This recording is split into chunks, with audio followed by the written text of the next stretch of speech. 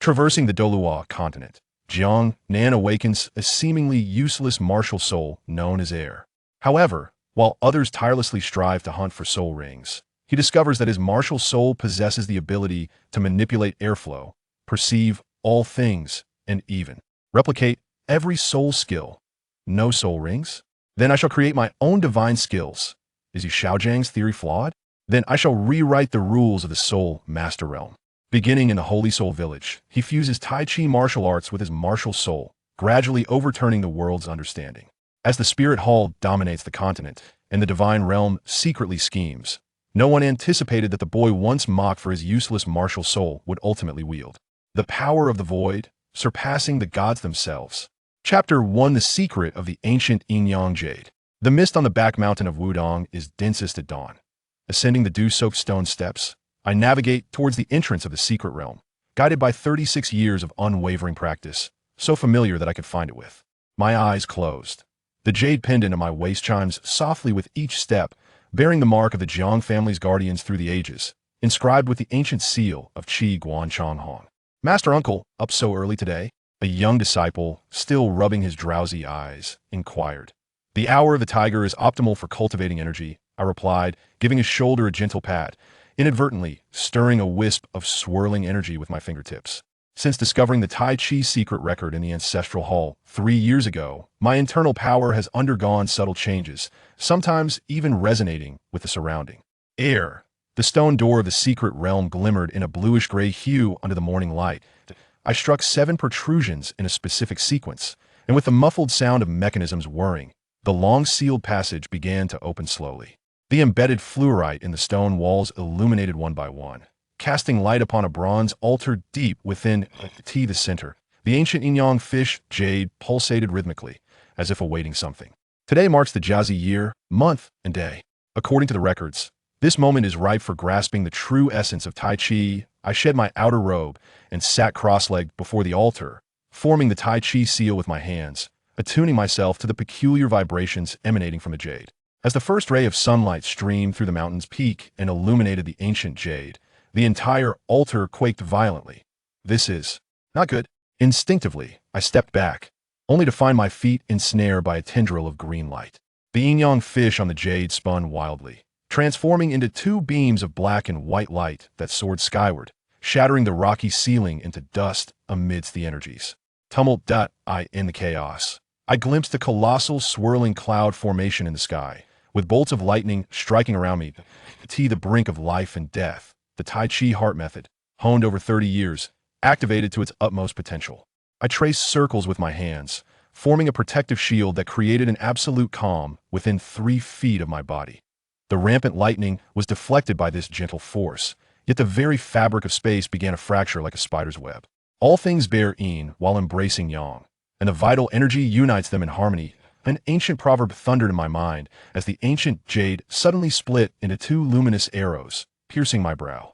In excruciating pain, I felt my body torn into countless fragments, only to be reassembled by a higher force. The last sight I beheld was the immense Bawa formation materializing above the altar, engulfing the entire mountain. This child still has breath. An aged voice pierced the chaos of my consciousness. With great effort, I opened my eyes to see a face etched with wrinkles. Strangely, the elder's hair was styled and his coarse garments resembled those from an ancient drama. 30 miles west of Shenghan village lies the soul-hunting forest. Why are you alone? His words faltered as he stared wide-eyed at my instinctive defensive posture. This stance. Child, are you from a soul master family? Soul master? Shenghan village? Fragments of chaotic memories suddenly pieced together a horrifying conjecture. I looked down to see my body reduced to a fraction of its size, clad in tattered training robes, yet the family jade pendant still hung on my waist. What year is it in the Tendo calendar? My voice sounded so youthful that it startled even me. Grandpa Jack, is there a child named Tang San in the village? Indeed. I suppressed my excitement and feigned innocence, shaking my head. I have heard merchants passing by mention it. The wooden cabin of old Jack emanated wisps of smoke, and upon seeing me, the elderly woman who opened the door was momentarily taken aback. Picked up on the road, let the child have something to eat first, old Jack succinctly explained, turning to retrieve a wooden box from the bottom of a chest. Since he might be a child of a soul master family, this is for you. Inside the box lay a yellowed booklet titled Precautions for Soul Awakening, adorned with the sword and hammer emblem of the spirit hall at the bottom. I eagerly perused its contents, discovering a detailed account of the awakening ceremony process and common types of martial souls.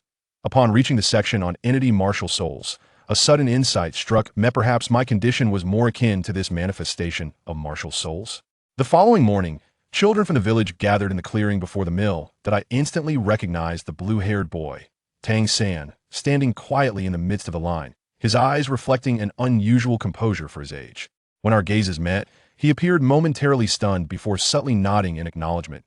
I am Su Yuntao, a level 26 battle soul master. The young man in white unfurled the official scroll from the spirit hall. Next, those whose names I call will step forward to undergo the awakening. I observe the children awakening farming tool martial souls such as hoes and sickles. I noticed Tang San's brow furrowing increasingly. When the blue-silver grass manifested, the disappointment on Su Yuntao's face starkly contrasted with the spark of hope that ignited in Tang San's eyes. Last one, Jiangnan.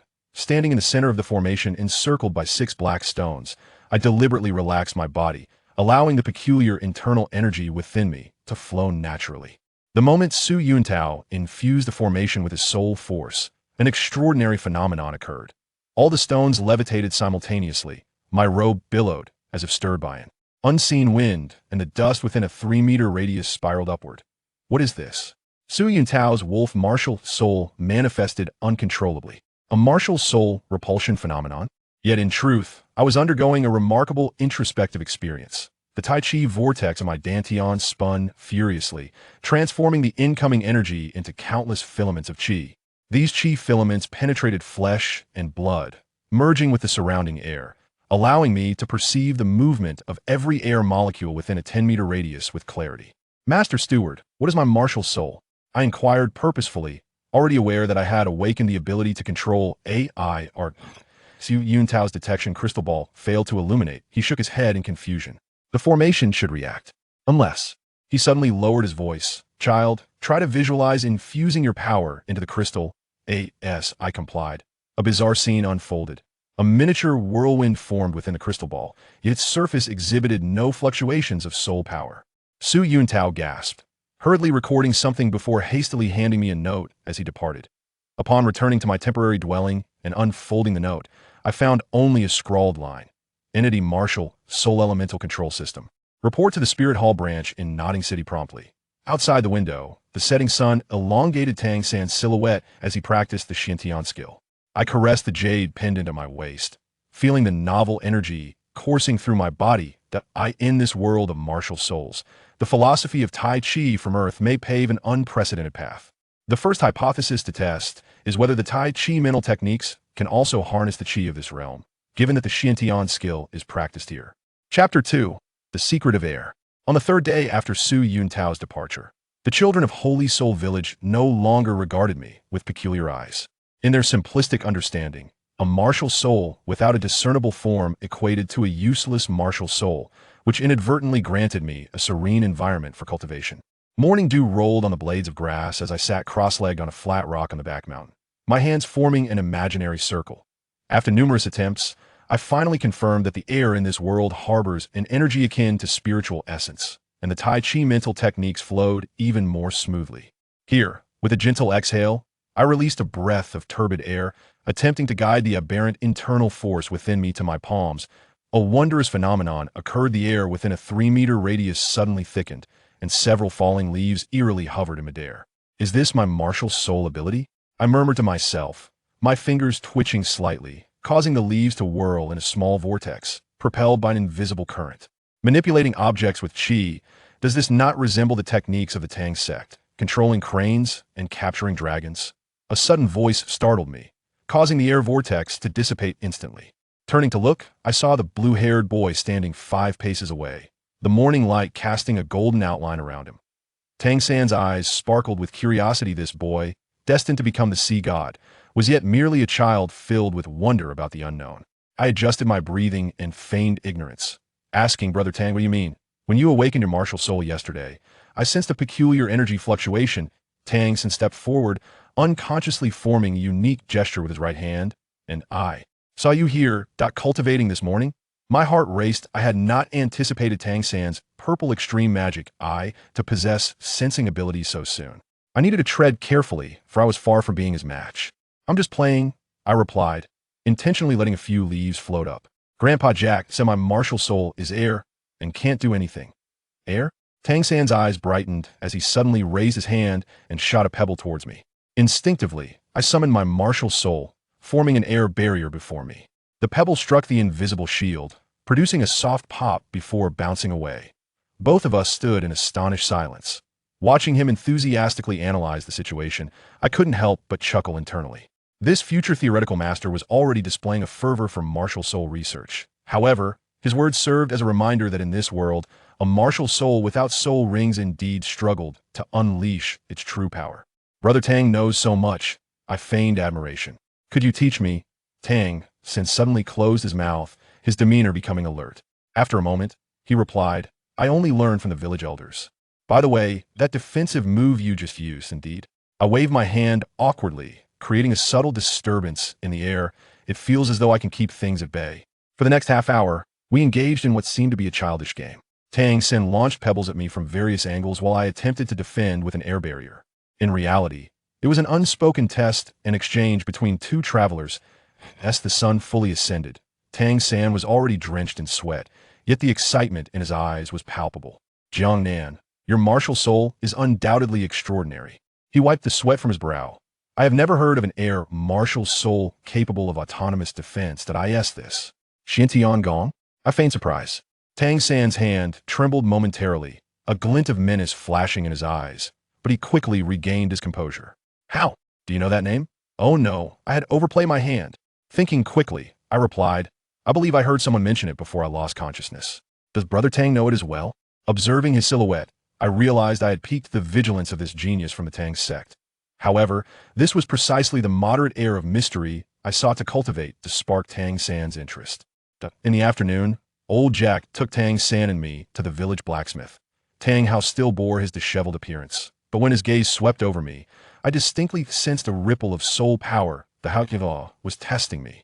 Father, this is Jiangnan, a new child in the village, Tang San introduced. Tang Hao grunted in acknowledgement and continued hammering the glowing iron block. Yet, as he swung the hammer, I keenly observed a certain rhythm embedded in the trajectory of his strikes. Each impact elicited a unique vibration in the surrounding air. The striking method of the Haoyin hammer. I silently noted these wave characteristics, pondering that I might later replicate them using my air martial soul. After departing the blacksmith shop, old Jack suddenly remarked, Little Jiang, since you have no place to go for now, why not learn hunting from old Lide? He was the finest hunter in the vicinity during his youth. I readily agreed. In this world, wilderness survival skills were of paramount importance, especially for someone like me who was preparing to pursue a control-type path. As evening fell, I encountered the book that would transform my understanding, the Soul Master Basic Manual, secretly left behind by Su Yun Tao in old Lide's modest abode. Flipping through the yellowed pages, I discovered not only detailed explanations of martial soul classifications, but also meditation techniques and soul power pathways. Child, Elder Yin Tao specifically instructed me to pass this on to you, old Lide said as he stuffed tobacco in his pipe. He mentioned that your martial soul is quite unique and requires you to explore your own cultivation methods. I see. I sat cross-legged on the bed, a small cyclone hovering between my hands. Why merging the Tai Chi heart method with soul power meditation, I successfully expanded the perception range of my air martial soul to encompass the entire room. At that moment, even with my eyes closed, I could see the trajectory of raindrops leaking from the roof, carving paths through the air. Even more wondrous was the fact that when I concentrated my attention on the adjacent room, I could hear old Lides snoring through the vibrations in the air. This was akin to a low-grade version of observation haki. The following day, I unveiled my newfound ability to Tang San, the transmission of sound through air vibrations. We successfully achieved whispered communication over a distance of 100 meters, leaving him utterly astonished. Jiangnan, this transcends the realm of ordinary air martial spirits, Tang San remarked gravely. If the spirit hall discovers this. Thus, you are the only one privy to this, I replied with a playful wink. This gesture struck a chord with Tang San. After a brief hesitation, he declared, Meet me at the cliff behind the mountain at dawn tomorrow. As the first rays of violet light appeared in the east, Tang San revealed to me the fundamental operational route of the Xintian skill. In return, I demonstrated how to balance soul power fluctuations using the Tai Chi heart method. In this delicate understanding, the two traversers established a preliminary bond of trust. Actually, I have a thought, I said, manipulating a stream of air to swirl in my palm. Since air martial spirits can perceive vibrations, could we perhaps mimic the fluctuations of other martial spirits? Tang San's body jolted. Are you suggesting martial spirit mimicry? It is merely a hypothesis, I replied, deliberately withholding further elaboration. In truth, through weeks of observing Tang San's Xiantian skill, I had begun to roughly simulate the soul power fluctuation characteristics of the blue-silver grass martial spirit. As we conversed, an unusual surge of soul power emanated from the direction of the Douluo forest, causing both Tang San and me to turn in unison, sensing something resonating with the energy within us. Strange, it feels as if. Tang San furrowed his brow. It feels like a call, I continued, a tumultuous tide rising within me. During this period in the original narrative, the Douluo forest should have been devoid of anomalies. Could my presence have triggered a butterfly effect? While descending the mountain, Tang San suddenly inquired, Jiangnan, do you believe in past lives and reincarnation? My heart skipped a beat, yet my demeanor remained composed. Why do you ask this, Brother Tang? I just feel. He gazed at the rising sun, that sometimes you speak as if you were not a 6-year-old child. Upon returning to the village, old Jack hurried over, breathless. Little Jiang, someone from Nodding City has come. They say they are looking for you. Chapter 3. Airflow perception. As the morning mist lingered, I sat cross-legged at the edge of a cliff on the back mountain of St. Sol village. My hands gently resting on my knees, my eyes closed as I attuned myself to the currents of air surrounding me. After a fortnight of exploration, I had managed to extend my perception of the air martial soul to a radius of 20 meters. To the southeast, at a distance of 17 meters, a mountain sparrow perched on a pine branch. With my eyes still shut, I whispered to myself, while directly north, 9 meters away, 3 maple leaves drifted gracefully to the ground. I swiftly retracted my martial soul, feigning the demeanor of an ordinary child engaged in morning exercises, casually performing the Tai Chi opening stance. Jiangnan, are you practicing those peculiar movements again? Tang San's voice came from behind, tinged with curiosity. Brother Tang, I exclaimed in feigned surprise as I turned to face him. This is a health exercise taught by my grandfather. He claims it strengthens the body. Would you care to join me in gathering herbs? Tang San shook the bamboo basket in his hand. There are some decent medicinal herbs growing in certain areas of the back mountain. I readily agreed. Following this future pharmacologist would undoubtedly impart valuable knowledge. More importantly, it presented a splendid opportunity to observe the exquisite techniques of the Tang sect. As we traversed a thicket, Tang San suddenly halted. Be cautious. There is the presence of a soul beast ahead. In truth, I had already sensed, through the movement of air. A wounded wind-blade fox curled up beneath an oak tree 30 meters away. This low-level soul beast typically refrained from attacking humans, but in its injured state, it could be unpredictable. It seems to be a little fox in distress, I remarked deliberately. Should we offer our assistance? Tang San cast me a surprised glance. You can sense it? Oh, I merely feigned a state of alarm. I heard a faint whimpering sound. Tang San, though skeptical, cautiously parted the bushes. Indeed, there lay a wind-blade fox, its hind leg marred with wounds, watching us warily. A subtle airflow enveloped its body, a distinctive trait of wind-attribute soul beasts. Do not move, Tang San urged, pressing down on my shoulder. Despite being a decade-old soul beast, the wind-blade fox, before he could finish, the fox suddenly opened its mouth and unleashed a blade of wind. Anticipating the attack, I discreetly summoned the air to form a faint barrier before us. The wind blade veered off course, narrowly missing the edge of Tang San's garment. Strange, Tang San frowned. The wind blade fox shouldn't be so inaccurate. Perhaps it is due to its injuries? I suggested, simultaneously using my air martial soul to gently soothe the agitated soul beast. Remarkably, the turbulent currents surrounding the wind blade fox gradually began to calm. A glimmer of surprise flickered in Tang San's eyes, but he quickly regained his composure. It appears it is not as hazardous as we thought. I have some hemostatic herbs. Observing Tang San skillfully tending to the soul beast's wounds, I mentally noted each herb he utilized.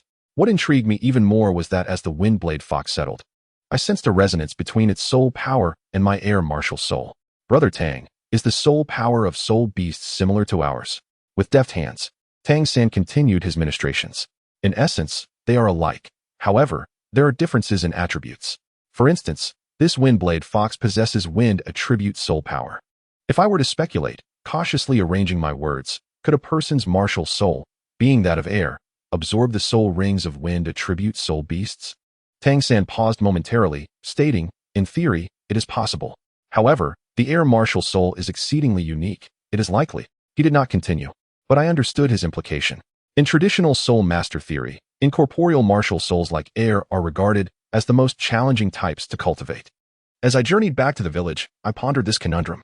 Upon passing through a vast expanse, a strong gust of wind enveloped me, prompting an instinctive activation of my martial soul perception. To my astonishment, I discovered an intriguing phenomenon. The fluctuations of soul power within the wind could be temporarily stored by my martial soul. This revelation quickened my heartbeat. If I could amass a significant amount of soul power from the air, would it not signify that I could gain strength without relying on the hunting of soul beasts? Seated cross-legged upon a smooth rock, I dedicated myself to the refined Taiji heart method. The surrounding air began to revolve slowly around me, forming an invisible vortex. Gradually, I sensed the wind attribute soul power drifting through the air being absorbed into my body, albeit at an exceedingly slow pace. It was undeniably effective. When the first wisp of foreign soul power successfully merged with my meridians, I nearly let out a cheer.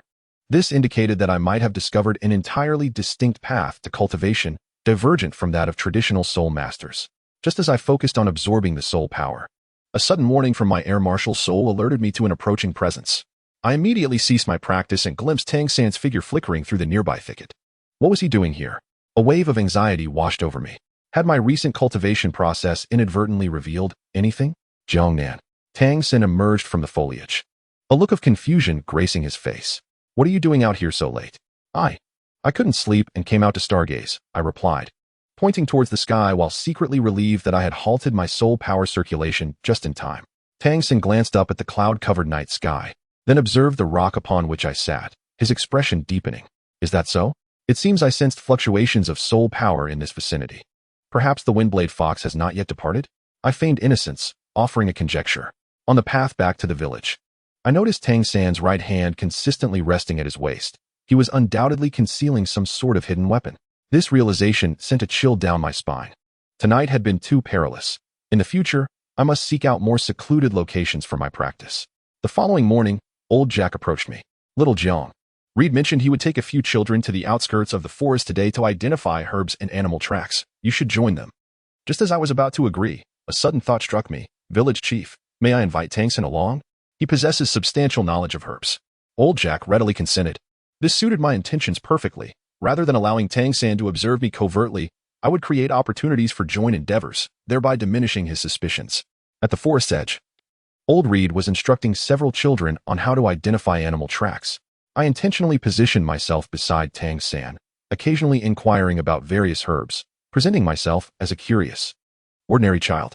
"Behold this paw print," Old Reed said, pointing to a mark. "It belongs to the Gale Wolf, a spirit beast of 10 years.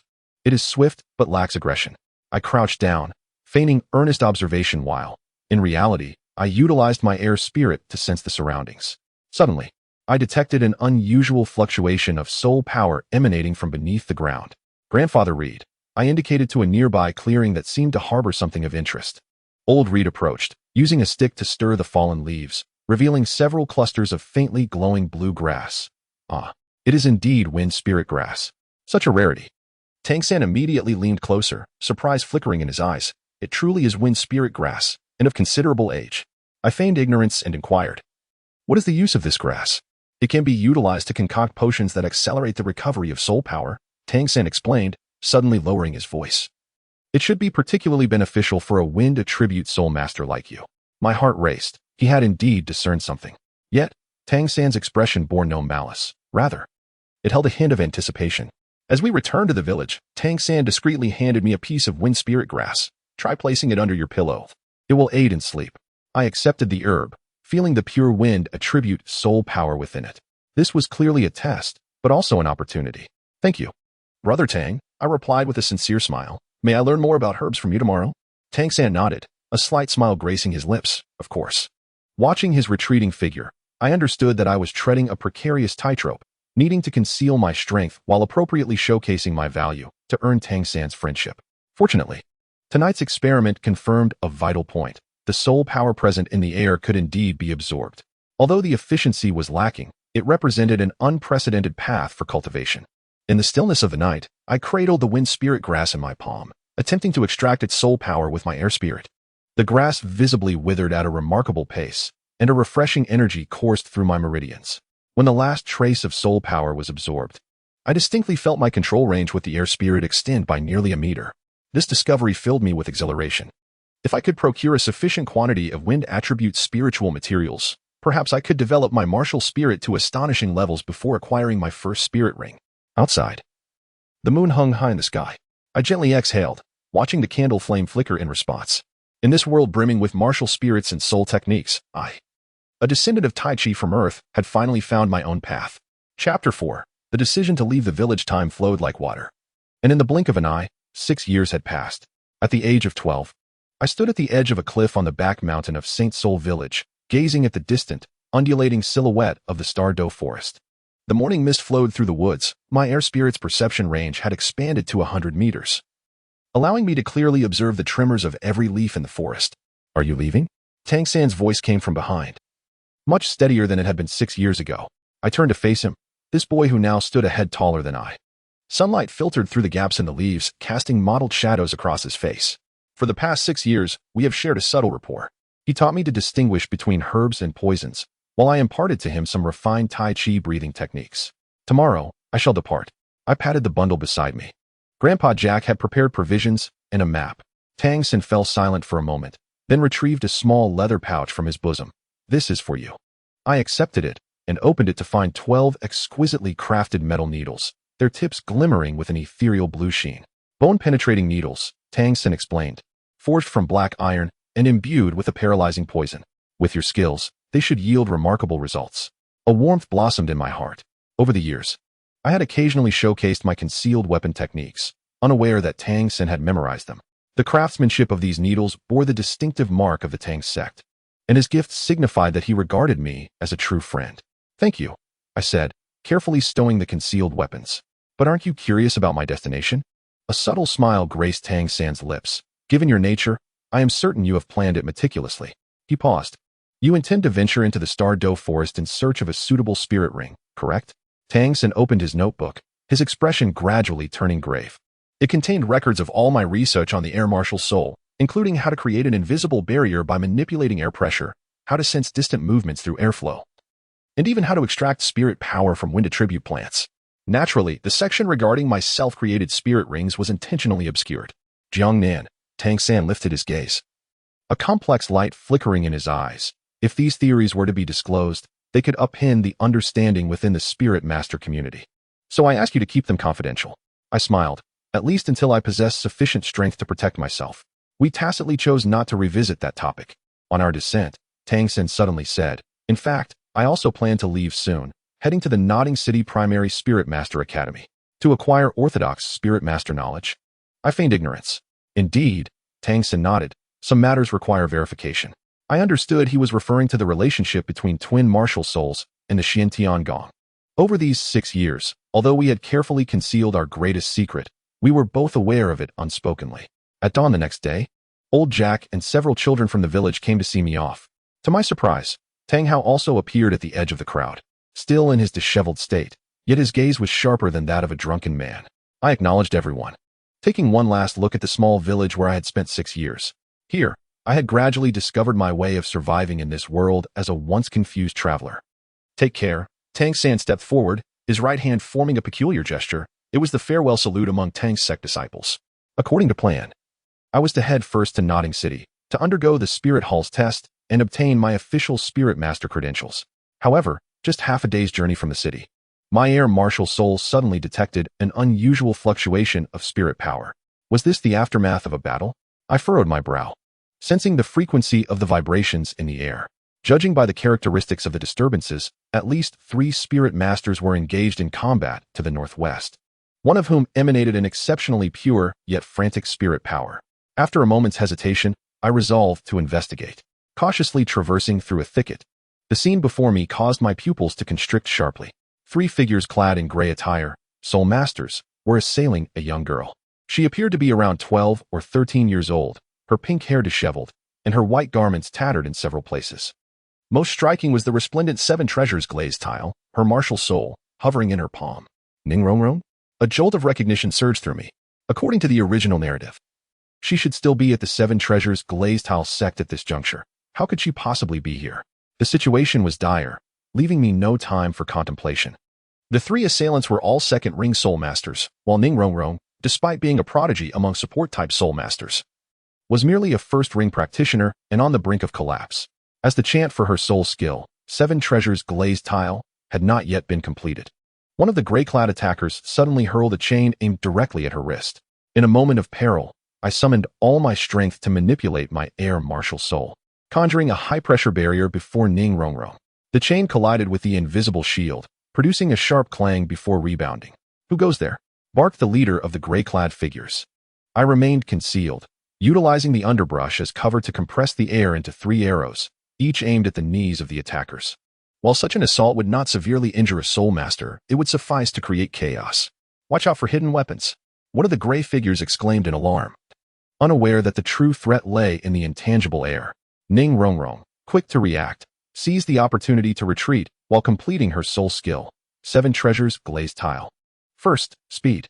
A kaleidoscope of colors enveloped her, enhancing her velocity by 30%. I immediately directed the airflow to indicate her path, and she understood my intent, sprinting towards the route I had predetermined.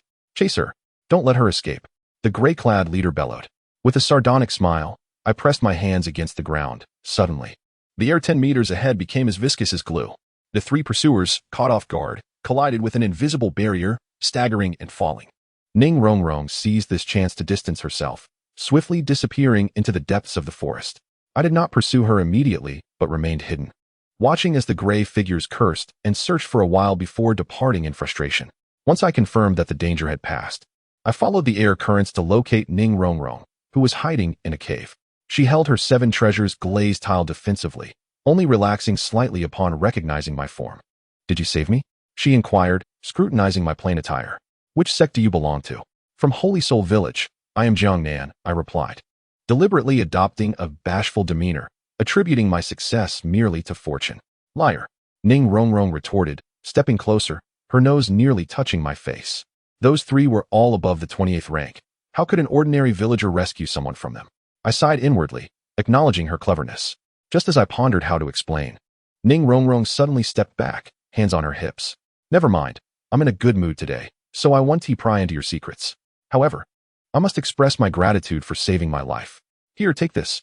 She produced a delicate jade pendant from her waist and pressed it into my hand. "With this, you can receive assistance at any shop of the Seven Treasures Glazed Tile sect." I accepted the pendant, feeling its smooth warmth, adorned with an intricate engraving of the Seven Treasures Glazed Tile.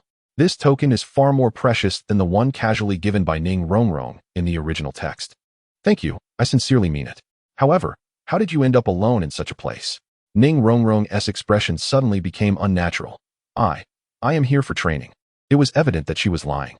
"By the way, where are you headed?" "To Nodding City, to participate in the Soul Master test of the Spirit Hall." "How fortuitous." Ning Rongrong's eyes sparkled. "I shall also go to Nodding City. Let us travel together." I inwardly sighed, realizing the trouble this could bring. Yet, upon reflection, forging a friendship with the little princess of the Seven Treasure Glazed Tile School might prove beneficial for my future plans. 3 days later, when we finally beheld the walls of Nodding City, Ning Rongrong was thoroughly captivated by the few air manipulation tricks I had inadvertently demonstrated. "Jiangnan, is your martial soul truly just air?" she asked for the 100th time. "Why do I feel it is far more formidable than those wind attribute martial souls?" Indeed, a group of soul masters clad in the attire of the Seven Treasure Glazed Tile School were anxiously scanning the surroundings. Upon seeing Ning Rongrong, the middle-aged man at the forefront nearly rushed towards her. "Miss, where have you been?" The sect leader nearly turned the entire Heaven Do Empire upside down. Ning Rongrong stuck out her tongue. "Uncle Jian, I'm perfectly fine. It's all thanks to Jiangnan who saved me." The man referred to as Uncle Jian immediately directed his sharp gaze towards me. In that instant, it felt as though a drawn sword was pressed against my throat. He was undoubtedly a formidable soul Douluo. A young friend saved Rongrong? His voice was commanding yet devoid of anger. I bore the pressure and succinctly recounted the details of the ambush, of course omitting the true abilities of my air martial soul. The audacity of the Shadow Tiger sect. Uncle Jian's eyes glimmered with cold light. Then he clasped his fists towards me, saying, "This favor will be remembered by the Seven Treasure Glazed Tile School. Since you are here to participate in the Soul Master test, why not accompany us?" I was about to politely decline when Ning Rongrong had already seized my sleeve. Yes. Yes. Let Grandpa Gu see your martial soul. Perhaps he can provide you with special guidance. Thus, I inadvertently found myself aboard the carriage of the Seven Treasure Glazed Tile School. Inside the carriage, I caressed the map given to me by Tang San. Lost in a myriad of thoughts, the Sunset Forest, a place not only home to soul beasts suitable for wind attribute martial souls, but also harboring the secrets of the ice and fire YinYang well. Perhaps, my journey as a soul master will be even more extraordinary than I had anticipated. Chapter 5. Resonance of the Wind. The carriage of the Seven Treasure Glazed Tile School slowly entered Nodding City, and passers-by on the streets paused to watch. I peered through the crevice of the carriage window, observing this unfamiliar city as my air martial soul involuntarily unfurled, capturing various sounds within a 100-meter radius. Jiangnan. What are you daydreaming about? Ning Rongrong nudged me with her elbow. You must perform well when we meet Grandpa Gu. Spare me. Ning Rongrong pouted. Even Uncle Jian said your air manipulation skills are intriguing. Sitting across from us, the sword Douluo Continent slightly opened his eyes. His gaze is sharp as a blade. Young friend, your martial soul is indeed unique. While the air martial soul may not belong to the offensive category, if developed appropriately, its potential is substantial. A chill ran through me. This esteemed title Douluo, renowned for his overwhelming attack power, had evidently perceived something significant. As I pondered, the carriage came to a halt before an opulent mansion. We had arrived at the estate of the Seven Treasures Glazed Tile School in the city of Nodding. Ning Rongrong leapt from the carriage, turned to me, and extended her hand, urging, "Come, let me introduce you to Grandfather Gu." Little Rongrong, what trouble have you stirred this time? The elder's voice was hoarse yet resonant. Ning Rongrong rushed to his side, chattering animatedly about the ambush we had encountered. As she recounted how I had used a peculiar barrier of air to fend off our assailants, Gu Yang's brows raised in intrigue. Fascinating, he remarked, setting aside his game. Young man, might I request a glimpse of your martial soul? Realizing refusal was futile, I extended my right hand, cautiously unleashing a stream of energy. The air in the tea room began to shimmer, forming a small vortex. Is this all? Gu Yang inquired with a smirk. Gritting my teeth, I intensified my soul power, causing the air to whirl violently, coalescing into a miniature tornado within my palm. This was one of the techniques I had painstakingly developed over the years, creating a cutting force through rapidly rotating currents. Interesting. Gu Yong suddenly clapped his hands. Qinshin, did you notice? The sword Douluo nodded slightly, not of the wind attribute, yet surpassing it. Gu Yong rose, pacing around me. Young lad, your martial soul appears as air, yet it embodies the mastery of the concept of flow. Theoretically, you could manipulate any fluid, including blood. His final assertion sent a chill down my spine. This old monster had discerned my deepest secret. I had indeed attempted to control the flow of blood within me to hasten my recovery. Grandfather Gu, please do not frighten him. Ning Rongrong protested indignantly. Gu Yong laughed heartily. All right, I shall refrain from scaring your little sweetheart. Grandfather Gu. Ning Rongrong's face flushed crimson. Seizing the moment, I retracted my martial soul and feigned bashfulness. I am but a dullard, merely fumbling through some techniques. Fumbling through? Gu Yong regarded me with a knowing gaze. To develop an intangible martial soul to such a degree at the tender age of 12, one is either a prodigious genius or... He shifted the topic. Rongrong, go prepare a cup of tea for your Uncle Jian. Once Ning Rongrong reluctantly departed, the atmosphere in the tea room grew heavy. The presence of two titled Douluos loomed over me like a mountain, and my back was instantly drenched in cold sweat. Aware that further concealment would only incite greater suspicion, I offered a half-truth. My martial soul has indeed undergone mutation.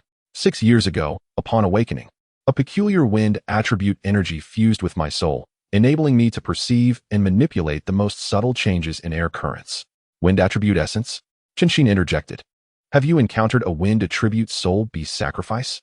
I am unaware. I lowered my gaze, recalling only a childhood incident of wandering in the forest and encountering a strange storm. This lie was deftly woven. The two Douluos exchanged glances, seemingly accepting my explanation. Regardless, you have saved Rongrong, and this gratitude shall be duly noted by the Seven Treasures Glazed Tile School. The ancient banyan tree returned to a benevolent expression and inquired if I was to participate in the assessment at the Spirit Hall. I nodded, affirming my intention to acquire an official Soul Master credential. I expressed my gratitude to the elder with a deep bow. Yet I still preferred to depart through the proper channels. As I exited the secluded courtyard, Ning Rongrong hurried after me, presenting me with a silk pouch containing some golden spirit coins and emergency potions. Do come visit me in Seven Treasure City when you have the chance. The Spirit Hall's Nodding branch is situated in the heart of the city, an imposing edifice of white stone, where a colossal emblem of a sword and hammer gleams brilliantly under the sun. The moment I stepped into the grand hall, my air spirit alerted me once more. The soul power monitoring array here was exponentially more sophisticated than that of the 7-treasure glazed tile school. Name, age, type of spirit. The registrar inquired without lifting his gaze. Jiangnan, 12 years old, air spirit. The scribe's pen hesitated. Air? That useless spirit is here for testing? I had anticipated this reaction and summoned a swirling orb of air in my palm, stating, it has mutated. The registrar scrutinized me with skepticism for a moment before finally handing me a numbered plate. Proceed to Hall 3 and wait. The waiting area was already populated by over a dozen youthful soul masters, most adorned in lavish attire, clearly the offspring of prominent families from Notting City. I chose a corner to sit quietly, observing my future competitors. Soul skills? A crimson-haired youth exclaimed in shock. You already possess a soul ring? The surrounding youths erupted in astonishment. To attain a soul ring at the tender age of 12 was indeed rare in a small place like Notting City. Silence. A purple-robed bishop entered the hall, announcing the commencement of the test. Those whose numbers are called, step forward. The assessment was straightforward. Determination of soul power level, demonstration of spirit abilities, and practical combat exercises. When my turn arrived, the same red-haired youth, who had previously mocked me, deliberately laughed aloud.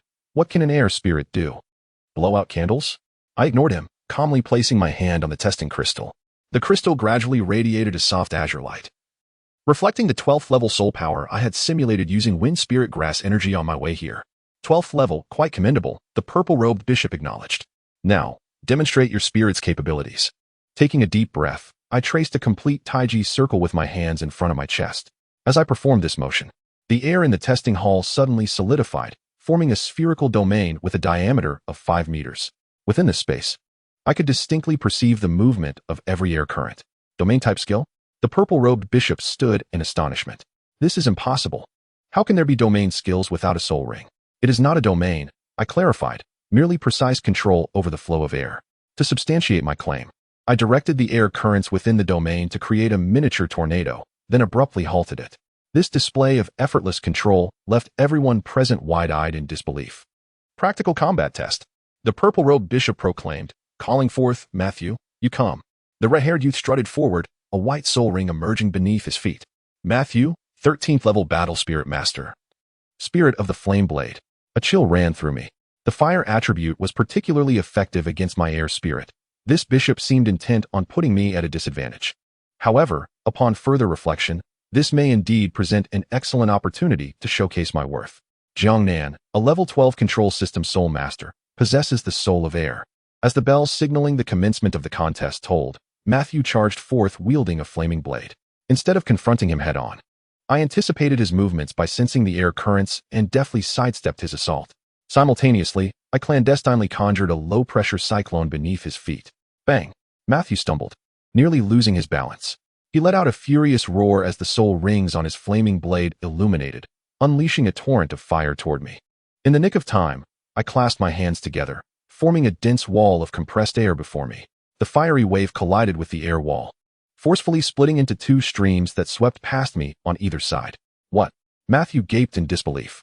His most formidable soul technique had been thwarted by a seemingly useless martial soul. I did not afford him a moment to recover. With a swift flick of my right index finger, a high-pressure air arrow shot directly at his wrist. Matthew winced in pain and relinquished his grip, the flaming blade clattering to the ground. In quick succession, I manipulated the air currents to ensnare him, rendering him immobile. Enough. The purple-robed bishop interjected, declaring Jiangnan the victor. Once Matthew was released, he wore an expression of resentment. He merely resorted to trickery. If I had a second soul ring, silence. The bishop admonished sternly. Control system soul masters are inherently designed to triumph over the strong with the weak. Turning to me, his demeanor softened considerably. Child, would you consider joining the spirit hall? We can offer you the finest resources for cultivation. The bishop's expression suddenly became animated, so that was the reason. He managed a strained smile, wishing me a prosperous future. As I departed from the spirit hall, I noticed a figure in gray robes stealthily trailing behind me. Through my perception of the air currents, I recognized him as one of the 3 soul masters who had previously attacked Ning Rongrong. The gray-robed man appeared momentarily taken aback. How did you know? Before he could finish his sentence, 3 air arrows had accurately struck his kneecap and elbow. This technique was derived from Tang San's bone-piercing needle method. Having said that, I gently pressed against his neck with the air currents, causing the gray-robed man to succumb to unconsciousness. This maneuver was learned from Gurong, controlling blood flow to induce temporary fainting. 3 days later, I stood at the edge of the sunset forest, gazing at the lush, primordial jungle before me. According to the markings on Tangsan's map, merely 10 miles to the north lay the Whistling Canyon, a gathering place for wind attribute soul beasts. Taking a deep breath, I stepped into the forest. The air, thick with soul power, invigorated me, causing every pore in my body to open wide. Here, my air martial soul thrived, expanding my perceptive range to over 200 meters. It was time to acquire my first soul ring, I murmured softly, as I retrieved a long-preserved wind attribute crystal from my pocket. The crystal shimmered with a cerulean glow in the sunlight, resonating magnificently with my martial soul. After 6 years of accumulation and preparation, the moment for fruition had finally arrived. Regardless of what lay ahead, at this moment, I distinctly felt that my path as a soul master was just beginning. Chapter 6. The initial formation of the air veins, the biting cold winds of Whistling Canyon felt like blades against my skin, prompting me to tighten my coarse robe and steady my breathing behind a weathered rock. The air martial soul flowed gently within me, allowing me to perceive the fluctuations of air currents within a radius of 200 meters. The frail body of a 12-year-old is ill-suited for such a harsh environment. Yet I must adapt. The moment to acquire my first soul ring has arrived. It must be that cave. I squint, gazing at a crevice 30 meters away.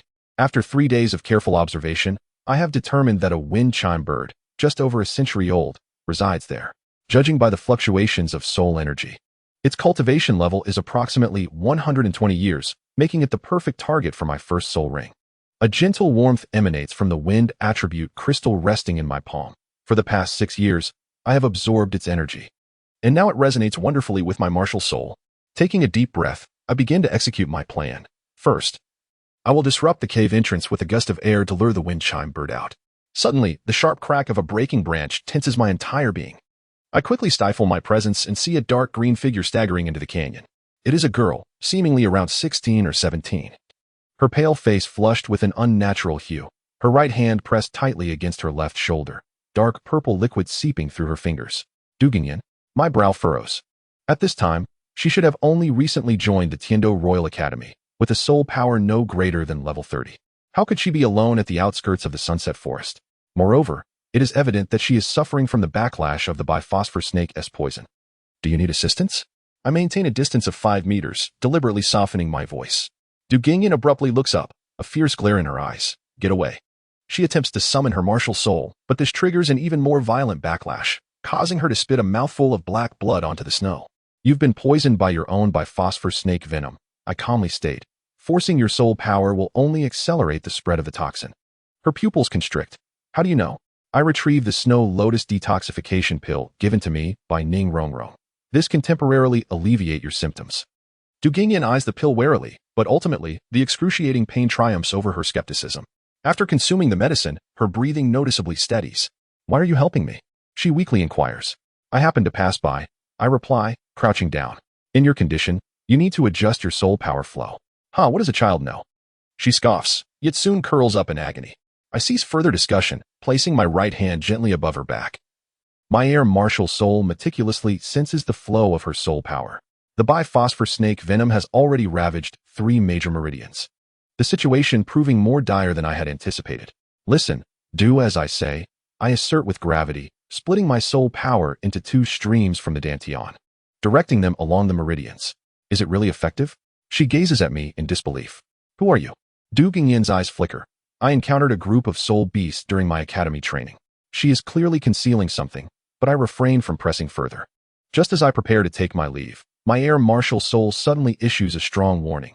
A chilling aura of soul power is rapidly approaching. Within 3 seconds, a dark green figure appears before us like a specter. Grandfather, YinYang exclaims. My blood runs cold. Douluo. How could this poisoned Douluo appear at the outskirts of the Sunset Forest? According to the original narrative, he should be in Tendo City at this time. The serpent-like gaze of Douluo fixated upon me, the oppressive aura nearly suffocating. What have you done to my granddaughter? Grandfather. He saved me. YinYang hurriedly interjected. He helped alleviate the backlash of the poison. Douluo snorted derisively, seizing my wrist with a vice-like grip. I endured the excruciating pain without resistance. In the presence of such a formidable entity, Any struggle would be futile. He suddenly displayed a look of astonishment, the manner in which your soul power flows. My heart raced like a drum. Could he have uncovered the secret of the meridian? Who is your master? Douluo pressed. Nonsense. Douluo increased his grip. Such exquisite control of soul power is unattainable without decades of meticulous study. A little brat from the Seven Treasure glazed tile school? He released his hold, pondering when that old Kuchin Xian had begun to study toxicology. Seizing the opportunity, I retreated a couple of steps. Senior, please discern that I merely stumbled upon this. When Douluo Yin was lifted off the ground, she suddenly cried out, Grandfather. He claims he can resolve the issue of martial soul backlash. Douluo paused momentarily, his sharp gaze piercing through me once more. Boy, do you truly mean that? After a brief silence, Douluo tossed me a piece of black jade token. In 3 months, bring this to the Tendo Royal Academy and seek me out, should you dare to play tricks. His unfinished sentence was laced with a murderous intent that sent chills down my spine. Watching the two figures depart, I exhaled a sigh of relief. Although the process had been perilous, the plan had ultimately succeeded in granting me the opportunity to engage with the poisoned Douluo. Nevertheless, my immediate priority was to acquire my first spirit ring. After regaining my composure, I stealthily approached the nest of the wind chime bird. This endeavor proved more successful than anticipated. Utilizing the precise control of my air-based martial spirit, I successfully ensnared and eliminated the century-old wind chime bird. As the yellow spirit ring ascended, I began to absorb it according to my self-developed meridian theory. The agony of the spirit ring's energy circulating within me far exceeded my expectations, yet I gritted my teeth and persevered, guiding it along a designated path. 6 hours later, as the first rays of sunlight pierced the canyon, the absorption was finally complete. I succeeded. I felt the surging soul power within me, my level soaring from 12 to 14. More surprisingly, the spirit ring bestowed upon me not a fixed skill, but a unique ability for meridian perception, allowing me to introspectively view my soul power network and attune myself more acutely to changes in external air currents. After conducting a simple experiment, I discovered that this ability enabled the precision of my air-based martial spirit control to increase by over twofold. A single drifting snowflake could be manipulated with exactitude from 10 meters away. A gentle breeze could be redirected at will, altering its direction and intensity. As I departed the canyon, I deliberately circled back to the location where I had encountered Douluo Yin. The black blood on the snow had solidified, but beside it lay an exquisite jade vial, the base inscribed with the characters Douluo, containing 3 emerald green pills. Was this a token of gratitude or a test? I carefully stowed the jade vial, a subtle smile gracing my lips. Regardless, the game had commenced, and this seemingly inconsequential piece upon the chessboard of Douluo Continent would inevitably carve out its own trajectory. Chapter 7. The Tendo instructor. 3 months slipped by in the blink of an eye. I stand before the majestic gates of the heavenly Do Royal Academy, gazing up at this sacred sanctuary for soul masters, built against the mountains. Flanking the main path, constructed from white marble, are 12 statues of renowned soul masters from various eras, with the central sculpture of the 7 treasures glazed pagoda shimmering brilliantly in the sunlight. Please present your identification. A guard obstructs my passage. I retrieve the obsidian token given to me by Douluo. Upon seeing the token, the guard's demeanor shifts to one of reverence. You are a guest of Elder Douluo. Please follow me. As I traverse the main campus, my air-type martial soul instinctively unfolds, attuning itself to the myriad fluctuations of soul power within the academy. Truly, this is the pinnacle of the Empire's educational institutions. Even the students I pass boast cultivation levels of at least 2 rings. Passing by a training ground, I observe a group of students clad in blue uniforms engaged in sparring. Their instructor, a 6-ring soul emperor, elucidating the nuances of soul skill integration. Here we are. This is Elder Douluo's private residence. The guard halts before a secluded courtyard, stating, "The elder has instructed that you may enter directly." The courtyard door swings open automatically, and I am greeted by a chill mingled with the aroma of medicinal herbs. Taking a deep breath, I step inside. You've arrived quite punctually. Douluo's voice emanates from a pavilion. He is tending to a purple medicinal herb, not lifting his gaze as he commands, "Sit." I cautiously take a seat on the edge of a stone bench, maintaining my air-type martial soul at minimal sensitivity. Suddenly, Douluo looks up, his piercing gaze cutting across my face. Level 14? He appears slightly astonished. You were merely at level 12 3 months ago. A fortunate breakthrough, I modestly reply. Interesting. Douluo releases the herb. Your soul power circulation pathway is indeed unique. Pray tell, how do you propose to resolve the backlash issue of the Phosphor Serpent martial soul? Recognizing this as a test, I respond with composure. The root cause of the phosphor serpent's toxic backlash lies in the incompatibility between the martial soul and the meridians. The traditional approach employs medicinal suppression, which only addresses the symptoms rather than the underlying issue. My concept is to construct an auxiliary circulatory system to redirect the toxins for storage and transformation at specific locations. As I speak, I unfurl a scroll of blueprints across the stone table, a solution designed over the past 3 months based on Douluo Yan's condition. Douluo scrutinizes the blueprints, his expression gradually growing serious. These acupoints and meridians are not even recorded in the Soul Hall's texts. An inheritance of knowledge, I reply vaguely. Gesturing to the center of the blueprint, the crux lies here. We need to create a vortex of soul power near the Dantian to serve as a transfer station for the toxins. Suddenly, Douluo slams his palm on the table. Brilliant. Why didn't I think of this? He paces excitedly within the pavilion. Young man. Your theory mirrors that of Chen Qingfeng from 20 years ago. Chen Qingfeng again. I mentally note the name while maintaining a composed exterior. Are you acquainted with Elder Chen? This revelation exceeds my expectations. Just as I prepare to express my gratitude, the courtyard door is abruptly pushed open. Douluo Yan strides in, accompanied by a golden-haired youth. Grandfather, I have brought you Tianheng, Douluo Yan announces. Her complexion appears significantly improved since 3 months ago, and she visibly pauses upon seeing me. It's you? The golden-haired youth steps forward, bowing respectfully. Elder Douluo. His gaze shifts to me, filled with scrutiny and curiosity. Your timing is impeccable. Douluo gestured towards me. Introducing Jiangnan, the newly appointed lecturer in control systems, who would henceforth guide the soul power control of your team members. Yu Tianheng could hardly conceal his astonishment. But senior, he is only at the 14th level. Douluo smirked. This lad's comprehension of soul power far surpasses that of the antiquated scholars in your academy by tenfold. I timely unleashed my air martial soul, conjuring a rapidly spinning vortex in the palm of my hand. Yu Tianheng's pupils constricted. With his keen eyesight, he naturally discerned the extraordinary precision of this control. YinYang. Take him to complete the onboarding procedures. Douluo waved his hand, adding, come to the laboratory tonight, the last remark directed at me. The faculty dormitory proved to be far more luxurious than anticipated, a 2-bedroom suite, with a neatly arranged desk exhibiting the faculty uniform and class schedule. Douluo Yan leaned against the doorframe, a semblance of a smile gracing her lips as she regarded me. I never expected you would actually come. To serve those who entrust me is my duty, I replied while organizing the books. Has your toxin backlash improved?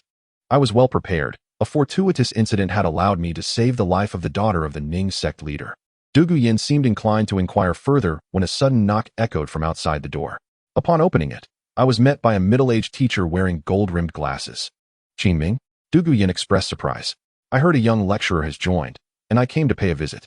Qingming extended his hand in a friendly manner, introducing himself as the leader of the Imperial Battle Team. I shook his hand. Jiangnan, I look forward to your guidance. Qingming's soul power was robust and gentle, at least at the Soul Emperor level. After a brief exchange of pleasantries, he got straight to the point. Elder Douluo has recommended you to oversee the training of the Imperial Battle Team's control system members. Might I inquire about your specialized training methods? Merely teaching according to the aptitude of the students, I humbly replied. Could you first provide me with an overview of the team members? Half an hour later, I followed Qingming to the training ground. The 7 members of the Imperial Battle Team were already lined up in anticipation. Apart from Yu Tianheng and Douluo Yan, I recognized the Shimo brothers from the defense system, Yu Feng and Osro from the agility system, as well as Yi Lingling from the support system. This is our new control system instructor, Mr. Jiangnan, Qingming introduced. He will be responsible for your specialized control training every Wednesday and Friday afternoon. Yu Feng muttered quietly, what a joke. He looks younger than us. I refrained from defending myself and simply walked to the center of the field. I have heard that the Imperial Battle Team is the pride of the Tendo Royal Academy. I trust each of you possesses great confidence in your control abilities. We will commence with a simple test. I produced 7 feathers, intending to keep them suspended in the air for 10 seconds using only the properties of my martial soul, without employing soul power. Osro scoffed. How difficult can this be? He took a feather and, after channeling his martial soul, struck it into the air with his claws. However, within 5 seconds, it wobbled and fell. The other team members attempted in succession. The Shimo brothers' Xuanwu turtle martial soul was ill-suited for such delicate maneuvers. Yu Feng, though able to lift the feather with gusts of wind, struggled with stability. Even Yu Tianheng's blue lightning pteranodontan martial soul could not accomplish the task flawlessly. Finally, it was my turn. I tossed the feather into the air, and my air martial soul quietly activated. The feather appeared to be cradled by an invisible hand, tracing elegant arcs in the air, occasionally spinning and hovering, defying gravity for a full minute. A profound silence enveloped the audience. A glimmer of admiration flickered in Qin eyes. It makes sense. What training methods does teacher Jiang intend to employ? Thus, my coaching career at the Heavenly Academy officially commenced. Initially, the team members harbored doubts about my youthfulness. However, a month later, when Yufeng triumphed over an opponent 2 levels higher using an enhanced wind blade technique during an internal spar, all skepticism dissipated into thin air. On a late autumn evening, I found myself alone in the Academy's library, poring over research materials. Over the past 3 months, I had nearly exhausted all theoretical texts on soul power, and at last, I stumbled upon fragmented notes regarding Qin Shi Feng, the concept of hidden meridians, which subverted traditional beliefs. The Chun family posited that every soul master possesses 3 hidden meridians, and if developed appropriately, could lead to the evolution of their martial spirit. Just as I was engrossed in my reading, a familiar sound of footsteps approached. I closed the book and glanced toward the door. Is there something you need, Teacher Qin? At this late hour? Qin Ming entered, carrying a stack of documents. Are you interested in Qin Shi Feng, Teacher Jiang? He placed the materials on the table, coincidentally. I have some information that might pique your interest. As I opened the documents, a jolt of excitement coursed through me. These were copies of some of Qin Qingfeng's research manuscripts. Though incomplete, the core ideas were distinctly outlined, aside from conventional meridians. There exist 3 hidden energy meridians corresponding to essence, energy, and spirit. Developing these meridians could transcend the limitations of martial spirits. This is exceedingly valuable, I marveled. Qin Ming adjusted his glasses. Chen S. Sr. was an acquaintance of my teacher. 20 years ago, he mysteriously vanished, allegedly due to his theories infringing upon the taboos of the spirit hall. I pondered deeply. Chen Xingfeng's theories bore a striking resemblance to my own concepts of energy meridians, albeit more systematic and comprehensive. If only I could locate his complete research. Qin Ming suddenly interjected. 3 months from now, there will be an exchange competition with Shrek Academy. The dean hopes you can guide the team. Shrek? My heart raced. Isn't that where Tang Sin studies? Chapter 8. Encounter at Shrek. The winter chill swept across the borders of the Barak Kingdom as I stood beside the carriage of the Heavenly Royal Academy, gazing at the slightly dilapidated village in the distance, where Shrek Academy was nestled amidst these unassuming structures. Teacher Jiang, this way please, Qin Ming beckoned, leading me towards the main campus. The members of the Imperial team trailed behind, with Yufeng quietly lamenting the dust of the countryside. As we traversed an open space, my air martial spirit suddenly resonated with a tremor. A familiar wave of soul power emanated from ahead, gentle yet resilient, akin to a spring breeze bringing forth rain, concealing a hidden sharpness. Is that blue-silver grass? I squinted, observing a blue-haired youth instructing his companions in practice on the training ground. 6 years had passed, and Tang Sin had grown considerably taller, yet the calmness and wisdom in his eyes remained unchanged. It seemed he sensed something, turning to gaze in our direction. The moment our eyes met, Tang Sin appeared momentarily startled, before regaining his composure. I knew he recognized me, yet we both tacitly refrained from acknowledging it. Thank you for your long journey, everyone. A bespectacled middle-aged man approached, introducing himself as Zhao Wujia, the vice principal of Shrek Academy. Qin Ming stepped forward to exchange pleasantries, while I discreetly observed the students of Shrek. Apart from Tang San, the others each possessed distinct characteristics. The burly Dai Mubai, the peach blossom-eyed Oscar, the aloof Zhu Zhuqing, the vivacious Xiao Wu, and my gaze lingered on a modestly dressed, yet undeniably noble young lady. Ning Rongrong? I pondered in astonishment. What is she doing here? According to the original narrative, the little princess of the 7 treasures glazed tile school should have gone directly to the Royal Academy of Heaven Do. Ning Rongrong spotted me, her eyes widening in surprise. Just as she was about to speak, I subtly shook my head. The clever girl immediately understood and feigned ignorance. The exchange competition begins in the afternoon. Everyone should rest for a while, Zhao Wujia instructed, adding that Principal Flander would host a banquet in the evening. When it came time to assign dormitories, I intentionally lingered at the back. Sure enough, as soon as I settled in, there was a gentle knock at the door. Upon opening it, Ning Rongrong slipped in like a small cat. Jiangnan, how did you? She exclaimed, her voice barely contained. It's a long story, I replied, pouring her a cup of water. But you, how did you end up at Shrek? Ning Rongrong pouted. My father insisted I go to the Royal Academy of Heaven Do. So I ran away. Suddenly, her eyes lit up. Oh right, you're now a teacher for the Royal Do battle team? So you want to interfere in tomorrow's competition? I chuckled and shook my head. I will merely guide the team. That's good. Ning Rongrong sighed in relief. Our Shrek 7 monsters are quite formidable. As we spoke, my air martial soul alerted me to an approaching presence. Ning Rongrong noticed as well, winking at me before quietly slipping out through the window. Moments later, another knock echoed at the door. This time, it was Tang Xin standing outside. "Long time no see," he said calmly, though his gaze was probing. I stepped aside. "Come in and take a seat." Once inside, Tang San did not speak immediately, instead scrutinizing every corner of the room. I understood he was checking for any listening soul-guiding devices and allowed him to proceed unimpeded. 6 years and 4 months, he suddenly remarked. "Since we parted in Holy Soul Village." "You remember it quite well," I replied, pouring him a cup of tea. Tang San did not accept the tea, his gaze intense. "Jiangnan, who exactly are you?" The air grew thick with tension. I maintained a calm demeanor. "I am merely an ordinary person who accidentally awakened the air martial soul." Ordinary people do not comprehend meridian transformation at the age of 12. Tang San's tone turned icy. Nor would they recognize the young lady of the 7 treasures, glazed tile school. I took a sip of tea, aware that I could not deceive this genius from the Tang sect. What if I told you that I, like you, am a special existence? Tang San's pupils constricted, his right hand instinctively reaching for the hidden weapon at his waist. "Do not be alarmed." I set down my teacup. "I mean you no harm. On the contrary, we can assist one another. Why should I trust you?" Because of this, I withdrew a page of blueprints from my bosom, depicting a diagram of human meridians, highlighting several unique pathways. This represents a facet of the theory of chi channels, and you should be able to recognize its significance. Tang Xin received the blueprint, his expression gradually transforming into one of astonishment. This bears a striking resemblance to the theory of the 8 extraordinary meridians of the Xiantian skill. Yet it charts a distinct course. Tang Xin shuddered, clearly taken aback by my ability to perceive the actions of his companion. Ultimately, he tucked away the blueprint and cast a profound glance in my direction. "We shall meet tomorrow." After bidding farewell to Tang San, I stood by the window, gazing at his silhouette merging with the night. Although this encounter was fraught with peril, it was worthwhile. To contend against the Spirit Hall in the future, having Tang San as an ally is indispensable. The subsequent day's exchange competition was a spectacle to behold. Although the Shrek 7 monsters boasted an average level lower than that of the Imperial fighting team, their synergy and tactical flexibility were commendable. Notably, Tang San's control maximized the potential of the blue-silver grass. In the end, the Imperial fighting team narrowly secured victory. "Your skills are commendable." Yu Tianhing extended his hand to Tang San. At the post-match analysis meeting, I was invited to comment on the performances of both teams. When discussing Tang San's control techniques, I deliberately pointed out a few subtle shortcomings, which coincidentally highlighted the imperfections in the integration of Tang sect's hidden weapons with spirit abilities.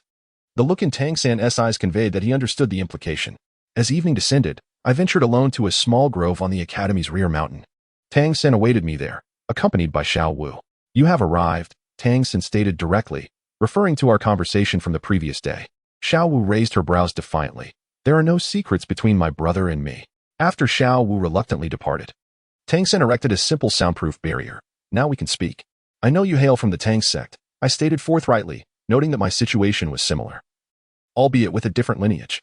Tang San's breath quickened momentarily. "Prove it to me." I traced a perfect Taiji circle with my hands before my chest, causing the surrounding air to swirl and form a miniature domain. This was not a mere soul skill, but a special technique infused with the true essence of Tai Chi. It represented an energy system distinct from soul power. True to his status as a Tang sect genius, Tang San immediately grasped the crux of it. "We can learn from each other," I proposed. "You will exchange your hidden weapon techniques for my theory of chi channels."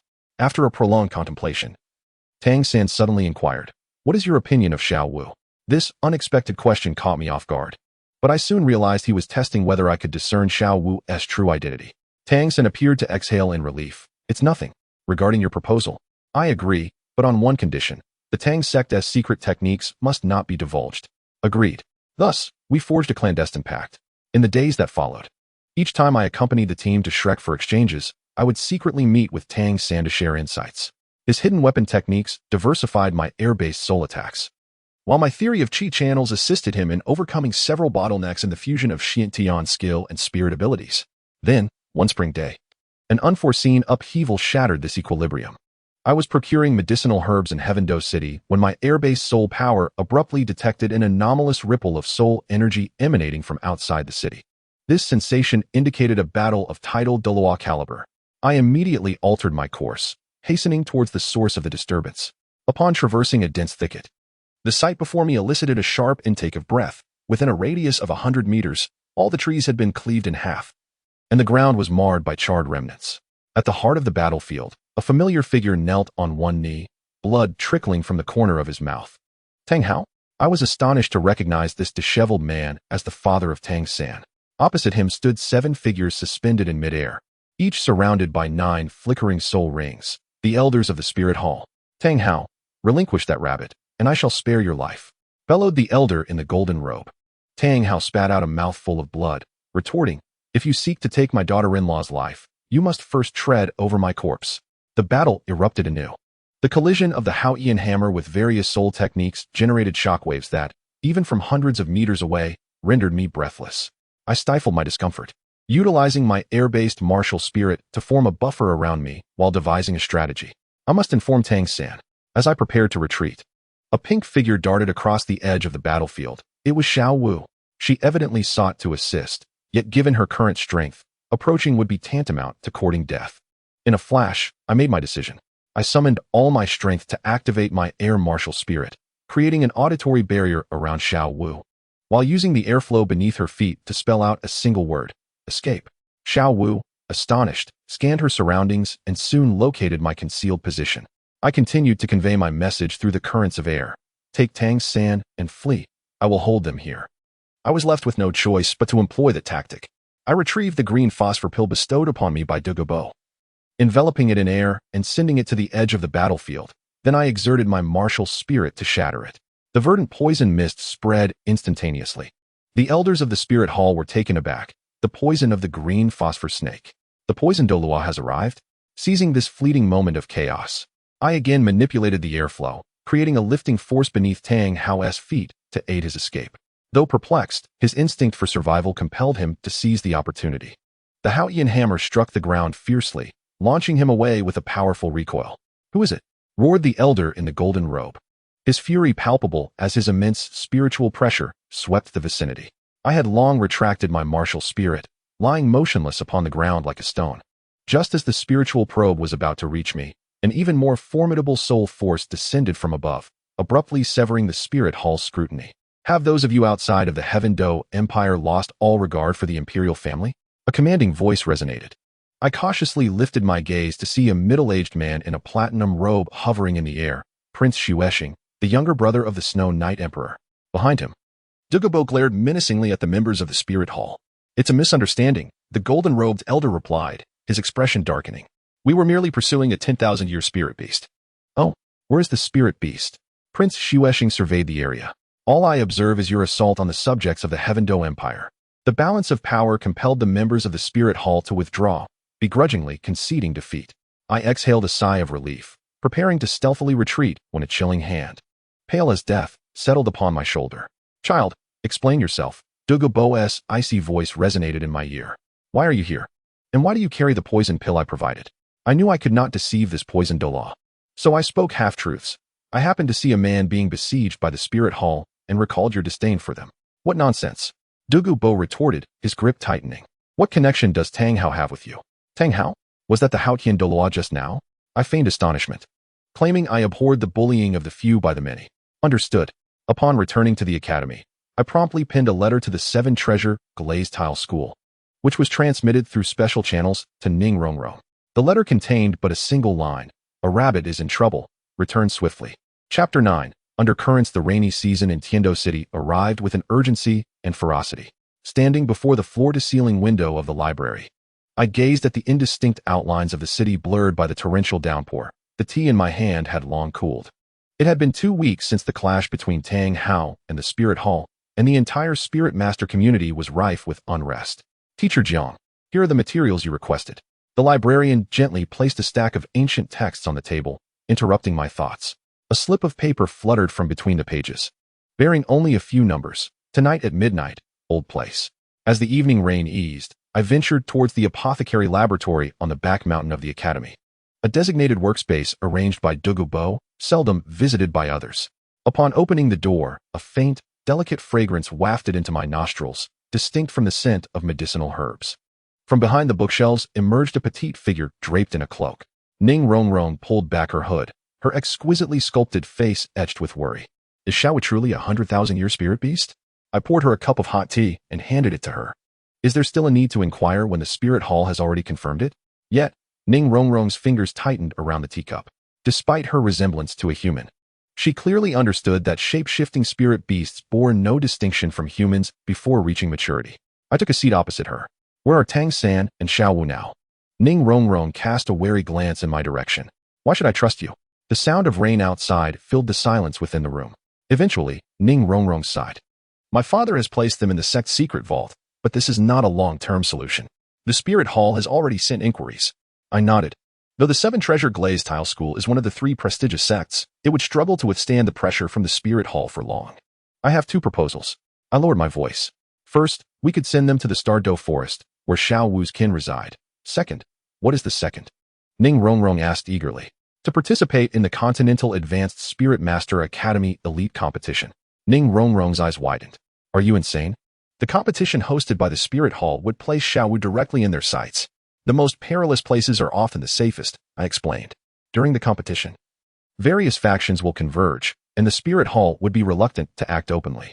Furthermore, I retrieved a jade pendant from my desk's hidden compartment. This is Douluo Bo's token, which contains a concealment spell capable of temporarily masking the aura of spirit beasts. Ning Rongrong examined the pendant closely. Why do you wish to aid them? Everyone harbors secrets. I replied meaningfully, just as I have never inquired why. As the little princess of the 7 Treasure Glazed Tile School, you chose to sneak away. She pursed her lips, carefully stowing away the jade pendant. I shall inform my father. However, a sly smile suddenly crept across her face. Do be cautious of recent events. The Crown Prince of Zwiking has sent individuals to investigate you. Zwiking? A chill ran down my spine. The true identity of this Crown Prince is none other than Qian Ringshu of the Spirit Hall. The following morning, a gilded invitation slipped through my door, summoning me to the Crown Prince's residence for tea in 3 days' time. Teacher Jiang, it is an honor to finally meet you. Qian Ringshu, or Zwiking, greeted me as she rose. Clad in a gown as white as snow and her golden hair elegantly tied back, she exuded an air of nobility in her every gesture. I bowed respectfully. Your Highness, there is no need for such formality. She gestured for me to take a seat. I have heard that Teacher Zhang's theories on spiritual meridians are quite unique, even praised by Elder Douluo. I have long wished to consult you in person.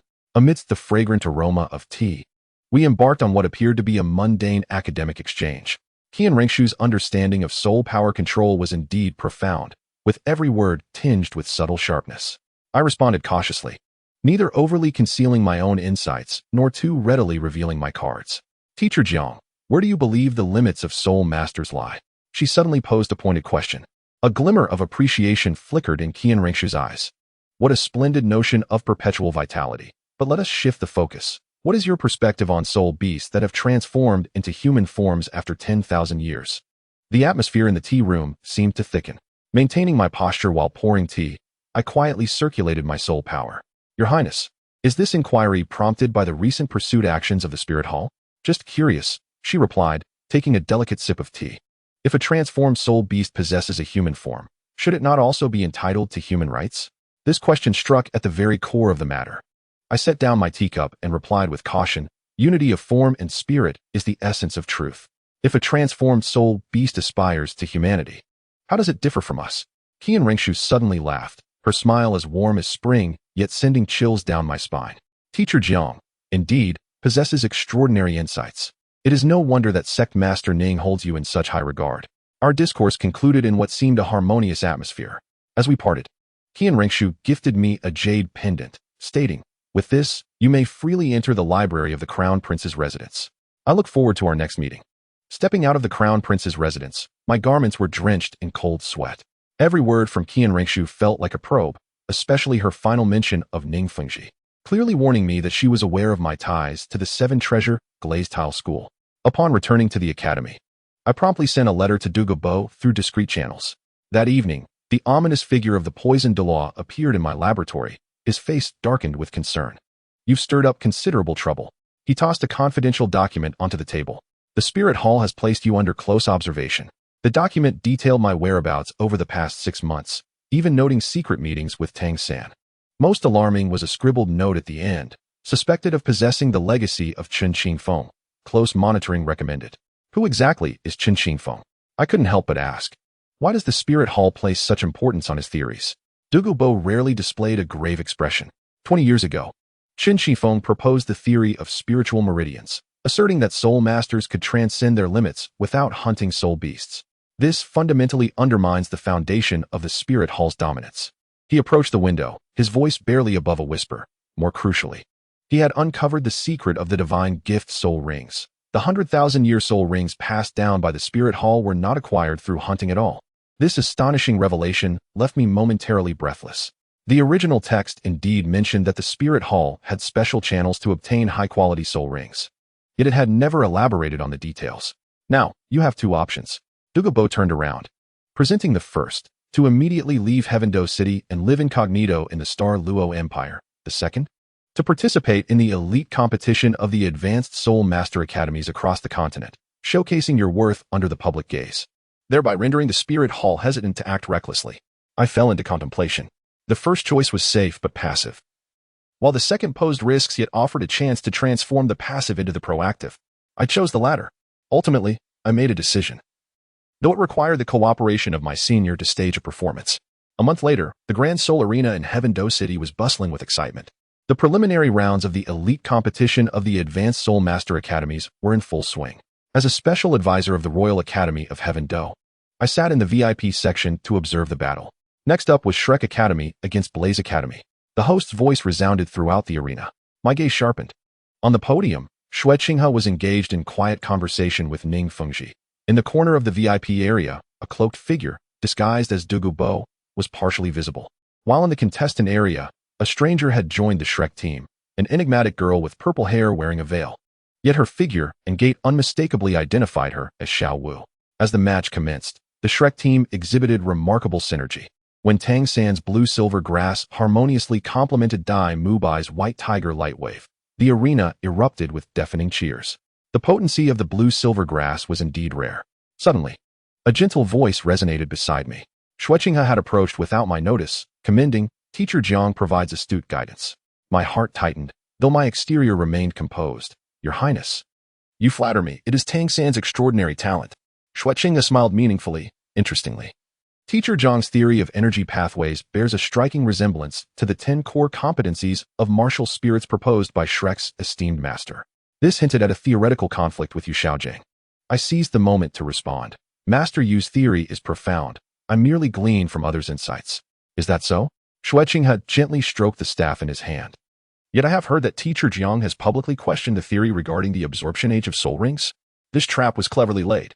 To acknowledge it would challenge the authority of the Spirit Hall. To deny, it would suggest insecurity. Truth is born from practice.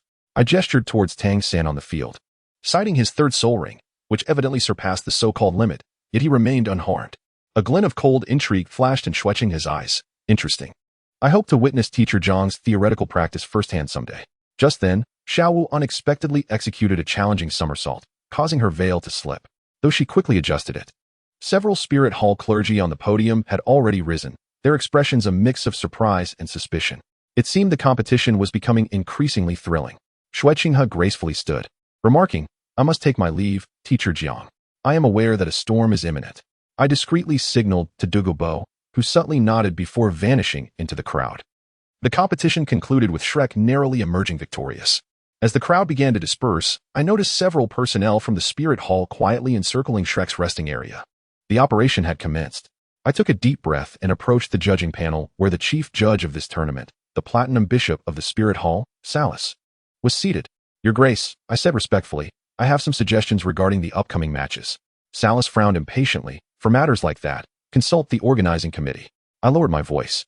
"It pertains to clues about the 100,000-year spirit beasts." The old bishop's gaze sharpened instantly. "Follow me." Once Salus was diverted, Douluo swiftly unleashed chaos with his poisonous fog. By the time the Spirit Hall realized what was happening, the members of Shrek had already evacuated through a secret passage. That evening, the city of Tendo was under martial law, and the Spirit Hall was conducting a widespread manhunt. Meanwhile, I was a guest at the prince's residence, engaging in a profound discussion on spirit master theory with Xue Qinghe, possessing an impeccable alibi. Do spirit masters and spirit beasts coexist? Under the candlelight, Xue Qinghe's inquiry pierced to the core. All things in heaven and earth are interconnected, I mused, swirling my teacup. Much like light and darkness, seemingly opposites yet fundamentally intertwined. Suddenly, she leaned closer, a glimmer of gold flashing in her beautiful eyes. And what of humans and gods? The depth of this question sent shivers down my spine. Qian Rinxue was probing my stance on the ambitions of the Spirit Hall. Xue Qinghe, or rather Qian Rinxue, scrutinized me for a long moment before breaking into a smile. Let us conclude here for today. I look forward to witnessing more of your remarkable performances in the tournament. As I exited the prince's residence, the night sky was adorned with countless stars. I understood that this perilous game had only just begun. The Spirit Hall, the Seven Treasures glazed tile school, and the Tendo royal family had woven a vast web of intrigue, and I must forge a path of my own amidst the crevices. Chapter 10. Tournament Turmoil. Teacher Jiang. Look over there, Yufeng suddenly whispered, pointing towards the entrance. The Shrek Academy team was entering through a special passage. Tang Sen led the way, followed closely by Dai Mubai, Oscar, and others. Xiaowu donned a specially crafted veil, yet her steps remained as light as ever. To my surprise, Ning Rongrong was also among the team, indicating that the Seven Treasures glazed tile school had indeed decided to openly support Shrek. Isn't that the little princess of the Seven Treasures glazed tile school? Yu Tianhing frowned. What is she doing with the Shrek battle team? Everyone has their own choices. I replied calmly, noticing that on the podium, Xue Qinghe was animatedly conversing with Ning Fengji, while the platinum bishop Salus of the Spirit Hall wore a dark expression, his gaze frequently darting towards Shrek. After the opening ceremony concluded, each team entered their preparation zones. I excused myself to the restroom and stealthily circled to the entrance of Shrek's lounge. I tapped 3 times on the door, paused, then knocked twice more. This was the code I had agreed upon with Tang San. The door opened slightly, revealing Tang San's face in the shadows. The situation has changed. Salus has just ordered that all participating teams must undergo spirit power testing by the Spirit Hall. My heart tightened. This is clearly a trap aimed at Xiao Wu. When does the inspection begin? In half an hour. Tang San's voice was laced with anxiety. Although Rongrong's father had intervened, the Spirit Hall remained resolute. I pondered our options. 2 plans emerged. The first was for Xiao Wu to feign illness and withdraw from the competition.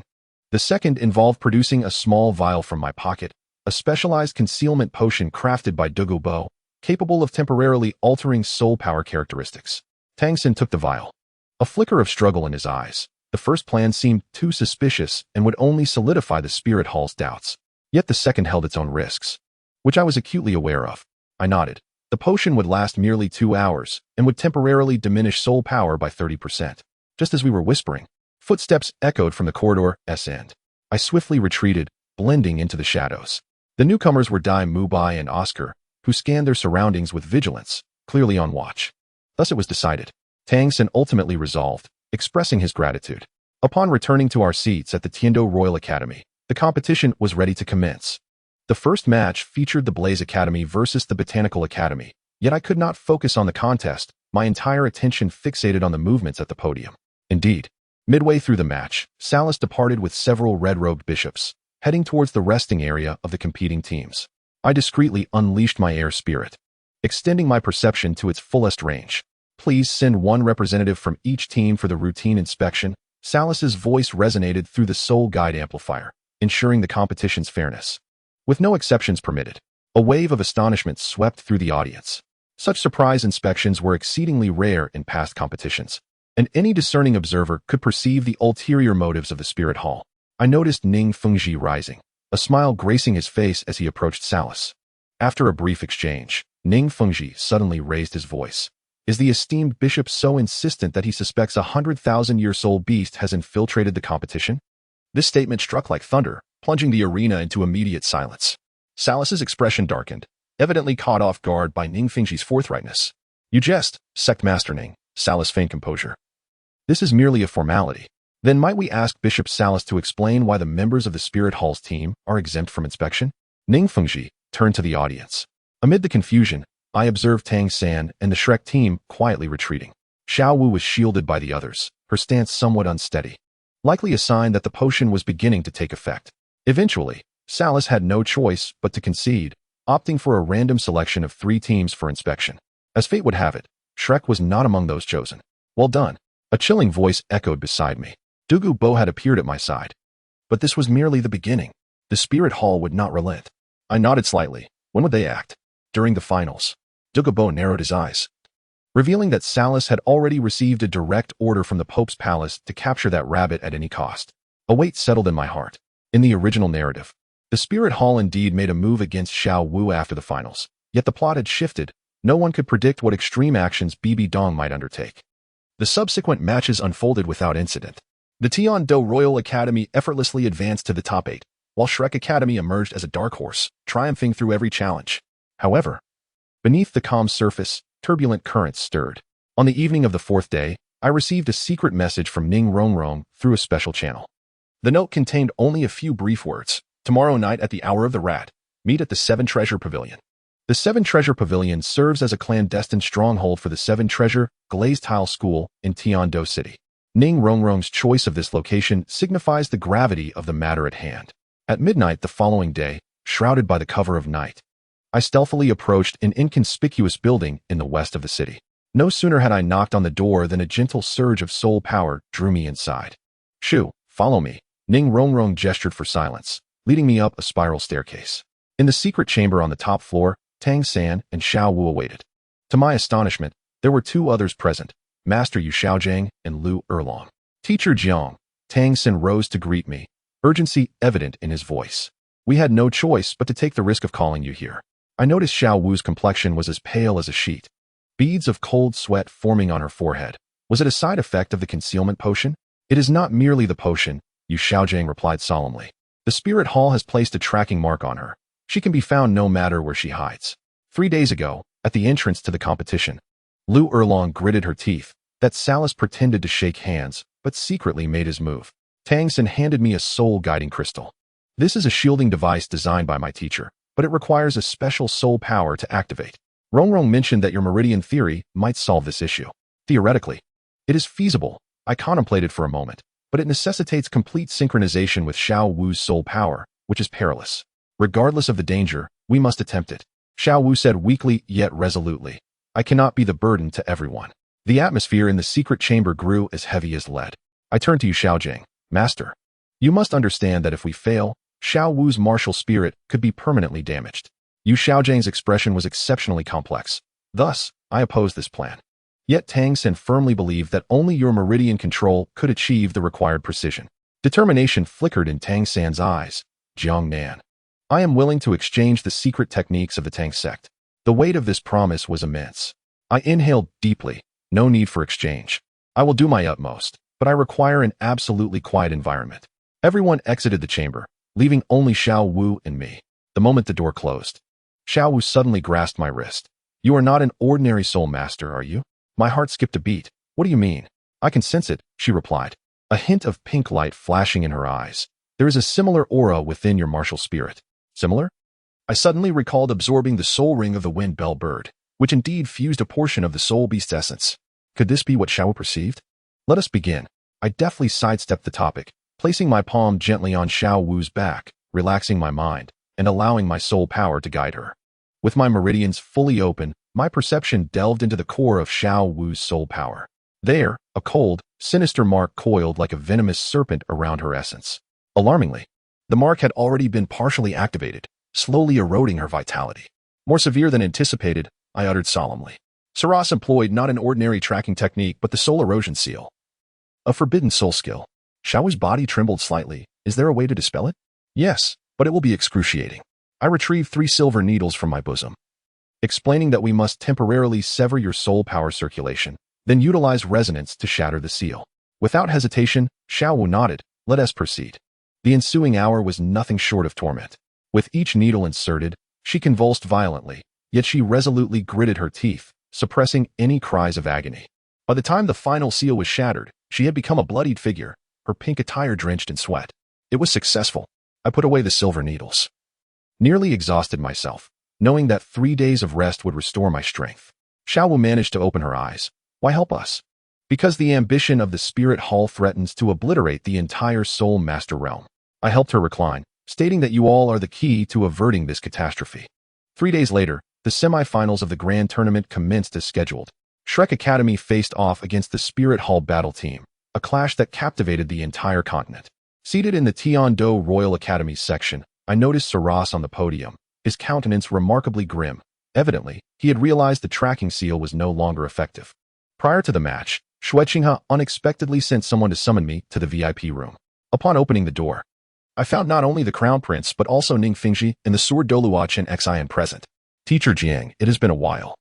Ning Fengji greeted with a smile. Master Ning, I replied respectfully, but alarms rang in my mind. This assembly was far too unusual.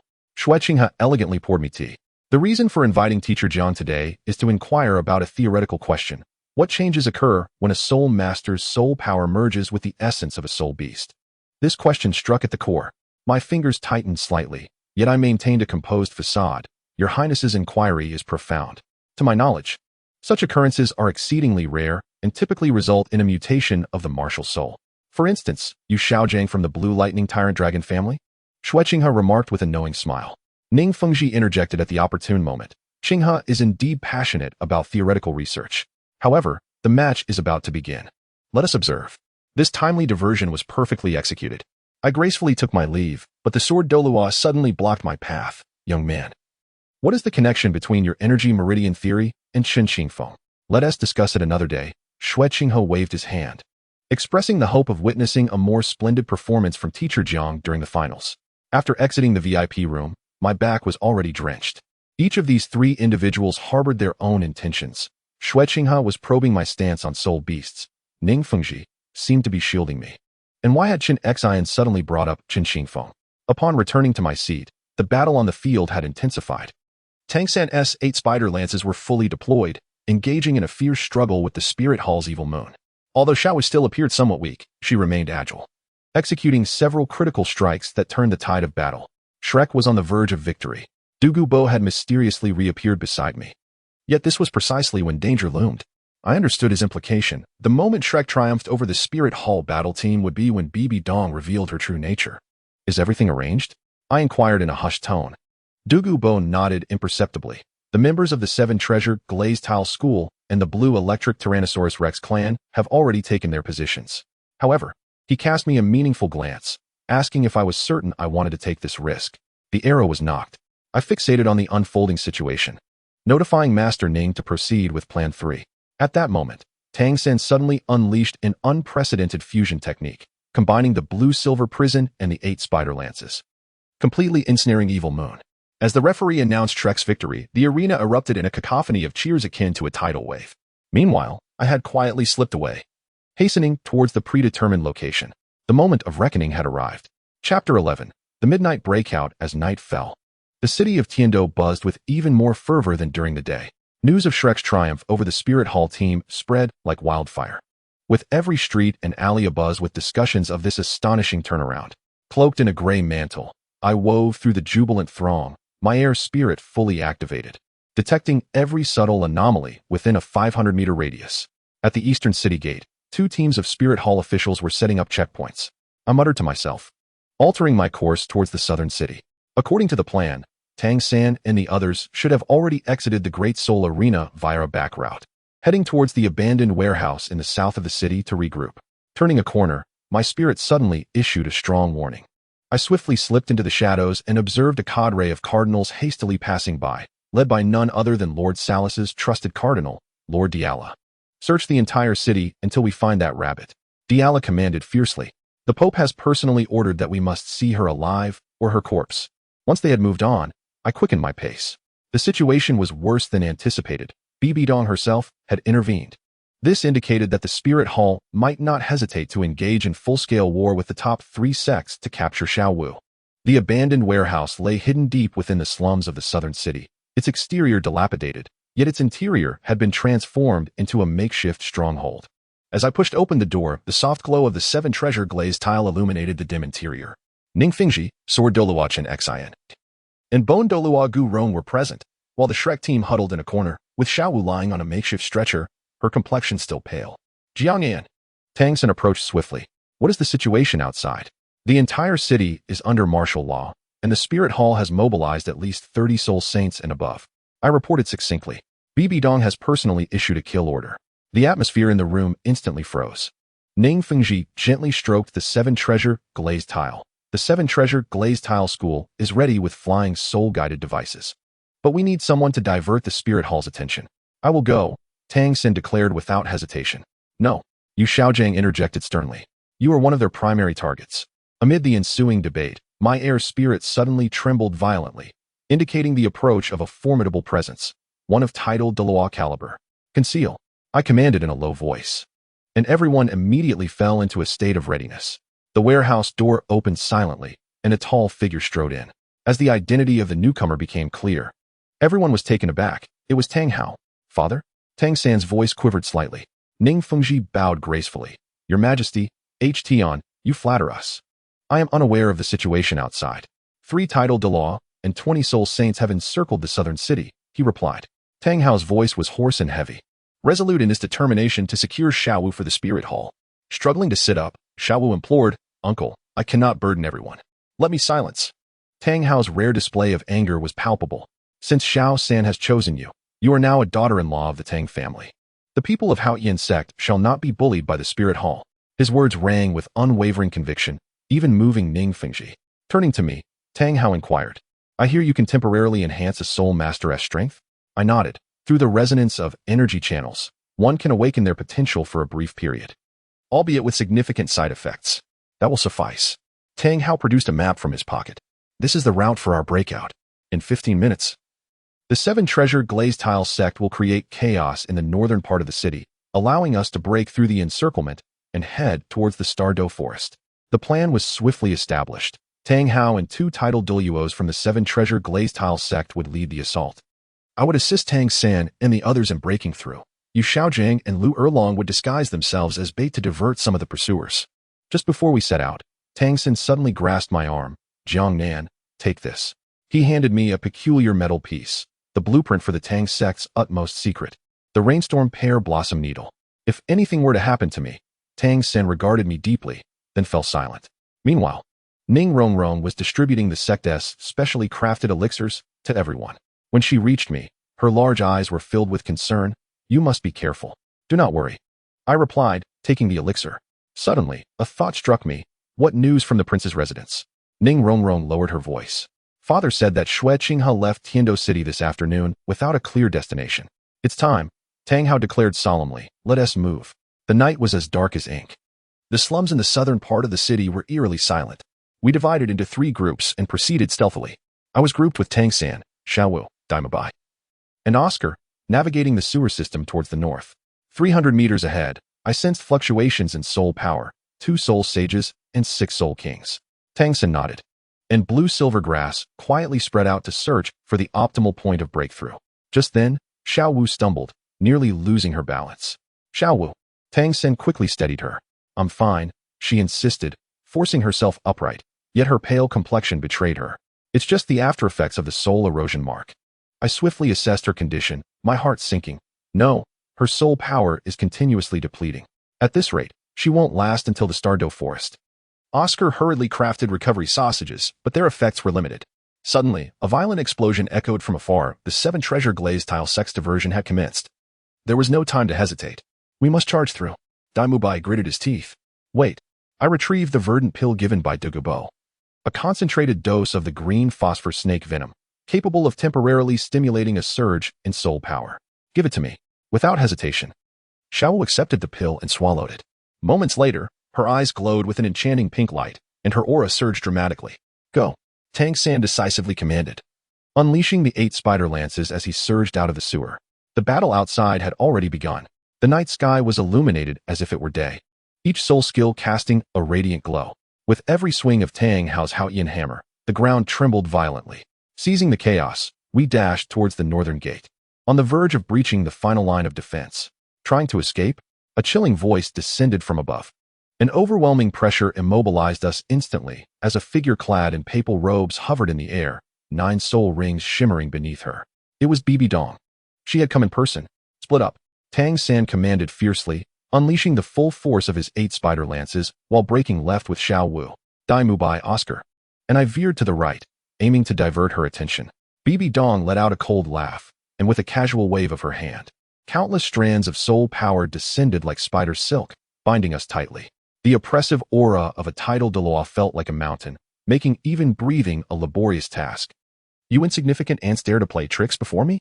Bibi Dong descended slowly, her gaze sharp as a blade directed at Xiaowu.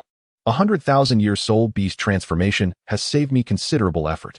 In that critical moment, A golden light suddenly pierced the night sky, shattering the strands that ensnared us. Who? Bibi Dong demanded sharply. Bullying children is not the conduct of a pope, a languid voice announced. From a distant rooftop, Douluo Bo stood with hands clasped behind his back, accompanied by Xueqinghe. My heart raced. Why had Qian Rinxue chosen this moment to appear? Poison Douluo, do you intend to oppose the spirit hall? Bibi Dong's voice was frigid. Douluo Bo chuckled. I merely passed by to witness the spectacle. However, it seems His Highness has something to say. Xueqinghe, or rather Qian Rinxue, gracefully stepped forward. Your Holiness, is it not somewhat irregular to apprehend competition participants so brazenly within the Tendo city? A glimmer of surprise flashed in Bibi Dong's eyes, evidently unprepared for Xueqinghe's intervention. Their gazes clashed, and the air crackled with unspoken tension. I keenly observed a slight tremor in Qian Rinxue's fingers, as if signaling something. Bibi Dong's expression shifted from fury to contemplation before she coldly snorted. Since His Highness has spoken, I shall grant the Tendo Empire this courtesy. However, she suddenly pointed at Xiao Wu. That soul beast must remain. Dream on. Tang Hao's roar resounded like thunder. The colossal shadow of the Haotian hammer soared skyward, aimed directly at Bibi Dong. The clash of these two unparalleled powerhouses unleashed a terrifying energy storm, sending us hurtling several meters away. Amidst the chaos, a cold hand grasped my wrist. Run. It was Ning Rongrong. I had no idea when she had drawn near. The seven-treasure glazed tile tower radiated brilliance, enhancing our speed. Under the cover of dust, we desperately fled toward the city gate. What about Tang San and Xiao Wu? I inquired as we ran. Just 100 meters ahead. A squad of Spirit Hall enforcers suddenly emerged, led by Lord Diarla, who grinned maliciously while revealing his soul rings. Capture them. In this dire moment, a sword's roar akin to a dragon's cry echoed through the heavens. The seven-killing sword of Chun Xian descended from above, instantly obliterating the obstructing foes. Go. Chun Xian grasped both my and Ning Rongrong's hands, lifting us into the air on his sword. In the distance, Tang Hao fought while retreating, protecting Tang San and Xiao Wu as they drew closer to us. The bone Douluo transformed into a colossal bone dragon, diverting Bibi Dong's attention. Just as our escape seemed imminent, an unexpected phenomenon occurred. A beam of golden light suddenly struck down from the clouds, precisely hitting the sword light of Chun Xian. Like kites severed from their strings, we plummeted. As we barely steadied ourselves, another figure appeared in midair, golden hair and eyes, 6 wings unfurled, wielding the holy sword of angels. Qian Rinxue. I gritted my teeth as I uttered her name. She had finally shed her disguise and revealed her true self to join the battle. The situation took a sharp turn. With Bibi Dong and Qian Rinxue, 2 unparalleled powerhouses joining forces, even with Tang Hao and the 2 titled Douluo from the 7-treasure glazed tile school present, we found ourselves at a distinct disadvantage. Form the formation. Ning Fengji decisively commanded, the 7-treasure glazed tower shining brightly to provide enhancements for everyone.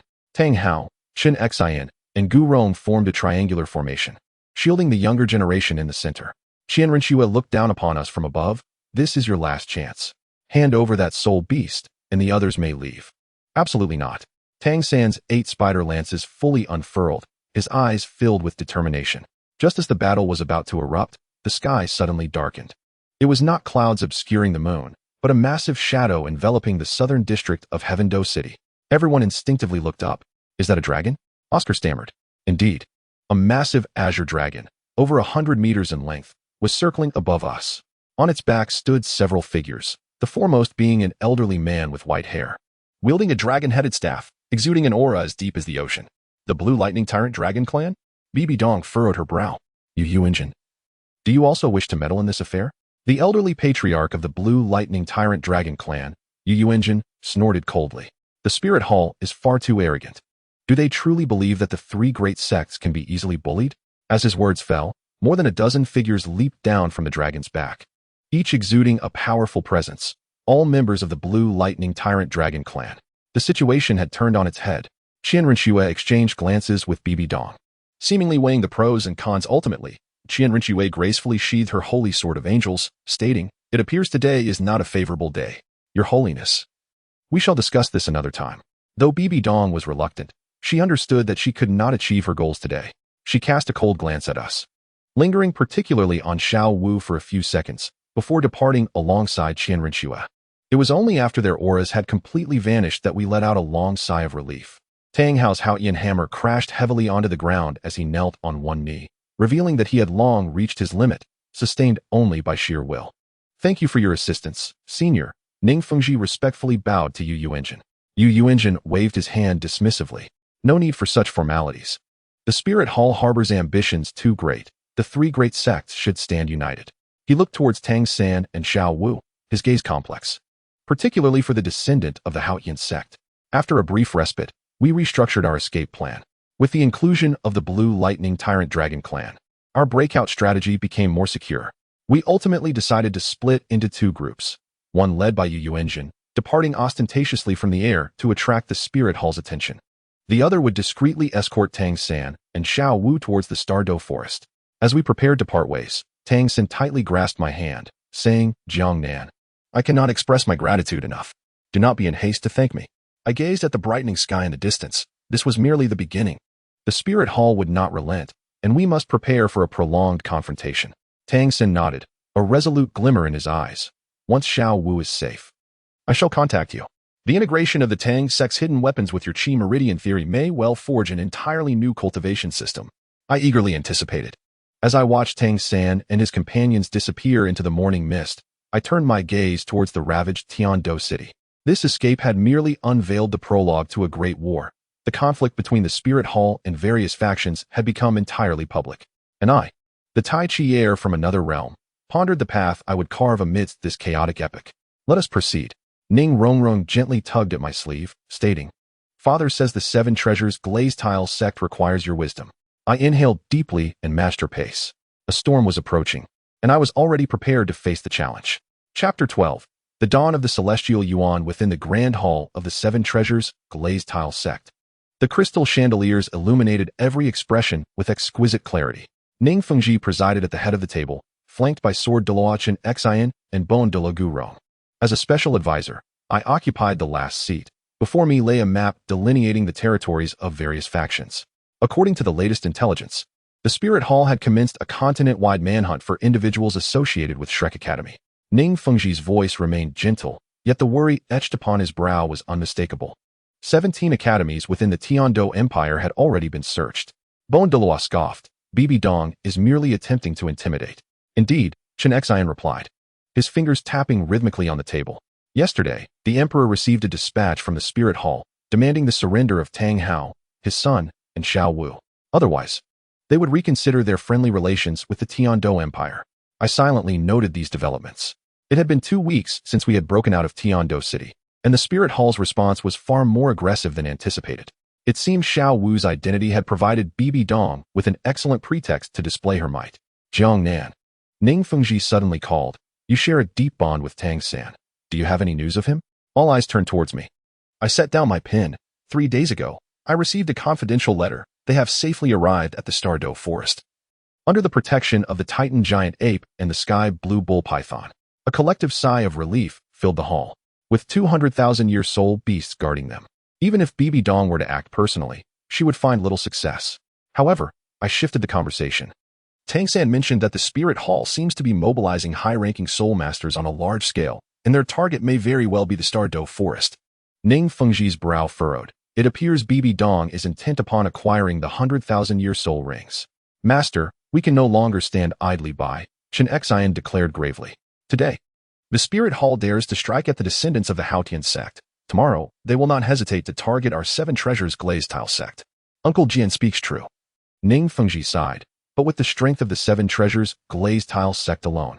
I interjected at an opportune moment. Perhaps we can unite with more factions. All eyes again converged upon me. Ning Fengji nodded slightly, encouraging me to continue. The Spirit Hall's audacity stemmed from the disunity among the various factions. I pointed towards the map, indicating the Seven Treasures glazed sect, the Blue Lightning Tyrant Dragon family, the Shrek Academy, and the former disciples of the Haotian sect represented by Tang Hao, even including solitary title Douluos like Dugobo individually. They stand no chance against the Spirit Hall. But what if they united to form an alliance? The Bone Douluo raised an eyebrow, intrigued by the notion, yet queried who would take the lead. The grievances among the various factions run deep, particularly between the Haotian sect and the Blue Lightning Tyrant Dragon family. I was prepared and produced a scroll. This is the preliminary proposal. The alliance shall not have a supreme leader. Instead, It will be comprised of representatives from each faction forming a council to vote on major decisions. Initially, the collaboration will focus solely on addressing the threat posed by the Spirit Hall without interfering in the internal affairs of each faction. Ning Fengji took the scroll and began to read meticulously, a look of astonishment gradually dawning in his eyes. This Qi Pulse sharing plan demonstrates my sincerity. I stated candidly that I would share partial findings of the Qi Pulse theory with the Alliance members to aid the younger generations of each faction in their rapid growth. This proposal undoubtedly struck a heavy chord. The value of the Qi Pulse theory was well understood by all present. Chen Xian was the first to voice his agreement. I support this. However, Jiangnan, are you truly willing to make such a precious theory public? The meeting extended into the late hours of the night. Ultimately, Ning Fengji decisively determined that the Seven Treasures Glazed sect would take the lead in contacting the various factions, convening a secret meeting in Seven Treasure City in 1 month. As for me, I would be responsible for maintaining contact with Douluo and Shrek Academy. Feigning ignorance, I deliberately turned into a secluded path. When the follower approached within 3 meters, I suddenly turned around. Rongrong, why are you still awake at this hour? Ning Rongrong stepped out from behind a tree, her face illuminated by the moonlight, displaying a hint of reproach. How did you discover me? I distinctly used the concealment soul guide my father gifted me. I guessed. I smiled, diverting the conversation. Do you need something? After a moment's hesitation, she handed me an exquisite silk pouch. This is for you. Your birthday is in 3 days, correct? I was taken aback. Since my arrival in this world, I had never mentioned my birthday. Ning Rongrong, don't wear that expression. She winked with pride. I saw it while organizing your materials last time. Though you never speak of your affairs, I am quite observant. Inside the pouch lay a smooth jade pendant, intricately carved with the 7 treasures glazed tower and cloud patterns. The reverse inscribed with the words, Qi Guochang Hong. This is the token of the honorary elder of the 7 treasures glazed sect. Ning Rongrong's tone suddenly turned serious. My father said that from today onward, you are officially recognized as an elder of the sect, enjoying privileges equal to those of the titled Douluos. The weight of this gift rendered me momentarily speechless. The position of elder in the 7 treasures glazed sect is an honor coveted by many soul masters. Don't be too moved. Ning Rongrong returned to her playful tone. Being an elder means you have responsibilities. Starting tomorrow, you will be tasked with guiding the training and soul power control for the sect's young disciples. It is a privilege beyond measure. I solemnly hung the jade pendant at my waist. Please convey my gratitude to sect leader Ning. Ning Rongrong waved her hand and turned to leave, but suddenly paused. By the way, Grandpa Jian asked me to tell you to visit him at the Sword Pavilion early tomorrow morning. It seems to be related to Chen Qingfeng. Chen Qingfeng. The mere mention of that name sent my heart racing. Since discovering the striking resemblance between the Qi Meridian theory of this enigmatic predecessor and my own principles of Tai Chi, I have been fervently eager to learn more. At dawn the following day, I made my way to the Sword Lodge nestled in the rear mountains of Qibao City. This is a sanctuary for profound meditation, where ordinary disciples are forbidden to enter. Upon pushing open the bamboo door, I beheld the sword Douluo meticulously polishing his renowned 7 kills sword. You've arrived, he stated without lifting his gaze. Take a seat. I settled upon the meditation cushion, awaiting his words in silence. It was only after the sword gleamed with immaculate purity that he began. 20 years ago, Chen Qifeng was the sole individual capable of rivaling me in soul power control. With a gentle flick of his finger against the blade, a clarion dragon's roar resonated. His Qi Meridian Ascension theory was initially inspired by my sword intent. I held my breath, listening intently, unwilling to interrupt. He continued, Chen Qifeng believed that the method by which soul masters absorb soul rings is fundamentally flawed. Hunting soul beasts for their rings is as crude and inefficient as chopping wood with a sword. What, then, is the correct approach? I could not restrain myself from inquiring. Communication, he replied, his gaze sharp as lightning. Communicating with the essence of the world, the source of martial souls, and even the divine realm. This revelation resonated profoundly with my own Tai Chi philosophy. Eagerly, I pressed on. And then, why did Senior Chen vanish?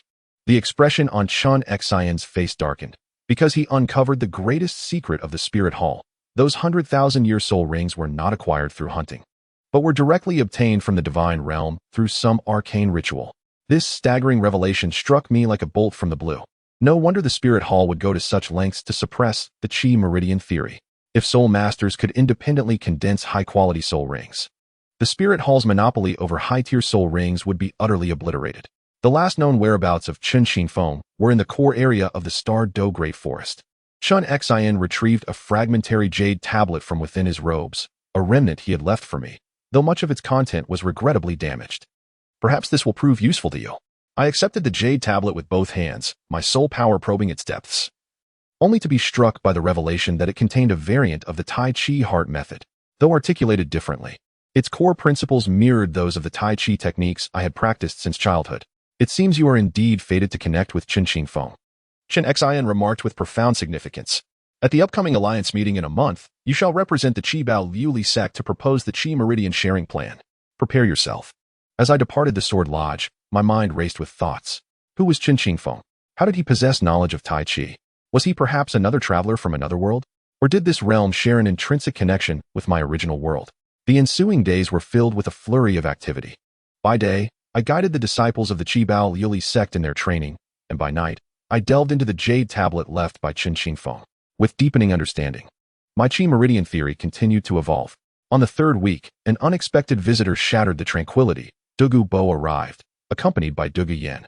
Young man, I hear you are thriving quite well, Douluo Bo exclaimed, casually taking a seat in my courtyard, surveying the independent residence allocated to the elders of the Qibao Liuli sect.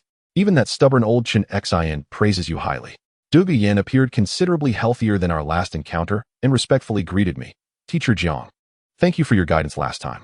Following your advice, I have effectively managed to control the backlash of the toxins. I invited the two guests to take their seats and brewed a fine cup of misty tea. Elder Douluo, your visit is not merely for reminiscing, is it? I inquired. Astute, Douluo Bo replied, producing a letter from his soul guide. Prince Xuexing has asked me to deliver this. There is a grave issue within the Tendo royal family. The contents of the letter furrowed my brow. The Emperor Shuya had fallen seriously ill, and the Crown Prince Zhuiqing was acting as regent. Prince Xuexing harbored suspicions regarding the circumstances, as the Emperor's symptoms mirrored those of the late king before his demise. Qian Rengshu has begun to take action, I murmured to myself. In the original narrative, she indeed gradually seized control of the Tendo Empire through poison, but that timeline should have unfolded after the tournament. It appeared that my intervention had significantly altered the course of events. Do you know the Crown Prince? Douluo Bo keenly picked up on my mutterings. Sort of. I replied evasively. What does Prince Xuexing require from us? He wishes for the Seven Treasures Glazed Tile School to discreetly investigate the cause of the Emperor's illness. Douluo Bo lowered his voice. More importantly, the Crown Prince has been frequently mobilizing the royal guards, seemingly plotting something significant. I immediately connected this with the impending formation of the alliance. If Qian Rengshu became aware of these developments prematurely, she might act preemptively. I will inform sect leader Ning. I vowed. Furthermore, regarding the alliance matter, I shall join. Douluo Bo declared decisively. I have long held a disdain for the Spirit Hall. However, he suddenly wore a cunning smile. I want the complete theory of Qi Pulse as my reward. That old fox. I nodded resignedly, agreed. But you must take a Soul Master's oath to keep it confidential. Deal. After bidding farewell to Douluo Bo, I promptly sought an audience with Ning Fengji. Upon hearing my report, the sect leader's expression turned unusually grave. If Zhuiqing is indeed affiliated with the Spirit Hall, the Tendo Empire has effectively fallen under their control. Not necessarily, I countered. Since Prince Xuexing was able to send a letter, it indicates that there remains a faction within the royal family resisting them. We can pursue a dual approach, publicly proceeding with the alliance while covertly supporting Prince Xuexing in uncovering the truth. Ning Fengji pondered for a long moment before suddenly asking. Jiangnan, tell me honestly, are these schemes related to Qin Qifeng? The question caught me off guard. Noticing my hesitation, Ning Fengji sighed softly, as I suspected. Qin Xin has informed me that your Qi Pulse theory resembles that of Qin Qingfeng. 20 years ago, Qin Qingfeng also attempted to establish an anti-Spirit Hall alliance. But regrettably, what is regrettable? Regrettably, at the most critical moment, his most trusted disciple betrayed him, disclosing the entire plan to the Spirit Hall. A flicker of sorrow crossed Ning Fengji's eyes. That disciple is now the Spirit Hall elder, Guimei. This revelation felt like a cold splash of water. No wonder Chun Xion's attitude towards me had shifted so suddenly. It turned out he had placed his hopes for Qin Qingfeng in me. I shall not repeat the same mistakes, I solemnly pledged. Before the alliance is established, only you, Elder Chun Xion, and I shall be privy to the core plans. Ning Fengji patted my shoulder. Go and prepare. In a month's time, a pivotal moment in the continent's landscape will arrive. The illusory and the real. The true and the false. Qi Pulse connects heaven. Martial spirits transcend into divinity. To break free from constraints, one must seek the truth. The information ceases here. yet it is already profoundly shocking. What Qin Shi Feng has left behind is a pathway to divinity that does not require the inheritance of a divine seat. At the heart of this pathway lies the theory of Qi meridians. Outside the window, the seven treasures glazed tower shimmers under the moonlight. I grasped the jade slip tightly, my heart surging with excitement. The alliance meeting in a month may very well mark a turning point in the history of the Douluo Continent. And I, a descendant of Taiji from another world, shall witness and partake in this monumental transformation. Let it be named Tianyuan Alliance, I whisper to myself. For from the unity of the heavens, all things are born. Chapter 13. The alliance takes shape. The morning in Seven Treasure City is shrouded in mist as I stand atop the highest stargazing platform of the Seven Treasures glazed sect, gazing at the procession of carriages entering the city gates. Today marks the official establishment of the Tianyuan Alliance. The blue electric Tyrannosaurus family has arrived. Ning Rongrong quietly appears by my side, adorned in formal sect attire, her powder blue gown accentuating her snow-white skin. The clan leader, YinYang, personally leads the delegation, accompanied by 3 Seoul Douluo elders from the family. I nod and inquire, what of Shrek Academy? Dean Flinder and the master have just arrived, along with Senior Lu Erlong. Ning Rongrong replies in a hushed tone. However, only Senior Tang Hao and a few old members came from Haoyan sect. This outcome was anticipated. Haoyan sect has remained secluded for many years, so sending Tang Hao as a representative is indeed a rarity. I perform a final check of the jade pendant at my waist, which serves both as the token of the Seven Treasures glazed sect elder and as an essential prop for today's speech. Let us proceed. It is our time to make our entrance. The main conference hall of the Seven Treasures glazed sect has been transformed for the occasion. In the center stands a circular conference table, symbolizing the alliance's principle of equal governance. Ning Fengji, as the host, occupies the main seat, flanked by Sword Douluo Qinshin and Bone Douluo Gurong. Representatives from other factions take their places in order. YinYang from the blue electric Tyrannosaurus family, Flinder and Yu Xiaojiang from Shrek Academy, and Tang Hao seated alone at Haoyan sect's position, while Dugobo represents the Free Soul Master community. As the representative of the Seven Treasures glazed sect, I sit beside Ning Fengji, with a meticulously prepared proposal laid out before me. Esteemed guests from afar, I am profoundly grateful. Ning Fengji begins his welcome speech. Today's meeting concerns the future landscape of our continent, and I hope everyone will speak freely. YinYang is the first to speak, his voice booming. Sect Master Ning, let us dispense with pleasantries. Speak plainly, how will this alliance operate? Who will make the decisions in times of crisis? This question strikes at the heart of the matter. Flinder adjusts his glasses. Elder Yu raises an excellent point. We, the small academy, do not wish to be used as pawns by the larger sects without our knowledge. As the atmosphere intensifies, I clear my throat gently. Regarding the operational mechanism of the alliance, the Seven Treasures glazed sect has a proposal. All eyes turn to me. Despite being the youngest present, I have already gained a measure of respect due to the theory of Qi meridians and my status as an elder of the Seven Treasures glazed sect. The Tianyuan Alliance shall adopt a round-table parliamentary system, I declare, gesturing towards the circular conference table in the hall. Major decisions will require the agreement of over 70% of the representatives. Daily affairs will be managed by a rotating chairperson, changing quarterly. And how will voting rights be allocated? Yu Xiaojiang suddenly inquires. Each founding faction is entitled to 1 vote. And individual members of the title Douluo rank may also possess a single vote. I had already made preparations, however, for significant matters such as warfare. The voting rights of title Douluo are doubled. This design not only respects the equality of all factions, but also grants greater influence to those with superior combat capabilities, quickly garnering widespread approval. Tang Hao, who had remained silent, suddenly spoke.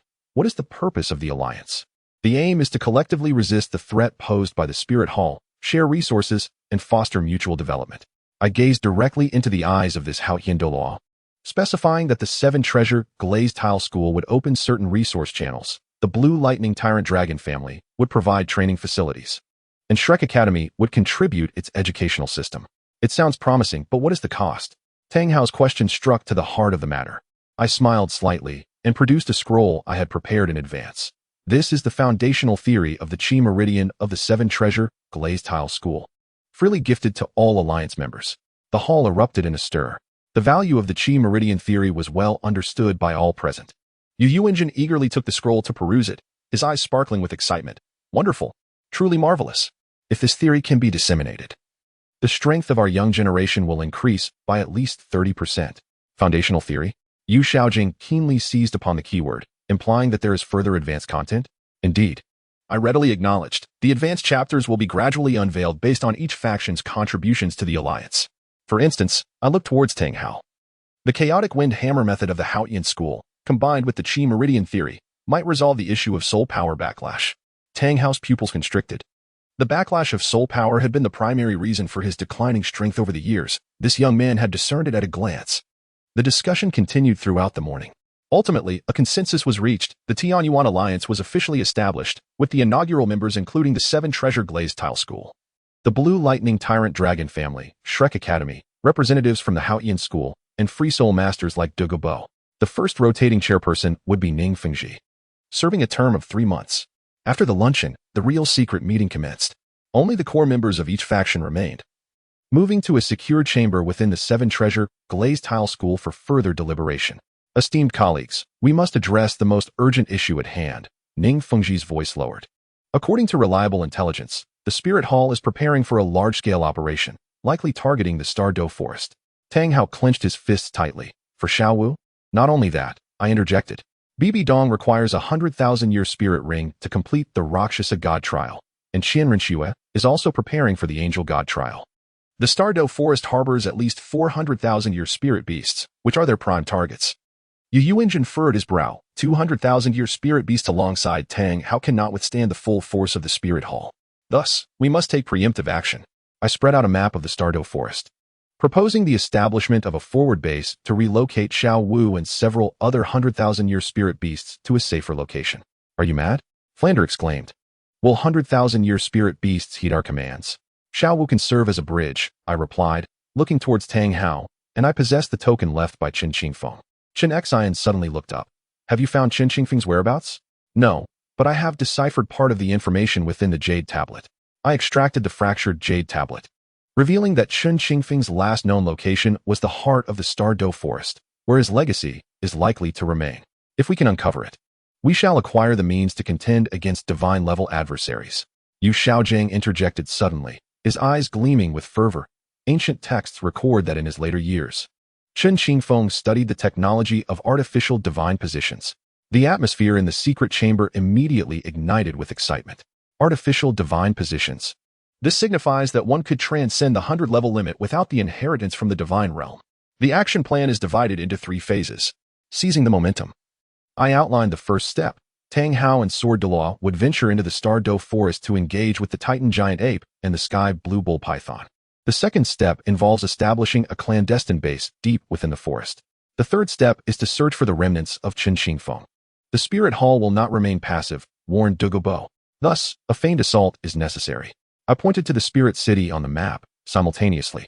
The Blue Lightning Tyrant Dragon family would instigate friction at the borders, while the 7 Treasure Glazed Tile sect would unite with certain nobles of the Heaven Do Empire to launch a political offensive, diverting the Spirit Hall's attention. The plan quickly became more refined and detailed. By the time the meeting concluded, the moon hung high in the sky. Everyone departed to make their preparations, except for Qin Xian, who remained behind. You have done remarkably well, the old Sword Douluo expressed, a rare look of approval gracing his features. Understanding the importance of unity more than the Qin Qingfeng of 20 years prior, I shook my head. It is merely a matter of circumstance. Senior, there is something I have always wanted to inquire regarding Qin Qingfeng. What kind of person was he? Qin Xian gazed out at the bright moon, his eyes distant. He was an idealist, believing that soul masters and soul beasts could coexist peacefully, asserting that soul rings could be obtained through communication rather than slaughter. He paused, like you. He too hailed from another world. This revelation struck me like thunder. Qin Qingfeng was indeed a traveler from another realm. Did you know this all along? I asked. No. He only revealed it to me before his passing, Qin Xian replied, gently caressing the 7-killing sword. He spoke of a cultivation system called Taiji in another world, emphasizing the balance of yin and yang, the unity of heaven and man. My heart raced, and my fingers trembled involuntarily. Not only did Qin Qingfeng possess knowledge of Taiji, but he had also deliberately left information for those who would come after him. This was no mere coincidence. Did he leave any other messages? I began. But Qin Xian abruptly raised his hand to interrupt me, the 7-killing sword emitting a piercing sound. Someone is spying. The sword light shot like a rainbow, piercing towards the shadow beyond the window.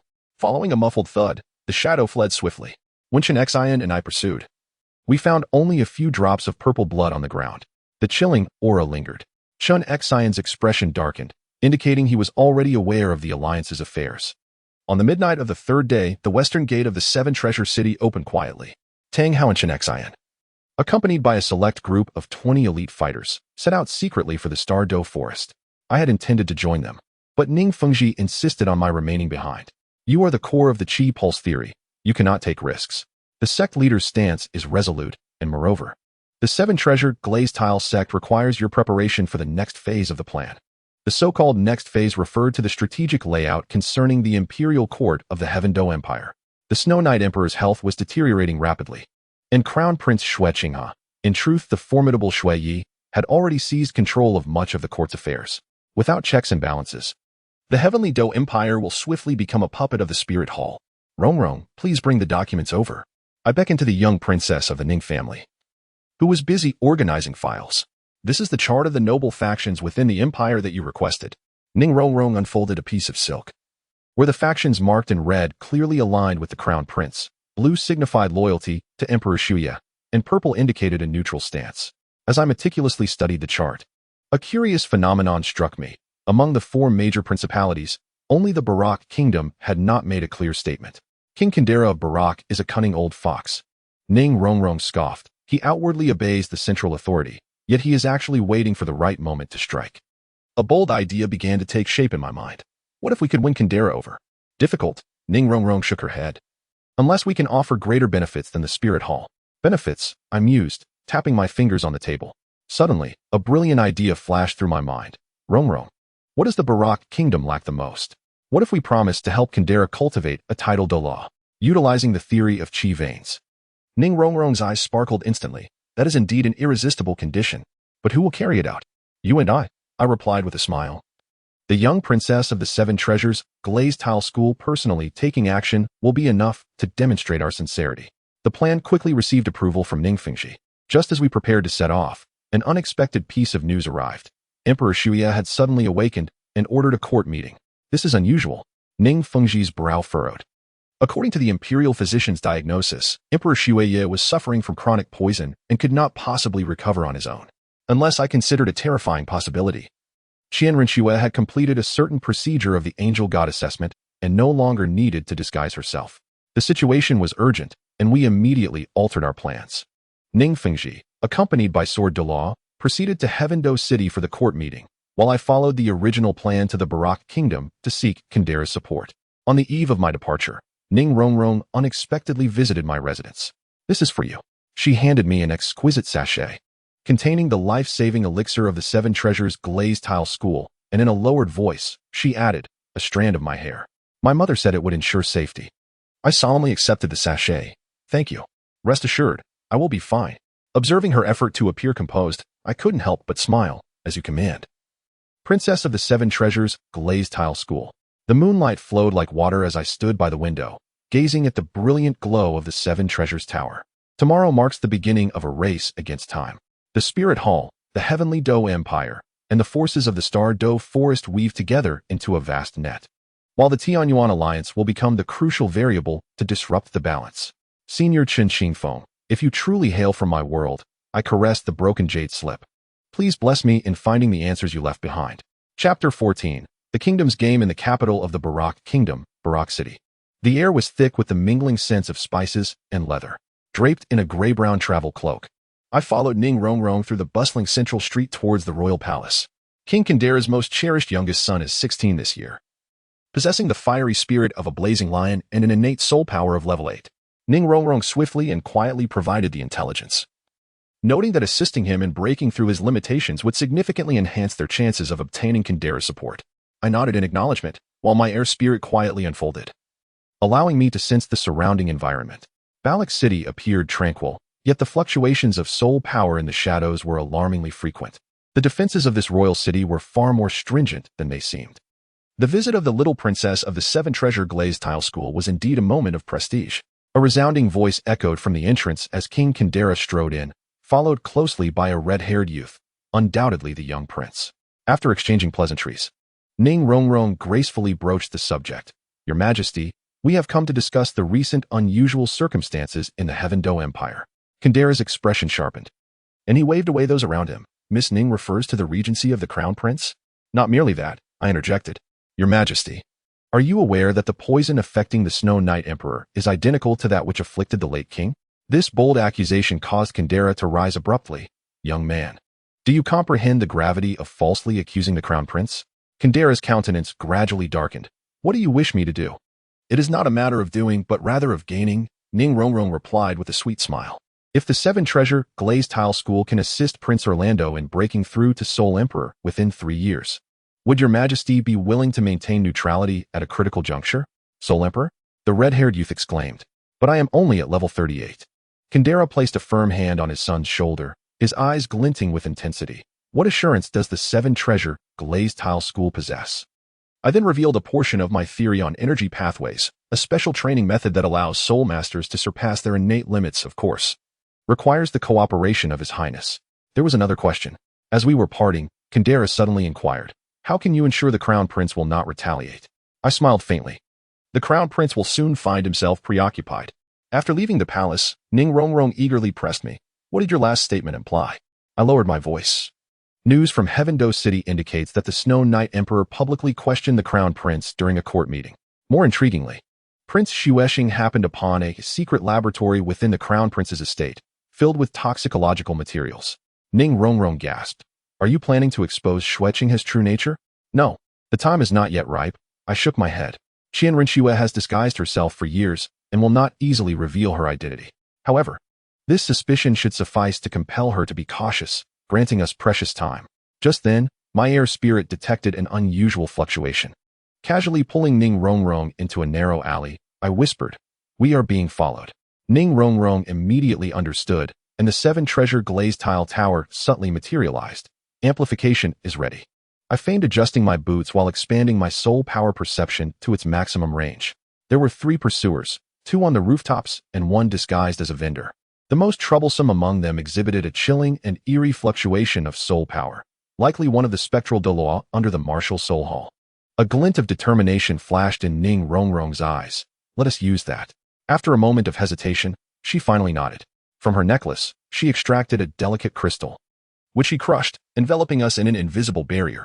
This was a life-saving soul guide bestowed by Bone Douluo before our departure, capable of creating absolute concealment for 10 minutes. Seizing this precious time, we swiftly altered our appearances and attire, blending into the crowd from the opposite end of the alley. However, we had not ventured far when 2 familiar figures unexpectedly emerged around the street corner, Dai Mubai and Zhu Xuqing. What are you doing here? Ning Rongrong exclaimed. Dai Mubai's expression was tense. To make a long story short, Tang sent us to rescue you. The Spirit Hall has discovered the plans of the Heavenly Origin Alliance and has dispatched at least 3 soul Douluos to Barak. The situation is worse than we imagined. We hurriedly followed Dai Mubai to a safe house on the outskirts of the city, where the rest of Shrek Academy awaited us. Where are Xiao San and Xiao Wu? Ning Rongrong glanced around. Flender adjusted his glasses. The pressing question is, why has the Spirit Hall suddenly taken such an interest in the Barak Kingdom? Because of food. I suddenly realized. Barak is the largest granary of the Tendo Empire. If the Spirit Hall is preparing for war, controlling the grain supply is of utmost importance. That makes sense. Yu Xiaojiang exclaimed, slamming the table. Bibi Dong is accelerating the divine examination process. She intends to complete the Rakshasa god inheritance within a year. This conclusion caused everyone's expressions to change dramatically. A god-level powerhouse could alter the very landscape of the continent. We must immediately inform the Seven Treasure Glazed Tile School. I took out the communication crystal, only to discover it was inactive. This is bad. Our soul power has been interfered with. Almost simultaneously, the walls of the safe house exploded. Amid the smoke and dust, 3 figures strode forward. 2 soul Douluos and 1 enigmatic figure cloaked in black robes. Ghostly Douluo. Yu Xiaojing gasped. An elder of the Spirit Hall, a 95th level agility attack type titled Douluo. The fact that such a formidable figure had personally intervened underscored the Spirit Hall's seriousness regarding this operation. We have found you. The ghostly voice grated like metal scraping against metal, piercingly sharp. Hand over the complete theory of Qi meridians, and I may allow you to remain intact. Dai Mubai and Zhu Xuqing instantly activated their martial souls, but the disparity in strength was insurmountable. With a mere wave of his hand, the ghostly Douluo sent them crashing into the wall with an invisible force. Do not resist. The ghostly Douluo slowly raised his hand, his 5th soul ring glowing ominously. Within my Phantom Shadows domain, even breathing is a luxury for you. Just as we teetered on the brink of despair, a resounding dragon's roar echoed from the heavens. A bolt of azure lightning descended, striking precisely where the ghostly Douluo stood. YinYang. The ghostly Douluo's expression shifted from anger to panic as he hastily evaded. Upon the azure dragon in the sky stood the formidable patriarch of the Blue Lightning Tyrant Dragon clan. Exuding an air of authority, what skill is there in bullying the young? Simultaneously, dozens of figures surged in from all directions. The reinforcements from the Blue Lightning Tyrant Dragon clan had arrived. The two-souled Douluos from the Spirit Hall immediately positioned themselves in front of the ghostly Douluo. Retreat. The ghostly Douluo commanded decisively. The three figures transformed into black mist and vanished, leaving behind a chilling threat. The next time we meet, it will be your death sentence. YinYang landed before us. His expression grave. The situation has changed. The Seven Treasures Glazed Tile School has transmitted urgent news. The Snowy Night Emperor has once again succumbed to unconsciousness, and the Crown Prince has assumed full control of the governmental affairs. In truth, the Tendo Empire has fallen under the dominion of the Spirit Hall. Ning Rongrong's complexion turned ashen. The Tianyuan plan? Flandra inquired with perplexity. I inhaled deeply. It is the comprehensive preparation for war, encompassing personnel evacuation, resource allocation, and the development of divine-slaying weaponry. The mention of this term left everyone breathless. To slay a deity, what an audacious notion. Yet, in this moment, no one dared to voice their dissent. However, upon stepping into the main hall of the sect, a stifling atmosphere enveloped us. Ning Fengji's countenance was as dark as thunder, while the sword Douluo, Chen Xian, radiated a murderous intent. What has happened? Ning Rongrong asked anxiously. The bone Douluo, Gu Rong, solemnly handed over a letter. Read it for yourself. The contents of the parchment froze my blood. The Spirit Hall has officially announced to the entire continent that the Seven Treasures Glazed Tile School, the Blue Lightning Tyrant Dragon family, and Shrek Academy are to be deemed treasonous organizations, calling upon all spirit masters to join in their eradication. More terrifyingly, the announcement bore the grand seal of the Tendo Empire, signifying that Crown Prince Xue Qinghe has completely cast aside his disguise. Has Bibi Dong lost her mind? Flandra exclaimed in disbelief. And simultaneously declare war on the three sects? No, she is quite lucid, Chen Xian scoffed. Just last night, the Spirit Hall launched a surprise assault on the main residence of the Blue Lightning Tyrant Dragon family. Although we were prepared, what were the casualties? YinYang inquired with urgency. 17 clansmen perished, and over 30 were gravely injured. Chen Xian's voice was as frigid as ice. Fortunately, women and children had been evacuated in advance. However, the Spirit Hall also suffered the loss of 2 titled Douluos gravely wounded. I clenched my fists. War has erupted without warning. What shall we do now? Ning Rongrong's voice trembled slightly. Ning Fengji rose. The Seven Treasures glazed tile spinning slowly in his palm. Prepare for the worst-case scenario. Uncle Jian, Uncle Gu, activate the glazed guardian formation.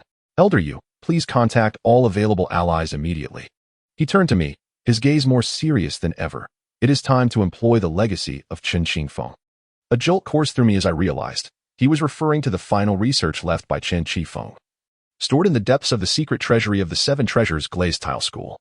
Ning Fengji's voice was deep and resolute as he referred to it as Tai Suyin. The secret treasury of the Seven Treasures Glazed Tile School lies 100 meters beneath the main tower, protected by a 9-layered soul guide formation. Under Ning Fengji's personal guidance, we traversed through layers of restrictions until we arrived before an ancient stone door. Only the direct bloodline of the Seven Treasures Glazed Tile's martial soul can unlock it. Ning Fengji sliced his finger, allowing his blood to drip into the groove of the door. Rongrong, you too. The stone door creaked open, revealing a small chamber of less than 10 square meters. At the center, a crystal sphere floated, within which wisps of mist swirled. This is the Tai Suyin, Ning Fengji spoke with reverence. Chen Qingfeng stated that it would awaken on its own when the one who has mastered the theory of Qi appears. I stepped forward slowly, feeling my Tai Chi soul power surge uncontrollably within me. As my fingers were about to make contact with the crystal orb, an unexpected transformation occurred. The crystal orb erupted in a blinding white light, completely engulfing me. In that moment of daze, I seemed to behold a vague silhouette, turned away from me, inscribing intricate runes in the void. Senior Chen, I attempted to draw nearer, only to find myself utterly immobile. Remember, the ultimate evolution of a soul master is not to become a deity, but to transcend the shackles of divinity. His voice gradually faded. Find the Tao Su secret realm that I left in the Star Doe forest. Therein lies the answers you seek. As the white light dissipated, I discovered myself still standing in the stone chamber, yet the crystal orb had vanished. In its place was a faintly discernible cloud pattern mark upon my forehead. Jiangnan? Ning Rongrong gently tapped my arm, concern etched upon her face. Are you all right? I'm fine. I inhaled deeply, sensing the tumultuous changes within my body, quite the contrary. I had never felt so invigorated. The energy meridians within me were reorganizing autonomously, and the nature of my soul power was undergoing subtle transformations. Most astonishingly, my air martial soul began to transition towards a liquid state, an omen of martial soul evolution. It seems Chun Qingfeng has chosen you, Ning Fengji remarked with satisfaction. Now, we possess hope in our battle against the divine level. As I exited the secret vault, a protective barrier's glow had already ascended above Seven Treasure, Glazed Tile School. In the distant horizon, ominous clouds were gathering, not of natural origin, but rather a throng of thousands of flying soul masters. The martial soul hall's army has arrived. I clenched my fists, feeling the newfound strength bestowed by the Tao Su. This war, pivotal to the fate of the continent, had only just begun. The enigmas left by Chun Qingfeng awaited my unraveling deep within the Star Doe forest. Chapter 15. The First Smoke of War. Elder Jiang. The sect leader summons you. A disciple's urgent voice echoed from outside, laced with unmistakable panic. I hastily donned the specially crafted elder robe of the Seven Treasure, Glazed Tile School, my fingers trembling slightly as I tied the sash. The jade pendant at my waist glimmered warmly in the morning light, a token of recognition bestowed by Ning Fengji 3 months prior. Becoming an elder at 21 was a matter of pride, yet at this moment, I felt the weight of profound responsibility. Pushing open the gilded doors of the council hall, the atmosphere inside was so tense it felt as if one could wring water from the air. Ning Fengji occupied the head seat, his usually gentle demeanor now as stern as iron. Sword Douluo Chen Xian and Bone Douluo Guyong flanked him, while a dozen core elders of the sect gathered in solemn assembly. To my astonishment, even Yu Yuan, the formidable patriarch of the Blue Lightning Tyrant Dragon family, was present. His face ashen, fists clenched tightly, veins bulging on the back of his hands. Jiangnan, sit here. Ning Fengji gestured towards an empty seat beside him, eliciting surprised glances from several elder members. Bone Douluo Guyong pushed forward a gilt-edged document, the wax seal on the parchment already broken. I cautiously unfurled the scroll, which bore the seal of the Martial Soul Hall and the imperial crest of the Tendo Empire. The content was succinct. The Seven Treasure Glazed Tile School and the Blue Lightning Tyrant Dragon family are suspected of treason. You are hereby ordered to submit all lists of soul masters and disband private armies within 3 days, accepting reorganization by the Martial Soul Hall. This was an ultimatum. The voice of Chun Xian resonated like ice scraping against stone, and finally, Bai Dong shed her disguise. Yu Yuanjin slammed his palm onto the sturdy mahogany table, reducing its surface to mere powder. Our clan spies have reported that the Spirit Hall has mobilized 30 soul masters of the Soul Douluo rank and above, splitting into 2 forces advancing towards our 2 major sects. What's even more infuriating is that the leaders of this expedition are the traitors, Golden Crocodile Douluo and Holy Dragon Douluo. I scrutinized the military deployment map attached to the document, a tightening sensation gripping my heart. The marked attack routes formed a pincer shape, clearly indicating an intention to capture both sects in one fell swoop. Most unsettling was the precise number and rank of soul masters indicated beside each offensive arrow. They had deliberately allowed us 3 days, seeking to sow discord within our ranks. I murmured softly, unconsciously caressing the jade pendant at my waist. The meticulous nature of this intelligence suggested the presence of a mole within our ranks. Ning Fengji took up my cue, his voice chillingly calm and authoritative. The pressing concern was to address the imminent crisis. I broke the silence, Sect Master. How prepared is the protective formation for our sect? Ning Fengji turned to the elderly third elder in the corner. The frail old man rose unsteadily, tapping his cane thrice against the ground. Instantly, a 3-dimensional holographic image unfolded in the center of the conference hall, revealing a model of Seven Treasure City. The Seven Treasure Glazed Tile Array had been fully activated, forming a linked defensive system comprising 7 sub-towers and a main tower. Although the third elder's voice was hoarse, it was remarkably clear. Theoretically, it could withstand a joint assault from 4 tidal Douluo, but it could only endure for a maximum of 7 days. According to the intelligence, the Spirit Hall had dispatched 4 venerable elders this time, among them Gui Mei and Yu Guan, both adept at breaching formations. 7 days. I swiftly calculated the time, sufficient to evacuate non-combatants and relocate crucial supplies.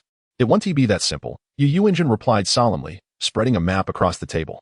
The Blue Lightning Tyrant Dragon family has discovered that all major routes are under surveillance by the Spirit Hall. They have even set up sensing soul tools at various passes. Any significant fluctuations in soul power will trigger an alarm. The expressions of several elders grew increasingly grim. Although the Seven Treasure Glazed Tile sect was wealthy beyond measure, the number of combat soul masters was limited. If trapped within the city, we would inevitably be worn down. A bold idea began to take shape in my mind. If the land routes were blocked, why not traverse the skies? The skies? The fifth elder, in charge of logistics, chuckled bitterly. The Spirit Hall possesses 3 times the number of flying soul masters we do. Their Wind Sword sect and Fire Crane sect excel in aerial combat. No, I am not suggesting a direct confrontation. I unfurled the map of Seven Treasure City, pointing to several warehouses in the west where thousands of tons of mica powder were stored, originally intended for crafting soul tools.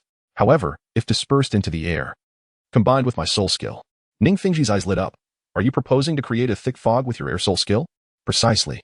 My finger traced a large circle on the map. The mica powder's fine particles could refract light to form a dense mist. If controlled properly, it could generate a fog barrier covering a radius of 100 miles. Moreover, the mica powder possesses an interference effect on soul power perception, capable of shielding the detection soul tools of the Spirit Hall. The Bone Douluo excitedly slapped his thigh, exclaiming, "What a brilliant idea! Engaging in combat amidst the fog gives our Seven Treasures Glazed Tile martial spirit an advantage." Ning Fengji surveyed the crowd, his voice steady and resolute. For 3 centuries, the Seven Treasures Glazed Tile sect has weathered countless storms. As long as our core disciples remain, the sect shall never perish. Jiangnan, I have something to say to you. She twisted her fingers, her powder blue eyes flickering with unease. I followed her to a secluded terrace, from which the entire Seven Treasure City could be viewed.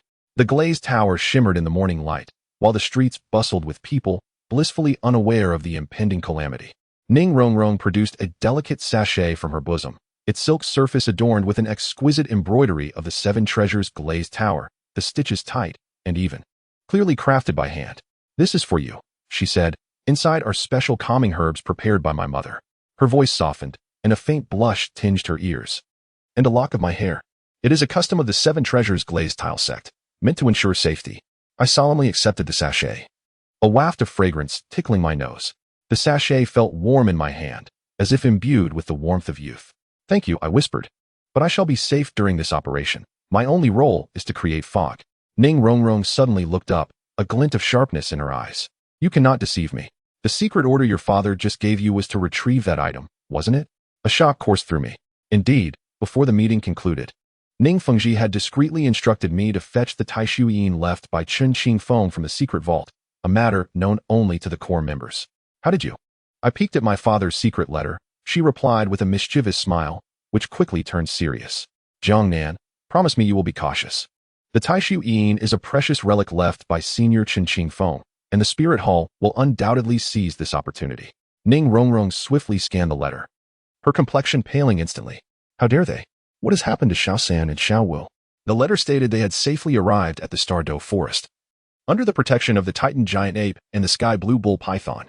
I took a deep breath, knowing this meant that the Spirit Hall's next target was likely the Stardow Forest. The 3 of us stood silently on the terrace, the rising sun casting a long shadow of the Seven Treasures Glazed Tower, resembling a sharp sword pointing towards the distance, the very direction of Spirit City.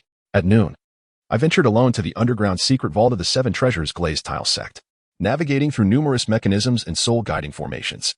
I finally halted before a small door engraved with the inscription, "For those of harmonious spirit veins." Placing my palm against the cold door, I channeled my soul power according to the Taishu heart method. The patterns on the door gradually illuminated, ultimately forming a complete Taiji diagram. With a soft click, the door swung open. The interior was empty, save for a floating crystal ball at the center of a stone pedestal, inside which wisps of mist swirled. This was the Taishu Yin left by Chen Qifeng. As I reached out to touch the crystal orb, an extraordinary wave pulsed from my fingertips, as if countless tiny electric currents coursed through my veins. The mist within the crystal began to whirl violently, gradually forming a miniature vortex. Suddenly, the entire secret vault trembled violently, and a piercing alarm echoed through the air. "Enemy attack! Enemy attack! The Seven Treasures City is under siege." Without a moment's contemplation, I seized the Taishu Yin Jing and tucked it into my bosom. The instant I grasped the crystal orb, a torrent of vast information surged into my mind, inundating my consciousness with a deluge of unfamiliar images and knowledge. Battling against the excruciating headache, I stumbled out of the vault, Upon returning to the surface, the scene before me made me gasp in shock. Above the Seven Treasures City, dozens of flying soul masters from the Spirit Hall were bombarding the area, unleashing a barrage of soul techniques like raindrops. The protective barrier of our sect had already developed significant cracks, the most severe of which was perilously close to breaching. More alarming was the sight of three figures hovering in the distance. The central figure donned golden armor, 6 wings unfurled behind him, wielding the holy sword of angels. To his left stood a tall, gaunt man shrouded in black mist, and to his right was an elderly man in a purple robe, a staff in hand radiating an eerie violet glow. Qianrenxue, Gui Mei, Yuguan, I murmured, my throat tightening. The Spirit Hall had launched an assault ahead of schedule. A vibrant rainbow light descended, and Ning Fengji appeared beside me, the Seven Treasures glazed tower spinning rapidly in his palm. The situation has changed. Qianrenxue is leading the surprise attack. Jiangnan, activate the mist concealment plan immediately. However, evacuation was already too late. Ning Fengji, unusually agitated, shouted as he pointed towards the city's outskirts. They intend to slaughter the city. Following his gaze, I beheld a dark mass of troops amassed on the plains outside. At least 5,000 strong. Even more chilling, Qianrenxue raised the holy sword of angels, the blinding golden light gathering at its tip, heralding the full-force strike of a divine-level powerhouse. I'll head to the warehouse for the mica powder. I turned to depart. Wait. Ning Fengji grasped my arm, retrieving a small blue crystal from his robe. This is a spatial teleportation talisman. It could save your life in a critical moment. Remember, the Taishu Yinjing is more important than any of our lives. It must reach the Stardo forest and be delivered to Tang San. I clenched the crystal tightly. Nodding solemnly, Ning Fengji cast one last glance at me, his eyes filled with an ineffable emotion. Then he soared into the sky, the Seven Treasures glazed tower glowing brilliantly as it confronted the formidable foes above. The Western Warehouse District was in disarray. I located the disciples on guard and commanded them to open all the mica powder storages immediately. A fierce wind arose, and under my control, countless grains of mica powder were swept into the sky, swiftly forming a dense fog that obscured the sun. Chapter 16. Mist envelopes the Seven Treasures. The shadow of the ghostly Douluo seemed to seep directly from the darkness, in the blink of an eye. Where the warehouse roof had been empty just a moment before, stood that chilling black figure. The 9 soul rings beneath his feet rotated slowly. Yellow, yellow, purple, purple, black.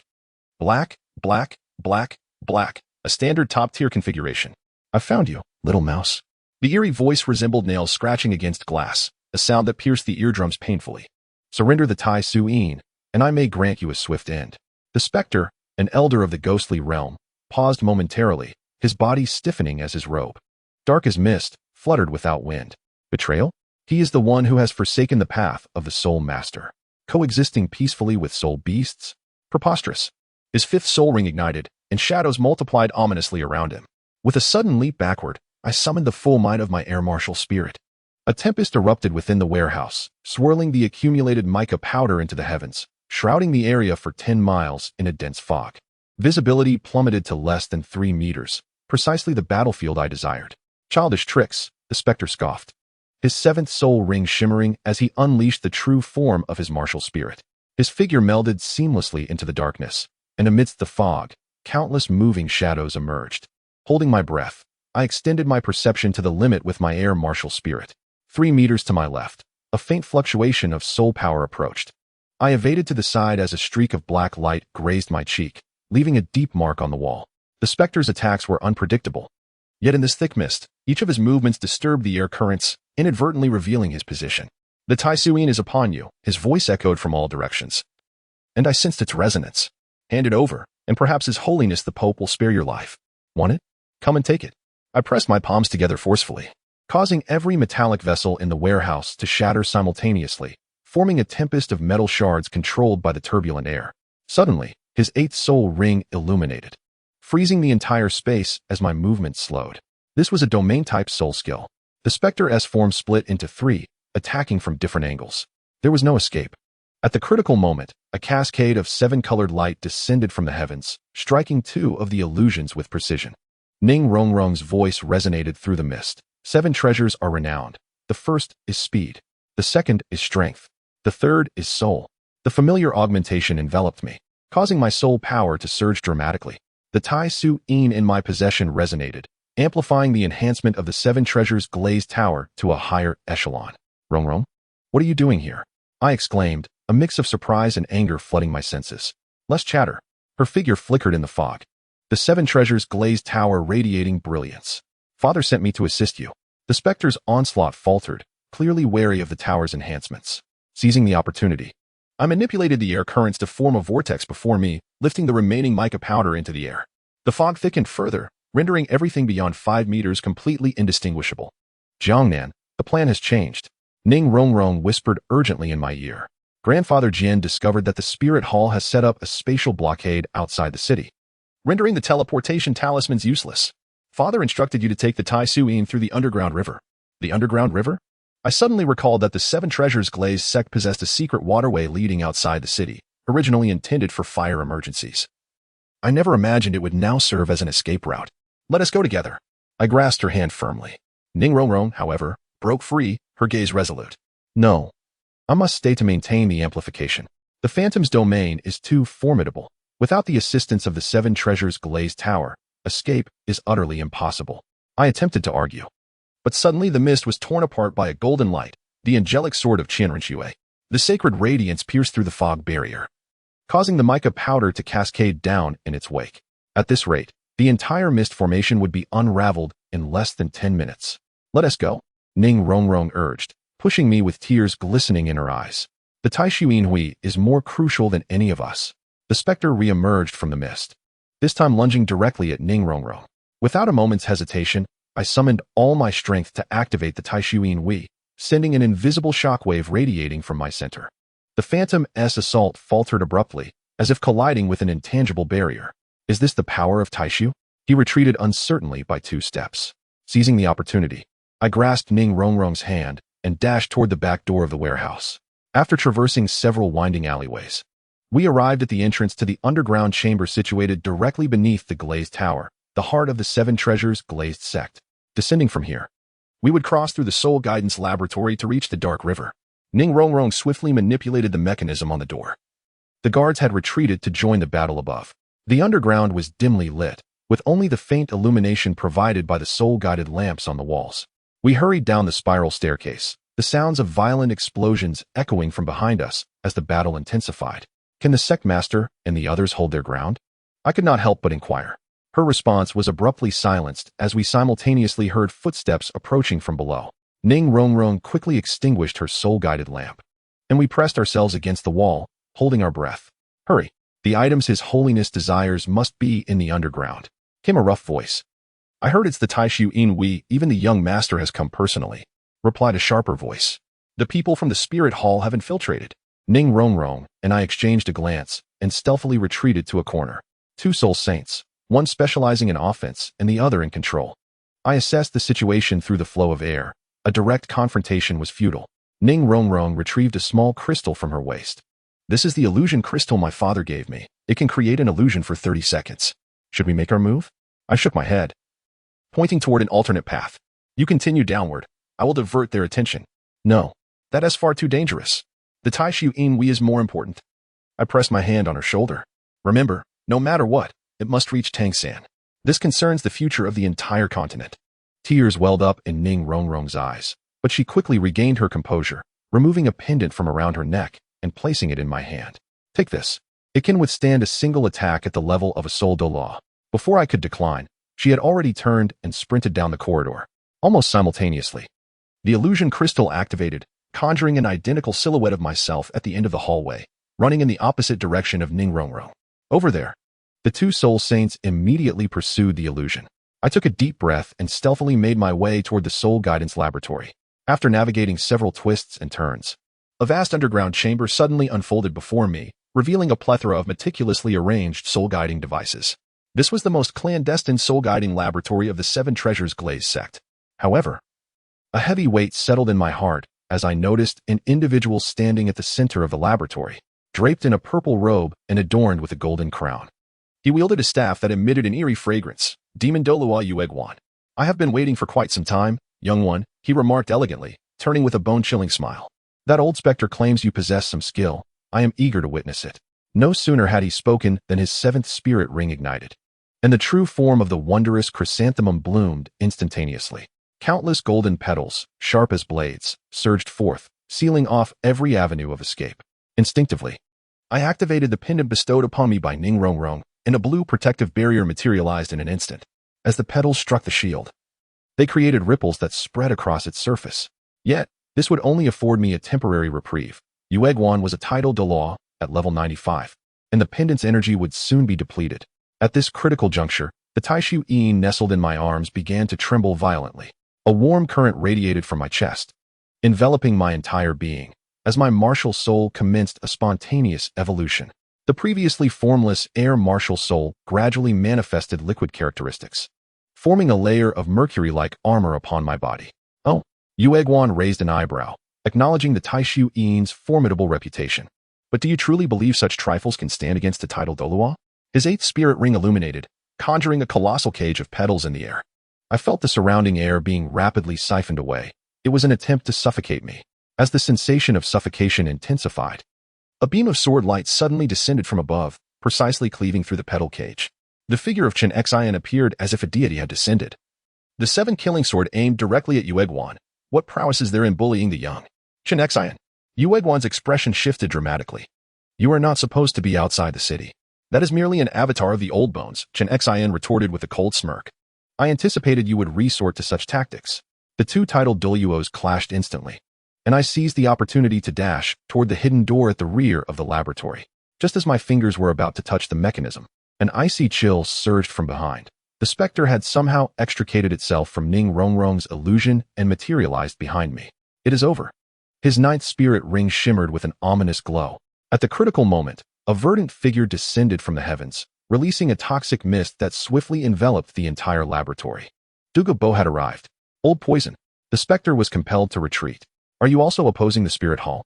Douluo Bo did not respond. Instead, seizing my collar. Let us go. We plunged through the hidden door, the sounds of battle receding into the distance. Beyond the door lay a narrow passageway, at the end of which I could faintly hear the sound of water. Following the subterranean river downstream, assistance awaited us. Douluo Bo spoke rapidly. The Seven Treasures City cannot hold out any longer. Ning Fengji instructed me to inform you to head immediately to the Stardo Forest and rendezvous with Tang San. What of Rongrong? What of the sect master and the others? Douluo Bo's expression darkened. Ning Rongrong has safely evacuated. As for Ning Fengji and the two Douluos, he paused. They will fight until the very last moment, buying time for the others. My heart plummeted to the depths, yet at this moment, I had no choice but to press on. Douluo Bo pushed open the final stone door, and a frigid breath of river water rushed towards me. Before my eyes lay a turbulent underground river, alongside which a small soul-guided boat was already secured. Get on. Douluo Bo urged me. Remember, the Taishu Yin is crucial to our resistance against the spirit hall. We must protect it at all costs. The soul-guided boat drifted downstream, swiftly leaving Qibao City behind. Through the crevices of the rock walls, I could faintly see the distant sky illuminated by various soul techniques as if it were daylight. The Qibao Liuli Tower still stood tall, albeit with cracks beginning to mar its structure. The Taishu Yin in my arms radiated warmth, as if reminding me of the heavy responsibility I bore. I clenched my fists, my nails digging deep into my palms. This war had only just begun, and I had already witnessed too many sacrifices. As the soul-guided boat burst forth from the underground channel into the light of day, the setting sun bled crimson, painting the entire sky a tragic shade of red. In the distance, towards Qibao City, a beam of golden light shot skyward, followed by a deafening explosion. I understood that it was the sound of the Qibao Liuli Tower collapsing. Chapter 17. The convergence of stars. The underground river's current was fierce, and the soul-guided boat flowed through the darkness, its bow's faint soul lamp illuminating barely 3 meters of water ahead. I curled up in the cramped cabin, the Taishu Yin in my arms emanating a steady warmth, as if silently comforting me. The explosions from the direction of Qibao City had faded from hearing. Yet that scene remained etched in my mind, the golden light erupting as the Qibao Liuli Tower fell, along with Ning Rongrong's tearful gaze in her final moments. My fingers unconsciously caressed the sachet she had given me. Her lock of hair still bore a subtle fragrance. The Qibao Liuli sect would not fall so easily. I murmured to the darkness, convinced that sect master Ning and the two Douluos were still alive. Suddenly, the soul-guided boat jolted violently, and a faint light appeared ahead. I quickly grasped the boat's side, and as we surged through the opening, the blinding sunlight forced me to squint. We emerged into a secluded ravine, with towering cliffs on either side, draped in vines. The soul-guided boat was halted by preset ropes, gently guiding it to the shore. Come down, young one. A familiar voice called from the bank. I looked up to see Yu Xiaojiang standing on a protruding rock, flanked by the anxious faces of Oscar and Ma Hongjun. To my astonishment, Ning Rongrong was also present. The Qibao Liuli Tower floated in her palm. Although its brilliance had dimmed, she appeared unharmed. Rongrong. I nearly leaped onto the shore, seizing her shoulders. How did you? Grandpa Jian used the space replacement technique to send me out, she replied, her eyes swollen from tears. Clearly having cried for a long time. Father and Grandpa Gu, Yu Xiaojiang solemnly patted my shoulder. Get on the carriage, we can talk on the way. The spirit hall's pursuers could arrive at any moment. An inconspicuous black carriage was hidden behind the vines, drawn by two sleek black steeds. Once we squeezed into the cabin, Ma Hongjun immediately activated his soul power, and the horses astonishingly spread their wings and took flight. These are flying horses, and of the exceedingly rare night steed breed. After the carriage ascended, Yu Xiaojiang drew all the curtains before speaking. Qibao City has fallen. The whereabouts of the Ning sect master and Bone Douluo remain unknown. While Sword Douluo has sustained severe injuries and is currently recuperating at the Blue Electric Tyrannosaurus family. Tears welled up in Ning Rongrong's eyes again. Yet she stubbornly wiped them away. Her father had once said that the essence of the Seven Treasure Glazed Tile School is not the tower, but the legacy. As long as we are alive, the sect shall not perish. Oscar handed her a handkerchief and spoke softly. Dean Flander and teacher Lu Erlong have already ventured to the Stardow Forest. Dai Mubai and Zhu Qing are also there to provide support. How dire is the situation? I inquired, my hand instinctively resting on the Taishu Yinjing in my bosom. Yu Xiaojiang's expression was unusually grave, extremely dire. Both the Seven Treasure Glazed Tile School and the Blue Electric Tyrannosaurus family have been attacked simultaneously. And the Heavendo Empire has fallen completely under Qian Rinxue's control. Currently, the Spirit Hall is conducting a continent-wide manhunt for anyone associated with the two major sections. What about Xiaosan? After Xiao's identity was exposed, the Spirit Hall issued a decree for the extermination of 10,000-year soul beasts. Yu Xiaojiang's fist cracked ominously. Bibi Dong personally led a team to the Stardow Forest, reportedly accompanied by 5 tidal Douluo and 30 soul Douluo. I gasped in shock. Such a formidable lineup could obliterate any sect. However, there is good news, Ma Hongjun interjected. The Titan Giant Ape and the Sky Blue Bull Python have agreed to collaborate with us, and the soul beasts of the Stardow Forest have mobilized. The carriage traveled for half a day, changing direction 3 times to confuse potential pursuers. As the sun dipped below the horizon, we finally arrived at a hidden valley on the outskirts of the Stardow Forest. Here we are, the temporary encampment of Shrek Academy. Yu Xiaojiang pulled back a corner of the curtain and instructed us to disembark and immediately enter the tent, urging us not to linger outside. In the valley, a dozen gray tents were set up, perfectly blending with the surrounding environment. Just as we alighted, a familiar figure dashed towards us, Xiao Wu. Her eyes were red, clearly having cried many times. Rongrong, Jiangnan, she exclaimed, embracing Ning Rongrong tightly as both of them wept in each other's arms. Tang Sen emerged from the main tent. Compared to our last meeting, he appeared considerably more haggard, yet the resolve in his gaze remained undiminished. He was accompanied by Dai Mubai and Zhu Qing, both clad in military attire. Come in, everyone is waiting for you, Tang Sen said, his voice somewhat hoarse. Inside the main tent, Flander was poring over a map of the Stardow Forest, while Lu Erlong and several unfamiliar faces stood nearby. To my astonishment, Du Gubo was also present, engaged in a low conversation with a burly man resembling a towering iron pillar. Jiangnan, Du Gubo exclaimed upon seeing me, visibly relieved. Did you bring the Taishu Yinjing? All eyes turned to me. I nodded and retrieved the crystal ball from my bosom. Since departing from Seven Treasure City, it had transformed into a translucent milky hue, with the swirling mist inside noticeably accelerating. Is this the Taishu Yinjing left by Chen Qingfeng? The robust man strode forward, his voice booming like thunder. I am Titan, Xiao Wu's second brother. It dawned on me that the figure before me was none other than the legendary Titan Giant Ape, in its human form, a 10,000-year soul beast. His breath was as profound as an abyss, and merely standing before him induced a sense of suffocation. Tianqing awaited your arrival by the lakeside. Titan turned to Tang San, stating that since the Tai Su Yin had been delivered, it was time to unlock the secret realm left behind by Chen Qingfeng. Flinder adjusted his glasses and interjected, wait. Before we proceed, we need a clear plan. The army of the Spirit Hall will reach the forest outskirts at the latest by tomorrow. We must secure at least a day. Er Ming and I have summoned the soul beasts over 10,000 years old from the forest, Titan intoned gravely. They will lay ambushes to delay the advance of the Spirit Hall. However, when faced with Bibi Dong and Qian Rinxue, I fear. Leave that to me. Dugabo suddenly interjected. Though I cannot defeat them, I can certainly create some disturbances. Lu Erlong stepped forward, saying, Flinder and I will lead the Shrek teachers to set traps on the outskirts. While we may not be able to stop the army, we can at least sow chaos. Xiao San, you and the others must head to the Lake of Life immediately. Yu Xiaojing issued the final arrangements. We must obtain Shen Qingfeng's legacy before the Spirit Hall finds the secret realm. After the meeting concluded, everyone prepared to depart. Just as I was about to follow Tang San, Ning Rongrong pulled at my sleeve, saying, Jiangnan, wait a moment. She led me to a secluded creek and produced a fragment of a jade pendant from her bosom. This is a piece of the key to the 7 treasure glazed tile school's treasury, brought out at great peril by Grandpa Jian. My father once said that the complete key could unlock the glazed heart at the deepest part of the treasury. Glazed heart?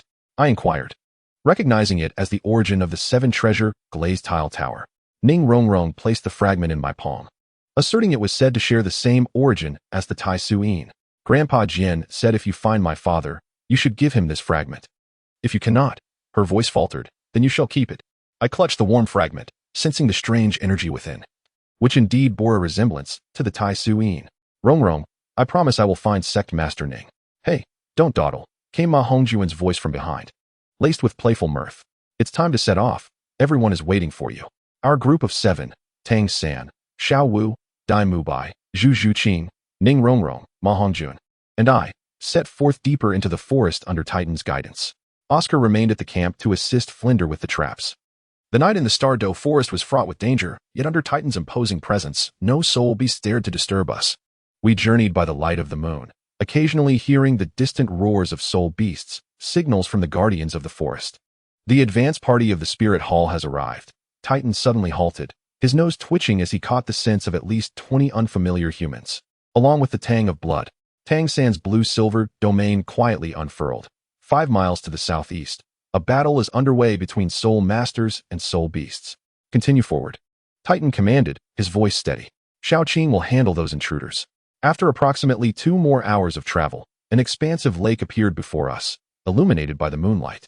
Its surface as tranquil as a mirror, reflecting the stars above. This was the fabled Lake of Life.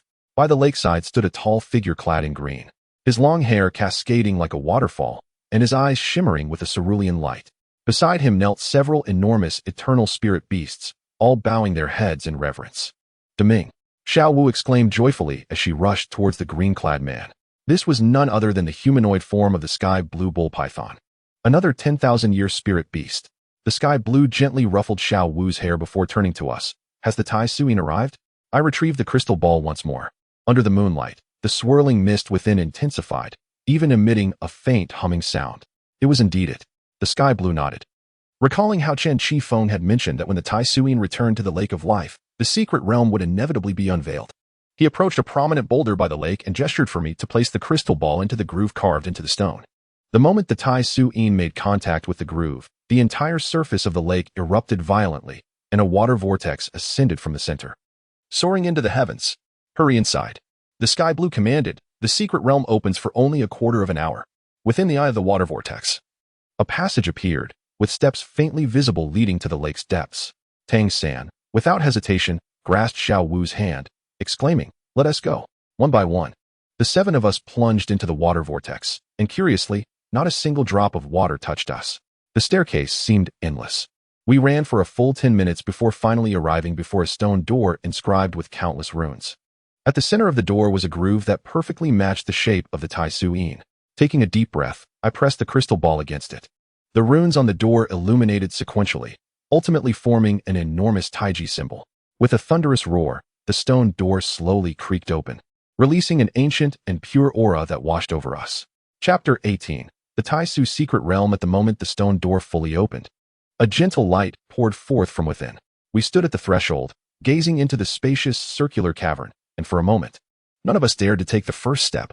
The voice from earlier made Ning Rongrong grip my arm tightly. Was that Senior Chen Qifeng? Tang San's purple extreme magic eye flickered with a glimmer. There are no signs of life inside. It may be a recording device. Suddenly, the Tai Suyin in my arms became searing hot, and the swirling mist within the crystal ball accelerated to an unprecedented speed. Simultaneously, the fragment of the 7 treasure glazed tile sect's treasury key that Ning Rongrong had given me began to emit light. The 2 luminescent auras intertwining to cast peculiar patterns upon the stone door.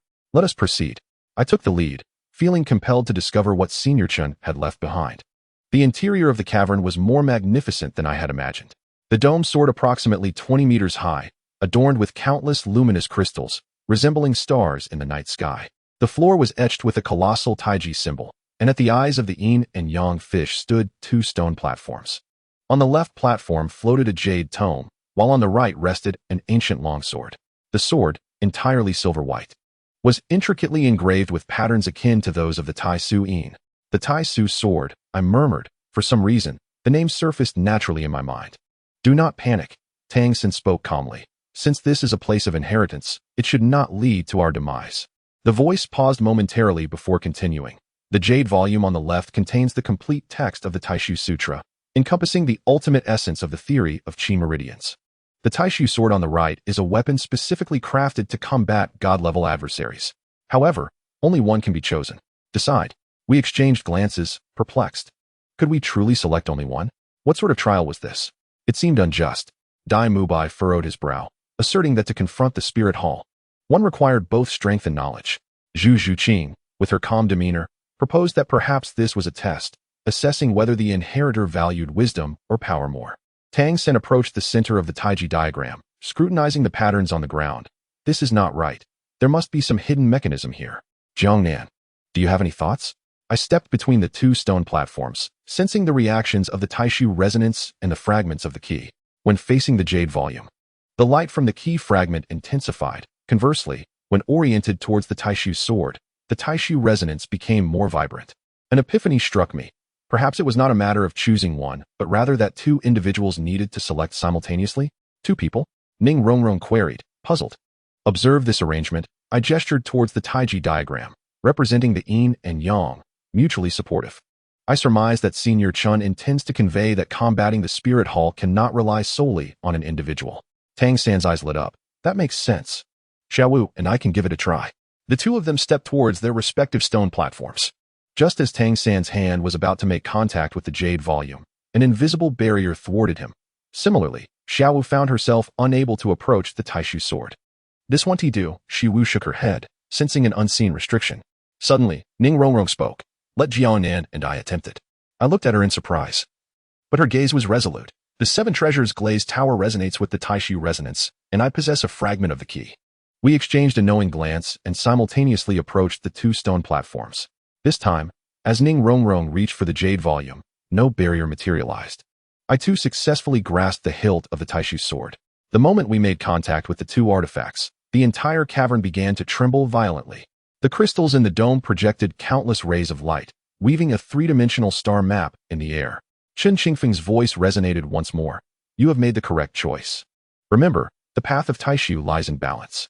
The jade volume governs the inner realm, while the sword governs the outer. The 7 Treasures glazed tower assists, and the air martial spirit serves as the primary offense. Only through the union of the 2 can one contend against the divine. Gradually, the star map coalesced into a hazy figure. Although its visage was indistinct, a gentle yet powerful aura emanated from it. The figure made a sweeping gesture, and 2 beams of light struck the foreheads of Ning Rongrong and me. A torrent of vast information surged into my consciousness. The 9 styles of the Taishu sword technique. The ultimate heart method for Qi meridian manipulation, techniques to combat in the realm of gods. These insights became imprinted within my awareness, indelible and unforgettable. Out of the corner of my eye, I observed Ning Rongrong enveloped in a beam of light, her eyes tightly shut, her face alternating between expressions of astonishment and enlightenment. As the radiance dissipated, the cavern returned to tranquility. The Taishu sword in my hand felt weightless, its patterns resonating harmoniously with the soul power within me. Ning Rongrong cradled the jade volume, and the 7 Treasures glazed tower slowly revolved above her head, revealing patterns akin to those on the Taishu sword. Had we succeeded?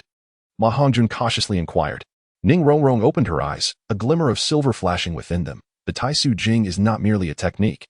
It also encompasses Elder Qin's analysis of the weaknesses of the spirit hall, particularly regarding the flaws of the angel and Rakshasa divine armors.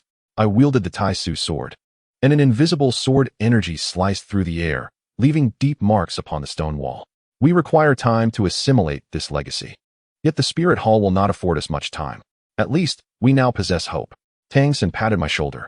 stating that Xiao Wu mentioned the sky blue bull python had erected a barrier outside, ensuring that the spirit hall could not locate us for the time being. Just then, the entire cavern began to tremble violently.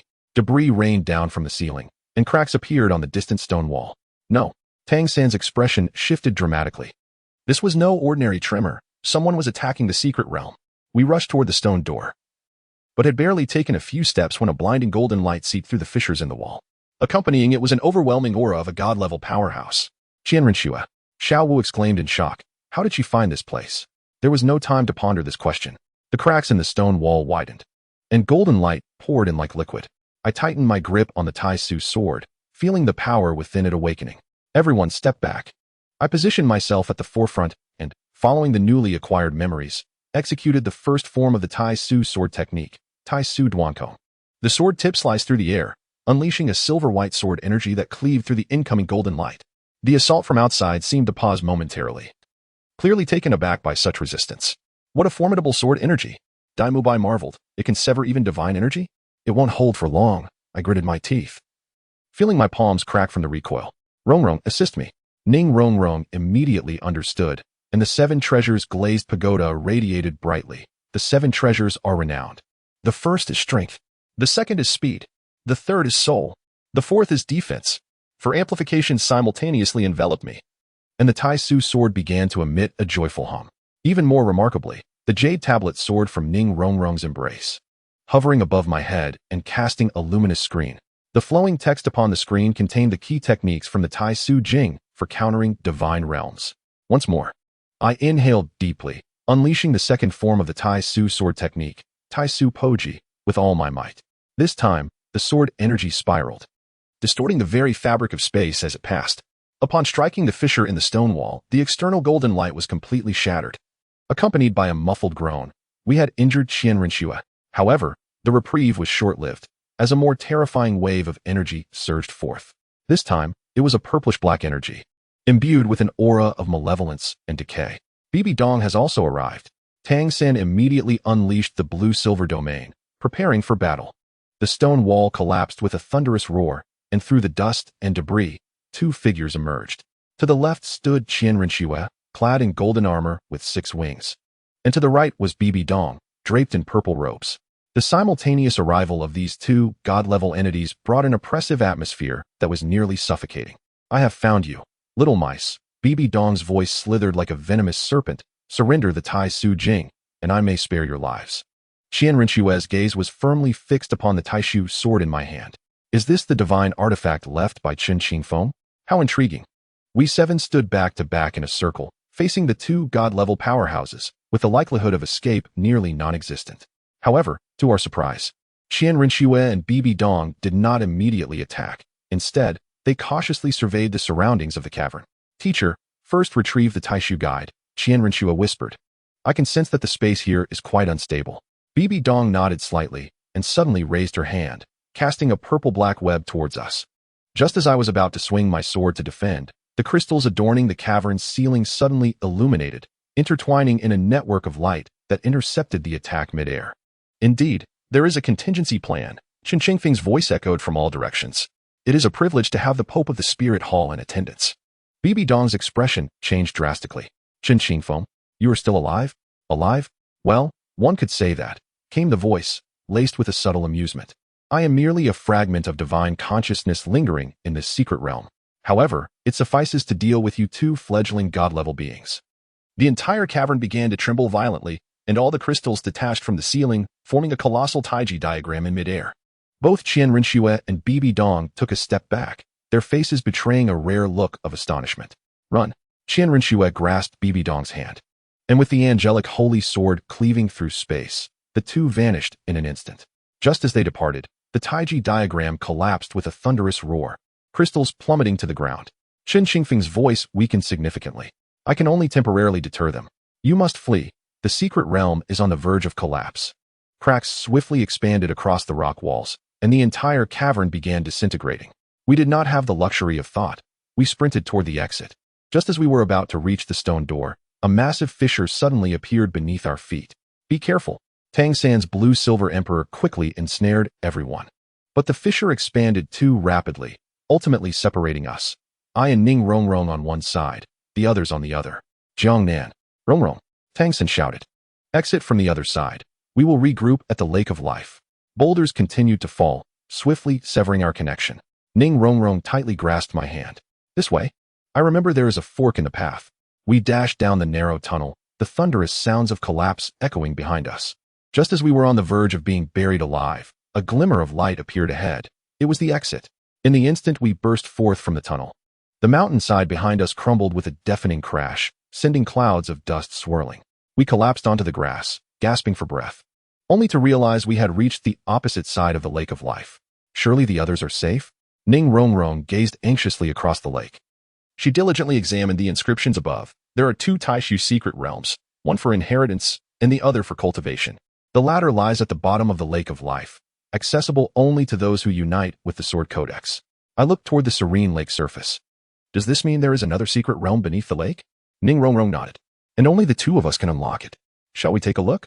Meeting each other's gaze, we simultaneously made our decision. After a brief respite, guided by the Taishu sword and the jade tome, we plunged into the Lake of Life. To our astonishment, upon entering the water, the Taishu sword spontaneously formed a bubble around us, allowing us to breathe without hindrance. Descending approximately 50 meters, we encountered a vast circular platform at the lake's bottom, adorned with a Taiji pattern reminiscent of that within the cave. Following the instructions in the jade tome, we placed the Taishu sword and the jade tome at the positions of the yin and yang eyes, respectively. This chamber was considerably smaller than the previous cave, yet it was arranged like a complete living space, featuring a stone table, stone chairs, and a stone bed, with several faded landscape paintings hanging on the walls. Most notably, at the center stood a stone altar, upon which rested an unopened letter, inscribed with the words, "To the inheritor of Taishu." Ning Rongrong cautiously picked up the letter and broke the wax seal. Inside lay 2 pages of yellowed stationery, the familiar handwriting of Chen Qingfeng vividly apparent. Dear successor, if you are reading this letter, my predictions have proven correct. The ambitions of the Spirit Hall will ultimately swell to an uncontrollable extent, and you shall be the last hope. This hidden chamber was my dwelling during my seclusion in the Stardow Forest, containing notes from my lifelong research and a few trinkets. Within the hidden compartment behind the bookshelf are 3 Taishu pills, which, when consumed, will enable you to swiftly grasp the power of Taishu. But be warned, achieving divine level is not the end. The ultimate goal of the Taishu path is to transcend the constraints of this world's laws. I await you in another realm. Chen Qingfeng, or rather, Zhang Mingrui. In another realm? Ning Rongrong softly inquired, her curiosity piqued. I hesitated for a moment before deciding to be forthright. Rongrong, there is something I have not told you. Neither I nor Senior Chen are from this world. Surprisingly, Ning Rongrong did not exhibit much astonishment. I had my suspicions. My father mentioned that many of Senior Chen's theories seem to stem from an entirely different cultivation system. And sometimes, the words you use are quite peculiar. She grasped my hand. But it matters not. No matter where you come from, you are now an elder of the 7 Treasure Glazed Tile School. An important person in my life. A warmth enveloped my heart, and just as I was about to respond, the Taishu sword emitted a piercing hum. The jade tome began to flip open, revealing new text. Warning. The entrance to the secret realm has been forcibly opened. Powerful figures from the Spirit Hall are approaching. We exchanged a glance and swiftly searched the hidden chamber. Behind the bookshelf, we indeed found the concealed compartment, containing 3 jade vials and several notebooks. There was no time for a thorough examination. We hastily gathered the items, preparing to depart. However, at that moment, the water curtain at the entrance of the chamber was suddenly cleaved apart by a golden light. Qianren Xue had located us. She wielded the angelic holy sword. Her 6 wings unfurled, exuding a divine and imposing presence. I have found you, she sneered as she entered the hidden chamber. This time, let's see who can save you. Chapter 19. Breakthrough in desperation. Qianren Xue's angelic holy sword was pointed directly at our throats, the divine pressure rendering the air within the chamber thick and oppressive. Instinctively, I shielded Ning Rongrong behind me. The Taishu sword crossed over my chest, its engravings faintly glowing. Hand over the Taishu. The voice of Qian Ringshu resonated with a chilling emotionlessness, signaling that this was our final opportunity. My palms were drenched in sweat, and the feedback from the Taishu sword made it abundantly clear that, with my current strength, I stood no chance against a godly powerhouse. Ning Rongrong's fingertips gently traced my back, a covert signal from the 7 Treasure Glazed Tile School. Prepare to break through. The Taishu essence had already merged with me. I deliberately delayed, knowing that even if you killed me, you would never obtain it. Suddenly, she raised her hand, and a beam of golden light struck like a bolt of lightning. I swung the Taisu sword with all my might, the blade clashing against the golden light, producing a shrill metallic clang. The immense force propelled me backward, my back crashing against the stone wall. The seven treasure is renowned, its first principle being strength. The brilliance of Ning Rongrong's seven treasure glazed tile tower surged, for amplifications descending upon me simultaneously. Empowered, the Taisu sword began to hum, its patterns pulsating as if alive. Seizing the moment, I unleashed the third form of the Taisu sword technique, Taisu Liuguang. The sword's edge carving out silver trajectories that parried Qian Rengshu's subsequent attacks. How intriguing. Qian Rengshu raised an eyebrow, surprised that a mere soul emperor could withstand 3 of my strikes. Chen Qingfeng's possessions indeed possess some merit. Her 6 wings unfurled suddenly, flooding the entire chamber with divine golden light. I felt an overwhelming heaviness descend upon me, making even the act of raising my sword a challenge. The radiance of Ning Rongrong's 7 treasure glazed tile tower was suppressed to a mere flicker. The game is over. Qian Rengshu brandished the angelic sacred sword, the golden patterns along its blade illuminating one by one, angelic judgment. In this moment of peril, I retrieved a jade bottle from my bosom, pouring out the Taisu pill and consuming it. The pill dissolved upon contact, a wave of searing energy coursing through my body instantaneously. The Taisu sword seemed to sense my transformation, erupting in blinding silver light. Taisu Piu. The sword's point tore through the angelic domain, creating a gash. I grasped Ning Rongrong's hand and dashed toward the wall on the opposite side of the chamber, where a passage mentioned in Chen Qingfeng's notes awaited our escape. Qian Rengshu clearly did not anticipate this turn of events. By the time she reacted, we had already smashed through the secret door and tumbled into a narrow waterway. The frigid lake water engulfed us instantly, yet the bubbles generated by the Taisu sword soon reappeared, granting us the space to breathe. Chase them. Qian Rengshu's furious roar echoed through the water, declaring that our escape was futile. We swam desperately beneath the surface, the sound of violent explosions reverberating behind us as Qian Rengshu forcefully breached the waterway. Fortunately, the intricate underwater cave system of the Lake of Life provided us with shelter. After a series of twists and turns, the explosions gradually faded into the distance. We should have temporarily evaded her. Ning Rongrong leaned against a protruding rock, panting heavily. What now? I sensed the changes brought about by the Taisu pill within me. That searing energy was reshaping my meridians, the flow of qi spontaneously adjusting, resonating more profoundly with the Taisu sword. We must find a safe place to assimilate the pill's potency. I pointed upwards. There was a small island where we could temporarily take refuge.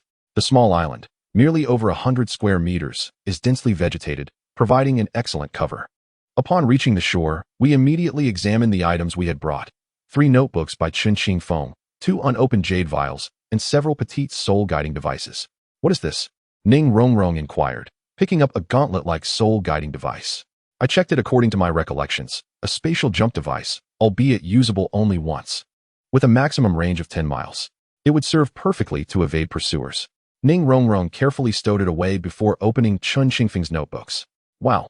These contain analyses of the weaknesses of god-level powerhouses. I leaned in for a closer look, and indeed, the notes meticulously detailed the flaws of the angel and Rakshasa divine armors. Particularly, in the case of Qian Renshue, who ascended through inheritance rather than personal cultivation, there existed a critical instability in her divinity. Suddenly, everything clicked. No wonder Qian Renshue was so wary of the Taisu Yin. It was essentially her nemesis. Just as we were engrossed in the knowledge within the notebooks, the power of the Taisu elixir within me surged to its peak. A sharp pain erupted from my dantian, swiftly engulfing my entire being. I curled up on the ground in agony, feeling as though every meridian was being torn and reformed. Jiangnan. Ning Rongrong exclaimed in alarm, supporting me. What's wrong? The elixir's potency is overwhelming. I gritted out, help me guide it. Ning Rongrong immediately understood, and the 7 treasure glazed tile floated above me, casting 4 beams of amplification light simultaneously. However, this time, the enhancement did not directly bolster my soul power, but rather directed the Taisu elixir to operate along a specific pathway. An extraordinary phenomenon occurred. The air-type martial soul within me began to liquefy and subsequently solidified outside my body. First, a layer of silver armor enveloped my hands. Then it spread across my entire form. The process was agonizing yet oddly liberating, as if breaking through some kind of shackles. The martial soul has materialized. I managed to utter, "This is the coveted realm of soul masters, typically achievable only by title de law, as the final piece of armor formed over my chest. The pain abruptly transformed into an unparalleled clarity.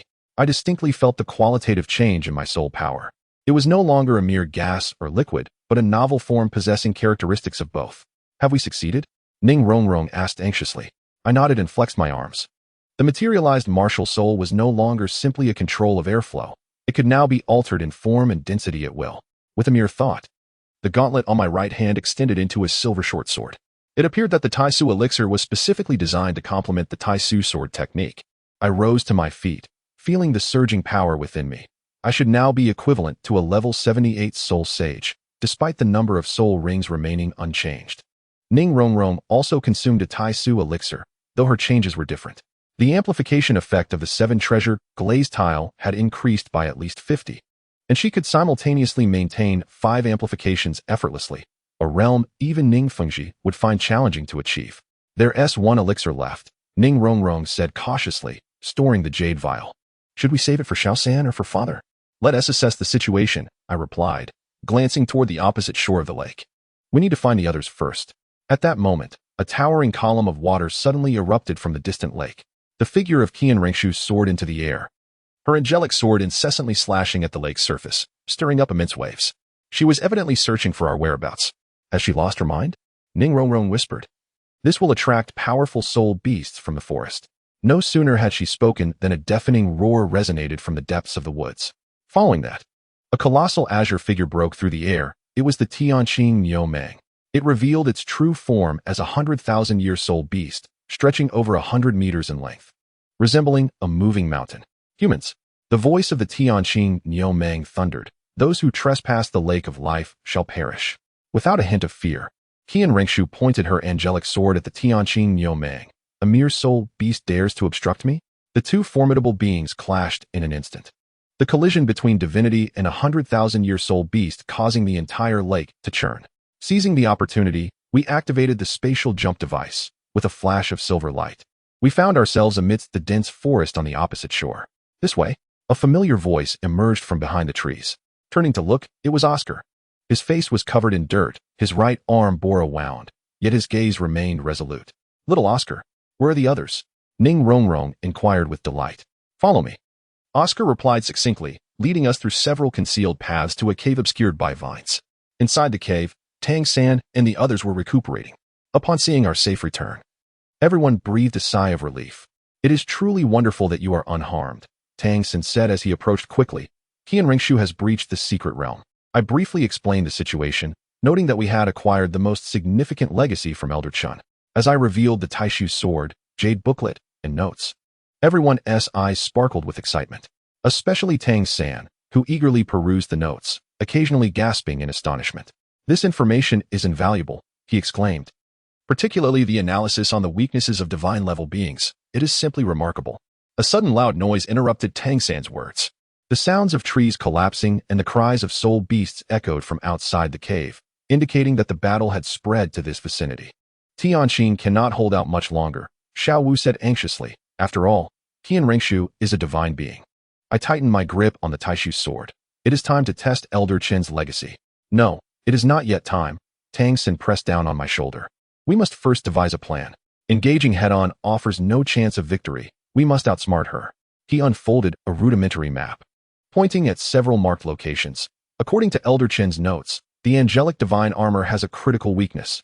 After every 12 hours of use, it requires a quarter of an hour to reconstitute its divine power. If we can force Qian Rengshu to exert herself fully, then during her period of weakness, we will need a decoy, Dai Mubai stated solemnly, and it must be a threat that compels her to respond with her utmost effort. Everyone's gaze unanimously fell upon the Taishu sword in my hand. The Taishu sword could indeed instill apprehension in her, I contemplated, but it is not sufficient. We require a greater bait. Suddenly, Xiao Wu stood up. Use me. No. Tang San vehemently opposed. It is far too perilous. I am a 10,000-year soul beast. A most coveted quarry for the spirit hall, Xiao Wu declared with unwavering conviction. Furthermore, with the assistance of the Taishu sword and the 7 treasures glazed tile pagoda, I am confident I can withstand her for a quarter of an hour. The fervent debate persisted for several minutes, ultimately compelling Tang San to acquiesce. We devised a meticulous plan. Xiao Wu would act as bait to lure out Qian Rengshu. while Ning Rongrong and I would serve to restrain her, with Tang San and the others poised in the shadows for a decisive strike. However, a pressing concern arose. Zhu Zhuqing pointed out calmly, "What if Bibi Dong also arrives?" Ma Hongjun shook the jade bottle in his hand, exclaiming, "But we still have one Taishu pill, right? At a critical moment, if we administer it to Sango, who knows, it might awaken his sea god inheritance." With the plan set, we sprang into action. Xiao Wu revealed her true form as a soft bone rabbit, deliberately unleashing a formidable wave of soul power. As expected, within 10 minutes, a golden light cleaved through the sky, and Qian Rinxue's silhouette appeared above us. "So, you were hiding here," she sneered. "This time, there will be no escape." Following the plan, we feigned panic and fled deeper into the forest. Qian Rinxue pursued relentlessly, her holy angel sword slicing through the trees with golden sword energy. Now, Tang Sen communicated through the blue-silver emperor. Xiao Wu abruptly turned, her eyes transforming into an enchanting shade of pink, fully unleashing the aura of a 10,000-year soul beast. Concurrently, Ning Rongrong and I struck, intertwining the luminescence of the Taishu sword and the seven treasures glazed tile pagoda to form a peculiar silver-pink barrier that temporarily severed Qian Rinxue's angelic domain.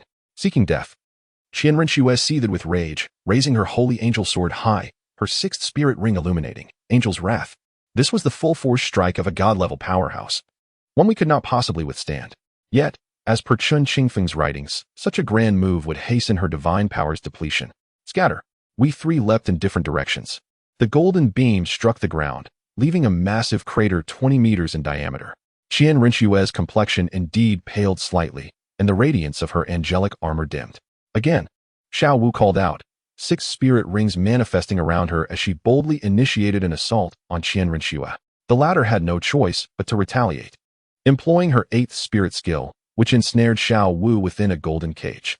Yet, this was precisely what we desired. With each high-tier spirit skill she employed, her divine power would wane further. As time elapsed, Qian Rinxue finally sensed the anomaly. "Are you stalling for time?" Too late. The moment her words left her lips, the brilliance of her angelic armor flickered violently, her divine power exhausted, entering a recovery phase. Now, at Tang San's command, those lying in ambush sprang into action simultaneously. Dai Mubai unleashed his white tiger meteor shower, Zhu Zhuqing unleashed her ghostly claw, and Ma Hongjun executed his phoenix cry, all of their might converging upon Qian Rinxue. Meanwhile, Tang San consumed the last Taishu pill, the phantom of the sea god's trident manifesting behind him, a brilliant blue light targeting Qian Rinxue's heart. In a moment of haste, Qian Rinxue could only barely conjure a fragile protective shield. Under the relentless assault of the crowd, the protective shield shattered instantaneously, and she spat out a mouthful of blood, propelled backward for several dozen meters. "How dare you?" Qian Rinxue gasped, struggling to rise, her eyes filled with disbelief. "Merely insignificant ants." I advanced with my sword. The Taishu sword aimed directly at her throat. "It is over, Qian Rinxue." Yet, in that moment of impending victory, an icy, malevolent presence suddenly surged from the depths below. A dark purple spider web materialized, binding us all tightly. "Bibi Dong has arrived," she taunted. "Foolish little creatures." She approached slowly, the aura of her Rakshasa divine attire exuding a nauseating evil. "Did you truly believe that this would suffice to defeat a god-level powerhouse?" The tide of battle shifted instantly. Our meticulously devised plan, exhausted to its limits, appeared utterly feeble before the presence of another god-level being. Bibi Dong smirked as she raised her hand, dark purple energy coalescing in her palm. "The game is over." Chapter 20. The Divine Battle of the Taishu Secret Realm. Just as the Rakshasa divine power was about to erupt, a streak of azure sword light suddenly descended from the heavens, precisely cleaving the web that ensnared us. Immediately, a refreshing aroma of wine wafted through the air, invigorating our spirits. I looked up abruptly, and there stood a disheveled figure leaning against a nearby treetop, a wine gourd swaying slightly in hand. Chenshi, the sword Douluo. No, it was not just him. Ning Fengji and Gu Rong also emerged, the radiance of the Seven Treasures glazed tile pagoda enveloping the scene. The Seven Treasures glazed tile sect? Bibi Dong narrowed her eyes. "Are you interfering in the affairs of the spirit hall?" Ning Fengji smiled faintly. "Rong is my daughter. Her companions are naturally friends of the Seven Treasures glazed tile sect." At this moment, Qian Rinxue had regained some of her soul power, standing alongside Bibi Dong.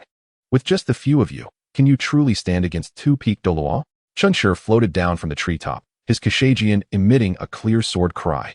"How will we know unless we try?" No sooner had he spoken than his figure split into 7, launching 7 beams of sword light toward Qian Ringshu. This was the 7 killing sword formation, of which each sword embodied an unparalleled sharpness. Qian Ringshu hastily defended, her angelic holy sword clashing with the 7 killing swords, producing dazzling sparks. Meanwhile, Gu Rong revealed his bone dragon form, entangled in combat with Bibi Dong. Although the disparity in raw strength was evident. With the amplification from the 7 treasures glazed tile pagoda, the 2 titled Douluo managed to hold their ground for a time. Quickly go, Chunshir commanded amidst the fierce battle. We will hold them off. Tang San decisively ordered, retreat. Execute the contingency plan. We swiftly retreated deeper into the forest. Behind us, the earth-shattering sounds of explosions resonated, shaking the entire forest in the wake of the peak Douluo's clash. After running several miles, Tang San suddenly halted. Something's amiss. They are not pursuing us. Ning Rongrong's expression shifted. Father and the others. Will they be all right? I reassured her. Both of our esteemed elders are battle-hardened. They will surely retreat upon sensing danger. Just then, the ground began to tremble violently. In the distance, towards the life lake, a golden light and a dark purple beam shot skyward, intertwining in the air to form a bizarre symbol. A martial soul fusion technique. Xiao Wu exclaimed. Tang San's expression changed dramatically. Quick, conceal yourselves. As we hastily took refuge in a rocky crevice, a terrifying wave of energy surged past us like a tsunami. In its wake, towering ancient trees were reduced to mere dust, and even the rocks were worn down by several meters. This was the formidable power unleashed by the peak Douluo, in unison. Once the tumult subsided, the forest lay in utter disarray. We emerged, covered in dirt and grime, only to discover that the once dense woodland had been cleared to form a vast clearing several kilometers in diameter. Senior Chen's voice trembled as he spoke. Look over there. Dai Mubai pointed toward the sky. 3 figures were rapidly approaching us. It was Chun Xin and his companions. Despite their tattered garments, they appeared to be relatively unharmed. Chun Xin was carrying a figure who was unconscious, and upon landing, we realized it was none other than Dugu Bo. The old poison master had been caught in the aftermath by the lakeside. Chun Xin briefly explained, he sustained considerable injuries. Ning Fengji immediately activated his healing spirit skill, and the radiant light of the 7 treasures glazed tower enveloped Dugu Bo moments later. He coughed and regained consciousness, exclaiming, "Those 2 insane women blew up the secret realm at the bottom of the lake." What? A jolt of shock surged through me. Senior Chen's secret realm? Dugu Bo nodded laboriously. They vented their anger when they couldn't find you. Tang San clenched his fists. We must retaliate. Chun Xin sheathed the 7 killing sword. Let us go. I sense another powerful presence approaching. We dared not delay and immediately withdrew toward the forest's edge. Along the way, Tang San suddenly grasped my arm. Jiangnan. Let me see the Tai Su sword. I handed him the sword, and he examined the intricate patterns along its blade with keen interest. Suddenly, his eyes lit up. I understand.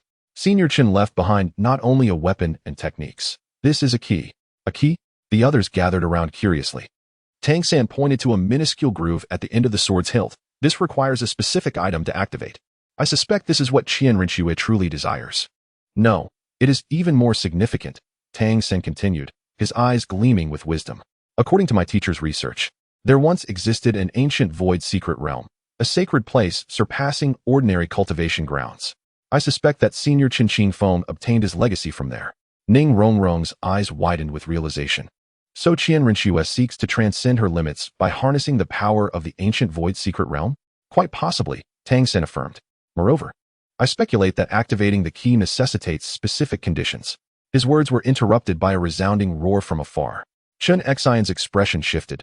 They are pursuing us. Split up. We swiftly divided into 3 groups. Chun Xion, Ning Fengji, and Gu Rong took Dugu Bo, Tang San, Xiao Wu, and I took the Tai Su sword, while Dai Mubai led the others. Before parting, Tang San handed Ning Fengji the Tai Su pill. Senior, this may be of assistance to you.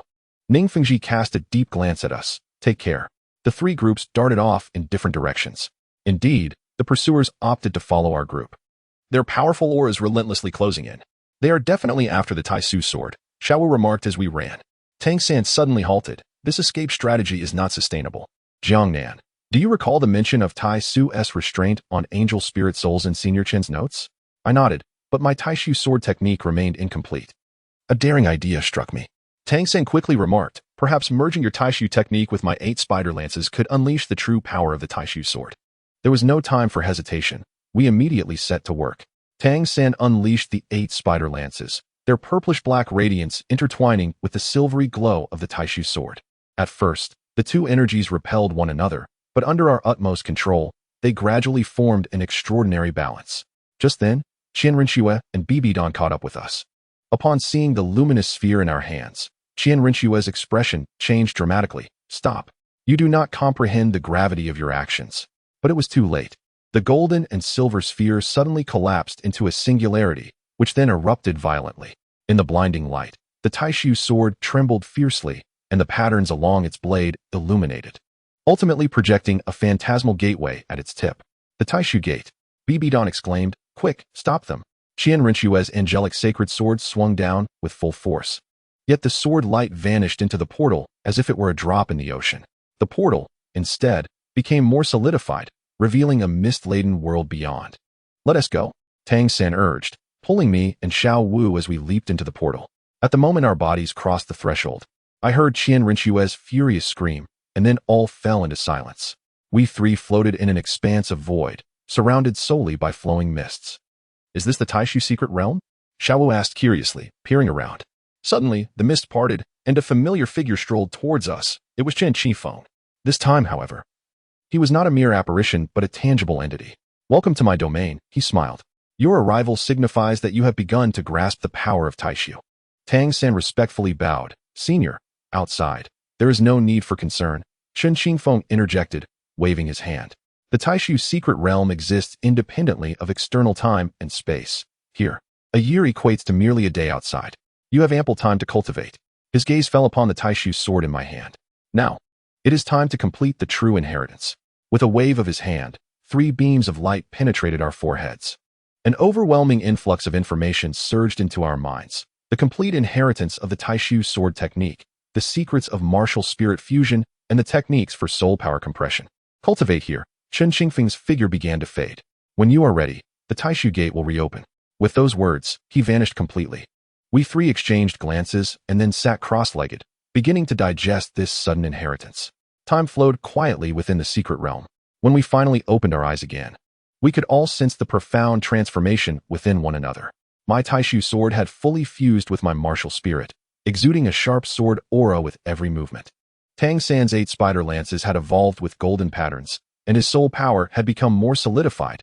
Xiao Wu had gained a peculiar ability, allowing her to shift seamlessly between reality and illusion. The once leveled forest had regained its former glory, even flourishing more than before. More astonishingly, several figures hovered in the air. Alongside Qian Rinxue and Bibi Dan were several elders from the spirit hall. "You've finally emerged," Qian Rinxue sneered. "This time, let us see where you can escape." Bibi Dan fixed her gaze intently on the Taishu sword in my hand. "Hand over the key." Tang San stepped forward, his 8 spider lances unfurling behind him. "It is time to put an end to this." No sooner had he spoken than the fluctuations of soul power on his forehead surged with extraordinary intensity. Simultaneously, the Taishu sword resonated with a deep hum, the patterns on its blade shifting as if alive. Was this a resonance of soul power? Qian Rinxue's expression changed dramatically. Bibi Dong decisively commanded, "Strike," while they have yet to fully harness their strength.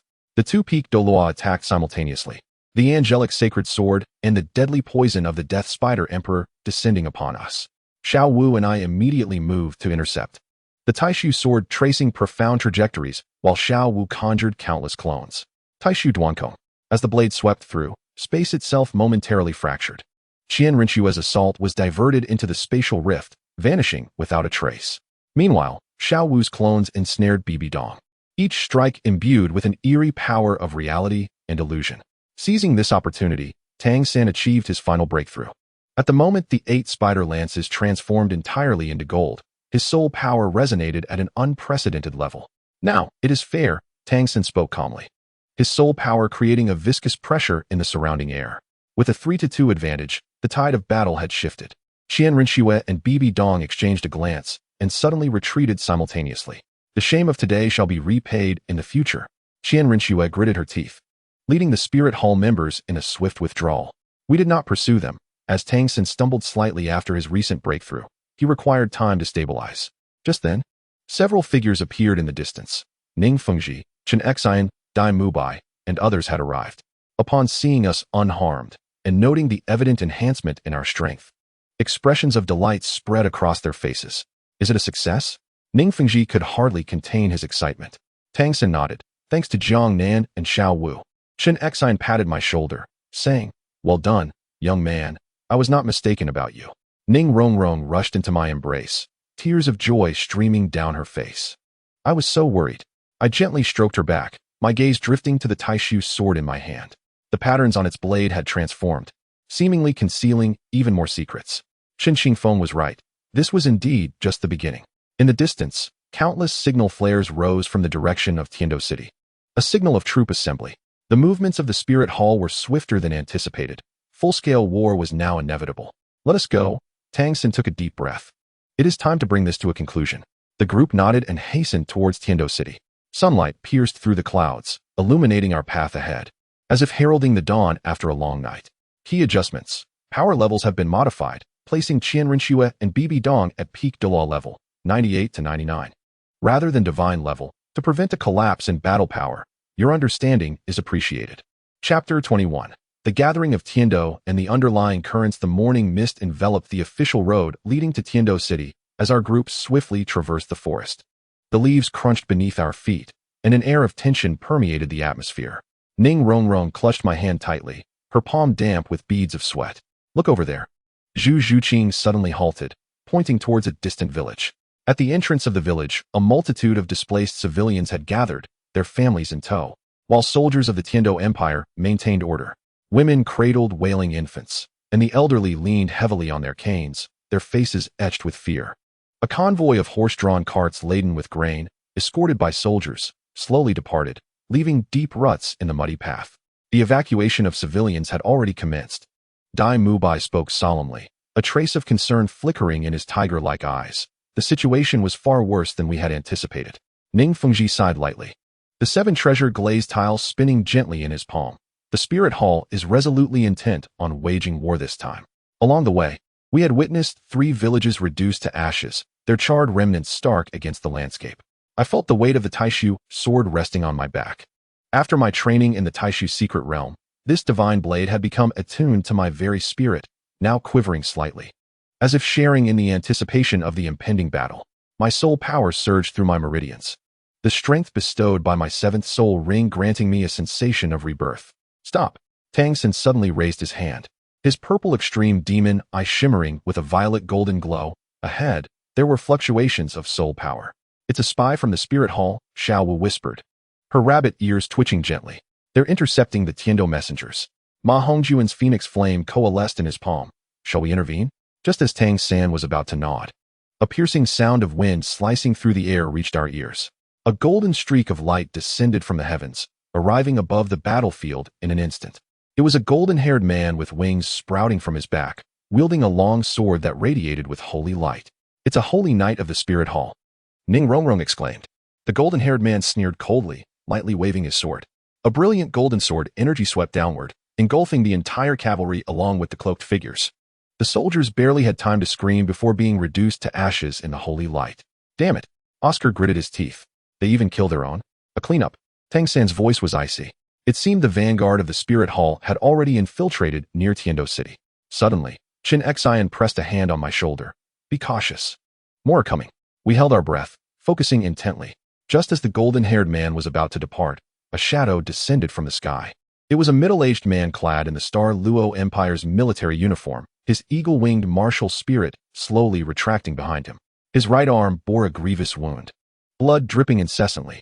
A scout from the Star Luo Empire? The golden-haired man observed the newcomer with keen interest. It appears you two have sensed that something is amiss. The eagle-winged soul master knelt on one knee, his voice hoarse. By the decree of the Star Luo Emperor, I am to deliver a message. The Spirit Hall and the royal family of Tendo are to simultaneously attack the borders of both nations. The golden-haired man suddenly burst into laughter. Too late. At this moment, the army of the Spirit Hall should have already breached the western gate of Star Luo. With that, he raised his sword, adding, but I must thank you for the news. I shall grant you a swift end. Just as the long sword was poised to strike, a silver flash darted forth. My Taishu sword, arriving just in time, accurately parried the opponent's weapon. The clash of our blades erupted in a blaze of dazzling sparks. Who goes there? The golden-haired man exclaimed, a mixture of surprise and fury coloring his expression. "Is this the Taishu sword technique?" he exclaimed in disbelief. "Are you the heir of Qin Qingfeng?" Tang San's blue-silver emperor silently entwined around his feet, while Xiao Wu's waist bent in conjunction with Zhu Zhuqing's ghostly piercing attack, launching a simultaneous offensive. The golden-haired man attempted to struggle, but was pierced through the shoulder by a sword energy from Qin Xian. "Leave him alive." Ning Fengji swiftly advanced. The brilliance of the seven treasures glazed tile pagoda enveloping the eagle-winged soul master, prioritizing rescue. Oscar promptly crafted a recovery sausage, combining it with Ning Rongrong's soul skill to treat the injured. Dai Mubai and Ma Hongjun vigilantly surveyed their surroundings to prevent any further enemies from appearing. After a brief treatment, the eagle-winged soul master finally regained his breath. Trembling, he retrieved a gilded letter from his bosom, a personal correspondence from the Star Luo Emperor, requesting an immediate alliance against the simultaneous assault of the Spirit Hall on the two great empires. The wax seal on the letter had shattered, yet the emblem of the Star Luo royal family remained discernible. Tang San cautiously unfolded the letter, and we leaned in closer. The letter detailed the recent military mobilizations of the Spirit Hall, along with evidence of their concurrent attacks on the two empires. Indeed, it was as suspected. Tang San's fingers trembled slightly. The Spirit Hall was launching a full-scale offensive. According to the letter, they had deployed at least 6 titled Douluos, with their legion of soul masters numbering in the tens of thousands. Qin Xian and Gu Rong exchanged a glance, both recognizing the gravity of the situation reflected in each other's eyes. As equals in strength, they understood better than anyone the terror of Qian Daolu. The message must be delivered to Heaven Do City immediately.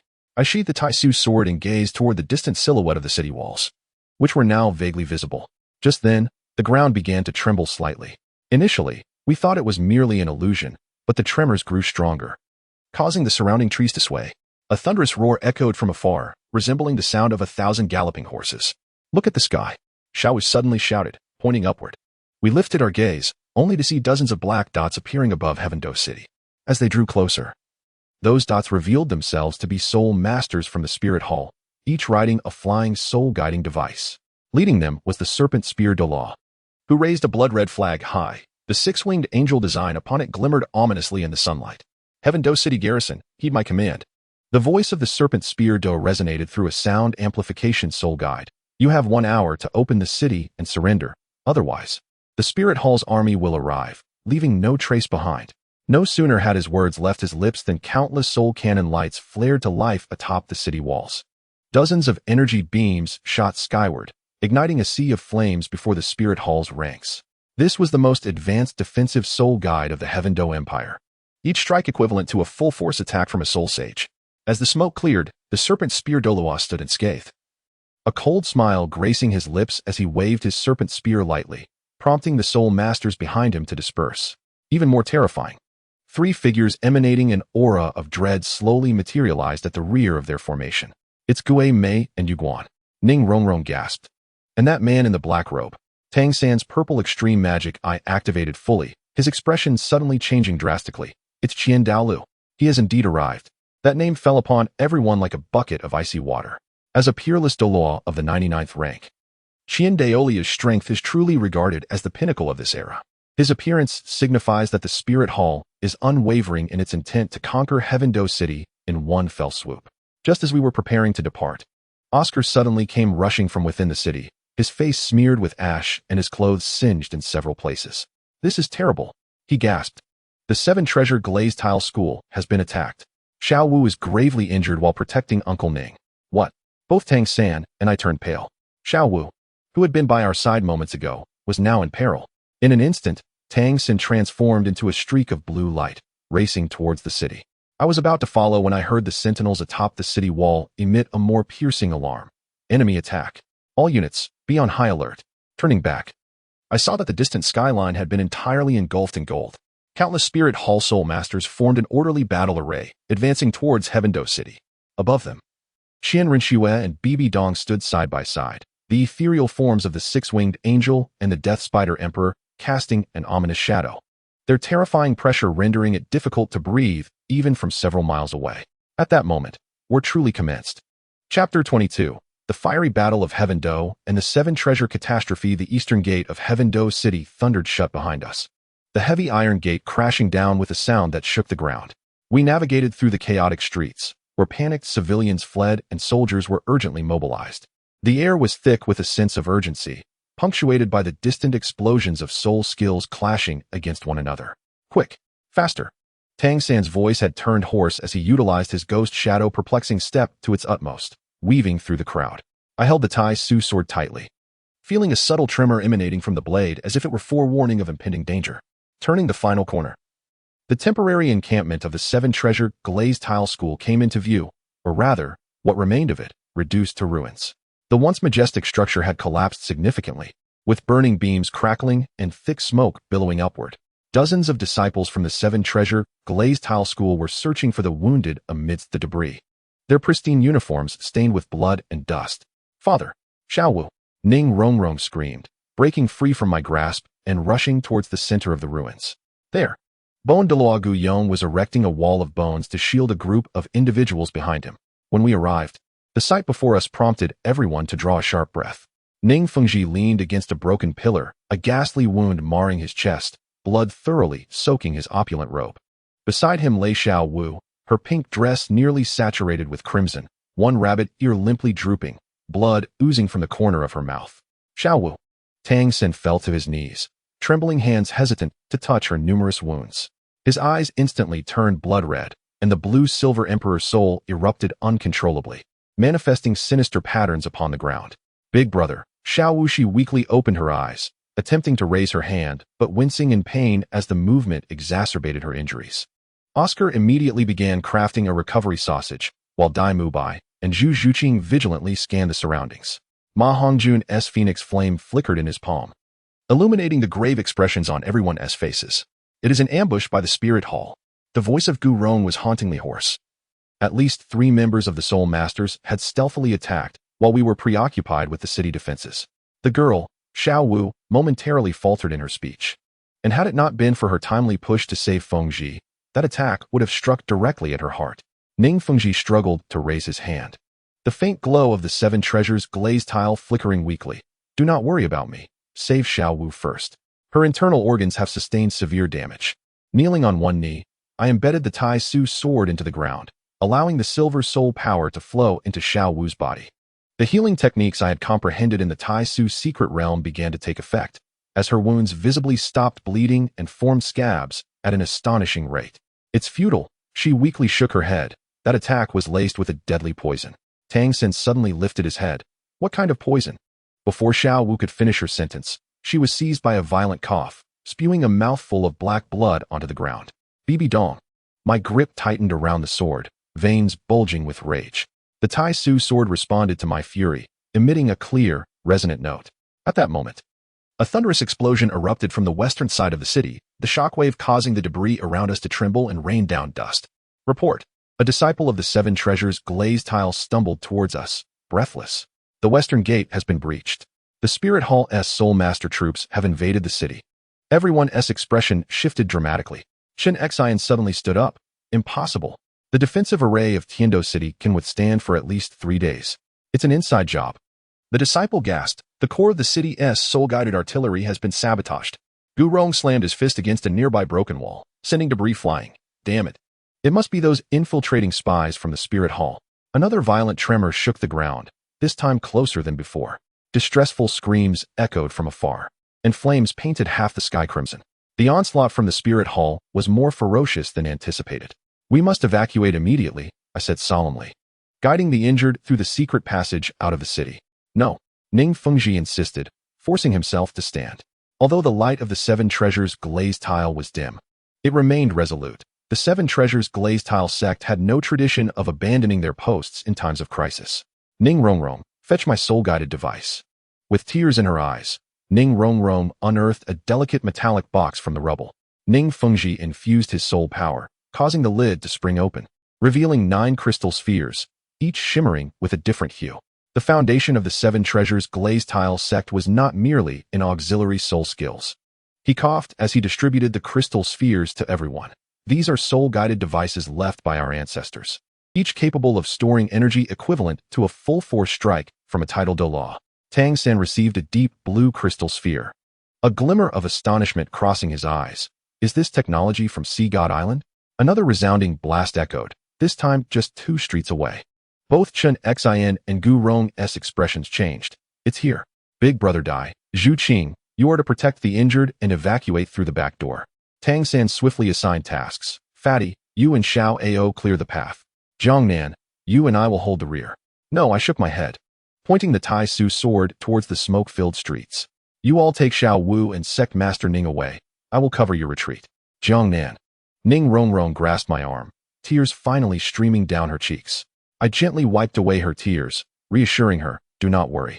I am not idly present in the void realm. As I spoke, I retrieved a jade vial from my bosom, pouring out 3 silver pills. This was the last remaining stock of void elixir, capable of temporarily elevating one's realm. Just as Tang San was about to utter something, his words were interrupted by the distant sound of raucous laughter. Through the swirling dust, 3 figures gradually came into focus. They were the 3 spirit Douluos who had previously ambushed our stronghold. The foremost man wielded a curved blade in each hand, the blades entwined with a foul, green mist. At last, I have found you, little mice, he taunted, licking the edge of his blade. This time, there will be nowhere for you to flee. Without hesitation, I swallowed one of the void elixirs. The moment the pill entered my mouth, a surge of violent energy erupted within me, shattering the barrier of my soul power, propelling it beyond the 80th level. The void sword sensed my transformation, its engravings flowing like a living entity, radiating with silver light. Let us go, I commanded. And with a sweeping motion, the void sword sliced through the air, releasing a crescent-shaped wave of sword energy that howled toward the 3 spirit Douluos, carving deep furrows into the ground as it passed. Attempting to escape, the blade-wielding spirit Douluo roared, activating his 3rd soul ring, and his dual blades morphed into 2 colossal green serpents lunging at me. Spinning the void sword in my grasp, I unleashed the 4th form of my sword technique. Breaking the army, the silver sword energy collided with the serpents, erupting in a blinding flash of light. Simultaneously, the other 2 spirit Douluos launched their attacks. One unleashed a storm of poisonous needles, while the other summoned a massive rocky puppet. With my left hand forming a seal, the void sword hovered before me, spinning rapidly and creating a silver barrier to deflect all assaults. Meanwhile, my right hand retrieved a crystal orb gifted by Ning Fingji, which I shattered without hesitation. Boom! A blue pillar of light, over 10 meters in diameter, descended from the heavens, striking the spirit Douluo, controlling the rocky puppet with pinpoint accuracy. He barely had time to scream before being reduced to ashes in the radiant light. This was a full-force strike at the level of a tidal Douluo. His 8th soul ring suddenly illuminated, and his dual blades fused into one, transforming into a 100-meter-long emerald serpent. As the serpent slithered through the air, the atmosphere itself was corroded, emitting hissing white smoke. Taking a deep breath, I positioned the void sword vertically against my chest. For the first time in actual combat, I invoked the ultimate sword technique I had comprehended in the void realm, void unification. The tip of the sword coalesced into a silver point, which then erupted with sudden ferocity. There were no extravagant sword energies, no thunderous roars, only a thread-thin silver line slicing through the fabric of space. The instant the emerald serpent made contact with the silver thread, it dissipated like a bubble. The blade-wielding spirit Douluo stared wide-eyed in disbelief at the bloodline that had suddenly appeared on his chest. This is impossible. His body began to split in 2, collapsing to the ground. The last remaining spirit Douluo, sensing the dire situation, turned to flee. Just as I prepared to pursue, a sharp pain seized my heart. The side effects of the void elixir began to manifest. The forced elevation of my realm had placed an immense burden on my body. Whoosh! A golden arrow suddenly shot in from the side. I barely managed to sidestep, yet the arrow grazed my shoulder. On a distant rooftop, a figure wielding a golden longbow coldly regarded me. It was Tuoba Shi, the commander of the Holy Dragon Legion. He drew back his longbow, his 7th soul ring shimmering. To perish beneath my martial soul in its true form is your honor. The golden longbow transformed into a fearsome dragon of light, its terrifying presence causing my breath to hitch. Title Douluo. This is a true adversary. I gritted my teeth and swallowed the 2nd Taishu Dan, a more ferocious energy surging within me. The Taishu sword emitted a mournful hum under the strain, fine cracks appearing along its blade. Taishu Skyfall. As the sword's tip pointed skyward, the heavens abruptly darkened. Countless silver motes fell like shooting stars, each imbued with an overwhelming sword aura. Tuoba Shi's luminous dragon darted amidst the meteor shower, yet it was still struck multiple times, golden scales scattering in all directions. Quite intriguing. He wiped the blood from the corner of his mouth, but it was still insufficient. His ninth soul ring illuminated. The dragon howled skyward, condensing a blinding sphere of light in its maw. This would determine the outcome in one strike. At that critical moment, a chilling beam of sword light suddenly slashed from the side. To she hastily dodged, but a strand of hair was severed. To bully the younger generation. The spirit hall is truly becoming more audacious. Chun Xian descended from the void, the seven-killing sword aimed at Tuoba Shi, declaring, "Your opponent is me." I exhaled deeply. The weakness that followed the effects of the medicine washed over me like a tide. My vision began to blur. The last impression being the silhouettes of Chun Xian and Tuoba Shi engaged in combat, along with the continuous bursts of soul skills illuminating the skies above Tendo City. Chapter 23, Bloodfire Encirclement.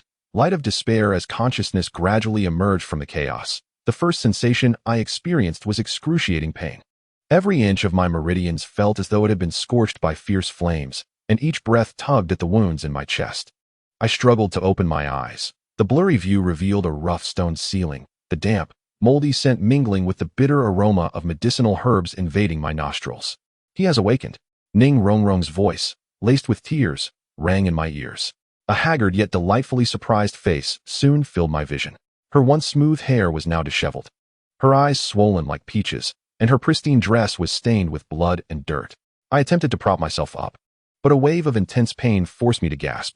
Ning Rongrong quickly pressed down on my shoulder. "Do not move. Your meridians are severely damaged. Oscar's recovery sausage can only barely stabilize your condition." Looking around, I found myself in a cramped stone chamber. Torches affixed to the walls casting flickering shadows of the gathered figures. Tang Sen leaned against the opposite wall, cradling the unconscious Xiao Wu in his arms. Her complexion was as pale as paper, her lips exhibiting a strange purplish hue, evidently indicating that the toxin had deeply infiltrated her organs. Dai Mubai and Zhu Shiqing stood guard at the doorway, both bearing injuries. Ma Hongjun slumped in a corner, his phoenix flames reduced to a mere spark. "Where is this?" My voice was hoarse, sounding foreign to my own ears. The underground passage of Tendo City. Tang San raised his head, his eyes bloodshot. The spirit hall breached the west gate, and we were forced to retreat here. Senior Chun Xian is holding them off. The current situation is unclear. Suddenly, a violent tremor struck, debris and dust cascading from the ceiling. Distant explosions reverberated, as if the entire city were quaking. Another wave of assault had commenced. Dai Mubai clenched his fists. "These madmen, they won't even spare the civilian district." Oscar handed me a restorative sausage, urging me to conserve it, for it was the last of our supplies. As the sausage slid down my throat, a soothing warmth enveloped my withered veins. It was only then that I fully comprehended the dire state I was in. The Taishu sword lay across my knees, its blade marred with a web of cracks. Beneath the skin of my right arm, an unnatural purplish hue betrayed the backlash of overexerting my Taishu powers. How long had we been trapped here? A full day and night. Zhu Zhuqing's voice was as cold as ice. The spirit hall was conducting a sweeping search within the city, and all exits had been sealed. I grasped her trembling fingers, feeling their frigid touch. The ethereal image of the seven treasure glazed tile pagoda flickered behind her, its radiance dimmer than usual. What of Master Ning? This question plunged us into silence. Ultimately, it was Ma Hongjun who shattered the stillness. "Uncle Ning is gravely injured. Elder Guyong took him for secret treatment. Less than 30% of the seven treasure glazed tile sect's disciples have survived." The air in the stone chamber felt as though it had solidified. I fixated on the fissures of the Taishu sword, a tumult of indescribable emotions roiling within my chest. The ever-genteel Master Ning, the elder who had nurtured me at all costs, now faced an uncertain fate. Suddenly, Xiao Wu coughed violently, black blood oozing from the corner of her mouth. Tang San rushed to support her, pouring his blue-silver Emperor's spirit power into her. Yet it seemed to vanish without a trace. "Useless," Xiao Wu gasped, her voice barely a whisper. "Don't waste your spirit power, third brother." Tears streamed down Tang San's face. "No? There must be a way. Zhuqing, check our supplies again. Oscar, see if you can use your spirit abilities to detoxify her." Zhu Zhuqing silently shook her head, while Oscar clutched his hair in despair.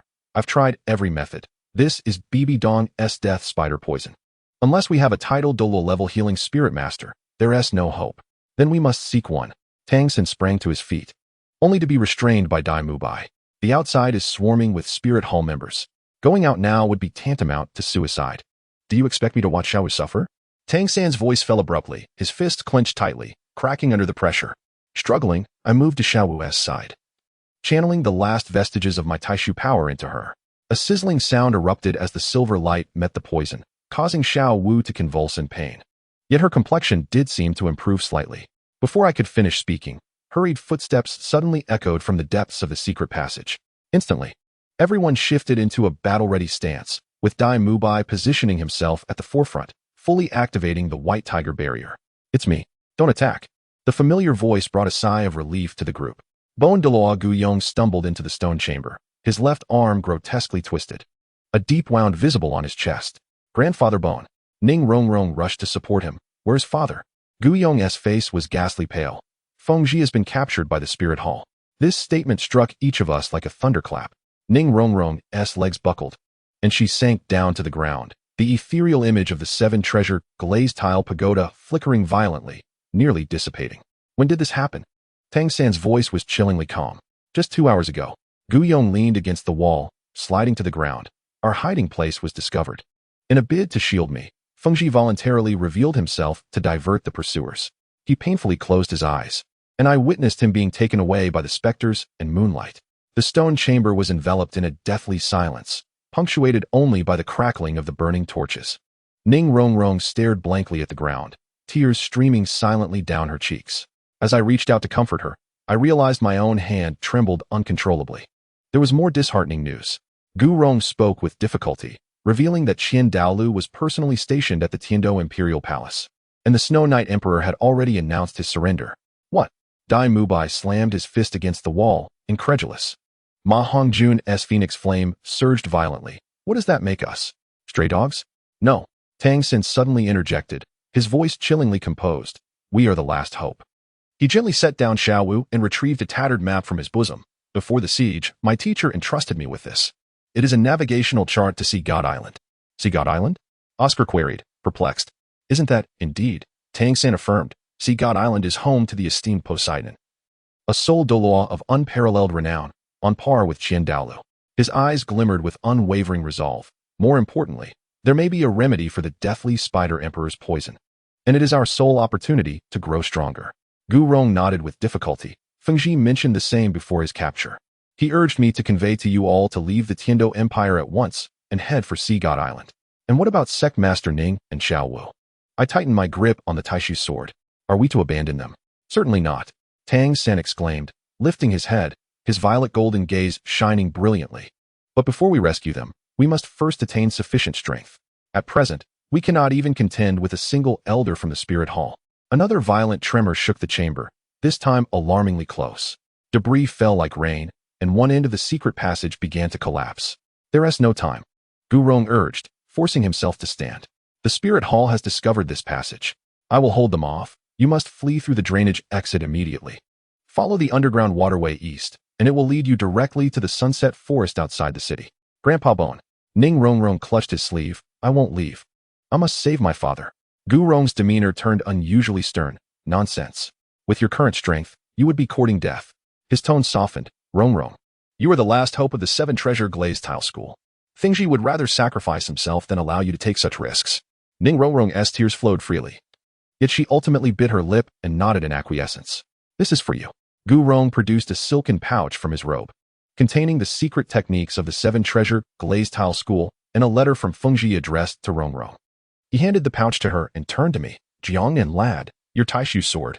Before he could finish, a deafening explosion erupted from the other end of the passage. Through the smoke, dozens of dark figures advanced rapidly.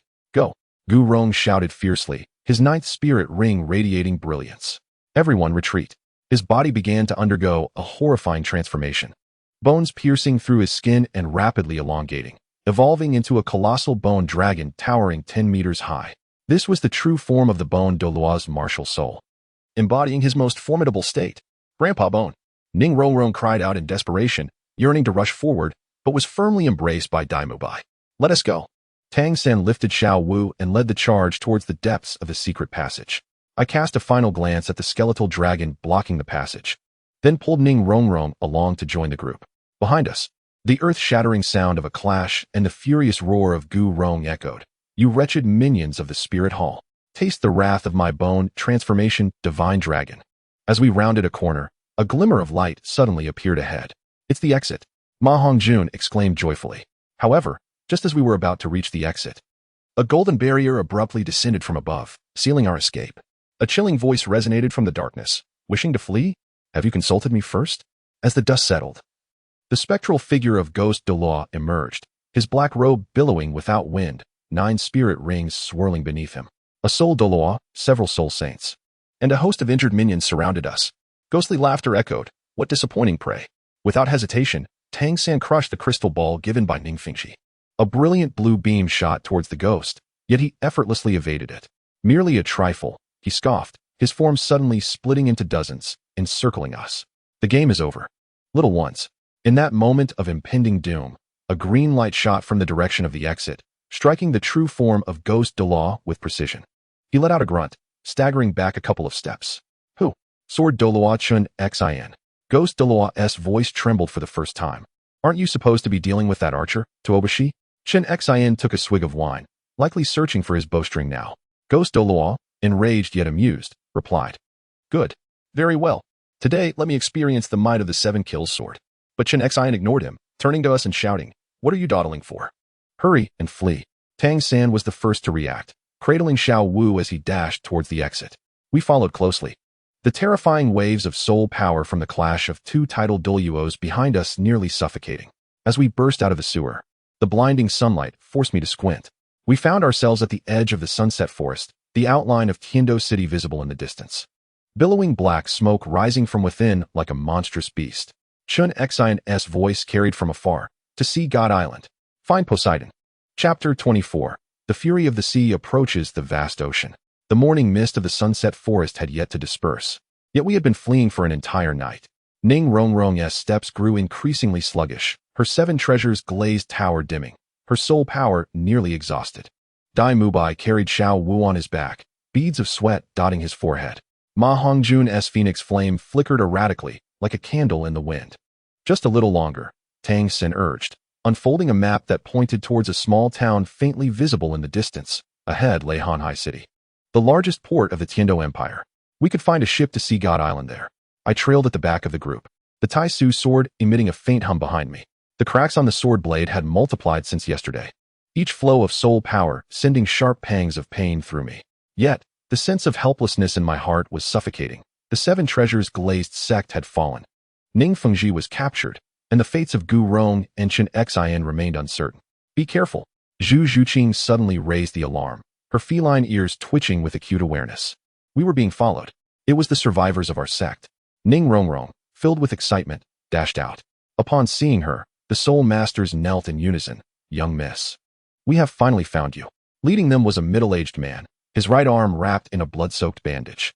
I was ordered to escort the sect's scriptures to safety. But we faced ambushes 3 times along the way. Out of 300 disciples, only these remain. Ning Rongrong's lips trembled, yet she fought back tears. Rise. This is not the time for sorrow. Do you have any news of my father? The sect leader is imprisoned in the newly established Sky Do branch of the Spirit Hall, the man whispered. It is said that a public trial will be held in 3 days, intended to serve as a warning to others. Tang Sin interjected coldly.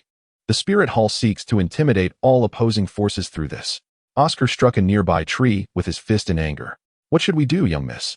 The disciples of the 7 treasure glazed tile school looked at Ning Rongrong with anticipation. The once spoiled young girl now displayed remarkable composure. She turned to Tang San. Brother San, the plan remains unchanged. However, I wish to send someone to gather news about my father. Tang San pondered for a moment. It is too dangerous. The Spirit Hall has surely laid a trap. I will go, I suddenly spoke. The concealment abilities of the Tai Su sword are perfect for infiltration. Ning Rongrong abruptly grasped my wrist. No, you are injured. It is merely reconnaissance, not a direct confrontation. I gently freed her grip and addressed the injured disciple. Where is the Sky Do branch located? What is its defense like? It is at the former site of the Blue Lightning Tyrant Dragon family. Now transformed into a palace of the Spirit Hall, the disciple gritted through clenched teeth. At least 2 titled Douluos stand guard, with no fewer than 5 soul Douluos, along with hundreds of elite soul masters. A collective gasp escaped from the crowd. Such defensive strength made a frontal assault tantamount to suicide. Suddenly, Ning Rongrong thrust a silk pouch into my hand. Take this. It was left for me by my father and may prove useful. Inside the pouch lay a crystalline gem radiating a gentle wave of soul power. I recognized it as the 7 treasure glazed tile school's treasured concealment gem. capable of perfectly masking a soul master's presence. Be careful. Tang San handed me a small vial. This is Xiao Wu's heartbreak red essence. It could save your life in a critical moment. At midday, I disguised myself as a merchant and infiltrated the city of Skydo, once a bustling metropolis. It now lay in ruins, with patrolling soul masters from the spirit hall visible on every street. The common folk hurried past with their heads bowed, the air thick with oppression. The former site of the Blue Lightning Tyrant Dragon family stood on the western edge of the city, its once grand structures now draped in the banners of the spirit hall, concealed on the third floor of an inn across the street. I utilized the far-sight ability of the Tai Su sword to observe the interior layout. Suddenly, a squad of soul masters clad in black emerged from a side door, escorting several prisoners. My heart lurched. They wore the attire of the Seven Treasure glazed tile school. The prisoners bore numerous injuries, yet stood tall. The last to be brought out was none other than Ning Fengji. He appeared considerably more gaunt than I remembered.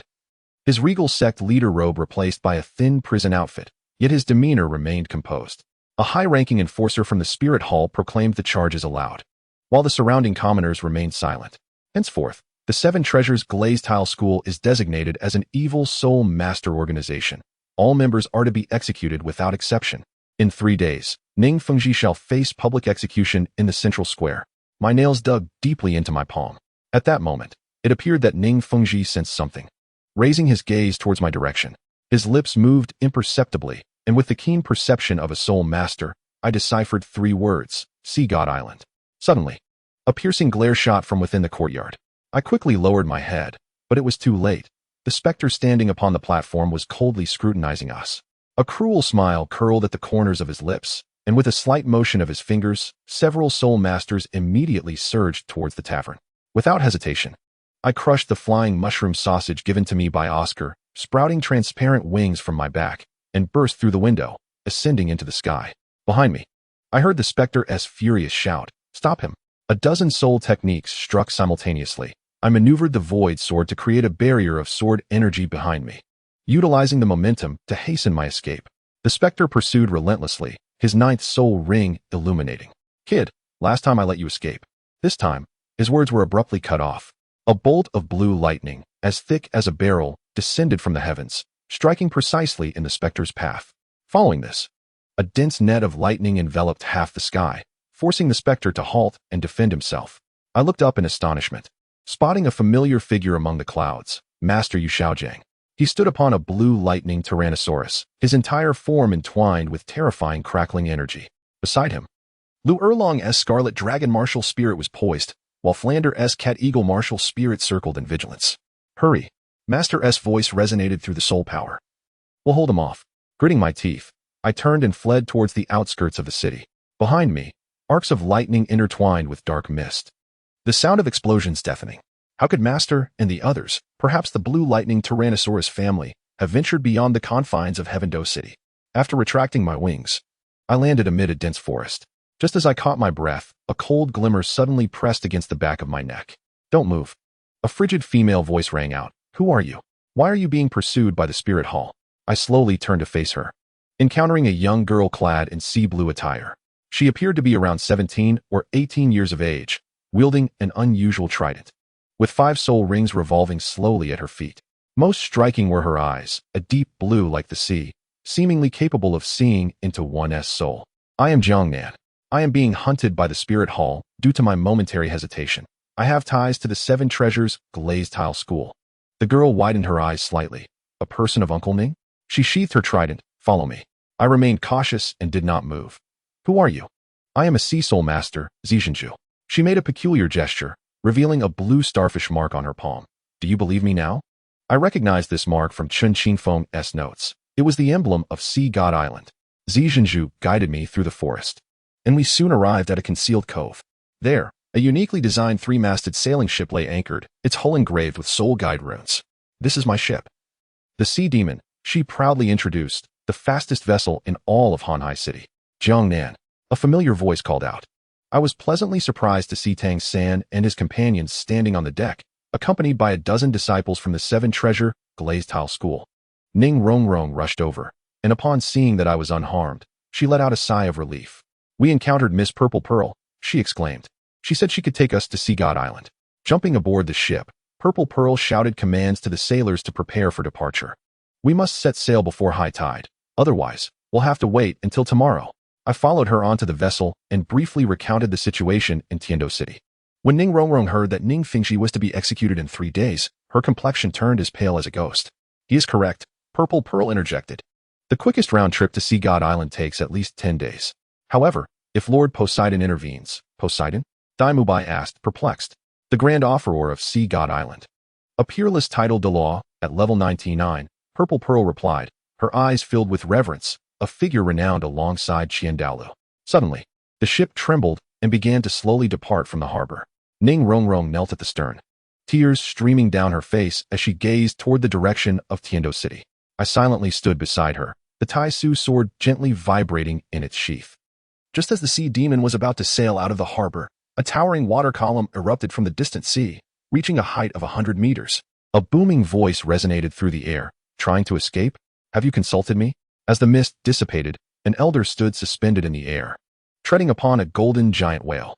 Clad in the robes of a spirit hall elder, 9 soul rings rotated slowly beneath his feet.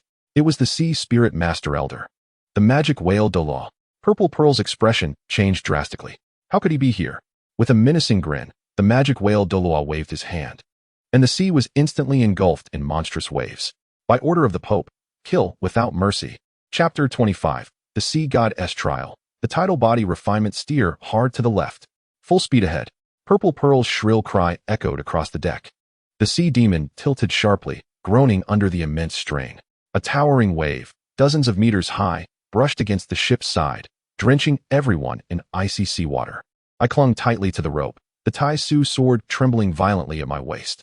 The figure of the magic whale Douluo flickered amidst the waves, and with every tail swipe of the golden whale beneath him, terrifying tsunamis surged forth. This cannot continue.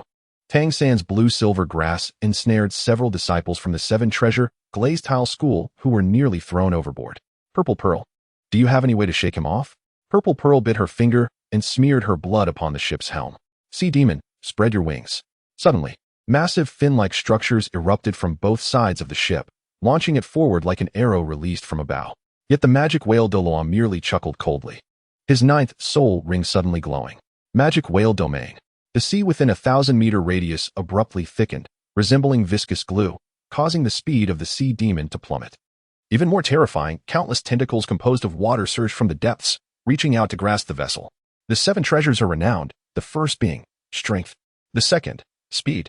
Ning Rongrong's 7 treasure glazed tile tower shone brilliantly, yet the amplification effects were significantly diminished under the domain's suppression.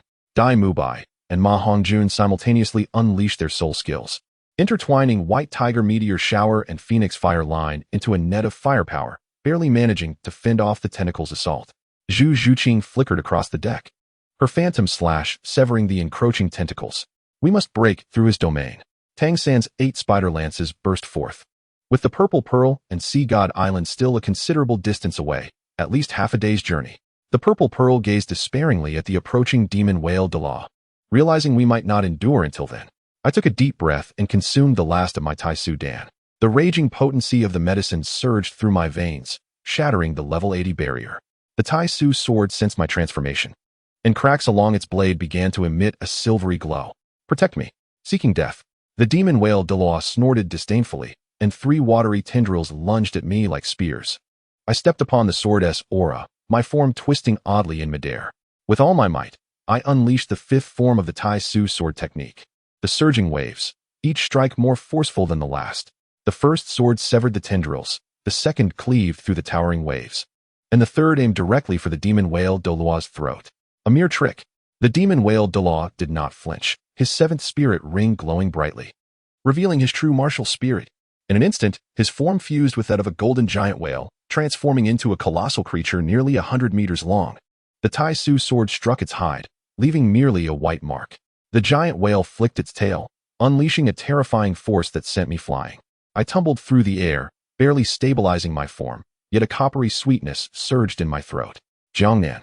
Ning Rongrong's exclamation echoed from afar. The giant whale opened its massive jaws, forming a vortex over 10 meters in diameter within its mouth. The terrifying suction was capable of devouring an entire ship. At that critical moment, Tang San suddenly appeared beside me. His eyes had transformed entirely into a resplendent purple gold, and a faint trident mark materialized on his forehead. "Lend me the Tai Su sword." Without hesitation, I handed it to him. Tang San grasped the Tai Su sword in his left hand, while holding the mysterious trident acquired in the caverns in his right. The two artifacts crossed over his chest, creating an extraordinary resonance that distorted the surrounding space. Light of the Sea God. Impossible. Blood trickled from his mouth as astonishment and fury contorted his features. How could you be on Sea God Island? Before he could finish, a blue light suddenly illuminated the distant horizon. Instantly, the entire sea began to tremble violently, and a colossal vortex, over a kilometer in diameter, appeared from thin air. It was the protective vortex of Sea God Island, and the purple pearl trembled with excitement. "We have arrived." The demon whale Douluo's expression shifted drastically. Damn it. He turned to flee without hesitation, but it was too late. A water column erupted from the vortex, and atop it stood a blue-haired woman wielding a golden trident. With a mere flick of her wrist, the demon whale Douluo was ensnared by a water tornado, rendered immobile. With a twist of her wrist, she hurled the demon whale Douluo into the sky like a cannonball, and he quickly became a mere speck. Everyone was rendered speechless by the sheer terror of her power. The woman turned towards us, her gaze lingering on Tang San for a moment. "Land Soul Master, why do you trespass in the Sea Goddess realm?" Tang San stepped forward, bowing respectfully. "Honorable powerhouse, we come seeking aid. The Spirit Hall has waged war, bringing devastation to the continent. The affairs of the mainland have no concern of mine," the woman interrupted. Yet her eyes scanned the trident in Tang San's hand. "You carry the aura of the Sea God. Follow me." She gently tapped her foot, and a shimmering water bridge extended from the vortex, reaching the deck of the Sea Witch. "Lady Sea Witch." Purple Pearl knelt on one knee. "These are my friends." "I am aware," replied the woman known as the Sea Witch with a slight nod. "Purple Pearl, you have done exceptionally well. Now, escort them to meet Lord Poseidon." As the Sea Witch's vessel traversed the vortex, the sight that unfolded before them left everyone breathless. An island, enveloped in a kaleidoscope of colors, emerged, with the majestic Sea God Mountain towering into the clouds and the temple at its summit gleaming like gold. Surrounding the island, 7 sacred pillars, each exceeding 100 meters in diameter, stood resolutely upon the sea, emanating an overwhelming aura of power. "Welcome to Sea God Island," Purple Pearl declared with pride. As the ship docked, a group of Sea Soul Masters clad in blue attire approached. The leader, a man with fiery red hair and a flame mark on his forehead, furrowed his brow as he gazed at the Sea Witch. "Land Soul Masters?" he questioned. "What does this mean, Purple Yen?" "Hai Long. These are the individuals Lord Poseidon wishes to meet," the Sea Witch replied calmly. Before Hai Long could respond, a gentle yet authoritative voice resonated. "Bring them to the temple." The voice was soft, yet it seemed to echo in the ears of everyone present. Hai Long immediately bowed in respect. "As you command, great offering." The temple atop Sea God Mountain appeared even more magnificent up close. In the plaza before the temple stood a colossal statue of the Sea God, towering 100 meters high, holding a trident and gazing down upon all with a lifelike presence that was too overwhelming to behold. Within the temple, a woman with flowing blue hair stood at the altar, her back to us. When she turned, everyone instinctively held their breath. What a visage it was! It seemed to embody both the profound depths of the ocean and the boundless expanse of the sky, exuding both gentleness and majesty. "Tang San," she accurately called his name. "You have finally arrived." Tang San looked up in astonishment. "You know me?" Poseidon smiled slightly. "As the chosen of the Sea God, I naturally am aware." Her gaze swept over each of us, pausing momentarily upon Xiao Wu. "The poison of the Death Spider King has 3 days left to live." Ning Rongrong suddenly fell to her knees. "I beseech the great offering to save my father and companions. The 7 Treasure Glazed Tile School is willing to pay any price." Poseidon gently raised her hand, and Ning Rongrong was lifted by a gentle force. "Child, Sea God Island does not partake in the disputes of the continent. However," she turned her gaze to Tang San, "if it is a request from the heir of the Sea God, that is a different matter." "Heir of the Sea God," we exclaimed in unison, Tang San appearing equally bewildered. Poseidon pointed to the trident in his hand. "This replica of the Sea God's trident serves as your token." "Tang San, do you wish to accept the 9 trials of the Sea God?" With satisfaction, Poseidon nodded. "Excellent. However, the Sea Goddess trials are exceedingly rigorous. A matter of life and death. Your companions may also partake in the trials, but the difficulty will vary according to each individual's aptitude." With a wave of her hand, 7 beams of blue light flew in from outside the temple, landing on each of our foreheads. I immediately felt a refreshing energy surge into my mind. causing the Taishu sword to unsheath involuntarily, tracing a silver line through the air. Jiangnan, Black Level 6th Trial. Poseidon's voice carried a hint of astonishment as he acknowledged the land's spirit masters, second only to Tang San in the Red Level 8th assessment. The evaluation levels of the others were soon revealed. Dai Mubai achieved a Black Level 5th assessment, Zhu Zhuqing also a Black Level 5th, Ma Hongjun a Purple Level 3rd, Oscar a Black Level 4th, and surprisingly, Ning Rongrong attained a Black Level 6th assessment. As Poseidon glanced at the unconscious Xiao Wu, he gently touched her forehead. A golden light suddenly illuminating the area, signifying a top-tier first assessment, survival. What does this mean? Tang Sen inquired anxiously. If she can survive until you complete the first assessment, her toxicity will dissipate, Poseidon explained. Now, you have 1 day to rest. The formal assessment will commence at sunrise tomorrow. That evening, we were arranged to rest in lodgings beside the holy pillars. Tang Sen remained vigilantly by Xiao Wu's bedside, while the others were lost in their thoughts. I walked to the seaside, gazing at the waves under the moonlight, my mind swirling with countless reflections. What are you thinking about? Ning Rongrong's voice called from behind. She had changed into a blue dress befitting Sea God Island, radiating an otherworldly beauty in the moonlight. Thinking of Tianshou City, thinking of Sect Master Ning, I replied softly, and of Senior Dust Heart, Senior Gurong. Ning Rongrong's eyes reddened again. Father must still be alive. He promised that the 7-treasure glazed tile school would never perish. Just as I was about to comfort her, the sea suddenly roiled violently. A colossal shadow surged from beneath the water, and simultaneously, the 7 holy pillars erupted with dazzling light. Zhejian Pearl rushed over in a panic. Not good. It's the deep sea demon whale king. It sensed the commencement of the sea god assessment and has come to obstruct us. The sea erupted violently as a shadow, several times larger than the true form of the demon whale spirit, emerged from the depths. Its single eye was the size of a house, and the terrifying pressure rendered everyone breathless. At some point, the 99,000-year-old sea soul beast Poseidon appeared on the shore, brandishing a golden trident that shone brilliantly. Leave. This is not your domain.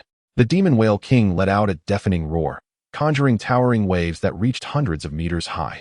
Just as it was about to strike, the trident mark on Tang San's forehead suddenly glowed with a brilliant light. A phantom golden figure materialized behind him, waving its hand gently. The demon whale king recoiled as if struck by lightning, emitting a mournful cry as it plunged back into the depths, vanishing from sight. Poseidon bowed deeply to the golden figure, Lord Sea God. The apparition nodded slightly, its gaze sweeping over each of us before settling on Tang San. Let us begin. My heir. With that, the phantom dissipated. Poseidon turned to us, his expression more serious than ever. Tomorrow's first assessment is the tidal body tempering. Those who cannot endure will perish. Chapter 26. The furious waves tempering the soul. The divine light emerges before dawn. Sea God Island was enveloped in deep blue hues, with the 7 holy pillars emanating a soft glow. We followed Poseidon to a cliff on the western side of the island, overlooking the perilous shore where furious waves crashed against the rocks. As the tide receded, 7 circular stone pillars, covered in moss, were revealed, each approximately 2 meters in diameter and rising more than 3 meters above the sea. The tidal body tempering is the first challenge of the sea god assessment. Poseidon's voice remained clear amidst the roar of the waves. You must stand upon the pillars during the rising tide and withstand the impact of the waves for 6 hours. Those who fall midway will fail the assessment. Dai Mubai gazed down at the jagged rocks below, his throat tightening. Should he fall, he would either sustain grave injuries or face death itself. Poseidon calmly remarked that it was still possible to withdraw. Yet, no one moved. Tang San, carrying Xiao Wu, exhibited an unwavering determination. Ning Rongrong stood beside me, her 7-treasure glazed tile slowly rotating in her palm. Though her face was pale, it radiated resolve. Excellent. Poseidon nodded slightly, instructing us to choose a stone pillar and commence at sunrise. I selected the outermost pillar, planting the Tai Su sword before me for support. Ning Rongrong positioned herself to my right, while Oscar and Dai Mubai stood to my left. Tang San, with Xiao Wu on his back, occupied the central pillar, and Ma Hongjun and Zhu Zhuqing took the remaining 2. As the horizon brightened with the first light of dawn, Poseidon lightly waved his golden trident. Begin. Initially, the gentle waves lapped at our ankles, their coolness refreshing. However, as the sun ascended, the tide surged at an alarming rate, the waves growing ever higher. An hour later, the water reached our knees, and the impact of the surf began to numb our legs. The renowned 7 treasures proclaimed, speed. Ning Rongrong's amplification arrived just in time, alleviating the ache in our muscles. At noon, the true trial commenced. The rising tide roared like an enraged beast, each crash weighing heavily upon us. I was compelled to position the Tai Su sword across my chest, using its blade to cleave through the oncoming deluge. Even so, my entire being was soaked, each breath tinged with the saltiness of the sea. Suddenly, a gasp echoed. Oscar's pillar was struck head-on by a massive wave, sending him soaring through the air like a marionette with severed strings. Xiaoyao, Dai Mubai reached out in an attempt to save him, but was himself overwhelmed by the next surge.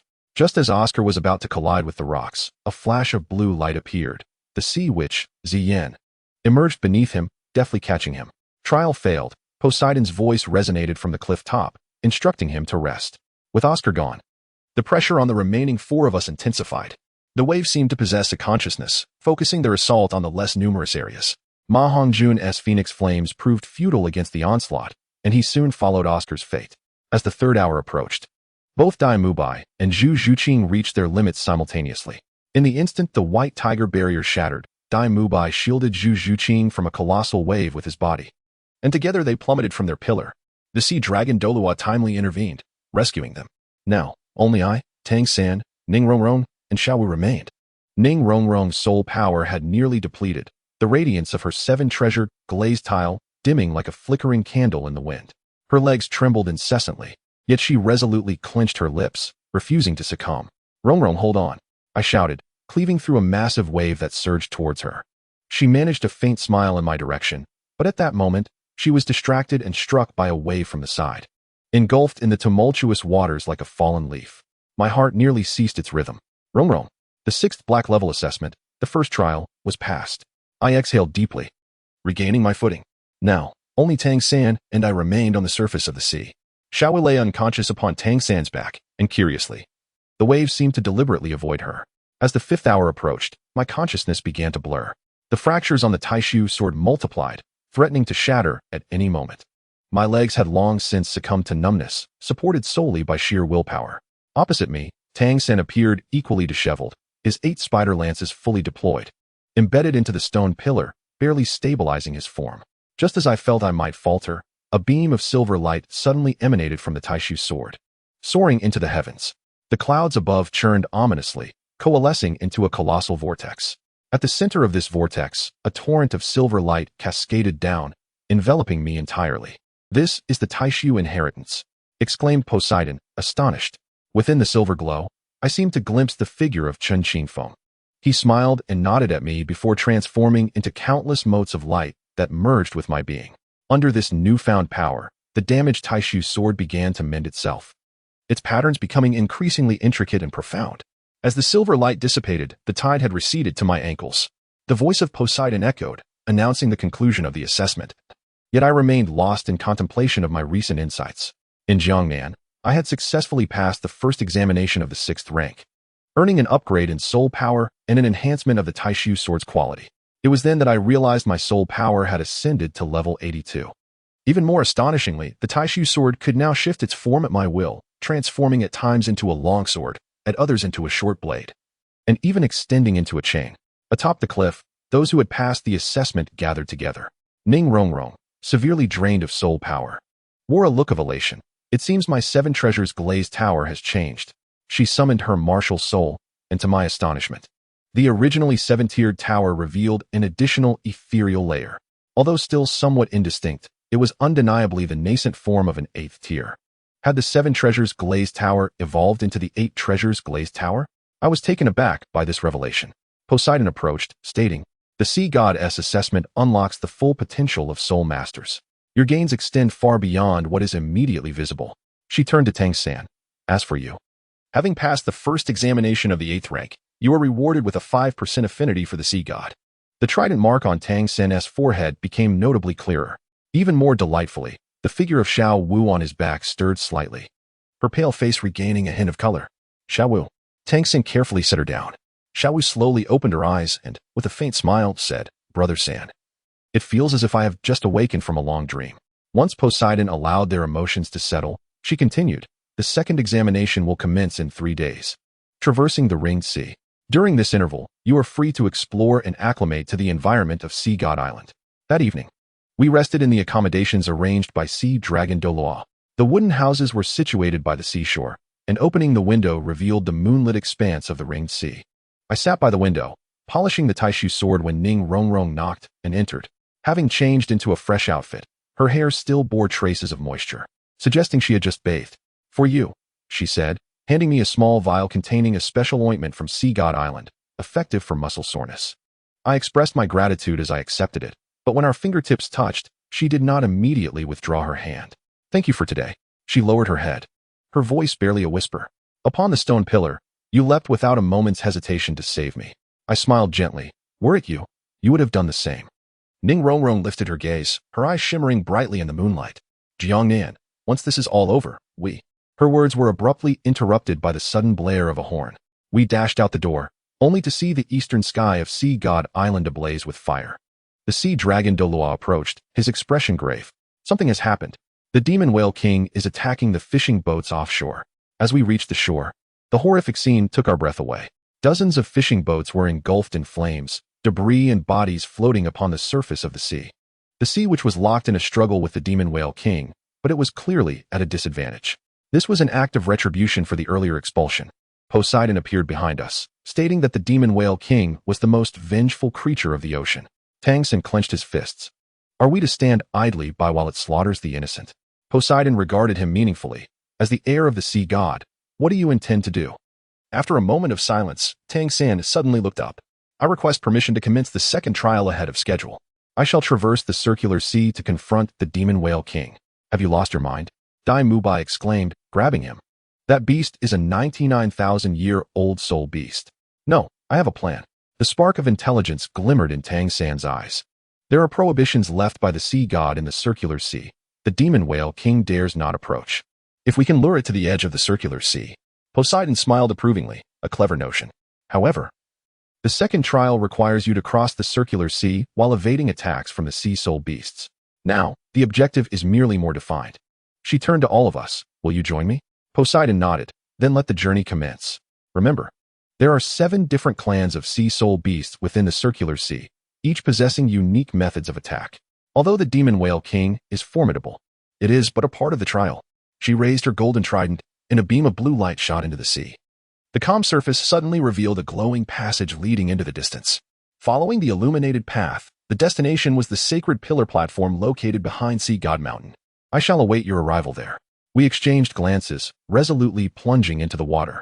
Strangely, upon entering, our breathing was unaffected, as if we were enveloped in a vast bubble. "This is the blessing of the sea god," came the voice of the purple pearl from behind, who had also joined us, able to breathe freely for 6 hours underwater. The circular sea was vaster than we had imagined. We swam along the luminous path for about half an hour, as various strange sea soul beasts began to appear around us, circling curiously but not initiating an attack.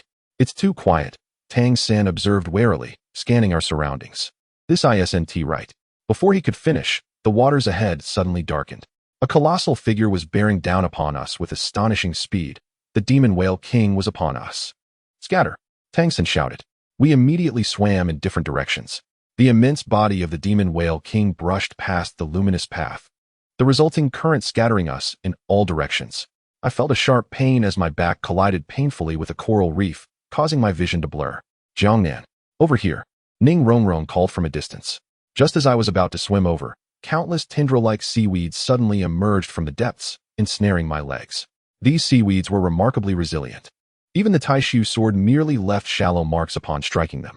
"It's the devil's seaweed," exclaimed Zhu Jinju. "Do not let it drag you down." More seaweeds surged from all directions, quickly enveloping me in a cocoon. Breathing became arduous, and my vision began to blur. Just as I was on the brink of losing consciousness, a beam of golden light pierced through the seaweed, precisely severing my bindings. Tangsen, wielding the sea god's trident, charged toward me, followed closely by Xiaowu and Dai Mubai.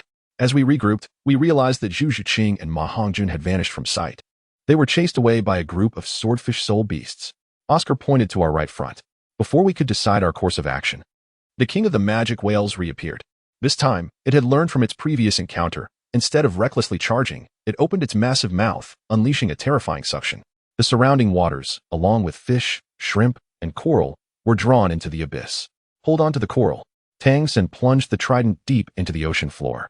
I clung to a large coral reef, while the Taishu sword pierced the ground to steady my position. Ning Rongrong grasped my arm tightly, her 8 treasure glazed tower radiating a brilliant light in the water. The 7 treasures are renowned, the 3rd, soul. At the moment, the amplification descended. The king of the magic whales abruptly changed its strategy. It ceased its consumption and instead began to thrash the seabed with its colossal tail. The terrifying shockwaves caused the entire sea to churn, shattering coral reefs. Ning Rongrong's grip was broken, and her body was involuntarily propelled toward the gaping maw of the whale king. Without hesitation, I released the Taishu sword and lunged for her. Just as I grasped her wrist, a powerful undercurrent swept us both toward the abyssal mouth of the whale. In a critical moment, a beam of golden light descended from above, separating us from the king of the magic whales. The figure of Poseidon emerged within the golden radiance, wielding a golden trident, exuding an aura of divine authority. The king of the magic whales let out a reluctant roar, yet ultimately dared not defy the power of the sea god. Slowly retreating into the depths, Poseidon turned to us, still shaken, and declared, "The second trial is complete," with a wave of her hand. We were transported to the sacred pillar platform behind the sea god mountain. The others had already awaited our arrival, though all bore injuries. Their faces were illuminated with the joy of victory. "Your courage and unity bring me solace," Poseidon smiled, particularly addressing me, Jiangnan. "Your spirit of selflessness is precisely what the sea god admires." She lightly tapped my forehead with her trident. "You have passed the 6th trial of the black rank. As a reward, your soul power is elevated by 1 level, and the Taishu sword receives the blessing of the sea god." A warm current surged within me, propelling my soul power directly to level 83. More astonishingly, a golden line appeared on the Taishu sword, harmonizing beautifully with the existing silver sheen. Ning Rongrong also received her reward. The phantasm of her 8 treasure glazed tower became more solid, enhancing its amplification effect by 20%. "Rest for 3 days, Poseidon announced. "The 3rd trial is to ascend the sea god mountain." She pointed to the towering peaks behind her. "At the summit's temple lies what you seek." Chapter 27. The divine path to ascend to the heavens. As dawn broke, the silhouette of sea god mountain appeared, shrouded in the morning haze. We stood at the mountain's base, gazing up at the serpentine stone steps that wound their way into the clouds. Each step shimmered with a faint blue glow, intricately engraved with ancient sea god runes. The mountain comprised a total of 1,001 steps. The voice of Poseidon resonated from behind us, stating that the first 300 steps tested physical strength, the next 300 assessed soul power, and the final 300 gauge willpower. She paused at the last step, revealing that only those recognized by the sea god could tread upon it. Tang San, bearing Xiao Wu on his back, wore a solemn expression. Although Xiao Wu's condition had improved, the lingering poison of the Death Spider Emperor had yet to dissipate. "I can handle this trial," he asserted. Xiao Wu leaped from his back. Despite her unsteady footing, her gaze was resolutely determined. "I can't keep holding everyone back." Dai Mubai stretched his shoulders, declaring, "Then let us not delay any longer. Let us set forth." The moment we stepped onto the first tier, an invisible pressure descended upon us, akin to donning a heavy suit of iron that compelled our knees to bend involuntarily. "Has the gravity increased?" Ma Hongjun grimaced, taking another step, feeling as though an additional 20 pounds had been added. We maintained a steady pace upward. The first 100 steps felt relatively manageable, allowing us moments to share laughter. Ning Rongrong's 7 treasure glazed tile flickered intermittently, bestowing enhancements upon the group. However, as we ascended, the gravitational pull intensified. By the 200th step, each movement felt as though we were dragging a colossal boulder. Oscar's restorative sausages had been nearly depleted, and beads of sweat adorned Ma Hongjuan's round face, his breathing heavy as that of an ox. "This cannot continue," Tang San halted. "We need to adjust our strategy." Rongrong, cease the group enhancement and focus on aiding Dai Mubai and Xuqing. Fatty, support each other with Xiao Ao. Jiangnan, take the rear. After redistributing our roles, the efficiency of our progress markedly improved.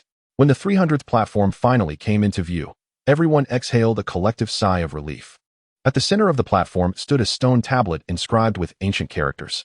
The ethereal visage of Poseidon manifested, explaining, "From this point onward, soul power will be suppressed. With each ascending step, the speed of soul power circulation will diminish."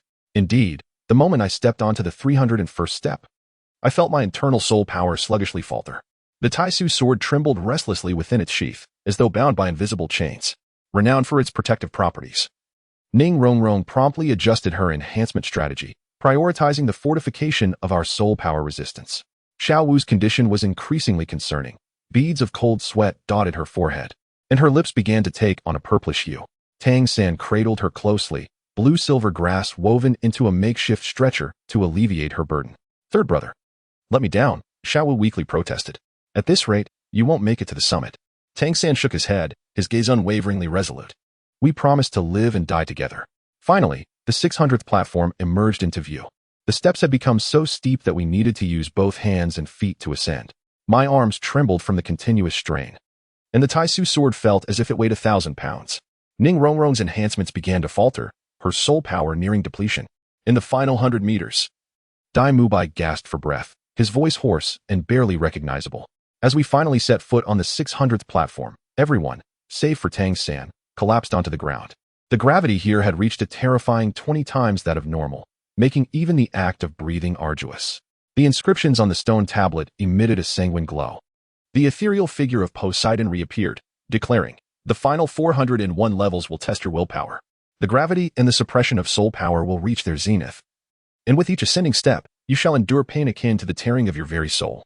She surveyed the crowd. It is still not too late to withdraw. Silence ensued. After a brief respite, we helped one another to our feet, demonstrating our resolve through action. At the 700th level, Ma Hongjun was the first to succumb. His legs had lost all sensation, and the phoenix flames flickered weakly to mere embers. The apparition of Poseidon appeared, transporting him back to the foot of the mountain. At the 750 level, both Oscar and Dai Mubai simultaneously reached their limits. Oscar's sausages had long been depleted, while Dai Mubai had exhausted all his soul power in aiding Zhu Zhuqing. As they were transported away, they clung tightly to one another's hands. At the 800th level, Zhu Zhuqing's eyes began to weep blood. Her body trembled like leaves in the wind, yet she stubbornly continued to ascend. It was only when her soul of the nether spirit cat instinctively shielded its master that she reluctantly succumbed to unconsciousness. Now, only I, Tang San, Xiaowu, and Ning Rongrong remained. At the 850 level, Ning Rongrong's 7-treasure glazed tower shattered with a resounding crash. She collapsed onto the steps, her slender fingers digging into the crevices of the stone. I can go on. I helped her up, allowing her to lean against my shoulder. The Taisu sword was thrust into the steps for support, and we advanced at a snail's pace. Each step felt as though we were treading upon razor blades, our bones groaning under the unbearable strain. At the 900th level, Xiaowu fell into complete unconsciousness. Her body began to fade, a sign of her soul being damaged. Tang San's knees were raw and bloodied, yet he clung to her desperately, refusing to let go. Let me carry Xiaowu up, Ning Rongrong weakly urged. Complete the assessment. I shook my head and hoisted her onto my back. If we go up together. The final 100 levels felt akin to walking along the precipice of hell. My consciousness began to blur, and illusions danced before my eyes. At times, I beheld the scenes of the 7-treasure glazed tile sect's downfall, and at others, the torment of Ning Fengji in the dungeons of the Spirit Hall. The golden and silver patterns on the Taisu sword flickered alternately, barely keeping me awake. At the 999th level, Tang San and I simultaneously collapsed onto the platform. We were but a step away from the summit, yet our bodies had reached their absolute limit. Tang San's 8 spider lances had all shattered, and my Taisu sword was dim and lifeless. Ning Rongrong and Xiaowu lay unconscious, their breaths so faint they were nearly imperceptible. Give up, a voice full of temptation echoed in my mind. If you relinquish your efforts, all suffering will cease. I glanced at Tang San, his gaze equally vacant. Yet when our eyes met, an invisible force momentarily stirred us awake. For Xiaowu, for Rongrong, we simultaneously reached out, grasping the edge of the final step. The agonizing pain of torn muscles rendered my vision a crimson haze, yet none of us let go. Accompanied by heart-wrenching cries, we finally ascended the last step. The golden gates of the temple atop the mountain loomed nearby, radiating a warm glow. Poseidon's true form appeared before the gates, her eyes filled with satisfaction. Congratulations, you have accomplished the impossible trial. With a gentle tap of her golden trident, for beams of golden light entered our bodies. The warm energy instantly mended all our wounds, and our depleted soul power was rejuvenated. Ning Rongrong and Xiaowu awakened simultaneously. Xiaowu's complexion regained its rosy hue, as the lingering poison of the Death Spider Emperor was entirely eradicated. Ning Rongrong's 7-treasure glazed tile floated in her palm, its 8-tiered structure now fully solidified, emanating a magnificent radiance. Overwhelmed with joy, she wept at the sight of her tower, thinking how proud her father would be. Poseidon smiled and opened the temple doors. Enter and accept your rewards. The interior of the temple was more austere than anticipated. At its center lay a vast golden pool, its water resembling liquid sunlight, exuding a sacred aura. Surrounding it stood 7 diminutive holy pillars, each corresponding to a different power. Jiangnan, step forward. Poseidon beckoned me to approach the edge of the pool. As I took my position, the water suddenly began to boil. A beam of golden light soared into the sky, coalescing into a peculiar halo above. This halo was entirely silver, with golden patterns swirling along its edges, emanating a pulse of energy that sent shivers down my spine. I was rendered speechless. A divine soul ring. Poseidon's voice was solemn and sacred, stating that the ring would automatically generate the most suitable duration based on the potential of the examiner. Now, unleash your martial spirit. I summoned the Taiji sword, its silver blade resonating harmoniously with the halo. As the halo descended slowly, upon touching the tip of the sword, it erupted in a blinding flash of light. Everyone instinctively shut their eyes. When I opened them again, the Taiji sword was transformed, now entwined with 8 soul rings. The final one a vivid red. 100,000-year soul ring. Tang Xin gasped in astonishment. Poseidon also appeared slightly taken aback. It seems the sea god has great expectations for you. I felt the surging power within me. And the information regarding the 8th soul skill surfaced in my mind. Taishu Divine Descent, concentrating all Taishu power to deliver a strike capable of slaying a god. Soul power will be exhausted after use. Exercise caution. Next came Tang Xin's reward. As he approached the pool, the water parted to reveal a trident of pure gold. Unlike the previous replica, this trident emanated genuine divine might. This is the projection of the sea god's trident, Poseidon explained. Though it is not a true divine artifact, it possesses a portion of its power. The moment Tang Xin grasped the trident, the golden light from the mark on his forehead surged. His soul power directly broke through to level 85, and his blue-silver emperor martial spirit underwent a subtle transformation, with golden patterns appearing on its leaves. Xiao Wu and Ning Rongrong received rewards of a 2-level increase in soul power, accompanied by an evolution of their martial spirits. Xiao Wu's soft-bone rabbit gained the attribute of nullity, allowing for brief immunity to physical attacks. Ning Rongrong's 8 treasure glaze tile unlocked a new collective enhancement capability. This astonishing news left us all in stunned silence. The 10,000-year soul beast is a being equivalent to a tidal Douluo. The descent down the mountain was considerably easier. Once the gravitational pull normalized, we were able to appreciate the scenic beauty along the way. Midway down the slope, Daimubai and the others had been waiting for quite some time. They too had received their respective rewards, significantly enhancing their strength. But where is Fatty? Tang San glanced around and noticed one person missing. Zhu Zhiqing pointed towards the sea. He said he wanted to test his newly acquired Phoenix domain and went to the circular sea for training. Following her, we beheld the distant sea ablaze with flames. Ma Hongjun's silhouette flickered amidst the fire, and the surrounding seawater had been evaporated, creating a vacuum zone. It seemed everyone had reaped considerable benefits. I chuckled, feeling the surging power of my 8th spirit ring within me. I grasped her hand firmly. It will certainly happen. When the time comes, we shall face it together. As the sun dipped below the horizon, Sea God Island was enveloped in a golden twilight. Tomorrow awaited us with even graver challenges, yet at this moment, hope filled every heart. Chapter 28. The sea demon whale and the blade of God slaying. The circular sea shimmered in resplendent turquoise under the morning light, tranquil as a vast emerald. Yet, all were acutely aware that beneath this beautiful facade lay a terrifying existence capable of devouring a tidal Douluo. The mere mention of its name caused a collective pallor to wash over everyone. Although we had anticipated confronting a 10,000-year soul beast, none had expected it to be that terrifying entity which had previously assaulted us. Do not worry, Poseidon seemed to discern our trepidation. This time you shall only face a juvenile demon whale, approximately 12,000 years in age. It is currently foraging around the periphery of the circular sea. She handed Tang Sen a blue crystal. This is Lord Sea God's token, which will guide you to your target. Remember, you have only 6 hours. Upon grasping the crystal, a trident mark illuminated Tang San's forehead. He closed his eyes in concentration for a moment before pointing northeast. Over there, about 20 nautical miles away, the Sea Witch, Zhejian Pearl, had prepared the vessel. Unlike last time, this ship was streamlined, with a massive water-avoiding pearl embedded in its prow. This is the whaling ship from Sea God Island. She proudly announced. Its hull is inscribed with defensive formations capable of withstanding 3 full-force attacks from a 10,000-year soul beast. Once aboard, we swiftly assigned roles. Tang San was in charge of navigation and command. Dai Mubai and Ma Hongjun took the lead in offense. Zhu Zhiqing was responsible for reconnaissance, while I, along with Ning Rongrong and Oscar, provided support. Xiao Wu, having just recovered, was tasked with remaining on the ship. The whaling vessel exceeded our expectations in speed, reaching the target sea area in less than an hour. The waters here exhibited an eerie deep purple hue, with enormous bubbles occasionally surfacing. Drop anchor, Tang San commanded softly. Zhu Zhuqing, investigate the underwater situation. Zhu Zhuqing's eyes transformed into slits, her sixth spirit ring shimmering. Netherworld spirit cat, night vision. Her gaze penetrated the water, and her expression abruptly changed. Not good. It has spotted us. Raise the anchor quickly. No sooner had she spoken than the ship jolted violently. A water column, exceeding 10 meters in diameter, erupted skyward, nearly capsizing the vessel. Immediately after, a colossal creature burst forth from the water, a deep blue demon whale measuring over 50 meters in length, its dorsal fin adorned with menacing bony spikes, and a single eye gleaming with a ferocious light.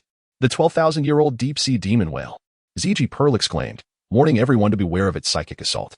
As if to affirm her words, the whale's solitary eye suddenly ignited with a purple glow. An invisible wave swept across the deck, leaving everyone momentarily dizzy. Mai Tai Su sword instinctively shielded its master, the sound of the blade dispelling part of the mental interference. Yet Ma Hongjun and Oscar had already collapsed to the ground, blood seeping from their mouths and noses. 7 treasures are renowned, 5 represent the soul. Ning Rongrong's 8-treasure glazed tower radiated a brilliant light, its defensive enhancement alleviating the discomfort of the crowd just in time. Tang San decisively commanded, let us proceed as planned. Dilata, Fatty, engage it head-on. Zhu Qing, harass its eye. Jiangnan, prepare a lethal strike. Daimubai let out a fierce roar and leaped onto the whale's back in his white tiger transformation. His claws grazed the whale's skin, leaving merely a few white streaks. The creature's defenses were far beyond expectations. Ma Hongjuan's phoenix meteor shower rained down, flames exploding on the whale's back, only to be swiftly extinguished by a torrent of water it spewed forth. Zhu Zhuqing flashed around the whale's head, launching her phantom slash towards its solitary eye, forcing it to frequently shut its eye in defense.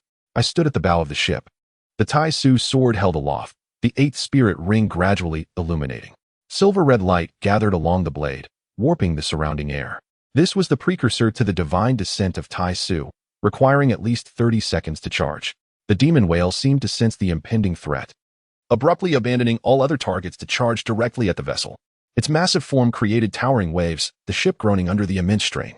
Block its path, Tang San shouted, as the sea god's trident projected a beam of golden light, forming a barrier before the whale. Daimubai and Zhu Zhuqing fought desperately, yet they could not halt the beast's charge. Just as the ship seemed on the brink of destruction, a pink figure suddenly leaped onto the deck. Xiaowu, no. Tang San's cry echoed across the sea. Astonishingly, her body pierced straight through the whale's thick skin and entered its interior. The demon whale emitted an anguished roar, thrashing wildly. Yet it was powerless against the intruder within. Now, Tang San shouted at me.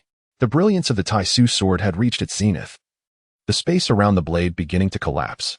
I took a deep breath and summoned all my strength to deliver this divine strike. Tai Su divine descent. A slender silver-red beam sliced across the ocean's surface. There was no earth-shattering explosion, no dazzling light effects, yet the whale's movements suddenly froze. In the next moment, a line of blood appeared at its center, and then it slowly split in two. The sea was stained crimson, and Xiao Wu's figure burst forth from the whale's carcass, landing steadily on the deck. Her clothes were tattered and corroded, yet her face bore a triumphant smile. We did it, Oscar cheered. However, at that moment, an unexpected turn of events unfolded. The whale's corpse suddenly erupted, a deep blue orb of light rapidly ascending, transforming into the specter of a middle-aged man with a grim countenance. Human beings, you dare to slay my offspring. The voice of the phantom resonated like thunder, heralding the impending wrath of the deep-sea demon whale king. The terrifying pressure rendered all present immobile. This was the projection of a million-year soul beast, its power far surpassing that of an ordinary tidal Douluo. Just as the phantom prepared to unleash its assault, Poseidon's silhouette materialized in the air. With a gentle sweep of her golden trident, the phantom of the demon whale king dissipated like a mere bubble. The assessment was complete. She calmly announced, now, absorb your spoils. Above the corpse of the demon whale, a brilliant red soul ring began to coalesce. To our astonishment, a piece of deep blue soul bone also emerged, a rare head soul bone. The eye of the 12,000-year demon whale, Poseidon elaborated, which grants mental shock and danger foresight abilities. After a brief discussion, we decided to allocate the soul ring to Tang San and the soul bone to Ning Rongrong. Tang San already wielded the sea god trident, and absorbing the soul ring would undoubtedly enhance his prowess. whereas Ning Rongrong, as a support soul master, would greatly benefit from the mental defense capability. The absorption process proceeded remarkably smoothly.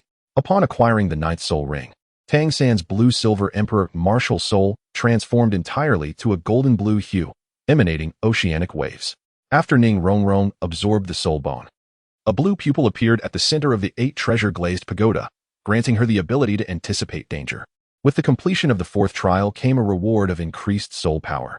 Poseidon informed us that the 5th trial would commence in 7 days. Challenging the guardians of the sacred pillars, she gestured towards the 7 sacred pillars surrounding Sea God Island. You must defeat the 7 guardians one by one, with each person participating in at least 3 battles. This task sounded more daunting than hunting the demon whale. The guardians of the sacred pillars were all titled Douluo powerhouses, among whom the sea dragon Douluo had even reached level 95. On our return journey, an uneasy silence enveloped us.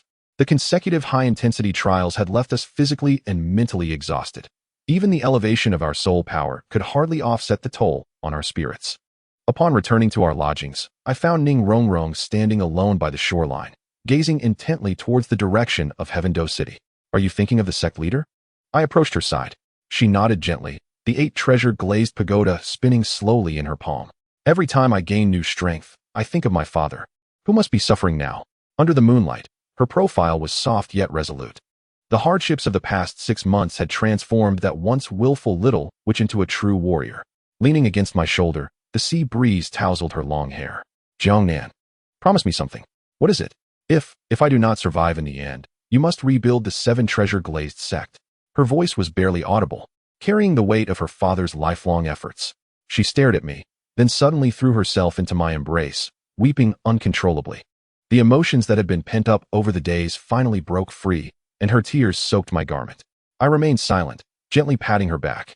In the distance, the outline of Sea God Mountain loomed under the moonlight, resembling a long spear pointing toward the starry sky. On the morning 3 days later, as we were training in the practice field, Zhejian Pearl rushed over in a state of panic. A grave situation has arisen. The Demon Whale King has assembled the army of deep-sea soul beasts and is attacking the defenses of Sea God Island. When we reached the shore, the sight before us was breathtaking. On the distant horizon, a multitude of sea spirits surged forth like a black tide. Leading them was the formidable deep-sea Demon Whale King, its size having increased substantially since our last encounter, with a single eye ablaze with vengeful fury. The 7 guardians of the sacred pillars had mobilized entirely, each commanding a line of sea spirit masters. Poseidon hovered in the air. His golden trident pointed menacingly at the Demon Whale King. This is your final warning. Retreat. The Demon Whale King roared with deafening intensity, raising monstrous waves that reached heights of 100 meters. Surrender the humans who have slain my offspring, or I shall raise Sea God Island. Arrogance. The trident of Poseidon erupted with blinding golden light. How dare you unleash chaos upon Sea God Island? The clash of these 2 unparalleled titans altered the very fabric of the heavens. The sea roared, dark clouds gathered ominously, as if the apocalypse were upon us. What shall we do? Ma Hongjun swallowed hard. This is beyond the scope of the assessment, isn't it? Tang San's eyes gleamed with resolute determination. This calamity was brought upon us. We cannot stand idly by. He directed his gaze towards the battle involving Poseidon. Moreover, is this not the perfect opportunity for our 5th practical examination? Exchanging knowing smiles, the group simultaneously summoned their martial spirits. Ning Rongrong's 8 treasure-glazed tower radiated brilliantly, 6 amplifications precisely bestowing power upon each of them. Shrek 7 Monsters, Charge. Chapter 29, The Battle of the Sacred Pillars, 7 Monsters in Action. The roar of the Demon Whale King sent violent tremors across the sea surface, its colossal form stirring titanic waves with each movement. Poseidon's golden trident clashed against it, and the resulting energy shockwave evaporated the seawater within 1,000 meters into mist. Disperse formation. Tang Sen quickly devised tactics amidst their charge. Dai, Xing. Handle the left flank of low-tier sea spirits. Fatty, Xiao Ao, take the right. Jiangnan, Rongrong, follow me straight for the Demon Whale King. The sea dragon Douluo, upon seeing our entrance into the fray, immediately commanded the sea spirit masters to clear a path. Land spirit masters, do not overestimate your strength. That is a million-year spirit beast. The Demon Whale King noted our approach, a flicker of disdain crossing its singular eye. It casually flicked its tail, sending forth a towering wall of water over 100 meters high. 7 treasures are renowned, 6 are amplify. Ning Rongrong's 8-treasure glazed tower shone with unprecedented brilliance. After the enhancement from her head spirit bone, her amplification effects had nearly reached the level of Ning Fengji. I brandished my sword, the golden and silver patterns on the Tai Su sword illuminating simultaneously. The 8th spirit ring glimmered as a blade-like aura, as delicate as a cicada's wing, sliced through the water wall, clearing a path for us. Ants. The demon whale king spoke, its voice akin to thunder. Dare you challenge me? It opened its massive jaws, forming a dark vortex over 20 meters in diameter. This ominous force was capable of devouring even light, as surrounding seawater, schools of fish, and several unsuspecting sea spirits were drawn into its gaping maw, instantly shredded to pieces. Be careful. It is the devouring domain. Poseidon's voice echoed from above. But it was too late for rescue. The three of us were like leaves in a tempest, uncontrollably hurtling towards that gaping abyss. In a moment of desperation, Tang Sen suddenly plunged the sea god trident into the water, light of the sea god. A golden light curtain spread from the tip of the trident, temporarily counteracting a portion of the vortex's pull. Seizing the opportunity, I wrapped my arms around Ning Rongrong's waist, driving the Tai Su sword forcefully into the seabed rocks to stabilize my position. However, I knew I could not hold out for long. Ning Rongrong's 8-treasure glazed tower spun wildly, amplifying its effects to the fullest. I had to interrupt her skill. I glanced towards the ever-expanding black hole in the mouth of the magic whale king, and a reckless thought crossed my mind. Do you trust me, Rongrong? Without a moment's hesitation, she nodded. I lifted her up, the golden and silver patterns on the Tai Su sword beginning to spin counterclockwise. Hold on tight. To Tang San's astonishment, I charged headlong into the gaping maw of the magic whale king. Ning Rongrong's amplification accelerated my speed to its zenith, and we shot forth like an arrow released from a bow, hurtling directly towards the vortex of death. Jiangnan, have you lost your mind? Tang San's shout was swallowed by the howling winds. A flicker of confusion flashed in the magic whale king's single eye, quickly morphing into cruel delight. It hastened the operation of its devouring domain, the black hole's pull intensifying once more. Just as we were about to be engulfed, I unleashed the 8th soul skill of the Tai Su sword, Tai Su Divine Fall. Yet this time, I did not release the sword's energy outward. Instead, I allowed it to swirl around the blade, forming a miniature force field. The magic whale king's devouring domain clashed violently with the Tai Su sword aura, distorting and tearing space itself. A roar erupted from the magic whale king, a cry of agony. The black hole in its mouth spiraled out of control, and the terrifying backlash of energy blew a gaping blood hole in its upper jaw. Seizing the moment, I burst forth from the gap near its gills, the Tai Su sword slicing through its eyeball. We succeeded. Ning Rongrong cheered. However, the vitality of the magic whale king exceeded all expectations. Even grievously wounded, its ferocity surged. The injured eye turned a crimson hue, and a beam of purple-black light shot forth. Watch out. Tang San's blue-silver emperor grew wildly, attempting to intercept the attack, only to be pierced instantly. Instinctively, I pushed Ning Rongrong away, the purple-black beam striking my chest. There was no pain, only an excruciating cold, as if my very soul had been frozen. The Tai Su sword emitted a mournful cry, the cracks along its blade widening once more. Jiangnan. Ning Rongrong's cries seemed to echo from a distant place. My vision began to blur. The last image I beheld was Tang Sen charging towards the magic whale king with his trident, golden light from Poseidon descending from above. Awake? A gentle voice resonated. Poseidon stood at the door, cradling a crystal ball.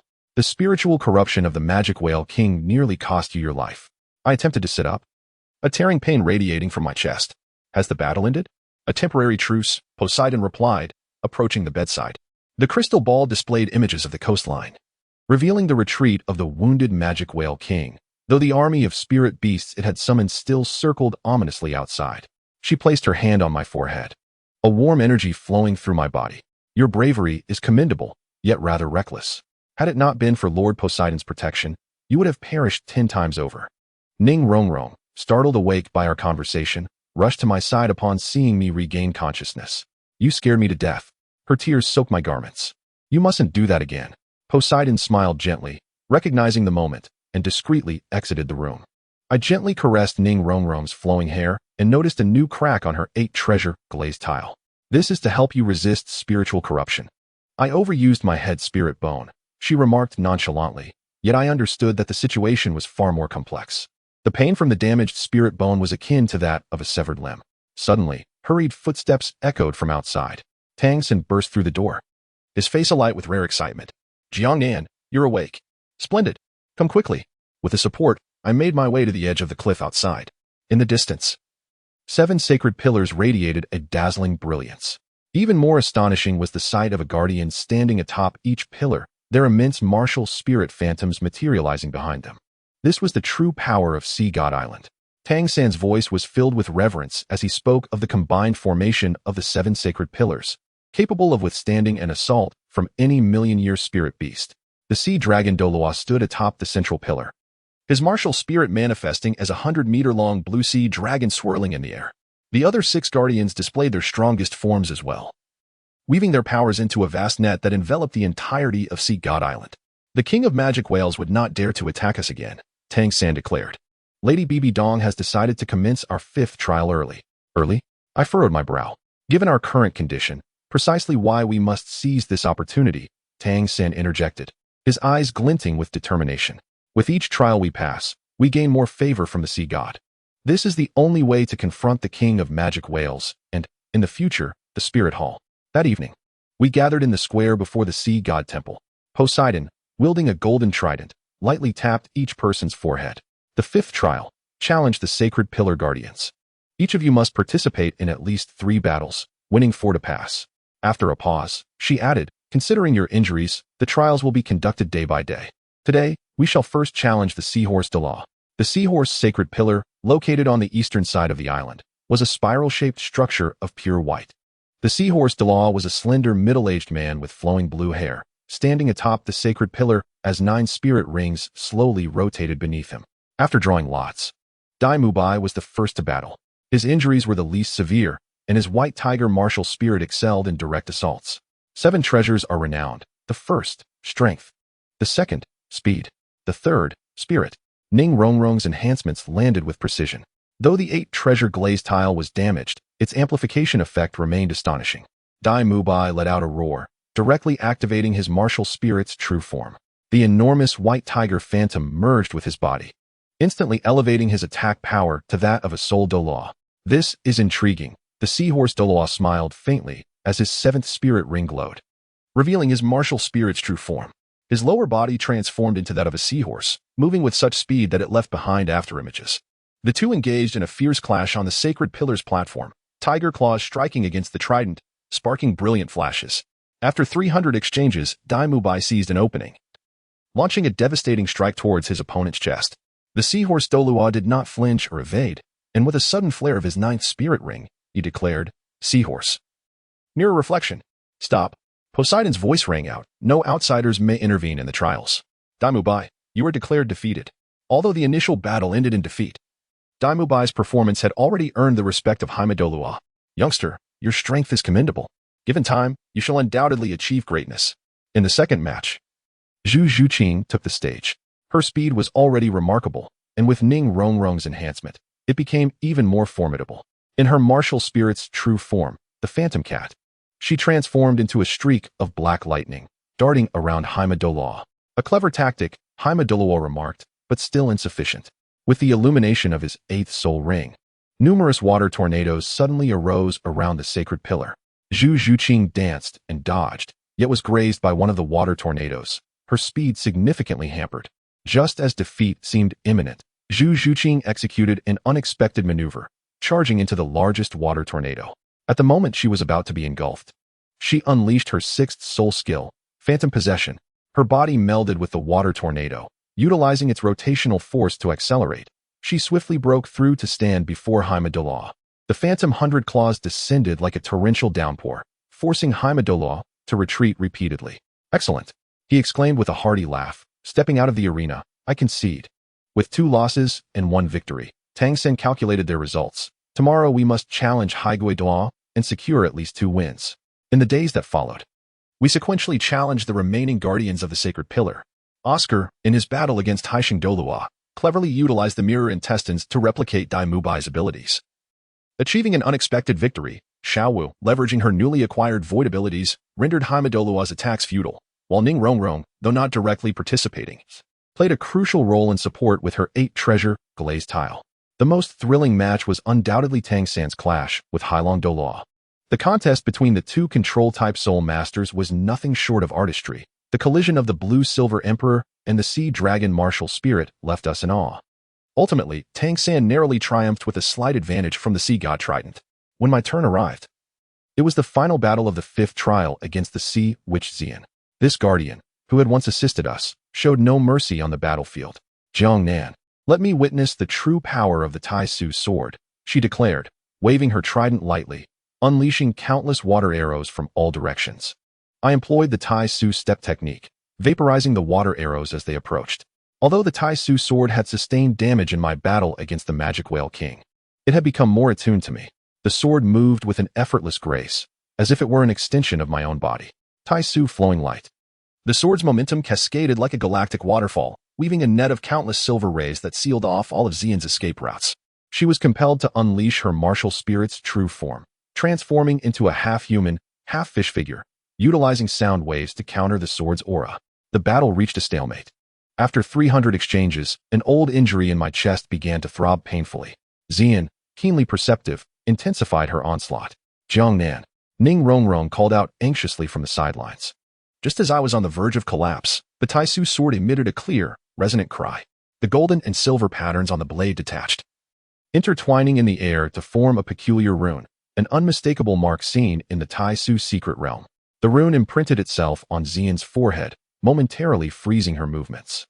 Though it lasted but a brief second, it was sufficient for me to direct my sword at her throat. I have lost, Xian calmly conceded, curiously tracing the mark upon her forehead. What power is this?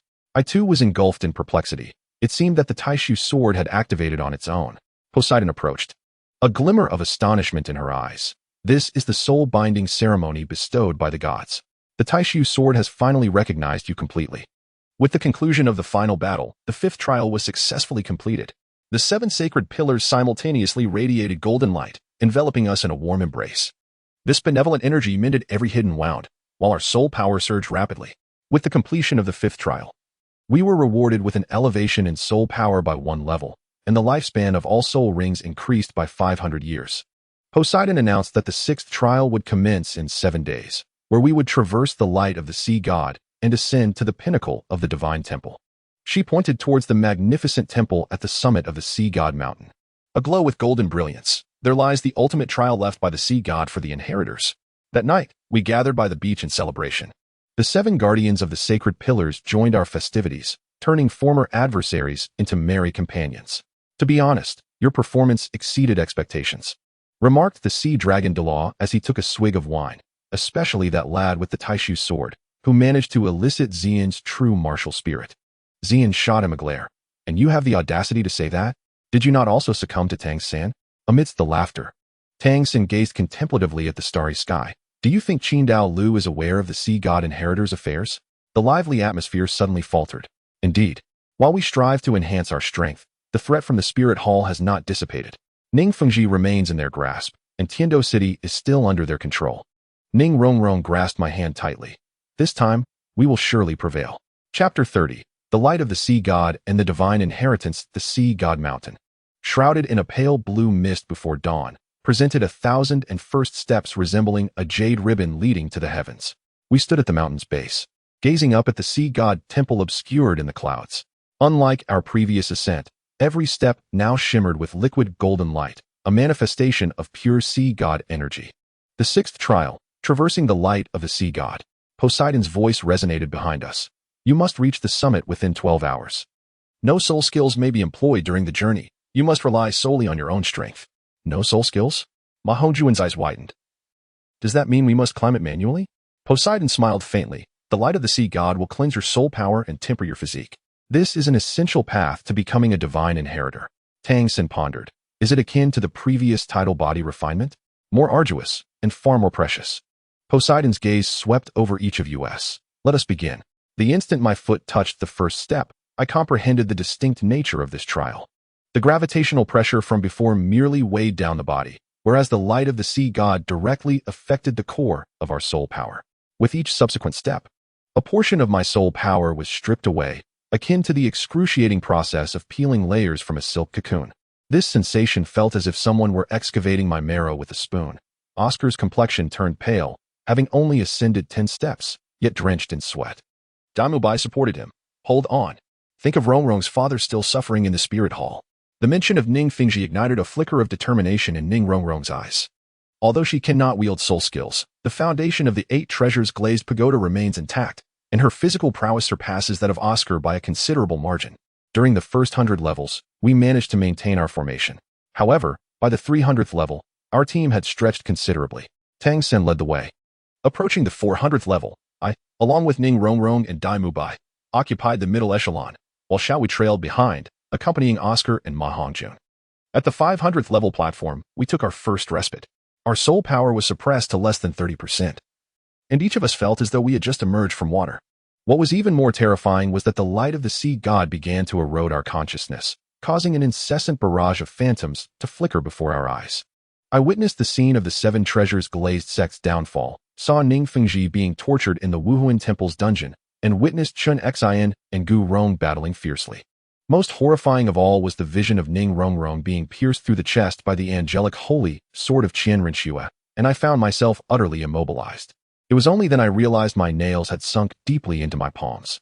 The Tai Su sword at my waist trembled violently, as if resisting the encroachment of the sea god's light. I pressed on, wiping away the blood from my nose, forcing myself to stand. I could not afford to stop for too long. By the 600th level, Oscar and Ma Hongjun had reached their limits. Their martial spirits were not adept at physical endurance, and at this moment, they lacked the strength even to stand. The phantom of Poseidon appeared, transporting the 2 back to the foot of the mountain. Don't worry about us. Oscar weakly waved his hand. We must reach the summit. At the 700th level, Daimubai collapsed. This iron-willed man had bloodied knees yet still attempted to claw his way up the steps with his tiger claws.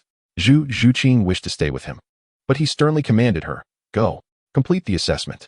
For everyone. At the 800th level, Zhu Zhuqing too reached her limit. Her nether-cat martial spirit cried out in her consciousness before she ultimately fell into a coma.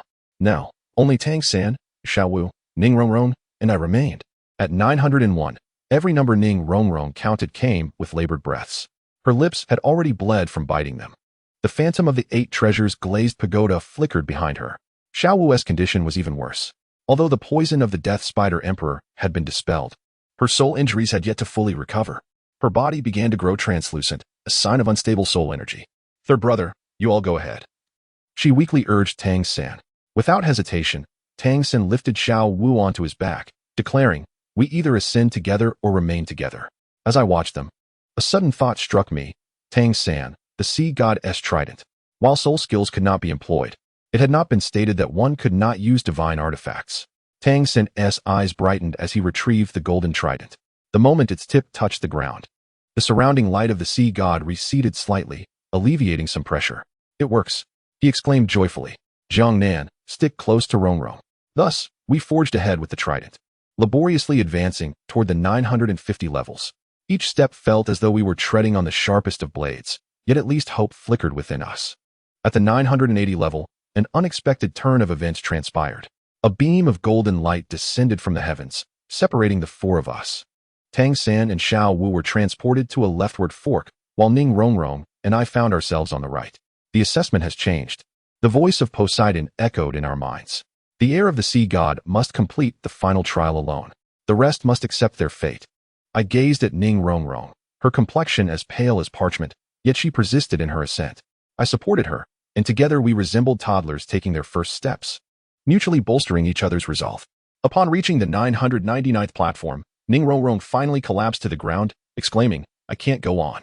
Her 8 treasure glass tower had dimmed, its soul power entirely depleted. My own condition was scarcely better. The Tai Su sword felt as if it bore the weight of 1,000 mountains, leaving me with no strength even to lift my hand. Only the final step remained, and I knelt beside her, my voice hoarse. Tears streamed down Ning Rongrong's face as she murmured, Father, I'm sorry. Witnessing her despair, an unprecedented force surged from the depths of my heart. Gritting my teeth, I rose and lifted her in my arms, declaring, I will carry you up. Before the last step, an invisible barrier loomed like an impassable chasm. My legs creaked under the unbearable strain, blood beginning to seep from my 7 orifices. In my arms, Ning Rongrong felt as light as a feather, yet bore the weight of the world. Put me down, she weakly protested, you will die. The path of Tai Su lies in indomitable spirit, the ethereal voice whispered, merging into my being like a stream of light. A newfound vitality coursed through my limbs. With a fierce roar, I charged up the final step, cradling Ning Rongrong. Golden light enveloped us completely, and all pain vanished in an instant. My soul power not only replenished, but became even purer than before. Ning Rongrong's 8 treasure glass tower materialized, its cracks mending entirely, the 8th layer solidifying completely. Having completed the 6th black level examination, the reward was a 2-level increase in soul power, with all soul ring ages extended by a millennium. Poseidon's voice brimmed with approval. Your performance has exceeded Lord Sea God's expectations. It was then that I realized we stood in the plaza before the Sea God Palace. Tang San and Xiao Wu also arrived from another side, bathed in the same golden light. The trident mark on Tang San's forehead had fully formed, radiating a subtle divine authority. What did you find inside? Ma Hongjun inquired impatiently. Tang San shook his head. We did not enter. Before the final assessment, Lord Poseidon requested we be in optimal condition. That evening, I ventured alone to the shore to practice my sword. The Taiji sword, tempered by the light of the sea god, became increasingly translucent and agile. The golden patterns on the 8th soul ring grew more distinct, seemingly on the verge of transforming into a radiant golden hue. Can't sleep? Ning Rongrong's voice drifted from behind me. She had changed into a blue gown befitting Sea God Island, stunningly beautiful under the moonlight. I'm just thinking about tomorrow's assessment. I sheathed my sword and turned toward Tendo City. She approached my side, the sea breeze lifting her long hair. Father is surely still alive. He is so clever. He must have a way to navigate through this. Leaning against my shoulder, Ning Rongrong softly hummed a melody from the 7 treasure glazed tile school. Her voice melodious yet tinged with a gentle sorrow. I listened quietly until her voice faded into a whisper, and she drifted into a deep slumber upon my shoulder. 3 days later, we stood before the golden gates of the Sea God Palace. Poseidon, wielding the true Sea God trident, bore a solemn expression as he proclaimed, "The final assessment begins now." The gates slowly opened, a dazzling golden light spilling forth. As vision returned, the spectacle before us left us awestruck and speechless. At the center of the temple lay an immense golden pool, its waters shimmering like liquid sunlight. Suspended above the pool were 3 remarkable artifacts: a golden crown adorned with sapphires, a crystalline trident, and a heart-shaped mirror resembling dragon scales. These were the 3 sacred treasures of the sea god. Poseidon's voice resonated with reverence. The air must endure their trials to attain the divinity of the sea god. She turned to Tang San. As the successor to the sea god, you must simultaneously accept the challenges posed by all 3 treasures, while others may choose one to assist. After a brief discussion, Dai Mubai selected the crown of power, Zhu Zhuqing chose the mirror of speed, and I approached the trident, which bore a striking resemblance to the Taiji sword. Upon touching the sacred artifact, the trial commenced immediately. Poseidon cautioned, "Remember, those who fail shall be eternally bound to this place." I inhaled deeply and grasped the trident's shaft. In an instant, the world spun wildly. I found myself beneath a vast expanse of starry sky, with an endless ocean beneath my feet. A towering blue figure stood with its back to me, and with a gentle wave of the trident in its hand, countless waves obeyed its command. The sea god chuckled softly, "Honesty. But do you comprehend that Taiji and the ocean share a common origin?" I was taken aback. Indeed, Chen Qingfeng's notes had mentioned that the power of Taiji emanated from the chaotic ocean at the dawn of creation. Your choice will determine the path ahead. The sea goddess figure began to fade. Remember, true strength arises from the resolve to protect. The scene shifted once more. I stood amidst the ruins of Heavendo City. Ning Rongrong trampled beneath Qian Rinchue's foot. The 7 treasures glazed tile pagoda shattered around us. The Taiji sword lay broken in 2, embedded not far away. Is this the future you desire? Qian Rinchue scoffed. The angelic sacred sword pressed against Ning Rongrong's throat. No, I shouted in rage and charged forward, only to pass through their forms like a specter. The illusion transformed yet again. This time, it was Sea God Island. Poseidon lay slain, and the 7 sacred pillars had collapsed. The deep sea demon whale king rampaged through the ruins, and Tang San was impaled against the shattered temple doors. Nightmarish scenes unfolded one after another. Gradually, I understood that this was no ordinary illusion. The sea god was revealing various potential futures. The image froze before a solitary grave. The tombstone inscribed with my name. You shall never ascend to divinity. I fell silent. Whether I became a deity or not was irrelevant. Yet, if sacrificing myself could not alter the future, I would refuse. Ultimately, I relinquished the trident. My path would be forged by my own will. The illusion shattered like glass. I found myself once again in the temple, the trident in my hand dissipating into golden light. Poseidon gazed at me in astonishment. You actually rejected the sea god? That is not the true sea god. I shook my head. It was merely the trial of the sacred artifacts. Before my words could fully escape, the dissipating golden light suddenly coalesced anew, transforming into a droplet of blue liquid that fell into my brow.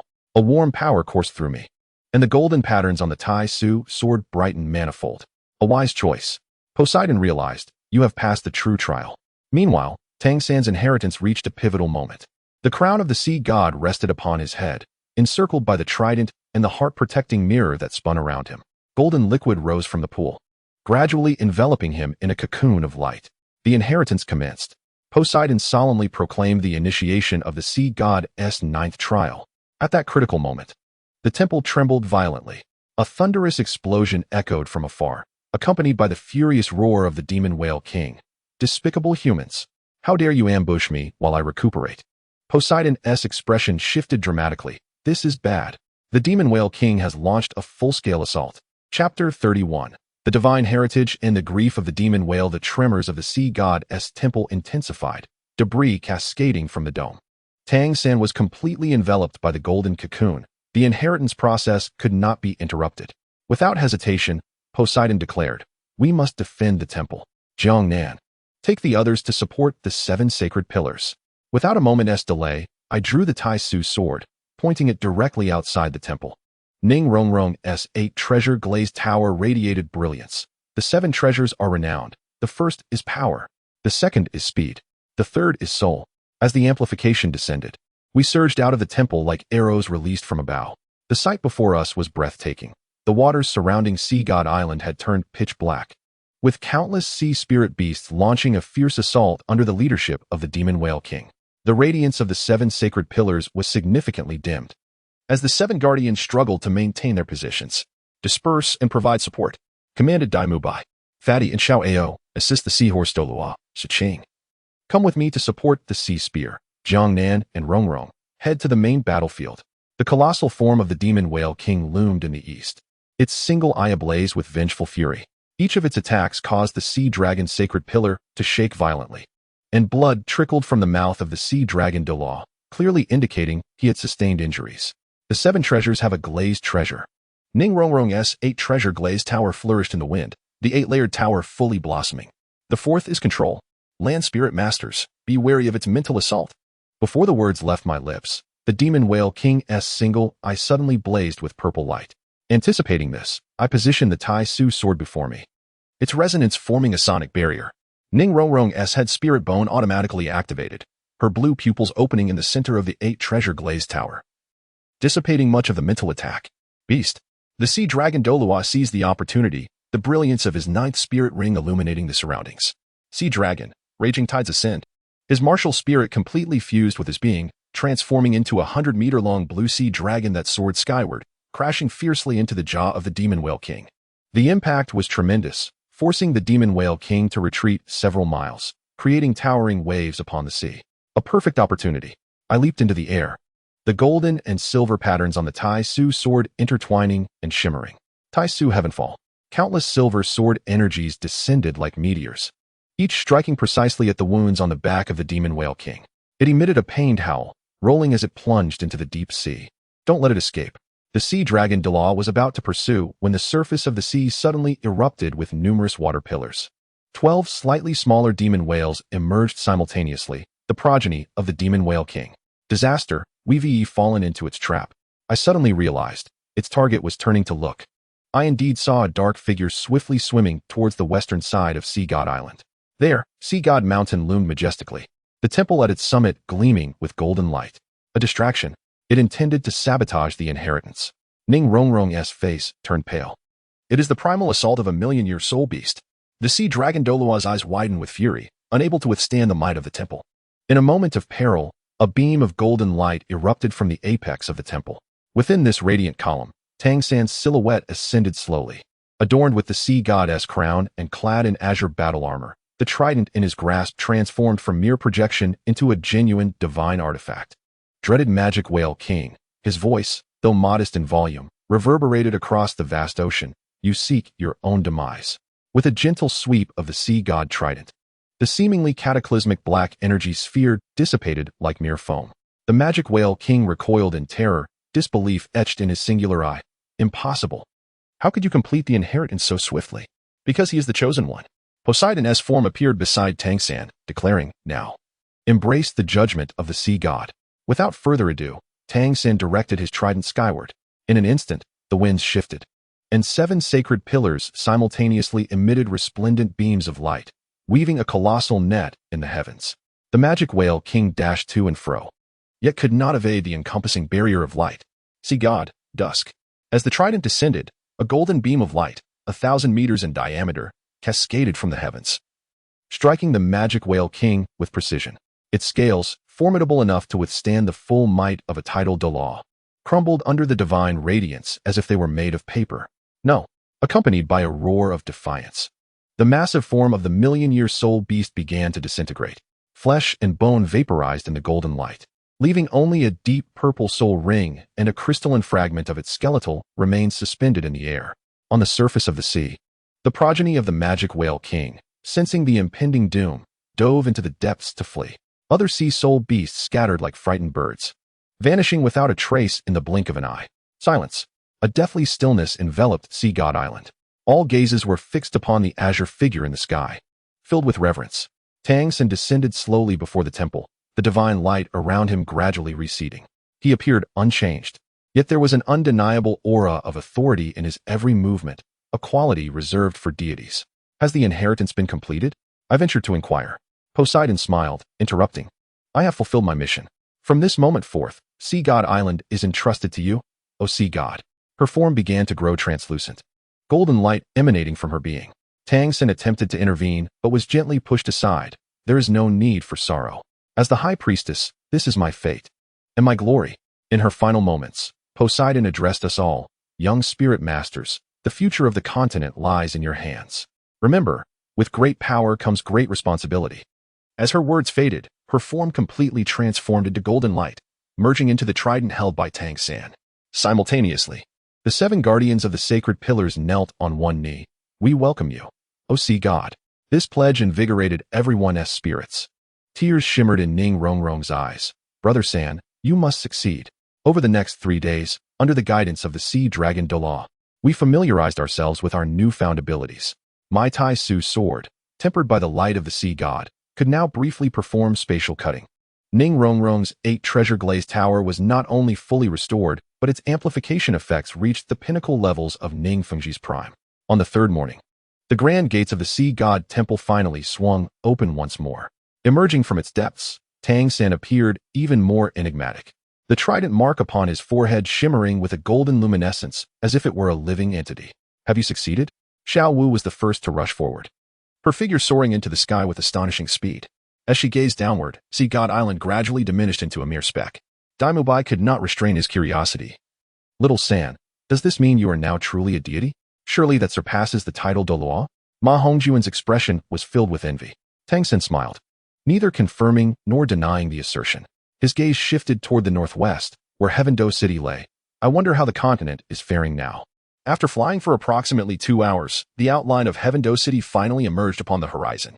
However, as we drew near, the scene before us froze the blood in our veins. Above the city hovered dozens of soul masters from the Spirit Hall, unleashing their soul skills upon the city below. Numerous sections of the city wall had collapsed, and flames roared through the streets. Most striking of all was the central square, where a high platform had been erected, upon which a familiar figure was bound. Father! Ning Rongrong's heart-wrenching scream pierced the air. Indeed, upon the platform lay the critically wounded Ning Fengji, the leader of the 7 treasure glazed tile school. Flanking him were 2 figures, Bibi Dong, wielding the Pope's scepter, and Qian Renxue, adorned with the wings of an angel. At last, you have arrived. Qian Renxue lifted her gaze toward us, her voice resonating throughout the city through the power of her soul. I have awaited this moment. Tangsan descended upon the clouds, and we landed at the edge of the square. Instantly, hundreds of soul masters from the Spirit Hall surged forth, encircling us. Release him. Tangsan's voice was as frigid as ice. This is a matter between us. It does not concern the leader of the Ning clan. Bibiong chuckled softly. The sea goddess Air certainly possesses an extraordinary demeanor. Yet, her expression suddenly turned malevolent. What I desire is not negotiation, but the lives of you all. With a flourish of her scepter, 9 beams of black light erupted around the platform. Within the radiance materialized 9 eerie runes, the very insignia of the Rakshasa god. This is bad. It's a divine-level formation. Tang Sen attempted to charge forward, only to be repelled by an invisible barrier. Qian Rinxue pressed her angelic sword against Ning Fengji's throat. If you wish for his survival, surrender obediently. Otherwise, a mere flick of the blade will draw blood from his neck. Rongrong, with tears streaming down her face, weakly raised her head, yet her voice was resolute. Don't worry about me. Ning Rongrong had already become a distraught figure, the 8 treasure-glazed pagoda spinning uncontrollably. I gripped her shoulder, the void sword poised for action. I will count to 3, Qian Rinxue declared coldly. 1. Tang San tightened his grip on the trident, his eyes radiant with golden light. 2. Dai Mubai and the others unleashed their martial spirits, their soul rings intertwining with brilliant luminescence. 3. Just as the tension reached its peak, an unexpected change occurred. A beam of azure light suddenly shot forth from the spirit hall camp, accurately shattering the holy sword in Qian Rinxue's hand. Who? Bibi Dong demanded sharply. A stooped figure emerged, wielding a blue longsword. As he lifted his head, all present were struck dumb with astonishment. Sword uncle. Ning Rongrong could hardly believe her eyes. Indeed, the figure that has emerged is none other than the long-missing sword Douluo Continent. Yet, the sight before us is harrowing. His left arm is severed at the shoulder, his right eye reduced to a gaping wound, and his body is marred with horrific scars. Old bones can no longer bear it. Qin Xian's voice is a rasping shadow of its former self. I promised him that I would certainly rescue Fengji. It turns out that after covering our retreat from Heavendo City, Bondo Gurong was captured by the Spirit Hall. He and Ning Fengji were imprisoned in the same dungeon, enduring relentless torment. 3 days prior, Gurong expended his last ounce of strength to aid Qin Xian's escape, sacrificing himself in the process. Sword uncle, Ning Fengji weeps, you shouldn't have come. Qin Xian forces a smile. A grimace that appears particularly ghastly upon his blood-stained visage. The 7-killing sword knows not the meaning of retreat. He suddenly pivots, his 7th spirit ring illuminating, true body of the 7 kills. In the manifestation of his martial spirit, Qin Xian transforms into a colossal sword, spanning 100 meters, charging toward the platform with an overwhelming momentum. The hastily erected Rakshasa barrier by Bibi Dong is cleaved in twain, and the entire platform collapses with a thunderous roar. Seeking death, Qian Rinxue bellows, her angelic sacred sword aimed directly at Qin Xian's back. Sword uncle, be careful. Ning Rongrong warns with a piercing cry. Yet, Qin Xian seems oblivious, his singular focus on severing the chains binding Ning Fengji. In the moment the sacred sword pierces his chest, his 7-killing sword successfully shatters Ning Fengji's shackles. Go. With his last reserves of strength, Qin Xian propels Ning Fengji towards us, only to be impaled by the angelic sacred sword into the ground. No. Ning Rongrong's scream rends the air. Tang San Sea God Trident finally breaches the barrier, golden lights sweeping across the battlefield. Qian Rinxue and Bibi Dong are compelled to retreat, taking their spirit hall members with them. I rush forward to catch the falling Ning Fengji, who is in a dire state. His meridians shattered, soul power extinguished, and a ghastly penetrating wound in his chest. Ning Fengji labors to lift his hand, attempting to wipe away his daughter's tears. Do not weep. Your father is overjoyed to see you grow. No. Father. Do not speak. Ning Rongrong's 8 treasure-glazed pagoda spins wildly, showering healing light as if it were free. Third brother. Save him. I implore you. Tang San promptly steps forward, channeling the power of the sea god into Ning Fengji's body. Yet soon, his expression turns grave. Ning Fengji's injuries are too severe, compounded by a sinister toxin ravaging his vitality. It is the curse of the Rakshasa god. Qin Xian coughs blood, unless the caster is slain. His words trail off as the 7-killing sword martial spirit begins to dissipate. This master swordsman, who has traversed life and death, is destined to fall. Sword uncle. Ning Fengji emits a mournful wail, violently expelling a mouthful of black blood as his breath grows faint. Father. Father. Ning Rongrong clutches her father, weeping uncontrollably. I grip the Tai Su sword tightly, rage nearly consuming my reason. Across from me, Bibi Dong and Qian Rinxue are regrouping. More spirit hall soul masters surging from all directions. Tang San, I rasp, buy me a minute. Without further inquiry, Tang San swings his trident, erecting a golden barrier to shield us. I settle into a meditative posture, the Tai Su sword resting across my knees, and for the first time, my 8th spirit ring fully blossoms. Tai Su divine fall.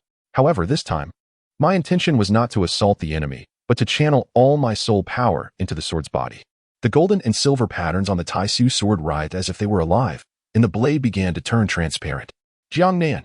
What are you doing? Ning Rongrong asked in terror. No. She attempted to rush forward to intervene, but was restrained by Dai Mubai. A miracle occurred. The Tai Su sword did not inflict harm, but rather began to absorb the dark energy within Ning Fengji. That was the curse of the Rakshasa god.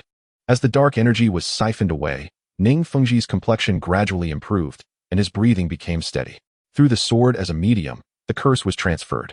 Tang Xin suddenly realized, but you will. I gritted my teeth, feeling the torment of the curse ravaging within me. The Tai Su sword emitted a mournful cry, and the fissures on its body expanded once more. Yet, it was worth it for Ning Rongrong's smile, worth everything to protect. Once the last trace of dark energy was transferred, I withdrew the Tai Su sword and unsteadily rose to my feet. The curse rampaged within me, but it would not claim my life in the short term. Now I turned my gaze toward the spirit hall, the Tai Su sword aimed directly at Qianrenxue. It was time to settle the score. Tang San's sea god trident shone brilliantly. 7 monsters, heed my command. Yes, we responded in unison. Today, we cleanse the spirit hall with blood. Chapter 32, The Emergence of the 9 Treasures and the Glorious Divine Light. The skies above Tendo City were shrouded in dark clouds, as if heaven and earth held their breath for this divine battle. Tang San's sea god trident pointed toward the heavens. A beam of golden light pierced through the clouds, enveloping the entire central square. Sea god domain. Qianrenxue's expression changed dramatically. He had become a deity. Bibion's Rakshasa scythe crossed in front of him, a shield of purple-black energy forming. No, he has merely begun to grasp divine power. Attack together, while he has yet to fully adapt. The 2 god-level powerhouses struck simultaneously. The angelic sacred sword and Rakshasa scythe intertwining to create a devastating energy storm. Tang Xin snorted coldly, spinning the trident gently. Golden waves materialized from thin air, blocking all attacks. Dai Mubai swiftly lifted the unconscious Ning Fengji, forming a defensive formation with Oscar and Ma Hongjun. Yet, Ning Rongrong broke free from Zhu Zhuqing's grasp. The 8 treasure glazed tower radiating brilliance. No, I want to fight. For Uncle Jian, for my father. I bore the encroachment of the curse within me. The Tai Su sword positioned before Ning Rongrong. Stay close to me. The battle intensified in an instant. Tang San faced 2 opponents. Each swing of the sea god trident summoned phenomena from heaven and earth. Xiaowu's void ability allowed her to navigate through the divine combat effortlessly, occasionally causing Bibidon trouble. The combination techniques of Dai Mubai and the others continued to reap the lives of the Spirit Hall's soul masters. But most captivating was Ning Rongrong's 8 treasure glazed tower. In her profound sorrow and fury, her support range expanded to encompass the entire battlefield, enveloping all allies in an 8-colored glow. 7 treasures are now glazed. 8 treasures are named. Ning Rongrong's voice, tinged with tears, proclaimed, all methods are accessible. This was her never-before-used 8th soul skill, rapidly replicating all known amplification effects of the 7 treasure glazed tower. In that moment, the Shrek members radiated brilliance, their attributes soaring. Seeking death, Qianrenxue suddenly redirected her target, the angelic sacred sword aimed straight at Ning Rongrong. In her eyes, this auxiliary system soul master posed a greater threat than Tang San. I had prepared myself and met the attack with the Tai Su sword. At the moment the blade clashed with the holy sword, a surge of divine energy coursed through the sword's body, violently clashing with the Rakshasa curse within me. The excruciating pain caused my vision to darken, and I nearly collapsed to the ground. Jiangnan. Ning Rongrong's cry echoed in my ears. Qianrenxue let out a cold laugh, daring to resist while under my mother's Rakshasa curse? With her 6 wings unfurled, the holy sword radiated blinding light, angel, judgment. The dazzling golden light descended upon me, and I barely managed to raise my sword to block it, only to be sent flying several dozen meters. As I landed, I coughed up a mouthful of black blood, and the cracks on the Tai Su sword multiplied. It was over. Qianrenxue looked down at us from her lofty position, raising the holy sword once more. Suddenly, Ning Rongrong dashed in front of me, the 8 treasure glazed tower bursting forth with all its power. You shall not harm him. As the holy sword fell, the glazed tower trembled violently, yet miraculously did not shatter. Ning Rongrong's feet sank deep into the ground, blood trickling from the corner of her mouth, but the determination in her eyes remained unyielding. Rongrong, I struggled to rise, but the curse tormented me to the point of immobility.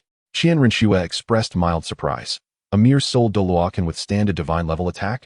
Her killing intent intensified as she declared, then we shall die together. At this critical juncture, a blue golden vine suddenly wrapped around Qianrenxue's ankle, pulling her sharply into the sky. It was Tang San's blue-silver emperor. Seizing the opportunity, He broke free from BB Don and rushed to our aid. Your opponent is me. Tang San Si God's trident lunged towards Qianrenshue's heart.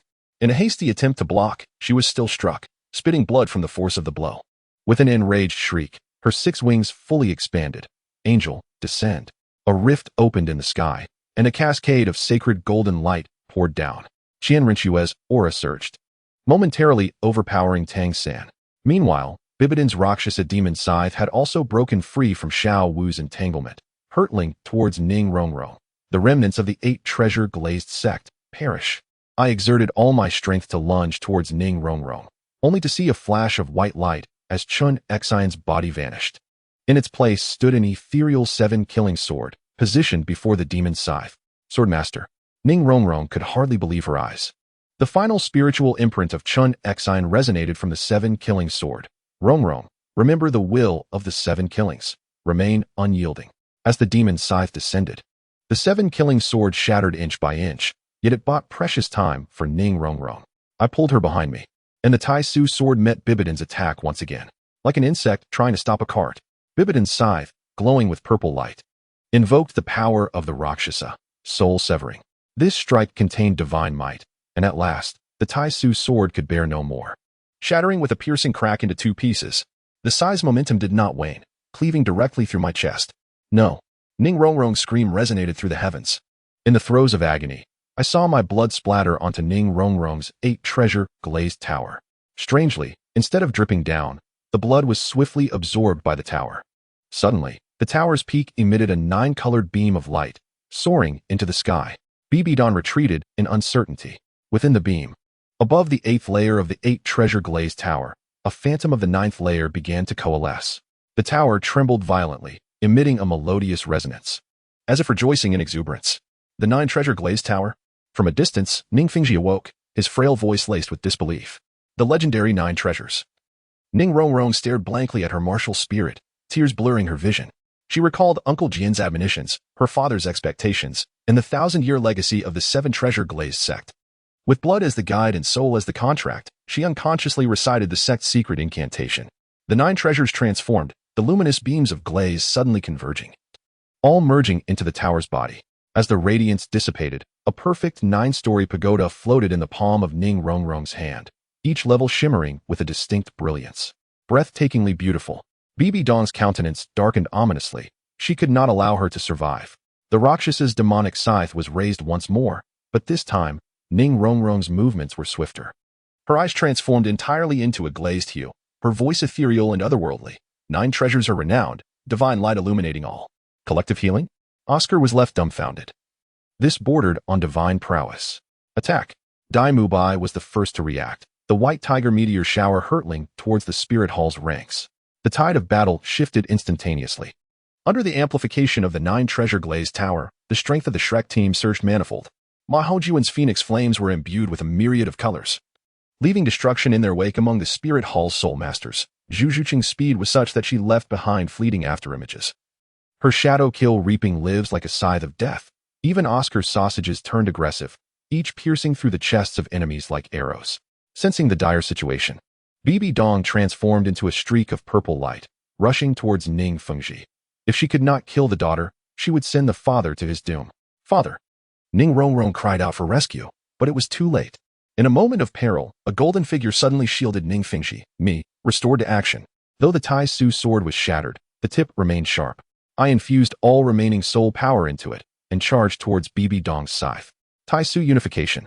This was a strike that encapsulated my lifelong understanding of swordsmanship. In the instant the sword tip collided with the demonic scythe, time seemed to freeze. Then, a thread as fine as a hair sliced through the air, severing BB Dong's right arm at the shoulder. Ah! She let out a piercing scream, the scythe clattering to the ground. I knelt on one knee, utterly drained of strength. The Tai Su sword shattered completely, transforming into specks of silver light that dissipated into the air. Yet this strike bought precious time for Tang San. See God dusk. A golden beam descended from the heavens, enveloping BB Dong entirely. She struggled desperately but could not escape the confines of divine power. Qianrenshui attempted to intervene, but was momentarily halted by Xiao Wu and Dai Mubai. No. In a howl of despair, BB Dong's body began to disintegrate, ultimately transforming into a swirl of purple-black energy that vanished into the cosmos. Mother. Qian Rinxue's eyes widened in fury. The angelic holy sword swung wildly, momentarily pushing back the crowd. With a flap of her 6 wings, she sought to flee the battlefield. How could Tang Sen allow that?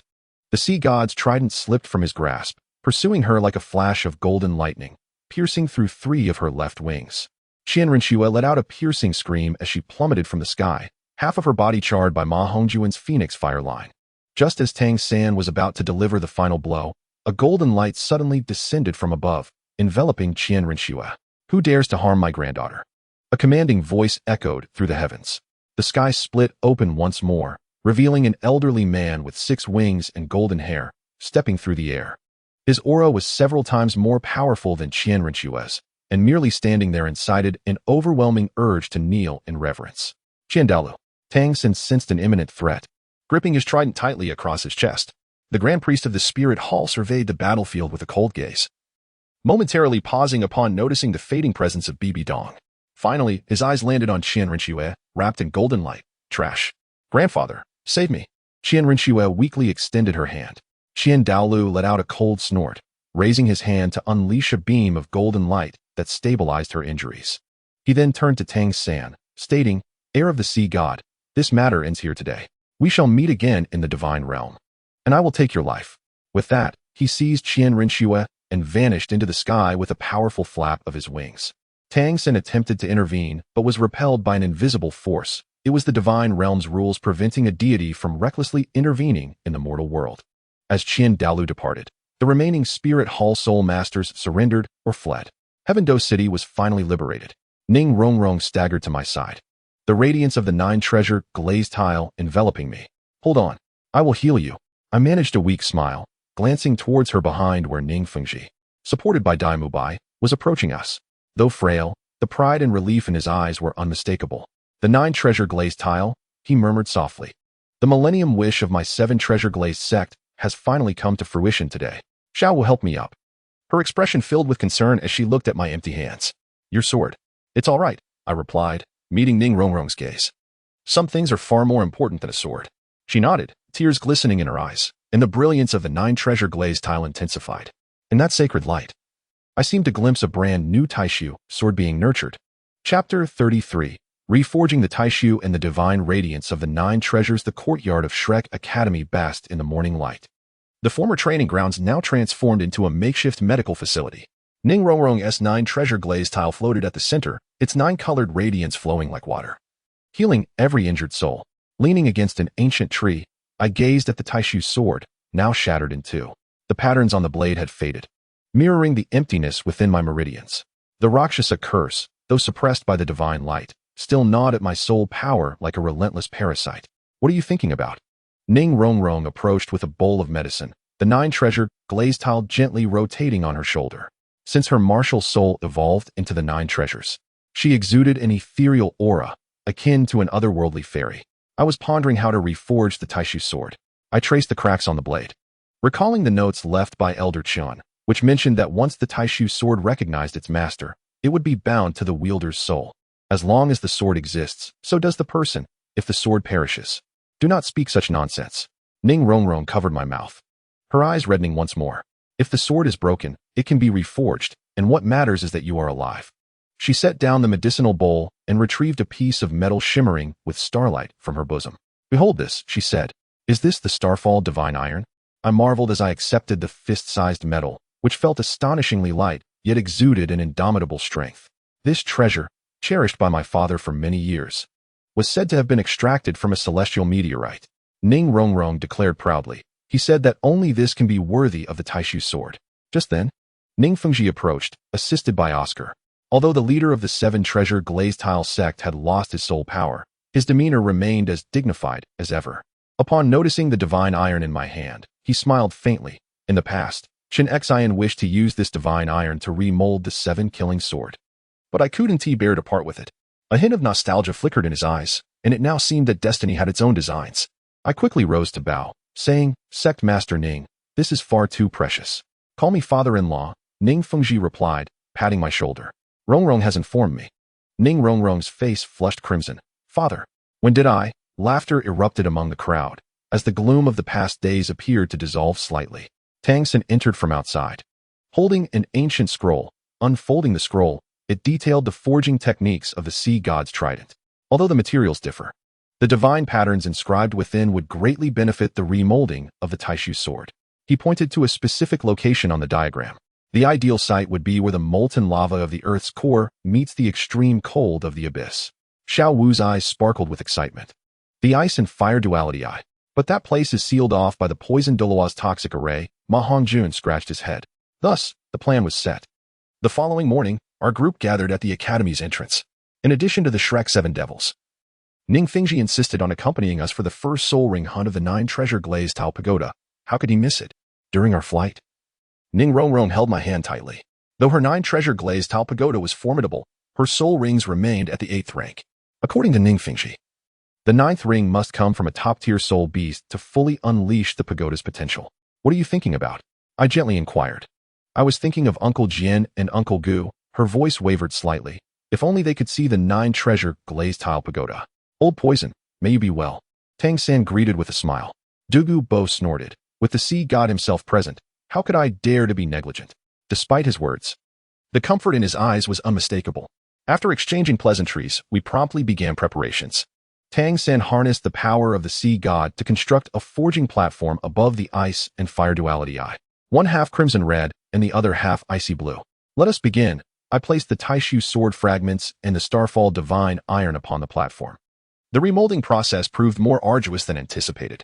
First, the divine iron needed to be melted with the utmost fire, then tempered with the utmost ice. The phoenix flame of Ma Hongjun and Tang San's blue-silver emperor alternated in their efforts, and it took an entire day and night to barely fuse the two materials. Next came the critical part. Tang San's expression grew serious. You need to infuse your blood essence and soul power into the sword embryo. I sliced my wrist, allowing my blood to flow onto the glowing sword embryo. Each drop that fell emitted a sizzling sound, as the 9 treasure glazed tile pagoda of Ning Rongrong gracefully descended. A healing light enveloped me, preventing excessive blood loss. When the final remnants of my soul power infused into the sword embryo, an unexpected transformation occurred. The ice and fire YinYang eyes erupted, and a column of intertwined golden and silver light soared into the heavens. Within this radiant pillar, the ethereal figure of Chun Qingfeng reemerged, clearer than ever before. The air of the void had finally awaited this moment. His voice resonated within the minds of all present. The true void sword is never forged from mere metal.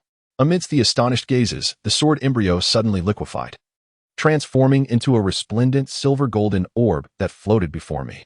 With a gesture, Chun Qingfeng's apparition propelled the orb into my chest. The excruciating pain forced me to my knees, as though countless steel needles coursed through my body. Ning Rongrong attempted to advance, but Tang San restrained her. Do not disturb him. This is the soul-binding ritual. Gradually, the pain morphed into a soothing warmth, and I sensed the orb slowly taking shape within my dantian. With a mere thought, a brand new void sword emerged from my palm, its crystalline body shimmering like water, with a radiant golden and silver halo flowing within. 9 star-like points gleamed along the spine of the sword. This was the true void sword. Chun Qingfeng nodded in satisfaction, becoming the sheath and the soul the blade. From this day forth, the sword is you, and you are the sword. As the apparition began to fade, in his final moments, he turned to Ning Rongrong. Little girl of the 9 treasure glazed tile pagoda, your 9th ring lies within the core of the sunset forest.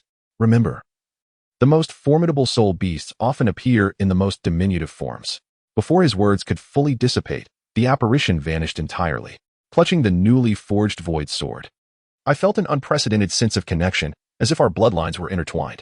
The sword was no longer an external object, but an extension of my very being. How marvelous!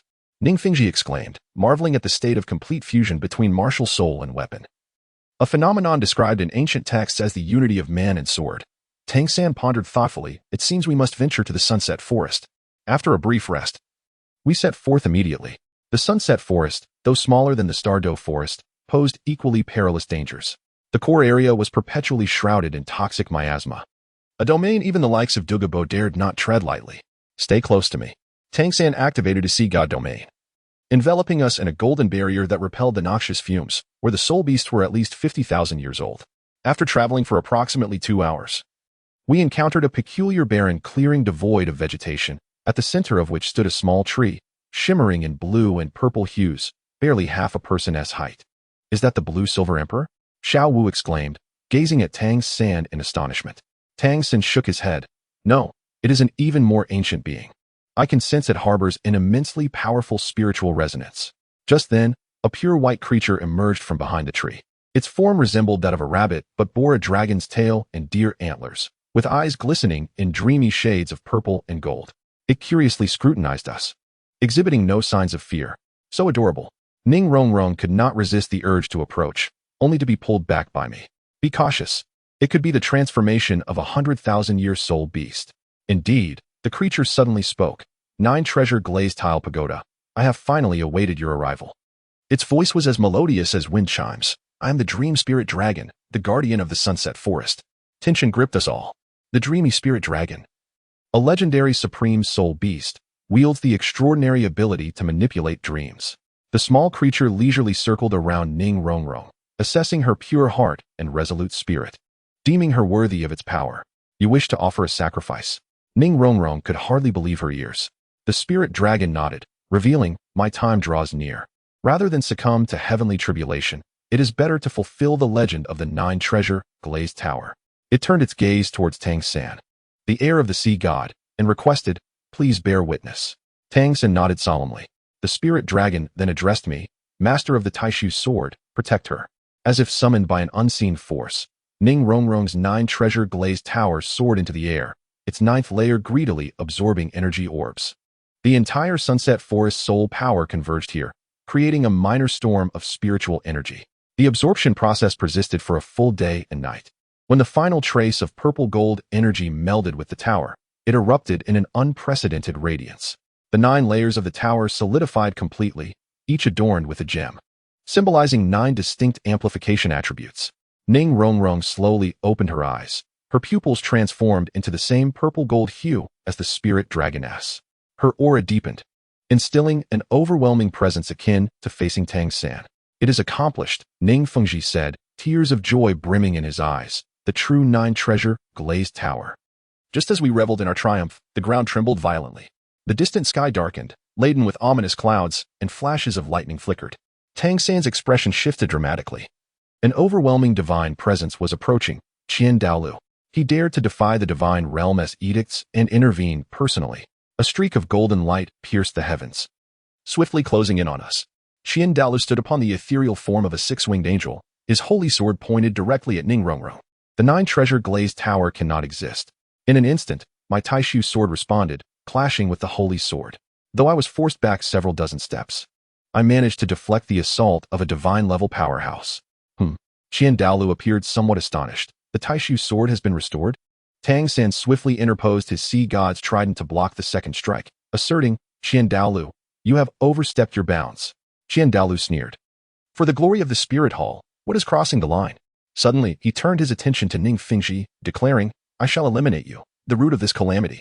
The holy sword slipped from his grasp, transforming into a streak of light aimed straight for Ning Fengji's throat. No one anticipated he would target Ning Fengji, who was already drained of soul power. There was no time for rescue. Father! Ning Rongrong's heart-wrenching cry echoed through the forest. In this life and death moment, the 9 treasure glazed tower unexpectedly broke free from Ning Rongrong's control, positioning itself before Ning Fengji. The tower collided with the holy sword, emitting a blinding flash. When the brilliance faded, everyone stood in stunned silence. The 9 treasure glazed tower was shattered.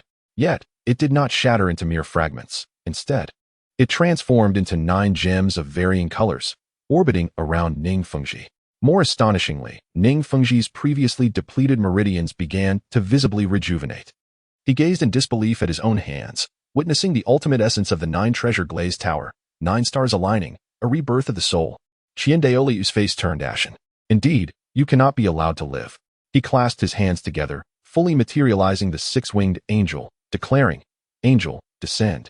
The sky split open with a massive rift, and a pillar of divine light, exceeding 100 meters in diameter, thundered down.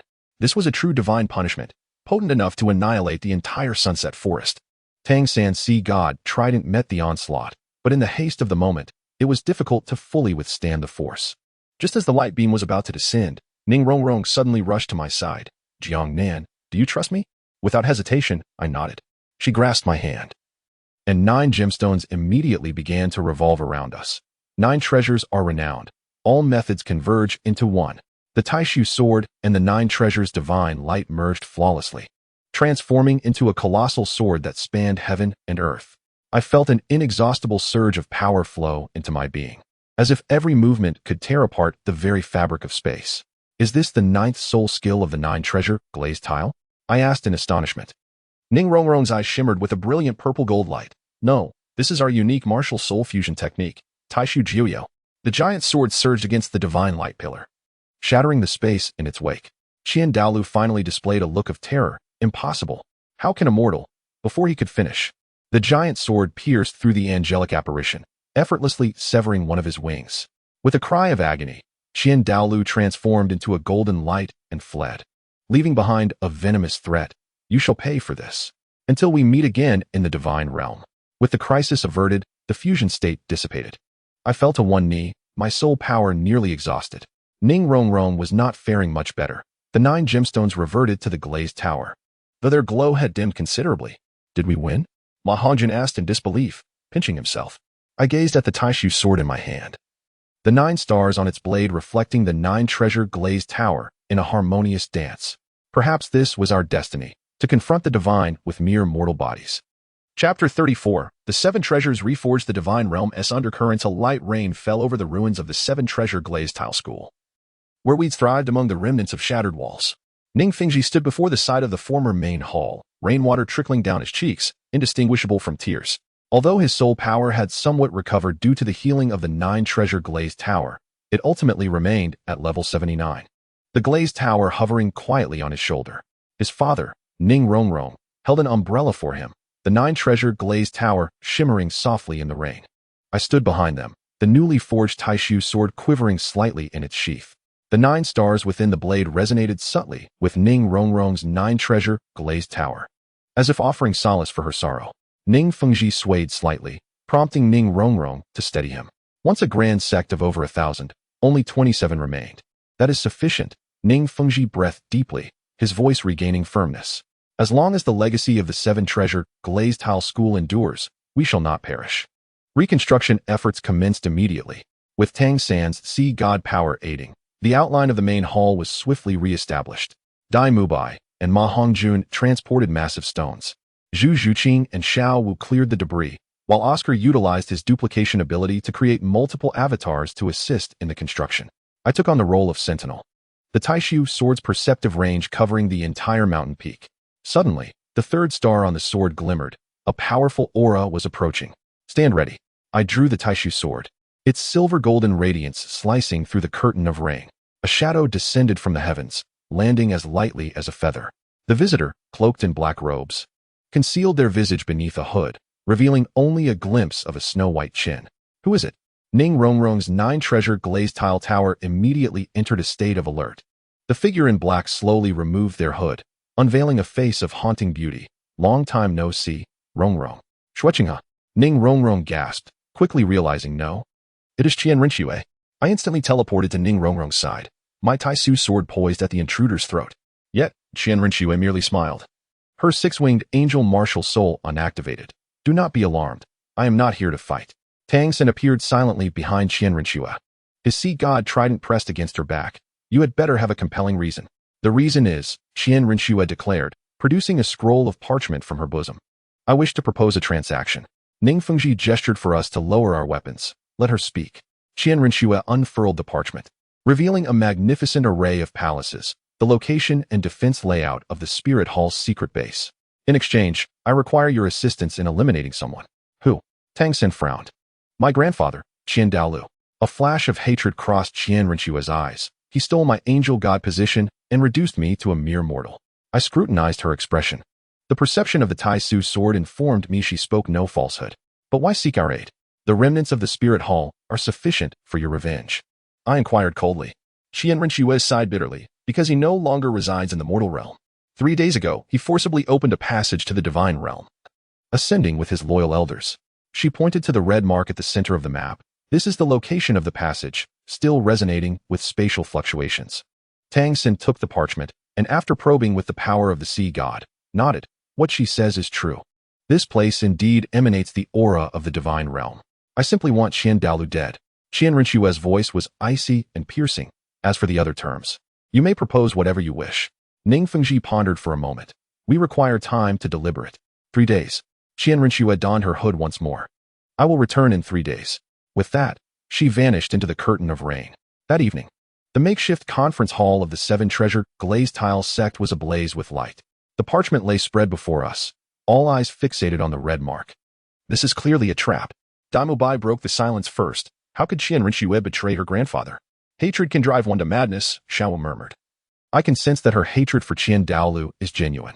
Tang Sen tapped the parchment with his finger. The authenticity is easily verifiable. I shall investigate this location tomorrow. If it is a trap, I possess the strength to escape. I shall accompany you. I tightened my grip on the Tai Su sword, its blade sensitive to spatial fluctuations. Oscar suddenly realized. She wants us to enter during the full moon? Or rather, only during the full moon can we enter. Ning Fengji analyzed. This may be a characteristic of a one-way passage. The discussion continued deep into the night. Final decision, Tang San, Ning Rongrong, and I shall venture forth to investigate, while the others remain at the Seven Treasure glazed tile school to guard against potential ambushes from the Spirit Hall. At dawn the next day, we set off quietly. The marked location on the map lies at the northernmost end of the Heavendo Empire, perpetually shrouded in ice and snow. The further north we journey, the more intense the tremors of the Tai Su sword become. The 9 stars embedded within the blade illuminate sequentially, as if heralding some impending event. The fluctuations in space grow increasingly pronounced. Tangsen halts, directing the sea god's trident towards a distant ice peak, just beyond which lies our destination. As we navigate around the ice peak, the sight before us takes our breath away. A pristine white altar hovers in the center of the canyon, encircled by 12 ice columns. Above the altar, the space ripples like the surface of water, intermittently revealing golden patterns. The Divine Realm's passage, Tang Sen asserts, and it has only recently been activated. I attempt to use the Tai Su sword to touch the undulating space, and to my astonishment, the tip of the sword penetrates directly into it. A powerful suction immediately ensues, nearly drawing me in. Be careful. Ning Rongrong's 9-treasure glazed tile tower emits a radiant glow, counteracting the pull. Tang San meticulously examines the altar. The passage is currently unstable, but on the night of the full moon, suddenly, his expression shifts, and he urges us to retreat swiftly. Someone is coming. As we take refuge in a crevice of the ice peak, a group of individuals clad in white appears before the altar. At the forefront stands the Spirit Hall Elder, Snake Spear Douluo, followed by a dozen Soul Masters, each exuding formidable aura. How prepared are you? Snake Spear Douluo inquires in a low voice. Very well, he continues with a cold smirk. That foolish group will undoubtedly take the bait. Especially the remnants of the Seven Treasure glazed tile school, who would dare try anything for revenge. Tang San and I exchange glances, both astonished by the revelation. Qian Rinshue is indeed orchestrating a trap. Snake Spear Douluo elaborates. On the night of the full moon, the grand offering will temporarily open the passage to guide us. Until then, no one is permitted near the altar. What do we do now? Ning Rongrong bites her lip, contemplating whether to abort the mission. However, Tang San reveals a knowing smile. No, we shall turn the tables. He looks at me, Jiangnan. Your Tai Su sword can slice through space, correct? I nod. The 8th soul skill can, but its range is quite limited. That will suffice. Tang San sketches a rough diagram in the snow, suggesting we split into 2 teams on the night of the full moon. 3 days later, Qian Rinshue arrives as promised. After hearing our findings, she seems unfazed. I knew my grandfather had laid a trap. But what you do not understand is that the god-slaying array has a fatal flaw. She produces a golden feather from her bosom. The angel's feather can temporarily forge a safe path. The only issue is that it can only accommodate 3 individuals. You had this planned all along, I reply coldly, but why us? Qian Rinshue's expression becomes intricate, because only the sea god's heir and the master of the Tai Su sword are qualified to enter the divine realm. She turns to Ning Rongrong. As for the 9-treasure glazed tile tower, I require her amplification to contend with Qian Douluo. Suddenly, Ning Fengji coughs, his complexion as pale as parchment. Ning Rongrong quickly supports him. Father, your injury. I am fine. Ning Fengji managed a faint smile before turning to Qian Rinshue, stating, I have one condition. Please, speak, she replied. Allow Rongrong to remain. Though Ning Fengji's voice was soft, it bore an undeniable weight. While my 7-treasure glazed tile may not rival Rongrong's 9-treasure glazed tile, it is still capable of providing sufficient amplification. Qian Rinshue frowned. Your level is 79. Which is indeed rather low. Ning Fengji calmly responded. However, my understanding of the Spirit Hall surpasses Rongrong's. allowing me to adapt more effectively in the divine realm. Rong, overwhelmed with emotion, cried out, "No, it's too dangerous." As I gazed into Ning Fengji's resolute eyes, I suddenly grasped his intention. As a father, he would rather face peril himself than endanger his daughter. I found myself in agreement. To my surprise, Tang San concurred. Master Ning possesses rich experience and can better adapt in the divine realm. The night of the full moon swiftly approached. Within the icebound canyon, the guards of the spirit hall had tripled since our last encounter. We lay in wait, concealed in the shadows, anticipating Qianrenchue's signal. "Remember the plan." Tang San reiterated one last time. "Jiangnan and I will break through the front," drawing their attention. "Master Ning and Qianrenchue will seize the opportunity to enter the passage. No matter what happens, we regroup here in 12 hours. At midnight, a blood moon ascended to the zenith. The spatial fluctuations above the altar intensified abruptly, and the passage began to open slowly. Now, Tang San's sea god trident erupted with golden brilliance, launching a powerful strike towards the most densely guarded area. I followed closely behind, unleashing the full force of my 8th soul skill, the Void God's Descent. The silver-golden sword energy swept through, instantly felling over a dozen spirit masters. Enemy attack. The serpent spear Douluo bellowed. Activate the god-slaying formation. 12 ice pillars lit up with blood-red patterns, casting a massive energy net over Tang San and me. In that critical moment, Qianrenchue's angelic wings radiated a dazzling golden light, tearing a gap in the energy net. "Hurry," she urged Ning Fengji as they dashed towards the passage. The serpent spear Douluo spotted them, blocked their path. Dozens of soul techniques surged towards Qianrenchue and Ning Fengji. The 7-treasure glazed tile emitted a radiant glow. Although its amplification was not as potent as the 9-treasure glazed tile, it formed a sturdy barrier. The soul techniques crashed against the protective shield, creating ripples, yet they could not penetrate it. Qianrenchue and Ning Fengji reached the edge of the altar. Just as they were about to step into the passage, an unexpected turn of events occurred. A beam of golden light descended from above, striking Ning Fengji squarely in the back. He coughed up blood, and the shield of the 7-treasure glazed tile trembled violently. "Father!" Ning Rongrong's anguished cry echoed from afar. She had secretly followed them. Qianrenchue, acting decisively, pushed the injured Ning Fengji into the passage and turned to confront the assailant. "Grandfather!" The golden light in the sky dissipated, revealing the cold visage of Qian Douluo. "Traitor! You shall pay." His 6-winged angelic form fully unfurled, and the divine pressure it emanated rendered everyone breathless. Ning Rongrong recklessly charged towards the altar, only to be thrown back by the residual force. My void sword slipped from my grasp, transforming into a streak of light to catch her. I, however, was struck by Qian Douluo's casual attack, sent flying several meters before crashing heavily against the icy wall. Qian Douluo observed the unfolding events with a detached demeanor, raising his hand to unleash a beam of golden light aimed at the passage, intent on preventing Ning Fengji from entering. However, Qianrenchue leapt into action, positioning herself to absorb the blow. "Xiaoxue!" Qian Douluo clearly did not anticipate her intervention, a fleeting look of panic flashing in his eyes. As Qianrenchue fell with a grim smile, she uttered, "Grandfather, you ultimately showed weakness." Seizing this opportunity, Ning Fengji's figure fully vanished into the passage. In a fit of rage, Qian Douluo unleashed his divine pressure, causing the entire gorge to begin to collapse. "Retreat!" Tang San unfurled the domain of the sea god, shielding everyone as they swiftly withdrew. Qian Douluo did not pursue, but instead turned his gaze toward the closing passage, his expression a tumult of emotions. Ultimately, he let out a cold snort and transformed into a beam of golden light, disappearing into the passage. "He will be all right," Tang San reassured. "The 7-treasure glazed tile pagoda will protect him."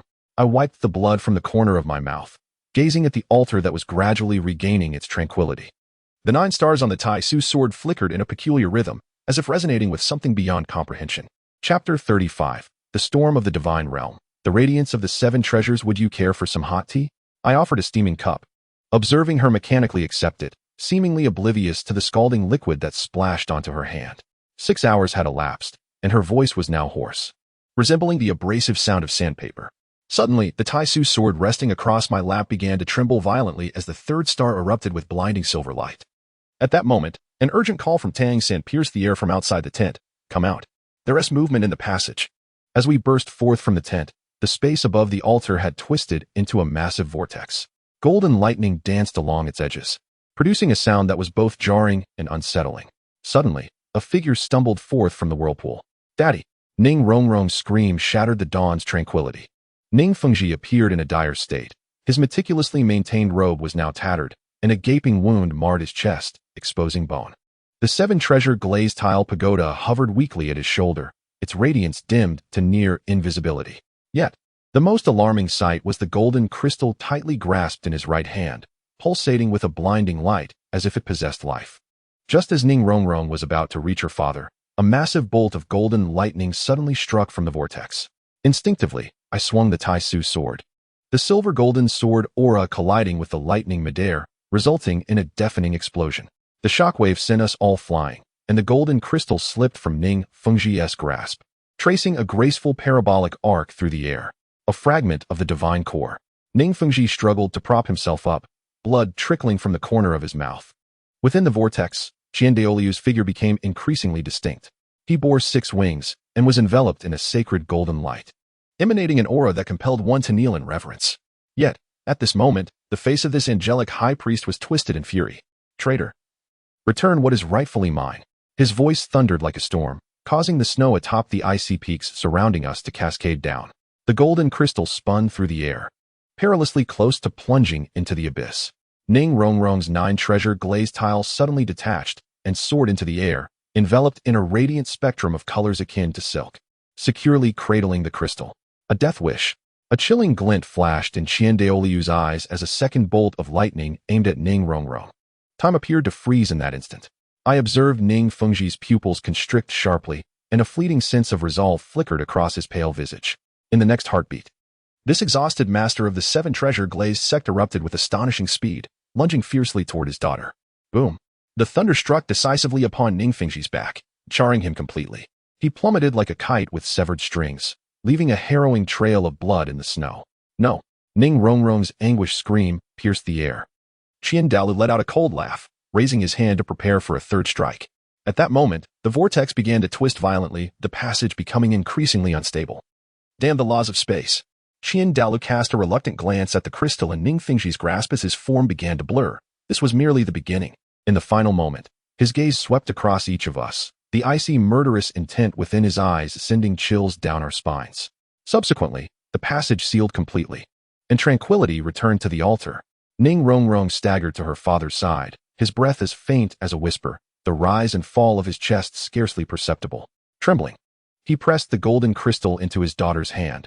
The fragment of the divine core can harm him, but not the true body. "Father, do not speak. I shall heal you at once." Ning Rongrong's 9-treasure glazed tile radiated resplendently, showering healing light as if it were free. Yet Ning Fengji shook his head, laboriously lifting a hand to caress his daughter's cheek. "Remember the glory of the 7-treasure glazed sect." That hand suddenly fell limp, and the 7-treasure glazed tile emitted a clear, crisp sound, dissipating into countless luminous specks within the frigid air. 3 days later, at the plaza of the 7-treasure glazed sect, Ning Fengji's casket was laid among the flowers, his countenance serene, as if merely in slumber.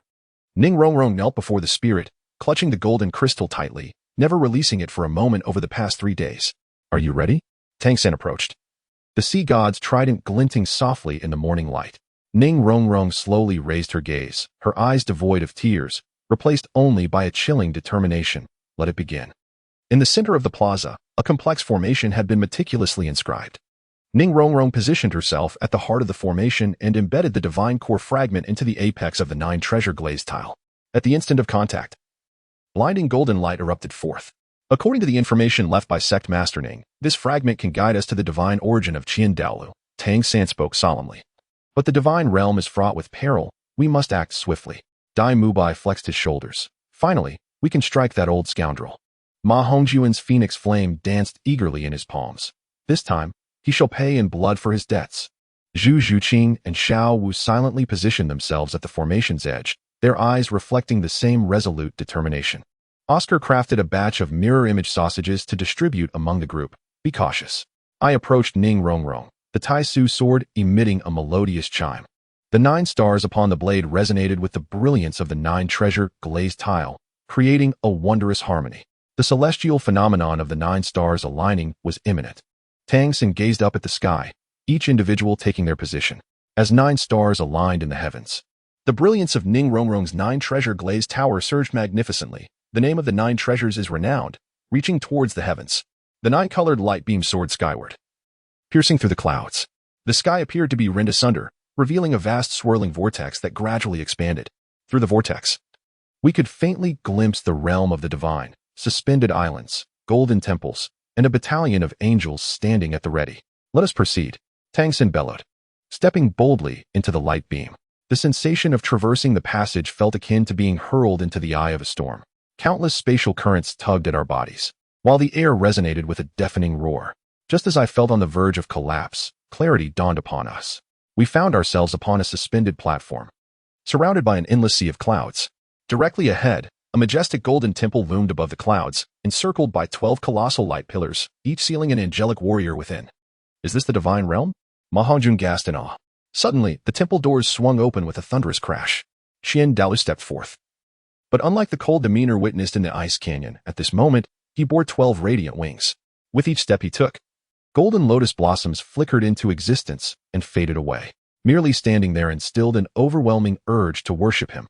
His divine might was suffocating, pressing down upon us and rendering us nearly breathless. Ning Rongrong's 9-treasure glazed tower trembled violently, fine cracks beginning to appear on its surface. That is not his true form, Tang Xin suddenly shouted. Look at his chest.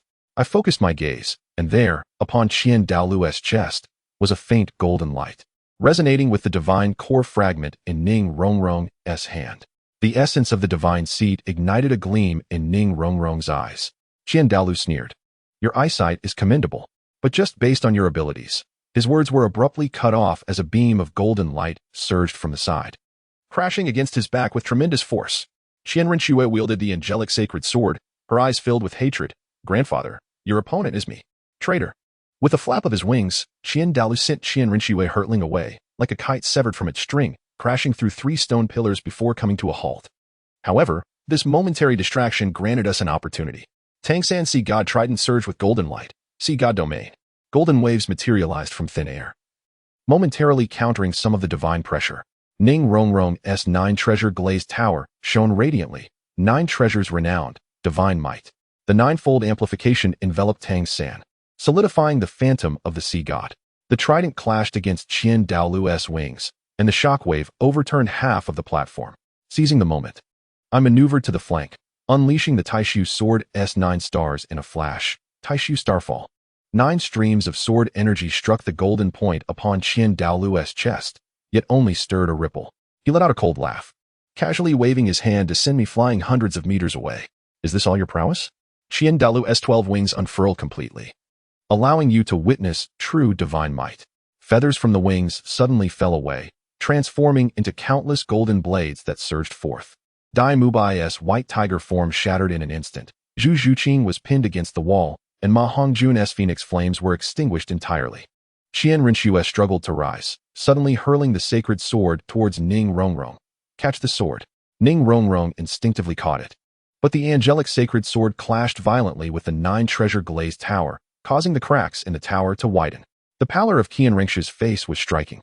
Only the bloodline of an angel could account for it. Qian Daolu laughed heartily, declaring, foolish. Today, I shall bury you all in the divine realm. In that moment of utter despair, the shard of the divine core in Ning Rongrong's hand suddenly melted, transforming into a golden liquid that flowed into the cracks of the 9-treasure glazed tile pagoda. An astonishing scene unfolded as the tower radiated an unprecedented 9-colored brilliance. Merging with the holy sword of angels, Tang San's pupils constricted. Was this the evolution of a martial soul? Father, are you helping me? Tears streamed down her face as the holy sword and the pagoda fused flawlessly, transforming into a resplendent divine staff of glazed light. Qian Daolu's expression finally shifted, the power of a faux deity. Ning Rongrong pointed the divine staff towards the heavens, proclaiming, 9-treasure glazed tile, descend. 9 beams of divine light cascaded from above, binding Qian Daolu in an unbreakable grip. Seizing the opportunity, Tang San thrust the sea god trident into his chest, intoning, Sea god Dusk. In the cataclysmic explosion, Qian Daolu let out a roar of defiance. This is impossible. As the dust settled, he was seen half kneeling on the ground, 7 of his 12 wings severed, and divine blood staining his golden robe.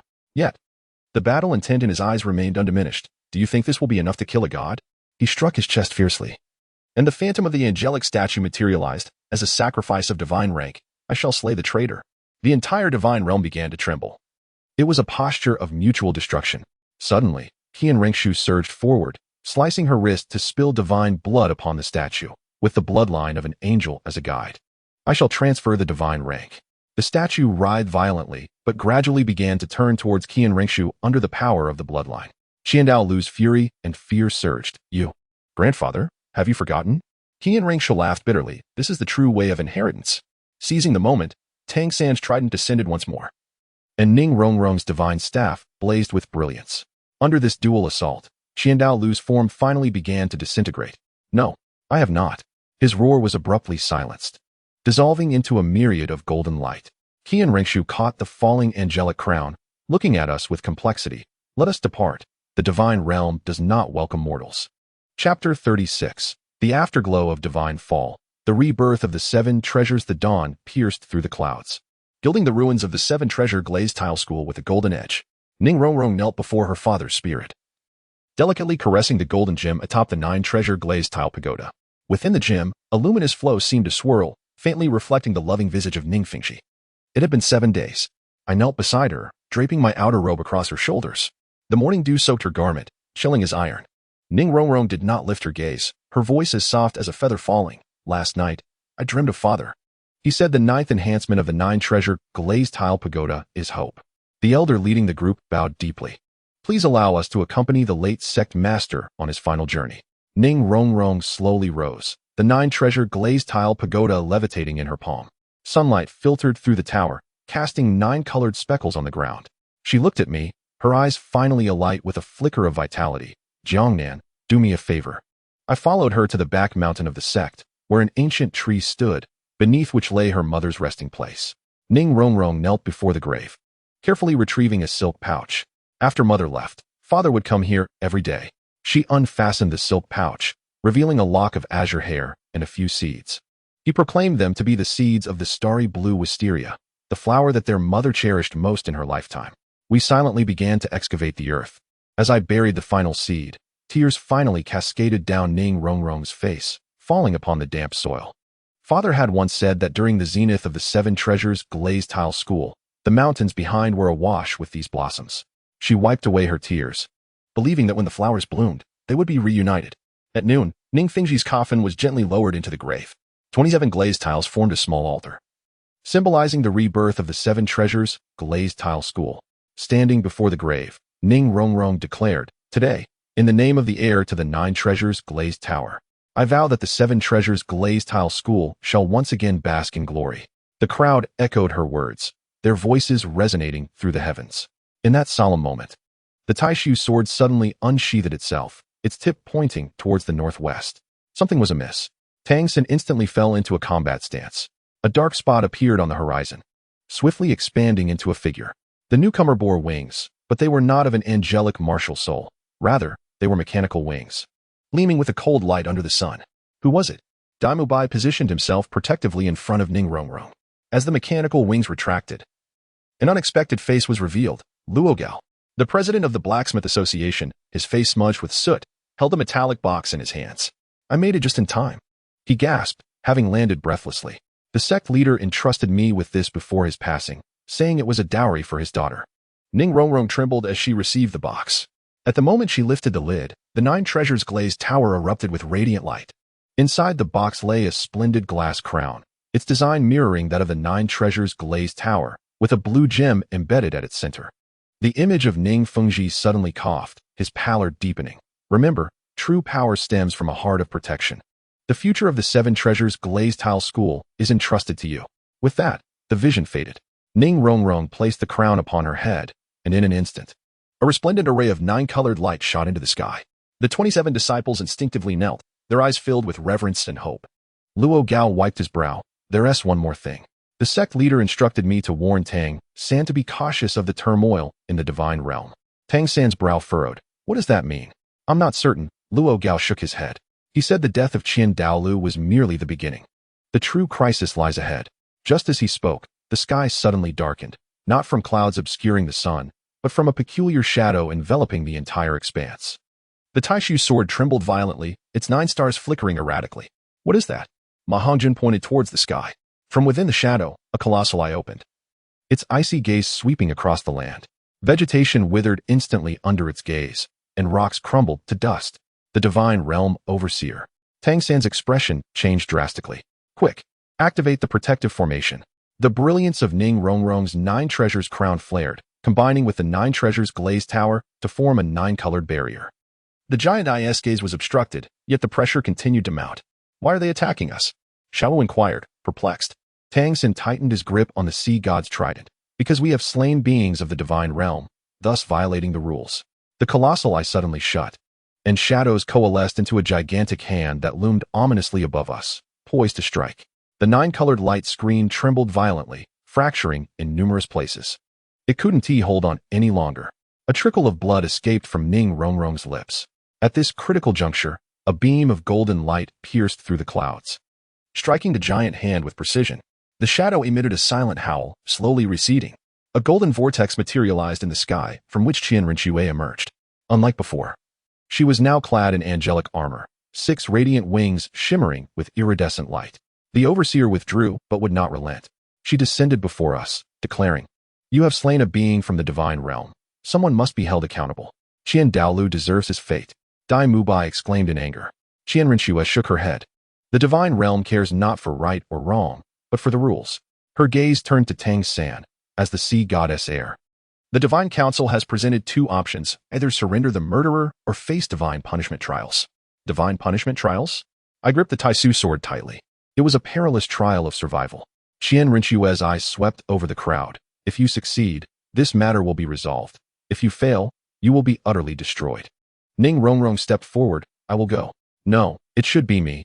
Tang San spoke solemnly. As the sea goddess heir, I bear this responsibility. Enough of this squabbling. Qianren interrupted. The divine realm specifically demands the master of the Taisu sword. When does it commence? I inquired calmly. 3 days hence. In the Godfall Canyon of the extreme north. Qianren unfurled a golden scroll, detailing the trial's content. The scroll bore sparse inscriptions. Taisu's 9 trials. Each step a calamity. The sword severing life. The sword manifesting divinity. Ning Rongrong grasped my arm. It's too dangerous. We must find another way. I gently held her hand. Do you remember what Sect Master Ning said? True strength stems from a heart of guardianship. I turned to the others. This is my responsibility. Qianren left behind a golden feather. Crush it, and you shall be transported directly to the Godfall Canyon. She looked at me deeply. I wish you luck. That night, the temporary abode of the 7-treasure glazed tile school was ablaze with light. Tang San meticulously studied the scroll, seeking more clues. Ning Rongrong busied herself preparing various amplifying soul tools. Oscar crafted an abundance of restorative sausages. The Godfall Canyon is a relic of the ancient divine wars. Tang San pointed at the map. It is said that the space there is chaotic, and even divine-level experts dare not tread lightly. Ning Rongrong adorned my neck with a necklace. This is the 7-treasure heart-guarding mirror left by my father. It can withstand a divine attack once. Ma Hongjun handed me a pouch. Inside is a phoenix feather, ignited in a moment of peril to summon my phoenix flames. Zhu Zhiqing and Xiao Wu silently presented me with a pair of bracers. For speed enhancement. I gazed at these precious gifts, my throat tightening. Thank you all. At dawn, I found myself alone before the grave of Ning Fengji. The seeds of the starry blue locust had sprouted tender shoots, swaying gently in the morning breeze. Sect Master Ning, please bless me. I gently caressed the tombstone. The Taisu sword glimmering softly in the sunlight. Footsteps approached from behind. Ning Rongrong approached, cradling the 9-treasure glazed tower, her eyes brimming with concern. I will accompany you, she insisted. No, I shook my head. The trial permits only 1 participant. Then I shall wait outside the canyon, she declared stubbornly. If anything happens to you, I will blast open the canyon with the 9-treasure glazed tower. Unable to suppress a smile, I drew her into my embrace. The 9-treasure glazed tower resonated harmoniously with the Taisu sword, producing a melodious echo. As the sun fully ascended, I crushed the golden feather. A beam of light descended from the heavens, enveloping me within its luminous embrace. Under the watchful gaze of those concerned, my form gradually became transparent. The last image I beheld was Ning Rongrong's tearful smile and the radiant 9-treasure glazed tower she held. Chapter 37. The Divine Fall's 9 trials. As the golden beam dissipated, a biting cold wind swept toward me. I found myself at the precipice of a steep cliff, beneath which lay an unfathomable gorge. Grayish-white mist surged at the canyon's base, occasionally flickering with eerie violet light. The Taisu sword unsheathed itself, hovering before me, its tip directed toward the depths of the canyon. Is this the Divine Fall Canyon? The breath I exhaled instantly crystallized into ice. The frigid temperatures of the extreme north exceeded expectations, causing my soul power to sluggishly circulate. Engraved upon a stone tablet at the cliff's edge were weathered inscriptions. In the land of divine fall, life and death are determined by fate, after enduring 9 tribulations. One may behold the Taisu. Suddenly, golden characters emerged on the reverse of the tablet, revealing the trial's details as spoken by Qianrenxua. First trial, the sword heart asks the way. Time limit, 3 days. Rules, retrieve the Taisu sword fragments and reforge the sword body. Below the text, a rudimentary map appeared, indicating the entrance to the canyon and the approximate location of the first fragment. Just as I leaned in for a closer look, the map spontaneously ignited, turning to ashes in an instant. It seemed I would have to rely solely on myself. With a wry smile, I sheathed the Taisu sword and began my descent along the steep rock face. The cliff was encrusted with frost, requiring me to carve out footholds with my sword with each step. After descending approximately 100 meters, the mist suddenly thickened, resembling liquid. An eerie pulling force emanated from below, causing my body to uncontrollably accelerate in its fall. Third soul skill, sword wings in the air. The Taisu sword manifested radiant wings, yet was suppressed by an unseen force at the moment of their unfurling. My descent quickened perilously, and I was on the verge of colliding with a protruding rock face. Clang! The Taisu sword instinctively protected me, its blade horizontally blocking the impact, producing a shower of sparks from the fierce friction against the rock. Seizing the opportunity, I grasped a hanging icicle and finally halted my fall. Suddenly, the icicle began to writhe. It was not an icicle, but a wholly transparent ice serpent. Its scales flipped, ensnaring my arm in an instant. A bone-chilling cold spread along my arm, swiftly encasing my entire right arm in a thick layer of ice. Fifth soul skill, Taisu Star Explosion. The sword tip struck the serpent at its vital point, unleashing 9 starry phantoms that detonated in sequence. The ice serpent recoiled in pain. But this attracted the attention of more of its kin, as countless pairs of ice-blue eyes flickered to life along the rock face. Acting decisively, I released my grip, allowing my body to continue its descent. The swarm of ice serpents coalesced above me into a white torrent, relentlessly pursuing. During my fall, I noticed a series of rhythmic indentations on the rock face, sword marks. I found it. I adjusted my posture and aimed for the direction of the sword marks as I plummeted. At the moment of imminent collision with the rocky wall, the Taisu sword was deftly thrust into a fissure. Strangely, the fissure aligned perfectly with the Taisu sword, causing the wall to illuminate with azure patterns. As the icy serpents crashed against the radiant wall, they were all transformed into crystalline powder. The wall thunderously parted, revealing a profound cavern. I withdrew the Taisu sword and cautiously stepped inside. At the cavern's end lay a frigid pool, above which floated a severed sword. This broken blade, with its archaic design, bore a striking resemblance to the Taisu sword, albeit its surface was marred with cracks. Is this the first fragment? As I approached, the cold pool suddenly erupted. A humanoid figure composed of ice crystals emerged from the water, its outline mirroring my own, wielding another Taisu sword. Defeat me, and you shall obtain the fragment, the ice figure intoned hollowly. The 2 Taisu swords clashed in midair, unleashing a blinding radiance. To my astonishment, the ice figure flawlessly replicated all my sword techniques, executing them with impeccable timing. 7th soul skill, true body of Taisu. 7th soul skill, true body of Taisu. The ice figure lunged at me once more, and I deliberately exposed a flaw. As its sword pierced my shoulder, I endured the excruciating pain and seized its wrist. You have overlooked a move. With my left hand forming a sword-like gesture, I pointed at the ice figure's brow, the essence of Taisu, Starfall. This was a self-created soul skill taught to me by Ning Fingji, never before demonstrated in public. 9 starry phantoms surged from my fingertips, detonating in a chain reaction within the ice figure. The ice figure froze in place, gradually melting into a puddle of clear water. The severed sword gently floated before me, resonating with the Taisu sword in my grasp. At the moment the 2 broken blades touched, a dazzling white light filled the entire cavern. When my vision cleared, the Taisu sword had undergone preliminary restoration. The blade had elongated by 3 inches. The cracks had diminished significantly, and the first star mark emerged at the crossguard. A warm current flowed from the hilt into my body, healing the frostbite on my right arm instantaneously. New inscriptions appeared on the cavern walls. Second trial, sword intent quenching of the soul. Time limit, 3 days. Rules, endure the baptism of 9 levels of sword intent. Before I could contemplate further, the ground suddenly collapsed. I plummeted into a turbulent underground river, the icy water engulfing my body and propelling me into the unknown darkness. At the river's end lay a vast subterranean lake. At the center of the lake, an island was adorned with 9 ancient swords of various forms, arranged in a circular formation. As I swam closer to the island, the first sword, a broad blade of crimson hue, began to tremble violently. First level, sword intent of blazing fire. A deep voice resounded in my mind. The crimson sword shot skyward, transforming into a rain of fire. I raised my sword to block. Each spark felt as heavy as 1,000 pounds. Under the searing heat, my skin began to blister and crack. Most alarmingly, this flame could even scorch the soul. Taiji shield. The sword emitted a blue glow, forming a protective layer around my body. Yet, the flames intensified, and the protective layer began to shatter. In that critical moment, I recalled the phoenix feather given to me by Ma Hongjun. Before I could catch my breath, the second sword, a slender azure rapier, unsheathed itself autonomously. Second level, sword intent of swift wind. This time, a storm composed of countless wind blades descended upon me. I attempted to harness the airflow using my sword as a guide, employing the technique of sword wings, yet found that the winds here defied all logic. A wind blade grazed my cheek, drawing a trail of blood.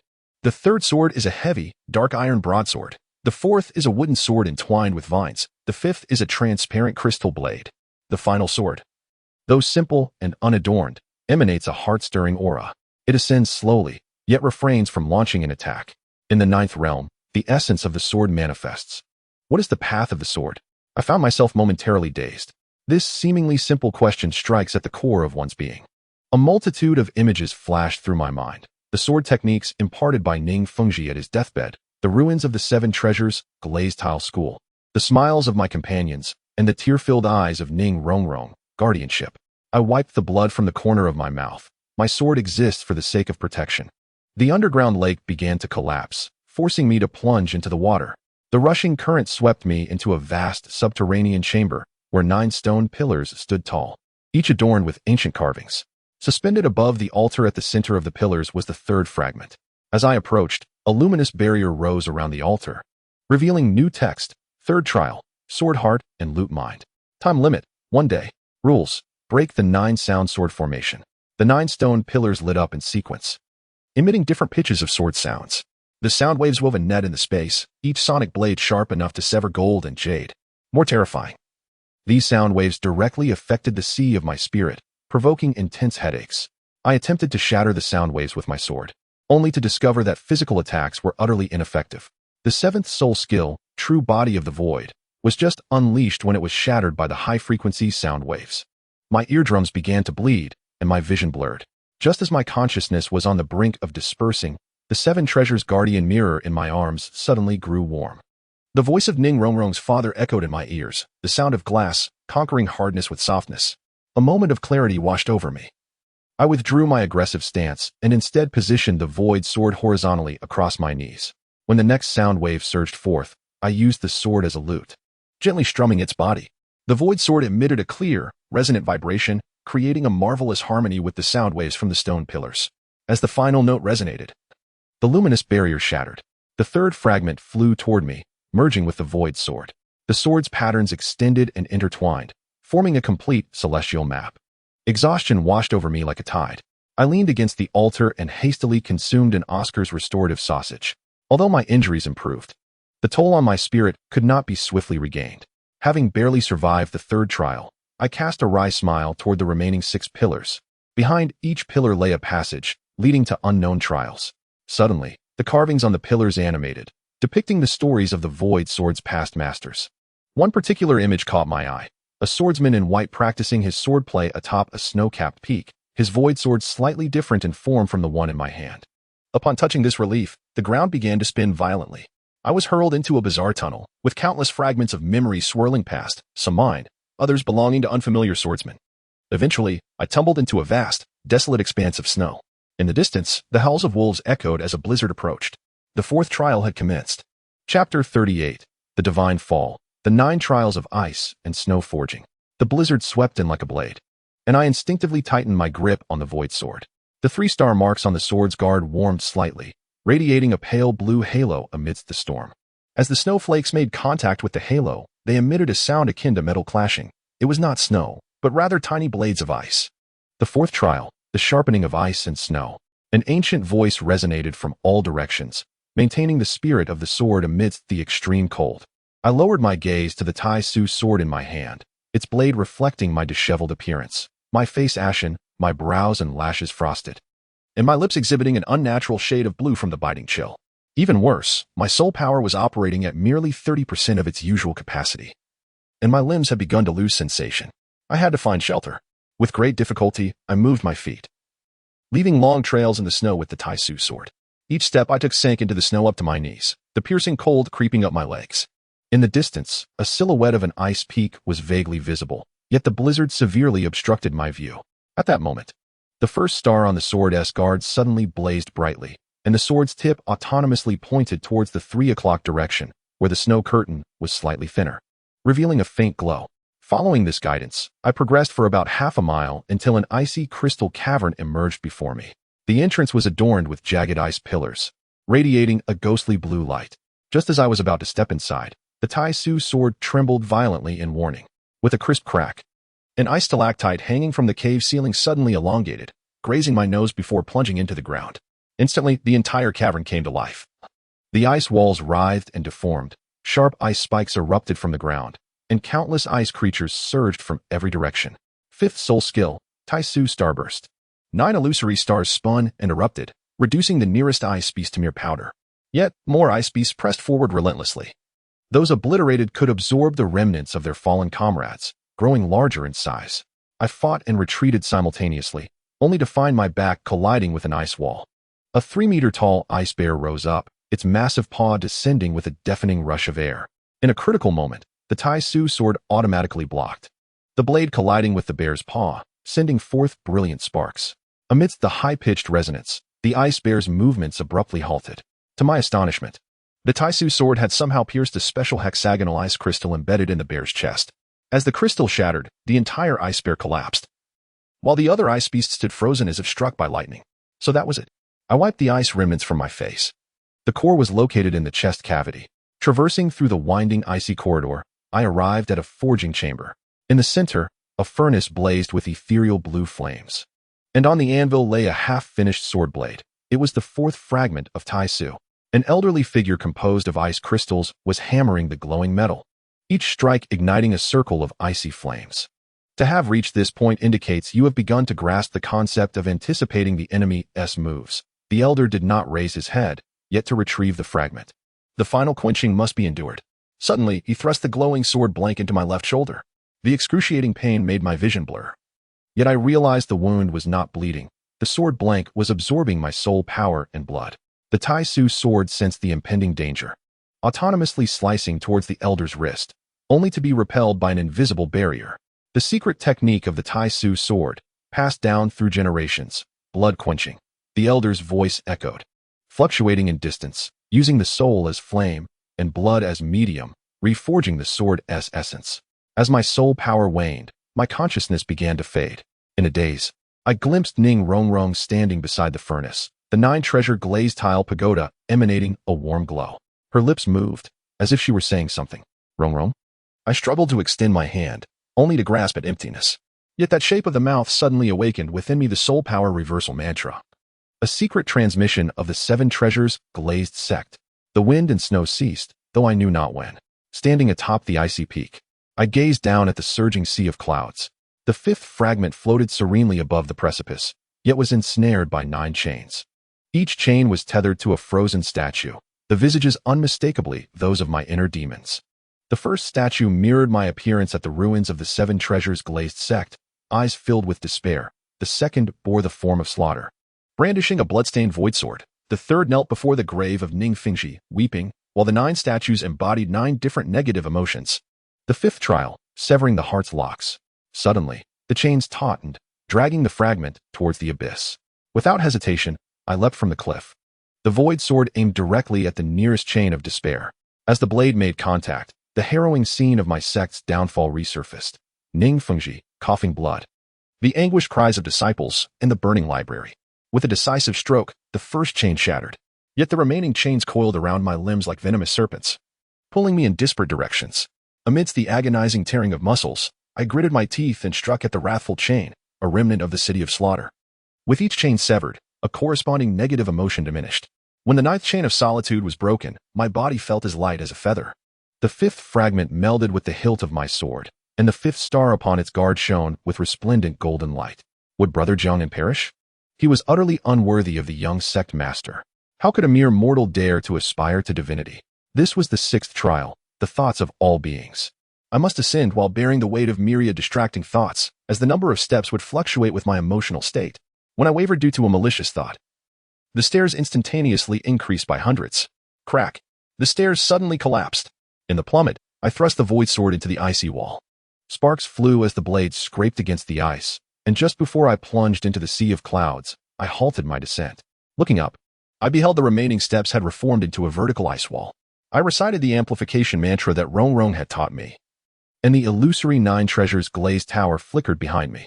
With an unwavering momentum, the void sword pierced the ice wall, utilizing the recoil to ascend through 26 steps in rapid succession, finally landing upon the summit platform. The sixth fragment nestled into the ice throne, upon which sat another version of myself. Defeat me, or become me? The figure chuckled lightly. This version of me bore a cold indifference. Glimmers of divinity flickering in its eyes, the 9 stars upon the void sword blazed to life, yet emanated an unfamiliar aura. The seventh trial, the choice of divinity. You lack the most crucial element. I feigned a vulnerability, and as the opponent's sword thrust towards me, I abruptly altered my stance. Void's profound secret, glazed heart slash. This was a secret technique merging the amplification of the 7 treasures glazed tower with the void sword's essence, radiant with a 9-colored brilliance. For the first time, the opponent's void sword faltered, and I sent it soaring away with a single stroke. The figure upon the throne displayed a look of confusion, its form gradually becoming translucent. So that is it, emotions are the essence that divinity cannot replicate. Before dissipating, it gently pushed the fragment towards me. As the sixth fragment returned to its rightful place, the heavens and earth suddenly shifted in hue. I was transported to the depths of the starry sky, where a colossal projection of the complete void sword floated before me. 3 missing segments glimmered with red light, corresponding to the final 3 trials. The true essence of the 7th examination is revealed, completing the Taiji sword technique. The shadows of swords diverge into myriad forms, showcasing the most astonishing swordplay of past masters. Yet, all demonstrations remain incomplete, lacking the crucial mental cultivation. Sitting cross-legged in the void, I begin to deduce the fragmented sword intents. With each moment of enlightenment, a starry light infuses the Taiji sword. This process feels as though it spans a century, yet it seems to transpire in the blink of an eye. When the 7th star ignites, a sudden clarity dawns upon me. The final 3 moves of the Taiji sword technique do not exist. They must be created by the sword master. The first move, Falling Star, is derived from Ning Fingji's final strike. The second move, Glazed Fusion, embodies the essence of the 7 treasure glazed Tao Pagoda. The third move, as I gaze into the infinite starry sky, evokes the starlight reflected in Ning Rongrong's eyes. The Taiji sword moves with the heart, tracing a flawless trajectory in the void. This move is named Radiance. The starry sky trembles, and the 7th shard condenses from the abyss. Just as I am about to touch it, the entire expanse of the starry sky suddenly collapses into a singular point. In the profound darkness, the voice of Qian Rinxue echoes softly. Final warning, continuing the trial will lead to certain death. Amidst the blinding light of the returning shards, the content of the 8th examination emerges. Divine Fall. Chapter 39, The Dawn of Divine Fall. As the blinding light dissipates, I find myself standing upon a scorched earth. The sky is ominously tinted crimson, and the shattered Taiji sword lies before me, its blade marred by a web of cracks. In the distance, the remnants of the 7 treasure glazed tile school cast sinister shadows beneath the blood-red moonlight. Is this an illusion? I reach out to touch the crumbling wall, the coarse texture greeting my fingertips. Before the collapsed main hall, Ning Rongrong's 9 treasure glazed Tao Pagoda leans forlornly amidst the rubble, its brilliance extinguished. Suddenly, the ground quakes, and countless black vines burst forth from the earth. These vines glisten with a viscous fluid, each adorned with barbs.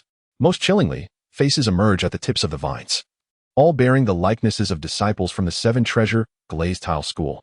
Master, save us. Why have you abandoned us? Jiangnan, you coward. The hoarse cries surge from all directions. Staggering backward, the Taiji sword feels as heavy as a mountain, refusing to budge despite my utmost efforts. A vine abruptly ensnares my ankle, the sharp barbs piercing my flesh, eliciting a muffled groan of pain. 8th examination, Divine Fall. Qian Rinxue's voice resonates from the heavens, urging me to retain my consciousness amidst despair. More vines surge forth, dragging me toward the fissures of the earth. Just as I am on the brink of being engulfed, a warm sensation emerges from my embrace, the pouch that Ning Rongrong had placed in my hands before her departure. Upon opening it, a strand of azure silk dances in the wind, emitting a faint glow in the darkness.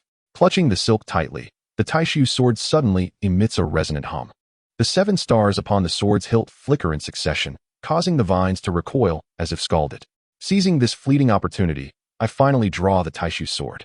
The moment its tip touches the ground, a surge of information floods my mind.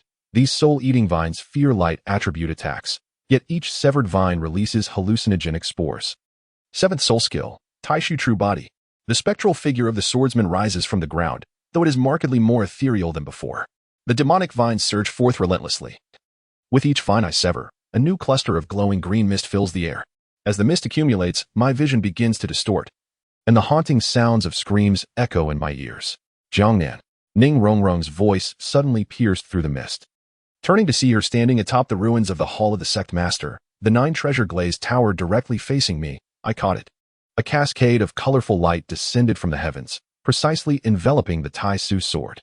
The cracks along the blade healed at a visibly rapid pace, the 8th star mark flickering in and out of sight. Yet, this beautiful scene was fleeting. A demonic vine pierced through Rongrong's chest, her figure dissipating like a bubble. No. Rage overwhelmed reason as I frantically swung my sword against the sea of vines. Just as I was about to exhaust my strength, my left hand unexpectedly grazed another solid object at my waist. A replica of the 9 treasure heavenly crown, meticulously crafted. A flash of inspiration ignited within me as I placed the crown upon my head. Though merely a replica, the core was embedded with genuine petals of the starry blue jacaranda. A soft azure halo radiated outward, causing the illusions to recede like a tide. Revealing the true scene, she unfurled 6 luminous wings, divine fire coalescing in her palms. Receive my 3 strikes unharmed, and the fragments shall return to you. The first strike was a pure blast of light. I crossed the Taishu sword before my chest, the clash of sword energy and divine fire erupting in an explosion that hurled me over 10 meters. My right arm's armor vaporized instantly, my skin erupting in horrific blisters. Is this all the Taishu sword is capable of? Qianrenshue scoffed, the second strike following swiftly. This time, a matrix composed of hundreds of light feathers emerged, each feather locking onto a vital point. I barely managed to deploy the sword wings to evade, yet still, 7 light feathers pierced through my body. Blood formed floating droplets in the weightless environment.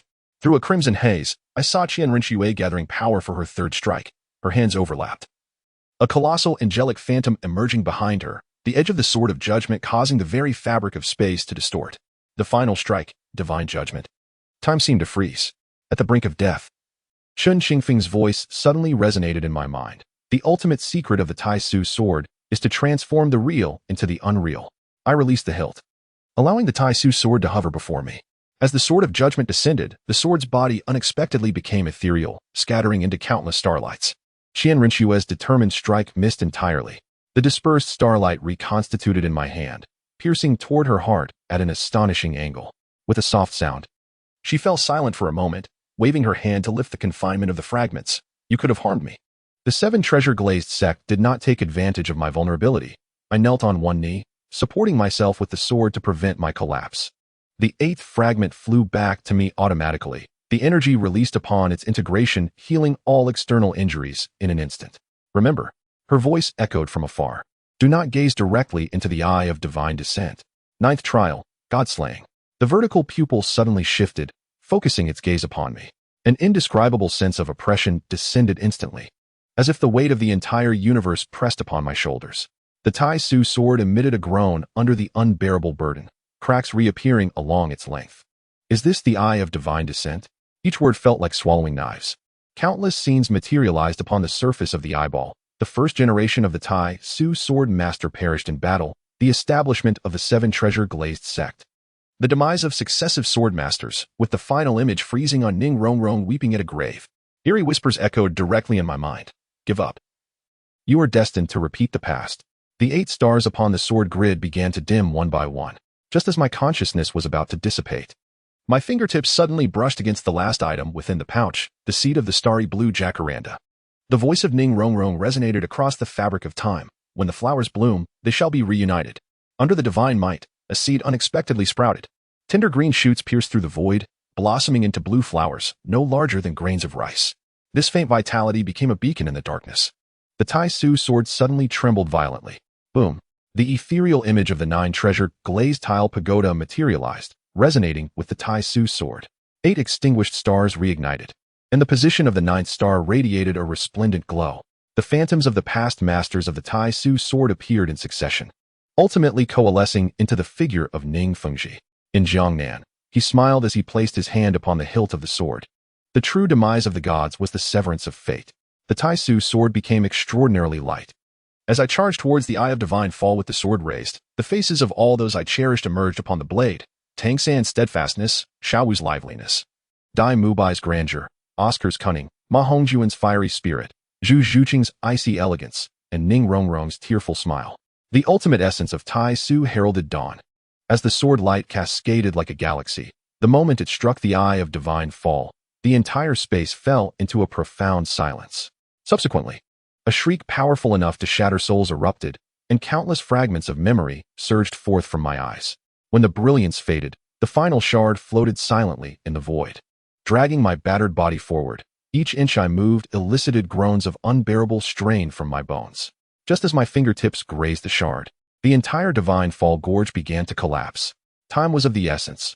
I gritted my teeth and hurled the Taisu sword towards the fragment. The instant the sword made contact, a celestial phenomenon of 9 stars aligning manifested in the sky. A beam of golden light cleaved through space, enveloping me, and the familiar sensation of teleportation washed over me. The last image my consciousness lingered upon was that of the complete Taisu sword traversing through the void, soaring towards the 7-treasure glazed tile sect. I know not how long it has been, but I caught a whiff of the fragrance of starry blue wisteria. Upon opening my eyes, I beheld Ning Rongrong with tear-streaked cheeks. Behind her stood the 7-treasure glazed tile sect in the midst of reconstruction, with the Taisu sword embedded atop the newly erected sword pavilion, while 9 stars shimmered brilliantly under the sun. In the distance, Tang San and the others hurried towards me. Dai Mubai carried half a roasted hare, while Ma Hongjuan's head was crowned with the remnants of an unextinguished phoenix flame. The sky was a brilliant blue, as if the trials of life and death had never occurred. Yet, when I gazed upon the Taisu sword, I noticed an inscription etched upon its blade. Only after the fall of the gods can one witness rebirth. Chapter 40. The return journey. Petals of starry blue wisteria fell upon my nose, the ticklish sensation prompting a sneeze. This minute action, however, ignited a wave of excruciating pain throughout my body, as if every bone had been shattered and reassembled. Ning Rongrong hurriedly pressed down on my shoulder. The 9-treasure glazed tile pagoda hovering at my bedside, casting a gentle healing light. Do not move. Your meridians are all fractured and have begun to reconstitute, she said, her voice trembling as her fingers brushed lightly over the bandages encircling my chest. There lay a grotesque scar, reminiscent of the pupil of the Eye of Divine Fall. With great difficulty, I turned my neck to survey the room. This was the newly constructed recuperation pavilion of the 7-treasure glazed tile sect, and outside the windows, I could see the half-finished glazed dome shimmering in the sunlight. On the bedside table rested a crystal vial containing branches of starry blue wisteria, the very essence that had saved my life during the divine trial. How long had I been unconscious? 27 days. Oscar's voice resonated from the doorway, bearing a steaming bowl of hearty soup, closely followed by the tear-streaked Ma Hongjun. Lao Zhao remarked that my awakening was nothing short of a miracle, as my entire soul force had been depleted to the point where even my martial spirit seemed on the verge of dissipating. Before he could finish his sentence, the door was flung open with great force. Tang Sin burst in, exuding an aura of coldness, his sea god trident still dripping with water. Jiangnan, the Divine Realm's overseer, has appeared again. Only then did he notice that I had regained consciousness, causing him to freeze in place. The room fell into an abrupt silence. Xiaowu peeked from behind Tang San, suddenly covering her mouth, her eyes glistening with unshed tears. Dai Mubai struck the doorframe with a fist, exclaiming, "You scoundrel! Do you have any idea how Rongrong has endured this past month?" Mubai. Ning Rongrong interjected, but the trembling spoon in her hand betrayed her emotions. I attempted to raise my hand to grasp her wrist, only to find that even this simple movement eluded me. My fingers merely quivered, akin to a dying butterfly. Tang Sin took a deep breath to steady his emotions. We will discuss the specifics once you are able to rise from this bed. He turned his gaze toward the window, where the sea god trident emanated a blue glow. Rongrong, take Jiangnan to the hidden chamber. The overseer is searching for the presence of the Taisu sword. Ning Rongrong promptly lifted the brocade blanket. And it was then that I realized I was clad in the light blue attire of the Seven Treasure glazed tile school. She adeptly supported my back and knees. And with Oscar's assistance, we transferred me into a wheelchair. Throughout this process, pain enveloped me, causing my vision to darken, and the taste of iron filled my mouth from biting my tongue. "Bear with it," she whispered in my ear, her breath carrying the fragrant essence of starry blue wisteria. 7 beams of light emanated from the 9 treasure glazed tower, connecting to the wheelchair, forming a rudimentary barrier of soul force.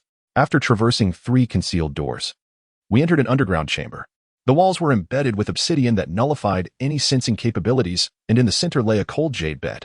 Just as Ning Rongrong settled me upon it, the ground trembled violently, and debris cascaded from the ceiling. "They found us." Tang San unleashed his blue-silver domain, golden patterns illuminating the chamber's floor. "Rong, prepare the 9 treasure invincible divine light. Xiao Wu, be ready to teleport at any moment." I struggled to gesture towards the hidden compartment in the wheelchair, where a sword box crafted to tower height was stored. Ning Rongrong understood and retrieved it. Gasping in shock as she opened it, the Taisu sword, which should have been in the sword pavilion, lay quietly within. Its blade now adorned with countless intricate golden patterns compared to before my unconsciousness. Suddenly, the Taisu sword emitted a clear, ringing sound, causing the chamber's temperature to plummet. The obsidian walls shattered continuously, revealing writhing shadows behind them. A colossal eye opened amidst the shadows, its pupil reflecting our astonished faces. Ning Rongrong's 9 treasure glazed tower radiated with immense brilliance. 9 treasures converge into the glaze, 9 treasure invincible divine light. The multicolored shield barely withstood the divine might, and blood began to trickle from her lips. The Taisu sword flew effortlessly into my hand, astonishingly light. The moment my fingertips brushed the hilt, the golden patterns sprang to life, coursing through my arms and enveloping my entire being. Amidst the excruciating pain, the shattered meridians were meticulously rejoined by golden threads, and the long-absent soul force began to flow once more. "Everyone, step back," I commanded, propping myself against the cold jade bed as I stood. The tip of the Taisu sword directed at the divine eye. "Your target is me."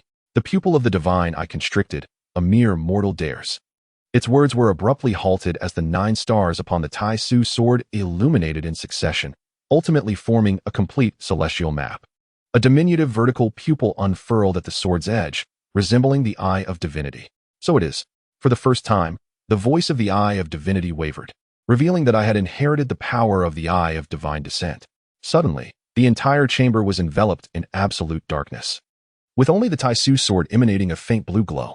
Amidst the astonished gazes of the onlookers, I wielded the sword to carve a flawless cross, lacking any extravagant sword aura, yet the space was sliced as neatly as fabric. From the fissure emerged the anguished screams of the divine realm's overseer, its enormous eye forced to close. This was the 9th soul skill of the Taisu sword. I panted, explaining, "Exile of space."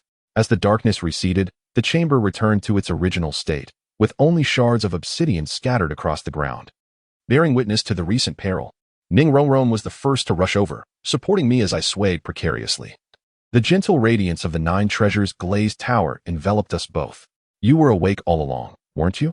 she suddenly exclaimed, striking my chest with her fists, tears cascading onto our clasped hands. "The Taisu sword has always resonated with you," she said, cradling my face in her hands. In her suddenly constricted pupils, I glimpsed my own eyes transformed into the same vertical pupils as those on the Taisu sword, albeit in a lighter hue. Just a side effect. I feigned nonchalance, blinking, and the vertical pupils promptly reverted to their normal appearance. However, the sudden wave of dizziness overwhelmed me, causing me to collapse onto Ning Rongrong's shoulder. My final consciousness consumed by her panicked cries. I awoke once more beneath a starry night. The glass window of the healing pavilion stood open, the night breeze carrying the fragrance of starry blue locust trees. Ning Rongrong lay beside my bed, sound asleep, her eyelashes glistening with tears. The moonlight bathed her in a silvery glow, while the 9 treasures glazed tower continued to emit a soft luminescence even in slumber. Gently, I brushed aside the stray strands of hair from her forehead and discovered a notebook resting by my pillow. Upon opening it, I found meticulous records. Day 7, Meridian Repair 13, attempt to infuse 9 treasures divine light failed. Day 15, anomalous activity of the Taisu sword. The sword pavilion's barrier damaged. Day 23, Tang San mentioned that the divine realm has begun to interfere with the lower realm. The final pages were adorned with various designs for soul-guiding devices, all aimed at stabilizing spatial fluctuations. The latest entry read, "Tomorrow. I shall try the spring water of the ice and fire duality eye, as Xiao Wu suggested. The ink was blurred by water stains. I carefully closed the notebook, inadvertently rousing the lightly sleeping Ning Rongrong. She groggily lifted her head, her eyes widening in astonishment upon realizing I was awake. "Do not speak," she urged, flustered, as she hurriedly rang for the physician and then turned to fetch water. "Dr. Zhao said you should drink the evening primrose dew upon waking. It will help your eyes." The reflection in the water revealed that my right eye had completely transformed into a golden vertical pupil, although my left eye retained its original appearance. Golden ring patterns adorned the area surrounding the pupil. Pretty cool, isn't it? I attempted to lighten the mood, only to provoke a fit of violent coughing. Ning Rongrong hurriedly patted my back, the glow of the 9 treasures glazed tower flickering uncertainly. "Next time, if you do that," she murmured, her voice muffled by fabric, "I will confine you with the 9 treasures glazed tower." Oscar exited the room with a mischievous grin, thoughtfully closing the door behind him. The night breeze suddenly intensified, and outside, a rain of starry blue locust blossoms began to fall. We quietly watched the petals drift down, neither of us mentioning the overseer of the divine realm.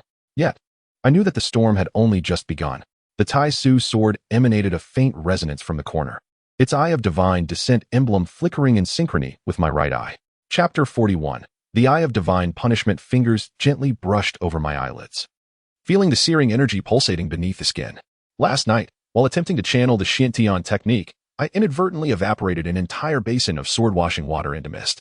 At this moment, as the morning sun began to rise, the burning sensation in my right eye intensified, as if molten lava coursed within my eyeball. "Jiangnan." Ning Rongrong's voice echoed from the end of the corridor. Today, she donned the ceremonial attire for the reconstruction of the 7-treasure glazed tile school. Her light golden robe adorned with the intricate patterns of the 9-treasure glazed tower, while the hairpin in her hair swayed gently with her steps.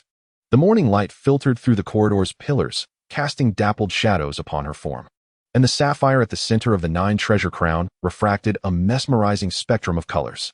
"What brings you here? The ceremony is still half an hour away." Her voice trailed off abruptly. Instinctively, I turned my face away, but it was too late. She had keenly noticed the golden sheen emanating from my right eye's pupil. "Is it acting up again?" She hastened toward me, the scent of starry blue wisteria wafting from her sleeves as they brushed against my hand. The 9-treasure glazed tower materialized in her palm, its healing light enveloping my right eye tenderly. "Have you consumed the medicinal brew prepared by Dr. Zhao?" It was too bitter. I attempted to divert the topic, gesturing toward her slightly askew hairpin. Just as my fingertips were about to graze the hairpin, a sudden, excruciating pain erupted in my right eye. My vision instantly drained of all color, transforming into an eerie grayscale. Countless translucent threads materialized around Ning Rongrong, each one forecasting the trajectory of her potential movements over the next 3 seconds. Amidst this chaotic premonition, the gilded hairpin began to slip, its sharp end poised to pierce the skin at the nape of her neck. Time seemed to freeze. My body reacted before my mind could process, and I grasped the hairpin at the moment it was about to touch her skin. This seemingly simple action strained my still recovering meridians. A metallic sweetness surged in my throat. A drop of blood trickled from the corner of my mouth, blooming into a glaring red against Ning Rongrong's pristine collar. "Have you recklessly invoked divine power again?" She snatched the hairpin from me, her fingertips trembling slightly. The brilliance of the 9-treasure glazed tower suddenly intensified, 7 beams of light connecting to my vital points. Dr. Zhao had mentioned a minimum recuperation period of 3 months, but this was merely a reflex. I wiped away the blood and took the hairpin to resecure it in her hair. As my fingertips inadvertently brushed against the skin behind her ear, I felt an unusual warmth she too was pushing through. For the past month, she had tirelessly cared for me day and night while also overseeing the school's reconstructions. Even the strongest among us could not endure such strain. Following her gaze, I noticed the 27 newly erected glazed pillars surrounding the tower's base, each housing relics salvaged from the ruins, the sword of the first generation's patriarch, soul bones treasured through the ages, and even half a charred scroll of the 7-treasure heart method. At the very center, a jade ring, often worn by Ning Fengxi, floated quietly within one of the pillars. "Let us go." I gently grasped her slightly trembling hand. "Today, you are the protagonist." As we walked side by side toward the square, the disciples of the 7-treasure school bowed in respect. Many of them wore simple garments, their cuffs embroidered with delicate black gauze, mourning for their fallen kin. Suddenly, a little girl, perhaps 6 or 7 years old, dashed out from the crowd, offering a bouquet of fresh, starry blue wisteria to Ning Rongrong. Her upturned face bore a scar that had yet to heal, stretching from her brow to the corner of her mouth. "Thank you, little pair," Ning Rongrong said as she squatted down to accept the bouquet, her fingertips gently brushing over the scar. "Does it still hurt?" The little girl shook her head, suddenly pointing at me in astonishment, exclaiming, "The Lord's eyes are glowing." It was then I noticed that my right eye had once again begun to uncontrollably reveal the eye of divine punishment. The golden slit pupil was particularly prominent in the sunlight, causing the little girl to hide behind Ning Rongrong in fright. "Do not be afraid." Ning Rongrong removed the jade pendant from her waist and hung it around the little girl's neck, saying, "This will protect you." Suddenly, a deafening thunderclap erupted. A tearing pain shot through my right eye as I glimpsed a golden bolt of lightning descending from the heavens, aimed directly at the 9 treasures' heavenly crown atop Ning Rongrong's head. My body instinctively acted before my mind, leaping forward to shield her just as the Tai Su sword sensed the impending threat and unsheathed itself, soaring from the sword pavilion 100 meters away. The collision of thunder and sword created a shockwave that swept across the entire square. The newly erected glass pillars trembled violently, 3 of them developing spiderweb-like cracks. The spectators staggered, and the girl named Little Pear was lifted off the ground by the force, fortunately caught by the timely arrival of Oscar. As the dust settled, the sky was shrouded in a golden haze. 12 figures clad in divine armor hovered above, the leader wielding a colossal hammer entwined with lightning, proclaiming in a voice that resonated like 1,000 drums, "Godslayer Jiangnan, the Divine Realm Council hereby judges you." Tang San's sea god trident suddenly pierced the clouds, the golden 13 tridents fully unfurling for the first time, while Xiao Wu's south figure lingered in place. Her true self had already appeared behind the divine envoy at the rear, her scorpion braid coiling around his throat like a serpent. "Who permitted you to disrupt Rongrong's grand day?" In an instant, chaos erupted. Dai Mubai's white tiger meteor shower intertwined with Ma Hongjuan's phoenix cry, creating a dense web of firepower, while Zhu Zhuqing transformed into a shadow, weaving through the fray. I shielded Ning Rongrong and retreated beneath the 9 treasures' glazed tower, the eye of divine punishment continuously warning of further spatial fluctuations. As 5 divine power signatures began to coalesce 30 miles to the northwest, they were summoning reinforcements. Ning Rongrong swiftly assessed the battlefield, the 9 treasures' glazed tower projecting 6 beams of light to amplify our companion's strength. The 3 to the southeast were a feint, while the true lethal strike lay ahead. As the smoke enveloped us, I grasped Ning Rongrong's hand and leaped to the top of the 9 treasures' glazed tower. From this vantage point, I could clearly see that a faint golden divine barrier had risen around the perimeter of 7 Treasure City. More alarmingly, the sky was undergoing a peculiar distortion, a precursor to the forced merging of 2 planes. However, just as the formation completed its 3rd cycle, the 3 main pillars in the southeast suddenly exploded. Divine envoys had already infiltrated the crowd disguised as disciples. Shattered glass scattered, one shard grazing Ning Rongrong's cheek and leaving a slender trail of blood. In the midst of the agonizing pain, the eye of divine punishment pierced through the temporal barrier. In a fleeting moment, I glimpsed the scene of the Divine Realm Council. 12 main deities seated around a circular table, with the figures of the Thunder God, Fire God, and Wind God appearing particularly solid as they cast their votes. I found it. I grasped Ning Rongrong's bloodied hand, realizing it was the true forms of the 3 gods pushing for their descent. Ning Rongrong immediately redirected the amplification. All beams of light converged upon Tang San, granting him a fleeting glimpse of divine-level perception. The trident of the sea god transformed into a stream of light, vanishing into the clouds, following the divine link to strike directly at the true forms of the 3 gods. Attempting to flee? Blood tears streamed from my right eye as the eye of divine punishment on the Tai Su sword fully opened. The rift in time and space spread beneath the feet of the divine emissaries, engulfing them into the chaotic void, a banishment technique I had comprehended from the Valley of Divine Ruin. As the last divine emissary disappeared, the city of 7 treasures fell silent once more. The survivors, grateful to be alive, wept in each other's arms, and the girl named Xiaoli was cradled in Zhu Zhuqing's embrace, timidly gazing at the tower's pinnacle. Ning Rongrong, her legs giving way, knelt upon the glazed tiles, her pallor reflecting the strain from the continuous output of soul power, causing the 9 treasure heavenly crown upon her head to lose its luster. I wished to assist her, but discovered that my right hand was entirely covered in golden patterns, my fingers rigid as metal. Jiangnan trembled as she touched the mark of divine punishment upon my face, but the healing light of the 9 treasure glazed tower was repelled upon contact. Tang San descended upon the tower's peak, his expression grave as he sensed the power of the sea god, The eye of divine punishment was rebounding against its host. Before he could finish speaking, my right eye suddenly expanded infinitely, piercing through the clouds and the barriers of the divine realm, allowing me to behold the true forms of the three gods. More terrifying still, they were gazing back through my eye, fixating upon the city of 7 treasures. They were pinpointing coordinates. I endured the excruciating pain, attempting to close my right eye, but it was too late. The sky split open with a pitch-black rift. A spear of divine thunder emerging slowly with a diameter of a kilometer. In the midst of despair, 6 luminous wings spanned the heavens. Qian Rinxue stood before the divine spear, unfurling a golden scroll, the latest decree from the Divine Realm Committee to immediately cease interference with the Douluo Continent.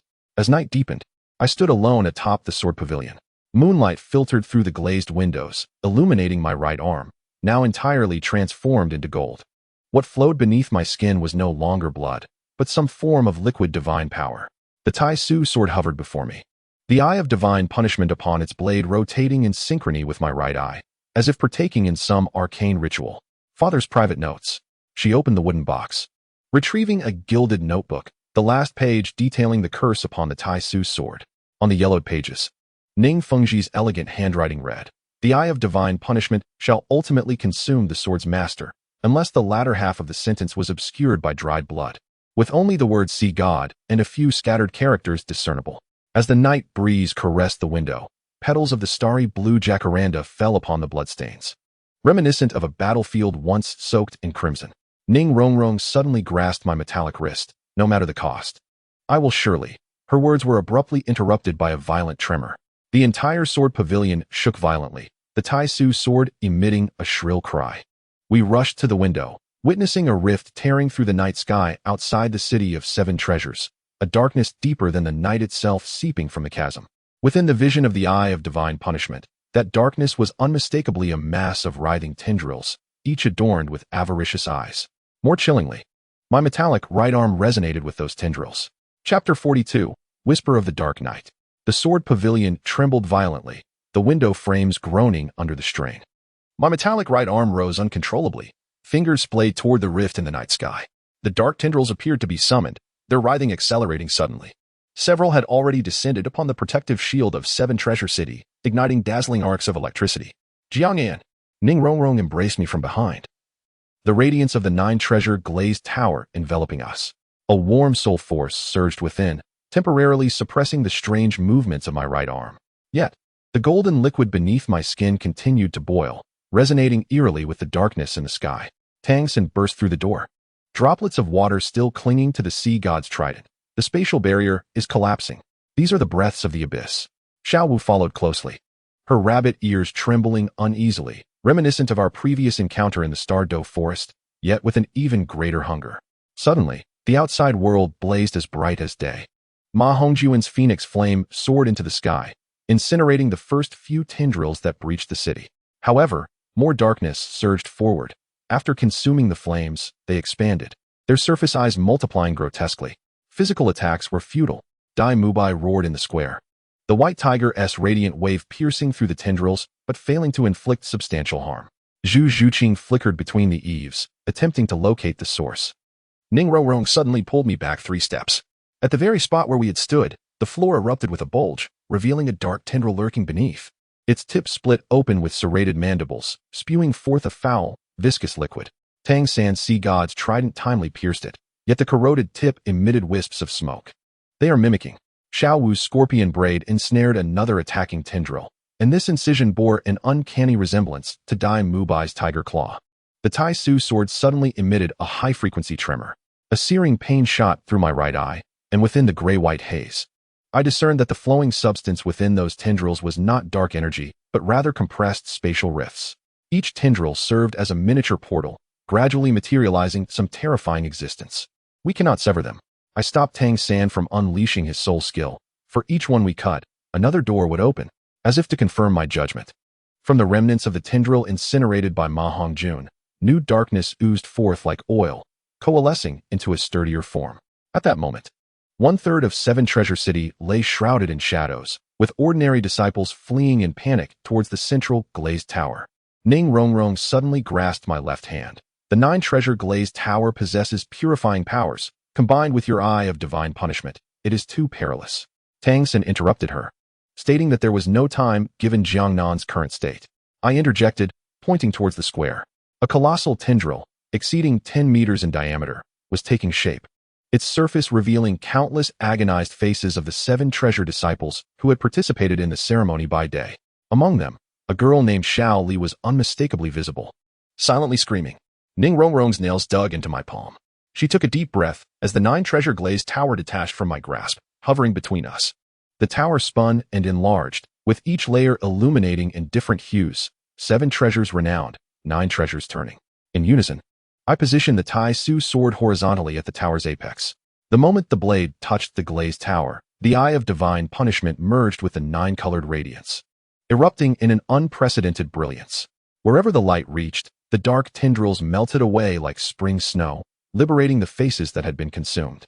However, just as we were on the verge of purifying the core tentacle, my right arm suddenly betrayed my will.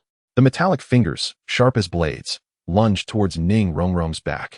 In a split second, Oscar's flying intestines collided with Ning Rongrong, saving her but sustaining a grievous wound to his shoulder.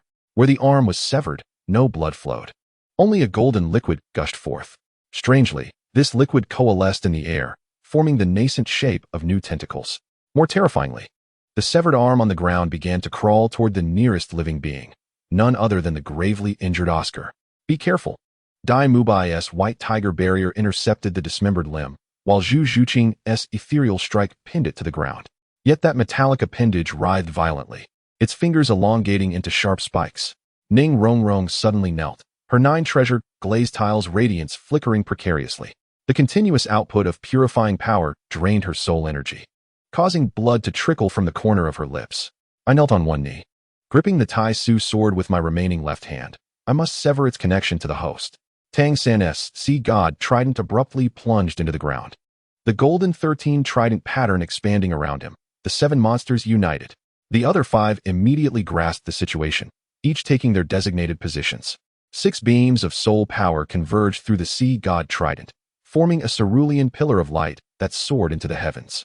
Within the pillar, the faint silhouette of Poseidon emerged. She lightly tapped her staff, and the clouds above 7 Treasure City were forcibly torn apart, revealing a resplendent starry sky behind. As the starlight fell, the dark tentacles emitted a piercing shriek. They retreated like a tide towards the initial spatial rift, dragging my severed arm upward with them. I struggled to rise and pursue, but succumbed to the excessive blood loss and collapsed. In the final moment, I glimpsed a massive vertical pupil within the rift, identical to the eye of divine punishment, yet brimming with pure malevolence. It stared at me, transmitting intermittent psychic waves. We shall inevitably reunite. With a thunderous sound, the rift sealed, and the entirety of 7 Treasure City returned to silence. I lay on the cold stone slab, hearing Ning Rongrong's tearful cries, the chaotic footsteps of my companions, and the hurried breaths of Dr. Zhao approaching. Yet these sounds grew fainter, as if filtered through a thick curtain of water.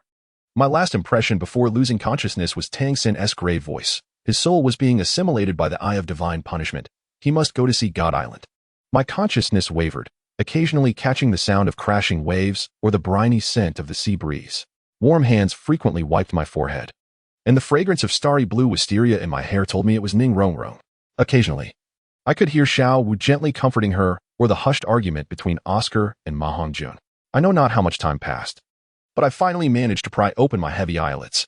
What greeted my gaze was an unfamiliar shell-shaped dome, sunlight filtering through mother-of-pearl windows, casting shimmering waves upon the bed curtains. This was neither 7 Treasure Glazed Tile Sect nor Shrek Academy. See God Island? The hoarse voice startled even myself. Ning Rongrong at my bedside abruptly looked up, the 9 Treasure Glazed Tile clattering to the ground. She appeared much more haggard, her eyes bloodshot, with traces of unclean blood at the corners of her mouth. Upon seeing me awake, she opened her mouth but could not utter a word, tears cascading down her cheeks. 3 days. Tang Xin's voice resonated from the doorway. He held a bowl of bitter medicinal broth, the light of the sea god swirling around him. And you had been unconscious for an entire 3 days. I attempted to sit up, only to find my right arm was empty. It was no dream. A bandage soaked in ointment wrapped around the severed stump, faint golden patterns still visible as they extended toward my shoulder. Ning Rongrong supported me as I leaned against the head of the bed, her fingertips trembling. Senior Poseidon had temporarily halted the erosion of divine punishment, but it was merely a stopgap measure. The figure of Poseidon, clad in white as pure as snow, appeared at my bedside, his staff gently tapping my chest.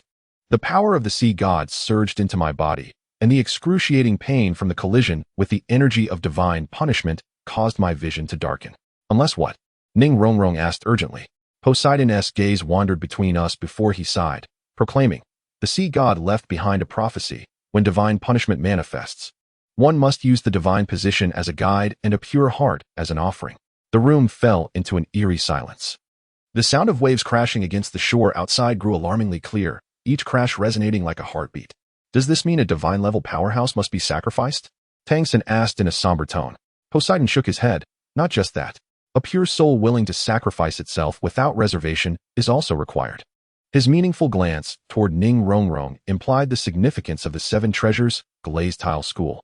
"No," I exclaimed abruptly, grasping Ning Rongrong's wrist, fearing she might vanish at any moment. "There must be another way."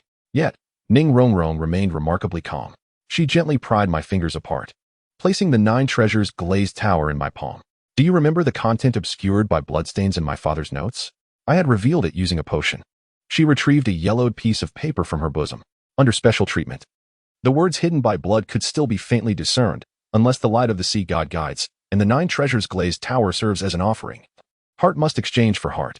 A heavy blow struck my chest. The Taiji sword suddenly trembled in the corner of the room. Golden liquid weeping from the eye of divine punishment inscribed on its blade. Poseidon turned to gaze out the window. "On the night of the full moon tomorrow, when the tidal forces are at their peak, the ritual can be conducted." He paused for a moment. "Of course, you have the right to refuse." When only the 2 of us remained in the room, Ning Rongrong dampened a cloth to wipe my face. Warm droplets cascaded down my jaw, indistinguishable between tears and ordinary water. "Do you remember our first meeting?" she suddenly asked. "You were hiding in the shade practicing your swordplay while I watched from the tower's peak." "How could I forget?" I replied. She had been wearing a dress of soft yellow, the 9 treasures glazed tower glistening like candy in the sunlight. My clumsy sword moves had made her laugh, her laughter startling the blue jacaranda blossoms into flight. In that moment, I knew when she pressed her forehead against my remaining left hand that meeting her was the greatest fortune bestowed upon me by the 9 treasures glazed tower. As the sun set outside, casting a golden halo around her profile, I gazed at the shadow cast by her eyelashes, suddenly realizing that the divine punishment vision in my right eye had somehow restored itself. Among countless possible futures, each one bore the image of her fading away. There must be another way. I clenched the bed sheet tightly when Ning Rongrong suddenly covered my mouth. Tears glistened in her eyes, yet her lips curved into a resolute smile. "Don't speak such foolishness. The 7 treasures glazed tile school can exist without Ning Rongrong, but it cannot exist without its sword." The moonlight filtered through the pearl window lattice, casting dappled spots of light upon the sheets that lay between us. She untied the 9 treasures' heavenly crown and placed it beside the pillow, the sapphire glistening in the moonlight like a drop of solidified tear. Chapter 43. The Eternal Flame of the Heart Before Dawn. Sea God Island was shrouded in a delicate purple mist. I stood upon the rocky outcrop, my injured right shoulder dampened by the waves, sending sharp pangs through my body. After Ning Rongrong departed last night, I stealthily slipped out of the room and found the complete prophecy in the library that Poseidon had mentioned. It was not a means of salvation, but rather a cruel ritual of substitution. Indeed, it was here. Tang San's voice resonated from behind me. He held my void sword, while the sea god trident shimmered with a faint blue aura in the morning light. Xiao Wu followed closely behind him, her rabbit ears twitching restlessly. "You knew all along, didn't you?" I took the void sword from him. The eye of divine punishment engraved upon the blade had closed, as if in slumber. The so-called sacrifice merely transferred the eye of divine punishment onto Rongrong. Tang San did not deny it. He gazed towards the horizon where the sun began to rise, casting shadows upon his sharply defined features. "Poseidon informed me of the complete prophecy last night, but Rongrong is more perceptive than we anticipated." Xiao Wu handed me a roll of yellowed parchment. As I unfurled it, I beheld an ancient star map, with 9 stars marked in vermilion, connecting them in a shape reminiscent of the void sword. Inscribed at the side were the words, "Divine punishment enters the heart, 9 stars in reverse. The glass reflects the moon, and thus the cycle is complete." This was given to me by the high priestess this morning. Xiao Wu's ears drooped as she spoke of the answer being revealed at the time of the 9 stars aligning. I traced the star map with my fingers, suddenly realizing something. "What day is it today?" We exchanged glances, and in unison, we raced towards the sea god temple. As we traversed the corridor, A sharp pain pierced my right eye, and through the grayish haze, I glimpsed Ning Rongrong kneeling alone in the temple's secret chamber. The 9 treasures glazed tower hovering before her, its apex aligned with her heart. Hurry! I urged my soul force and sprinted forward.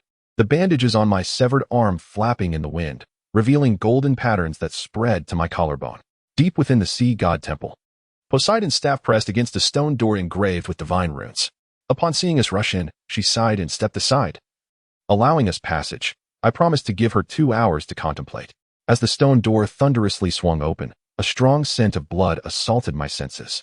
In the center of the chamber, Ning Rongrong knelt, her complexion pale, the 9 treasures glazed tower piercing half an inch into her chest. Blood flowed along the tower's engravings, tracing intricate patterns upon the altar. Stop! I lunged forward, desperate to interrupt the ritual, but an invisible barrier repelled me. The void sword slipped from my grasp, inexplicably hovering beside Ning Rongrong, the eye of divine punishment slowly opening. Ning Rongrong raised her gaze towards us, a faint smile gracing her lips. Do not worry. This is merely a preliminary ritual. With each word she uttered, blood foamed at the corners of her mouth. The 9 treasures glazed tower can temporarily house the eye of divine punishment. Have you lost your mind? I pounded against the barrier. Golden liquid gushing from my severed arm splattering against the transparent shield, corroding it and emitting wisps of smoke. That thing will consume your soul. Tang San's sea god trident struck the ground with force, the golden pattern of the 13 tridents unfurling across the chamber floor. Poseidon, I implore you, please terminate the ritual. The high priestess shook her head, declaring that once the process commenced, it could not be halted. She gestured towards the 7 heart lamps that gradually illuminated around the altar, stating that unless the true solution was discovered within 7 days, the consequences would be dire. Suddenly, Xiaowu tugged at my sleeve, exclaiming, Jiangnan, look. Following the direction of her finger, I noticed that the blood of Ning Rongrong had formed a pattern on the altar, which astonishingly mirrored the star chart on the parchment. The position of the Tai Su sword corresponded precisely with the star indicated by the tip of the sword in the diagram. It was not a sacrifice. I realized with a jolt, it was a guide. Without time for explanation, I bit into my left index finger, allowing my blood to drip onto the grid of the Tai Su sword. The eye of divine punishment reacted to the blood, emitting a golden beam that pierced through the temple's ceiling, ascending towards the heavens. Concurrently, the sky over Sea God Island underwent a transformation, although it was daytime. 9 brilliant stars appeared. The 9 stars aligned. Poseidon's staff radiated a dazzling light, revealing the true meaning of the prophecy regarding the 9 stars in retrograde. The 9 treasure glazed tower upon Ning Rongrong's chest abruptly ceased its descent and began to rise slowly instead. The tower absorbed the light of the 9 stars, becoming nearly translucent. The eye of divine punishment detached from the Tai Su sword, swirling as a golden stream around the tower, yet it could no longer approach Ning Rongrong. Now, Tang San hurled the sea god trident into the air, the golden pattern of the 13 tridents merging with the beams of the 9 stars. Xiao Wu's scorpion braid danced without wind, her soft-bone rabbit martial soul manifesting, enveloping the altar in a pink aura. Seizing the opportunity, I broke through the barriers and embraced Ning Rongrong with what was left of my left arm. Her body was chillingly cold, her heartbeat faint as a flickering candle in the wind.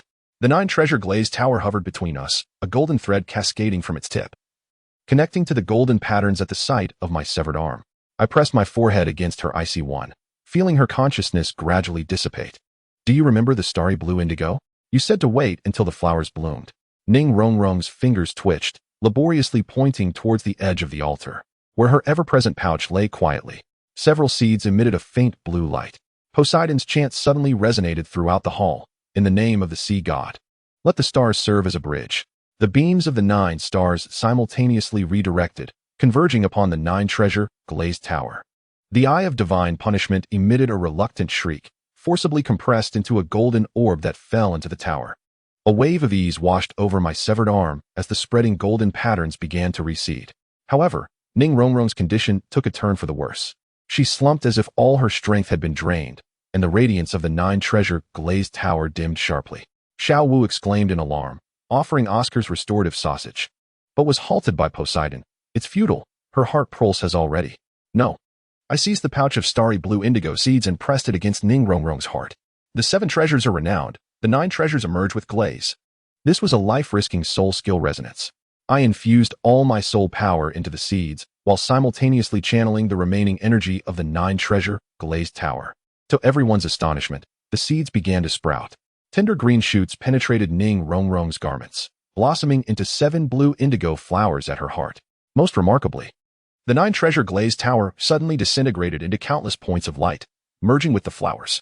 When the brilliance dissipated, a miniature glazed tower tattoo appeared on Ning Rongrong's chest, the tip perfectly cradling the largest blue indigo flower. A martial soul evolution? Tang Sen inquired uncertainly. The staff of Poseidon radiated a probing light. No, it was a symbiosis. The 9-treasure glazed tower had chosen its most fitting form. As if to affirm her words, Ning Rongrong's eyelashes fluttered slightly before she slowly opened her eyes. Upon seeing the flower at her heart, a rosy hue blossomed on her pallid face. This was the moment when miracles occurred. I echoed her sentiment, gazing at the final star in the horizon that had yet to fade. In a daze, it appeared as though I caught a glimpse of Ning Fengji's reassuring smile. The night breeze swept across the terrace, carrying the distant melodies of the celebration. Xiao Wu, like a magician, produced 2 heart lanterns. Here. I heard that if you write a wish on the lantern and release it, it will. Her words were abruptly interrupted by a sudden tremor. We alertly scanned our surroundings, only to discover that the source of the vibration emanated from the blue jacaranda flower at Ning Rongrong's heart, glowing and resonating wondrously with the Tai Su sword. Poseidon observed this scene thoughtfully. It seems you have created an unprecedented fusion technique of martial souls. Tang Sen suddenly laughed. The trident of the sea god tracing a graceful arc under the moonlight. Perhaps it should be called the blue jacaranda glazed slash? A hint of color finally returned to Ning Rongrong's pale face. She took the heart lantern, earnestly inscribing her wish upon it. Then mischievously winked at me. Want to know what I wrote? Chapter 44, Whispers of the Tide. It's time for a change of medicine. Tang San's voice came from behind. He held a special ointment from Sea God Island, while the sea god trident leaned against the door, its tip still glistening with undried dew. Xiao Wu followed closely behind, cradling a shell-crafted dish filled with steaming fish porridge, its aroma wafting enticingly. I cautiously lifted the thin blanket from Ning Rongrong's shoulder.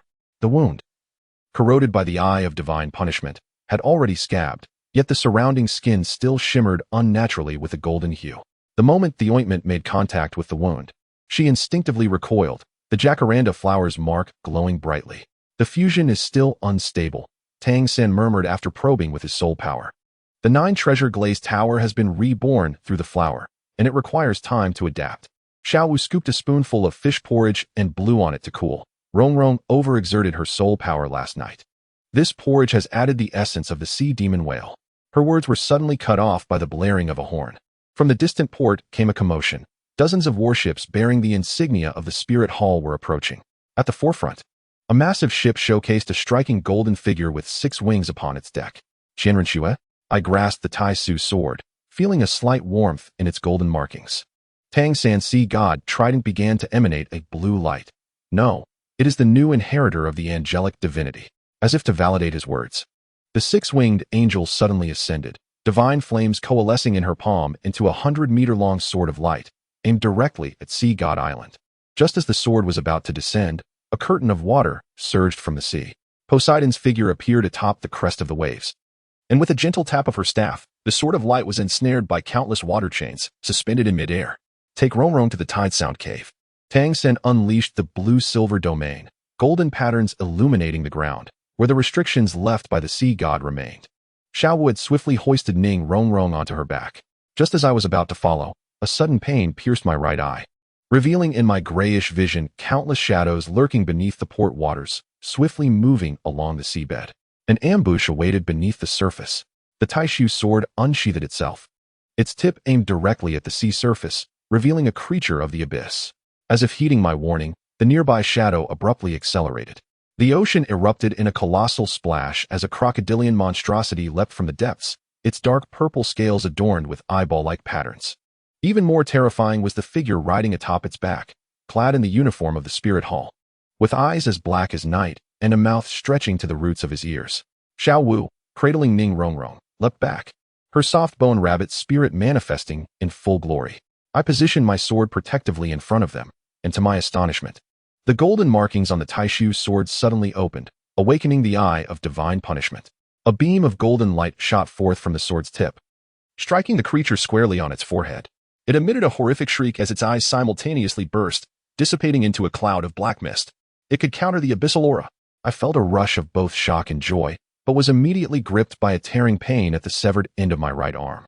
The activation of the Eye of Divine Punishment accelerated the spread of the golden patterns, which quickly crawled up to my neck. Taking advantage of my distraction, the remaining two creatures lunged at us. In a moment of desperation, Ning Rongrong suddenly broke free from Xiao Wu's embrace. Her eyes remained closed.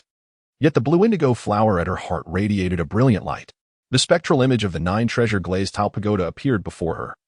And instead of the usual 7-colored light, it emitted a pure blue. The creature enveloped in blue light let out an infantile wail as its parasitic form melted away like wax. The last remaining monster, sensing danger, attempted to flee but was incinerated into charred remains by the sudden appearance of Ma Hongjuan's phoenix flame. Just in time. The rotund figure triumphantly flicked his smoking hair, followed closely by Dai Mubai and Zhu Zhuqing. Dai Mubai's sinister eyes were bloodshot, evidently having fought his way here. 7 Treasure City had also been attacked, and Oscar was handling the aftermath there. At this moment, Ning Rongrong seemed to awaken from a dream, staggering to support me. The glow of the blue indigo flower gradually diminished as she curiously touched her heart. I just instinctively used my martial spirit. Zhu Zhuqing astutely pointed out that your new form possesses a unique advantage over abyssal creatures. A sudden thunderous noise erupted from the direction of the port. We turned to witness a colossal water vortex summoned by Poseidon colliding with the light sword of the 6-winged angel, the shockwave toppling 5 battleships. However, more shadows emerged from the sunken vessels, shedding their disguises to reveal their true forms as abyssal beings, slimy tentacles, chaotic eyes, and grotesque mandibles. We must sever the source, Ning Rongrong said, her voice weak yet resolute. I can sense something in the sea commanding them. Her words were interrupted by a sudden mental assault. The immense eye emitted invisible waves that caused lower-ranked soul masters to perish instantly. Ning Rongrong and I both let out muffled groans as the Taiji sword and the blue indigo flower resonated in unison, forming a pale blue barrier to shield us from the onslaught. The 7 monsters united. Dai Mubai roared as he activated his white tiger transformation. We swiftly arranged ourselves into formation, with Ning Rongrong's amplification light precisely enhancing each of us. When her blue light connected with me, the Eye of Divine Punishment resonated with the blue indigo flower, projecting an image directly into our minds. At the base of the Abyss Tower, an object radiating golden light was supplying energy to the entire projection. The object was irregularly shaped, its surface adorned with familiar golden patterns. My severed arm. A sudden realization dawned upon me. It had been assimilated by the abyss. The phoenix flames of Ma Hongjun traced a path through the air. What are we waiting for? Detonate that broken tower. No. Ning Rongrong pressed her hand against her heart. The blue jacaranda. Reckless destruction would provoke an eruption of abyssal energy. The core must first be purified. Tang Xin decisively declared. I will engage the successor of the angel god alongside Xiao Wu, Mubai, Zhuqing, and the hefty one will cleanse the minions. He glanced at Ning Rongrong and me. You are responsible for the decapitation operation. I echoed his words. The Tai Su sword trembled with excitement. The plan unfolded remarkably smoothly, while the assaults of the others drew most of the firepower.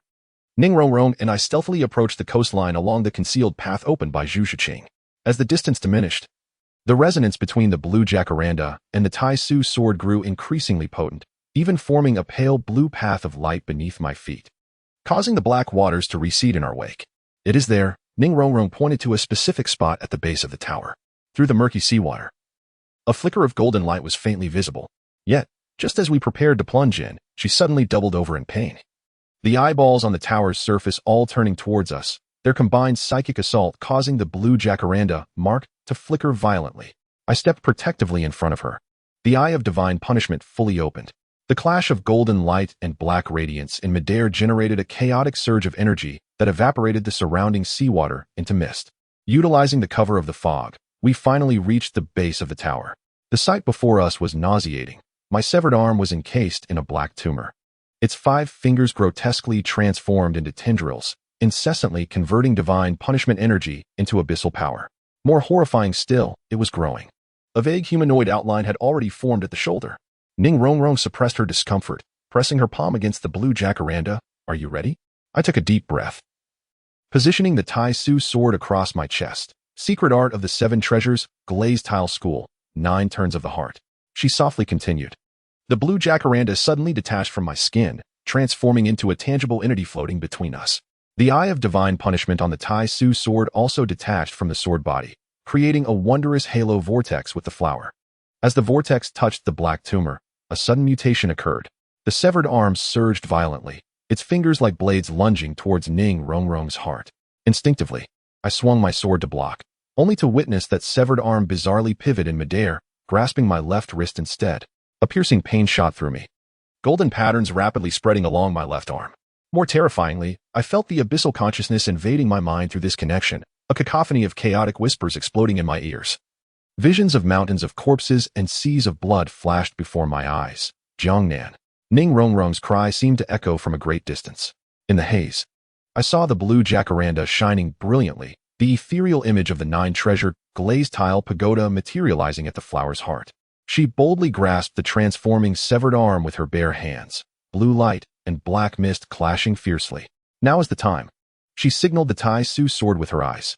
I fought against the mental encroachment, pouring all my soul power into the sword. The eye of divine punishment and the blue jacaranda simultaneously reached their resonance peak, a beam of intertwined gold and blue light piercing through the core of the tumor. Amidst the deafening shriek, the abyssal tower began to collapse. My severed arm melted away like ice under the blazing sun, and in its final moments, that eye, now transformed into a vertical pupil, shed a single golden tear. As the sea surface returned to tranquility, the setting sun hung low on the horizon. I recline upon the sandy shore, the golden patterns on my left arm having faded, yet the skin remains forever marked by a delicate web of scars.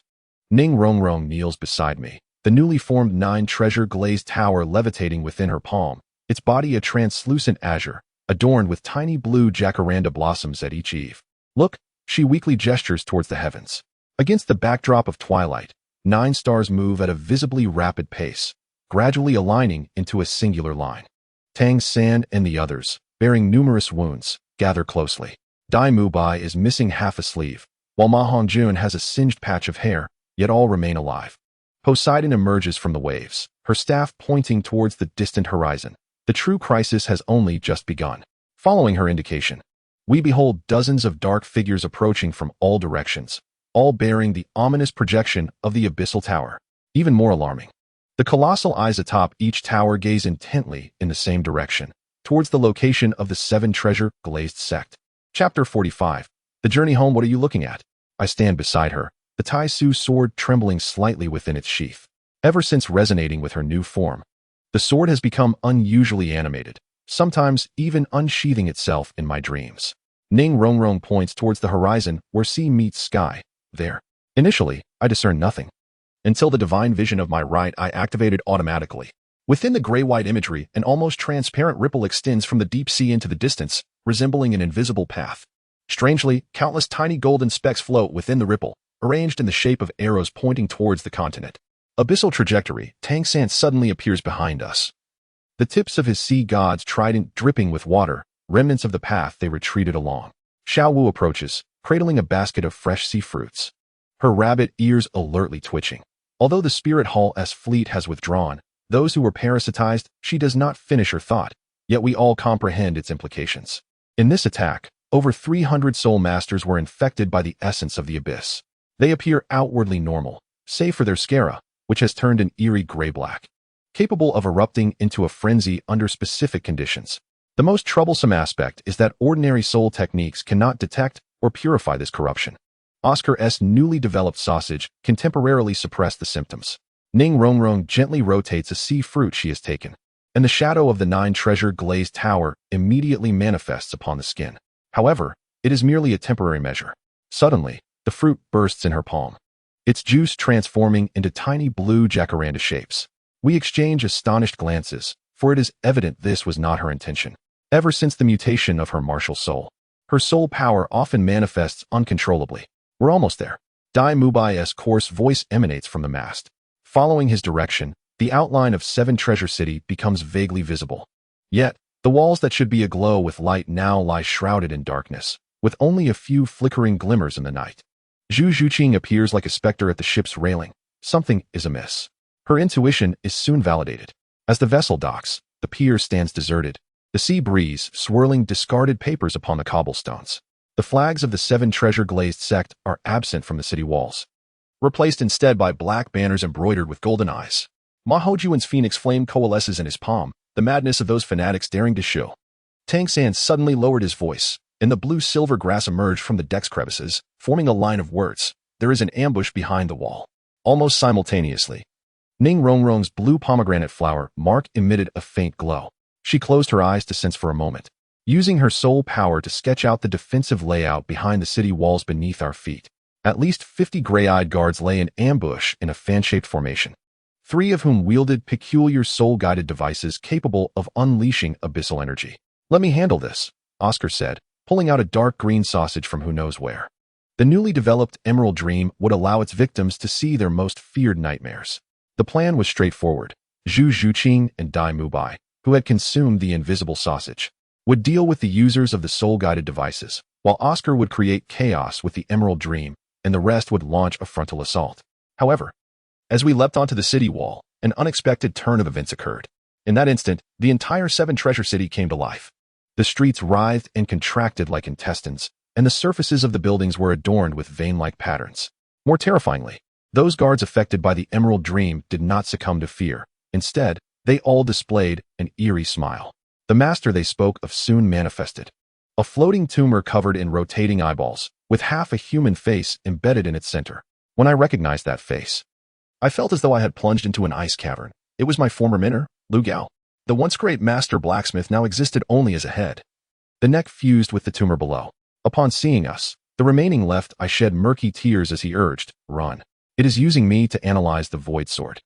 Before he could finish, the tumor suddenly contracted violently. The buildings on both sides of the street exploded simultaneously, and countless tendrils shot forth like arrows.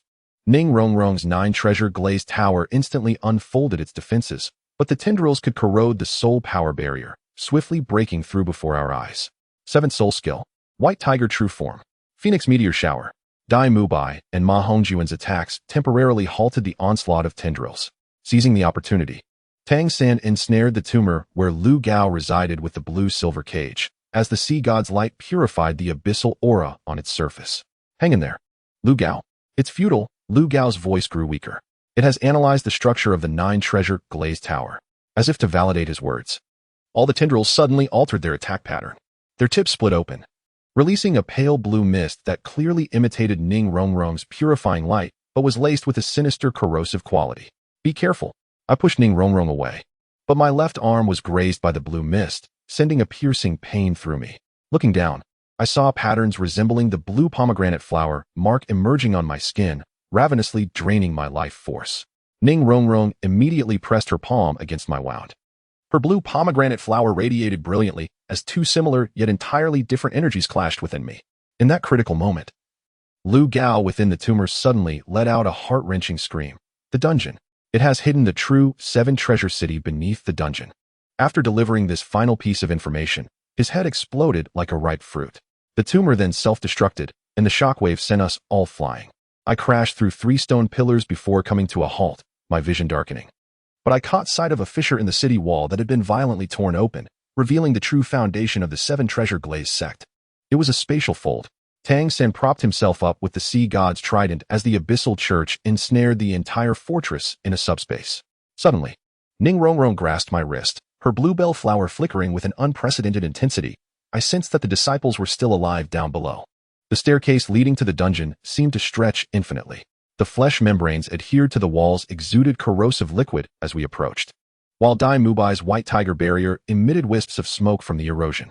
Zhu Zhuqing's phantom spike forged ahead, but for every guard eliminated, more emerged from the flesh membranes. They were stalling for time. Tang Sen deduced that the abyssal entity was undoubtedly conducting some sort of ritual. As we turned the final corner, a vast sphere, nearly a kilometer wide, unfolded before us, with a cocoon suspended at its center, woven from countless tendrils. Through the semi-transparent cocoon wall, I beheld a miniature version of the 7 Treasure glazed tile school ensconced within. More chillingly, hundreds of disciples floated inside like marionettes, each connected by a strand of light extending from their chests to a colossal golden vertical pupil above. The Eye of Divine Punishment. I gasped in horror. It was evidently the Eye of Divine Punishment tainted by the abyss, greedily siphoning the soul power and life force from the disciples. Suddenly, Ning Rongrong's bluebell flower detached from her skin, materializing in her palm. Simultaneously, the disciples within the cocoon turned their heads in unison, their ashen white eyes fixated on us. "Master, save us." The voices echoed, layered and overlapping, as if countless souls were simultaneously pleading. With this call, a fissure abruptly opened in the cocoon wall. A temptation transcending language directly assailing our souls, inviting Ning Rongrong to enter and become the core of this grotesque system. Don't listen. I covered her ears. And the Taiji sword automatically unsheathed, severing several attacking tendrils. But it was too late. Ning Rongrong's gaze had grown dazed, her feet moving forward involuntarily. Tang San Si God's trident thudded heavily, the design of the golden 13 tridents unfurling beneath us. Xiao Wu, prepare the soft bone lock. Just as they were about to act, a point of blue light suddenly illuminated the cocoon. It was the girl named Xiao Li. Somehow, she had retained her consciousness, repeatedly striking the cocoon wall with her frail body. Influenced by her, the other disciples began to struggle as well. The enormous cocoon shook violently, and the eye of divine punishment on the dome angrily shot forth golden light, incinerating several of the most defiant disciples into ash. No. Ning Rongrong finally regained her senses. Her 9-treasure glazed pagoda fully merged with the bluebell flower, radiating a dazzling blue-golden light. 7 treasures are renowned.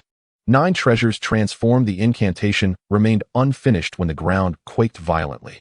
Countless tendrils surged from all directions, weaving an impenetrable cage around us. A beam of light descended from the eye of divine punishment, enveloping Ning Rongrong alone, forcefully attempting to complete the master-subject ceremony. The Taiji sword in my hand emitted a mournful cry, as I witnessed Ning Rongrong's form gradually being consumed by the golden light. I made a reckless decision. I aimed the sword tip at my own heart and plunged it down without hesitation. Jiangnan! Tang San's exclamation seemed to echo from afar. In the midst of excruciating pain, I felt the residual energy of the eye of divine punishment being siphoned by the Taiji sword. Blood trickled down the golden markings of the sword, awakening the eye of divine retribution from its slumber. It opened once more, not to gaze upon the enemy, but to lock eyes with my right eye. In that fleeting moment of connection, time itself seemed to stand still. I beheld the true form of the abyss, an endless expanse of darkness, filled with countless worlds consumed, drifting like bubbles. At that moment, an almost invisible golden thread extended from this void, linking to a higher dimensional existence. So it is, I heard myself utter, you are but a prisoner.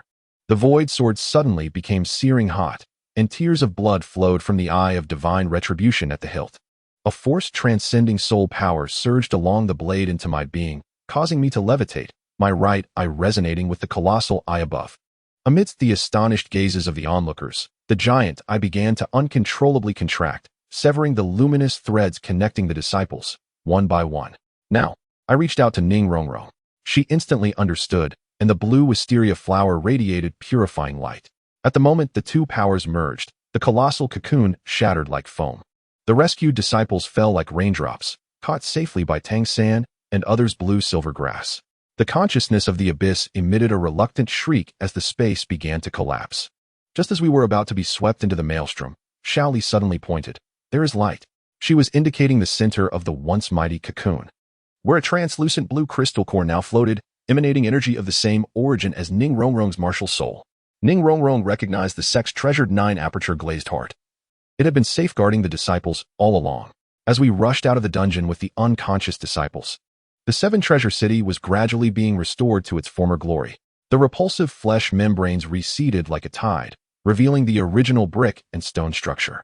Just before the last trace of abyssal aura dissipated, I faintly heard a sigh from above. Beware of the divine realm. As the sun rose, we stood upon the rebuilt city wall. The surviving disciples leaned on each other, gathering in the square. Though most were weak and weary, the shadows of despair in their eyes had faded. Xiao Li was cradled in Zhu Zhuqing's arms, sipping the restorative potion crafted by Oscar. Ning Rongrong rested her head on my shoulder, the mark of the blue wisteria flower calmly flickering. In her hands, she held the reclaimed 9-aperture glazed heart and softly remarked, Father once said, this heart can reveal the essence of the soul.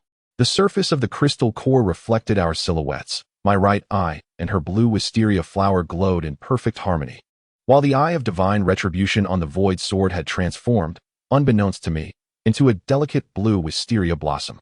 On the distant horizon, the ethereal forms of 9 stars had yet to fully dissipate. Their arrangement resembled a sword pointing towards the divine realm. Chapter 46. Glazed reflection. The 9-aperture glazed heart slowly rotated in the morning light, casting dancing reflections upon the walls of the assembly hall. Ning Rongrong placed it upon a sandalwood stand, and the 27 surviving elders of the 7-treasure glazed sect formed a circle around it. The eldest, Elder Mingda, with hair as white as snow, gently touched the surface of the crystal core with his frail fingers. The abyssal erosion runs deeper than imagined. His voice was hoarse. The 9-aperture glazed heart had recorded the entire ordeal. As the crystalline core absorbed his soul power, it emitted a faint glow, casting indistinct images upon the dome above. It depicted the final moments before the engulfment of 7 Treasures City. Countless translucent tendrils emerged from the depths, ensnaring the entire city like a spider's web. Most unsettling were the fleeting shadows of several cloaked figures in the corners of the scene, each adorned with an emblem of golden eyes upon their chests. The abyssal cult had long plotted this. Ning Rongrong's fingertips rhythmically tapped the table, causing the blue wisteria mark to flicker in response. They had been lurking for at least 3 months. I stood by the window, the Taishu sword quivering uneasily. Since the battle in the dungeon, the blue wisteria mark at the sword's guard had often felt hot, as if it was signaling a warning. At that moment, a wave of heat surged through it. Despite the clear skies outside, Master, a bloodied disciple burst through the door. The western city wall has suddenly collapsed. Before his words had fully escaped, a thunderous roar echoed from afar. As we rushed to the terrace, we beheld the western wall crumbling like a cookie. From the dust and smoke arose a massive black pillar, identical to the abyss tower encountered at Sea God Island. More terrifying was the multitude of eyes that opened across the tower's surface, all fixated upon the direction of the 9-hearted glazed heart. It craved the crystalline core. I gripped the agitated Taishu sword. That entity was a beacon for the abyss, pinpointing its location in the mortal realm. Ning Rongrong had already summoned the 9-treasure glazed tower, its blue and gold radiance enveloping her entire being. Activate the protective array for the sect. All disciples retreat to the sword pavilion. Yet, before the command could reach all corners, a second and third black tower erupted from different directions. They formed a triangular formation, encircling 7 Treasures City. As beams of purple-black light shot forth from their summits, intertwining in the air to create a colossal inverted triangle. The space within this triangular area began to warp, buildings melting away like wax. Tangsen appeared at my side, the sea god's trident glowing ominously with a red hue, tearing through the barriers of dimensions. As if to validate his assessment, a fissure suddenly opened in the center of the inverted triangle. A vast and indescribable entity attempted to breach into our world. Merely a wisp of its aura activated my right eye's divine punishment vision. Within the grayish-white scene, that being resembled a grotesque amalgamation crafted from the remnants of countless worlds, each fragment imprisoning a soul within. The passage must be sealed. Ning Rongrong's blue wisteria detached from her skin, hovering above the 9-hearted glazed heart. 2 energies, similar yet distinctly different, intertwined, forming tiny spatial vortices on the surface of the crystalline core. Elder Mingda suddenly erupted into a fit of violent coughs. Trembling as he pointed towards the crystalline core, the old sect master left behind a contingency plan. Within the vortex emerged a blurred phantom of Ning Fengji. His lips moved, yet no sound emerged. He merely pressed his palm against a concealed rune. It was then we discovered that the interior of the 9-hearted glazed heart was inscribed with a miniature 3-dimensional map of the 7 Treasures glazed sect, with the location of the sword pavilion glowing red. Is there a secret chamber beneath the sword pavilion? Ning Rongrong gazed at the elders in astonishment, only to find them equally perplexed. The interior of the sword pavilion remained intact, yet it was suffused with an ancient aura, as if time had stood still within. The Taishu sword suddenly broke free from my grasp, levitating to the center of the hall, its tip slowly spinning downward. It was pointing the way. Ning Rongrong touched the blue Paulownia flower mark, and the radiant glow of the 9-treasure glazed tower illuminated the ground, revealing a faint pattern of 9 stars in alignment, perfectly coinciding with the projection of the Taishu sword. As we simultaneously infused our soul power into the sword hilt and the tower's apex, the ground silently parted, unveiling a descending spiral staircase. A chill wind surged forth, carrying the scent of aged parchment intermingled with a hint of the fragrant blue Paulownia. At the staircase's end lay a circular stone chamber, where a tome with a crystal cover rested upon a stone platform. Eerily, embedded in the spine of the book was a living eyeball, its pupils pattern identical to that of the Eye of Divine Punishment. Ning Rongji. She read aloud the gilded inscription on the cover, and as her fingers grazed the pages, the entire chamber erupted in blue runes. The eyeball turned to gaze at us, and a familiar voice resonated in our minds. It was the voice of Ning Fengji. The chamber's walls displayed flowing images. A youthful Ning Fengji stood in the same position, accompanied by a man with mechanical wings, none other than Luo Gao. Before them hovered the design of the 9-aperture glazed heart, with the words Abyss Observer boldly inscribed in the corner. 30 years ago, Luo Gao and I discovered that the 9-aperture glazed heart could sense abyssal fluctuations. The voice continued, "We intended to create a warning system, but inadvertently opened Pandora's box." The scene shifted to a moonlit night, where Ning Fengji stared in horror at the colossal eye manifesting within the crystal core. The moment their eyes met, the surface of the core cracked for the first time. Did it see us? Rather, we saw it. Ning Fengji's voice quivered. "From that day forth, I have been cursed. Each time I wield my martial soul, I provide it with coordinates."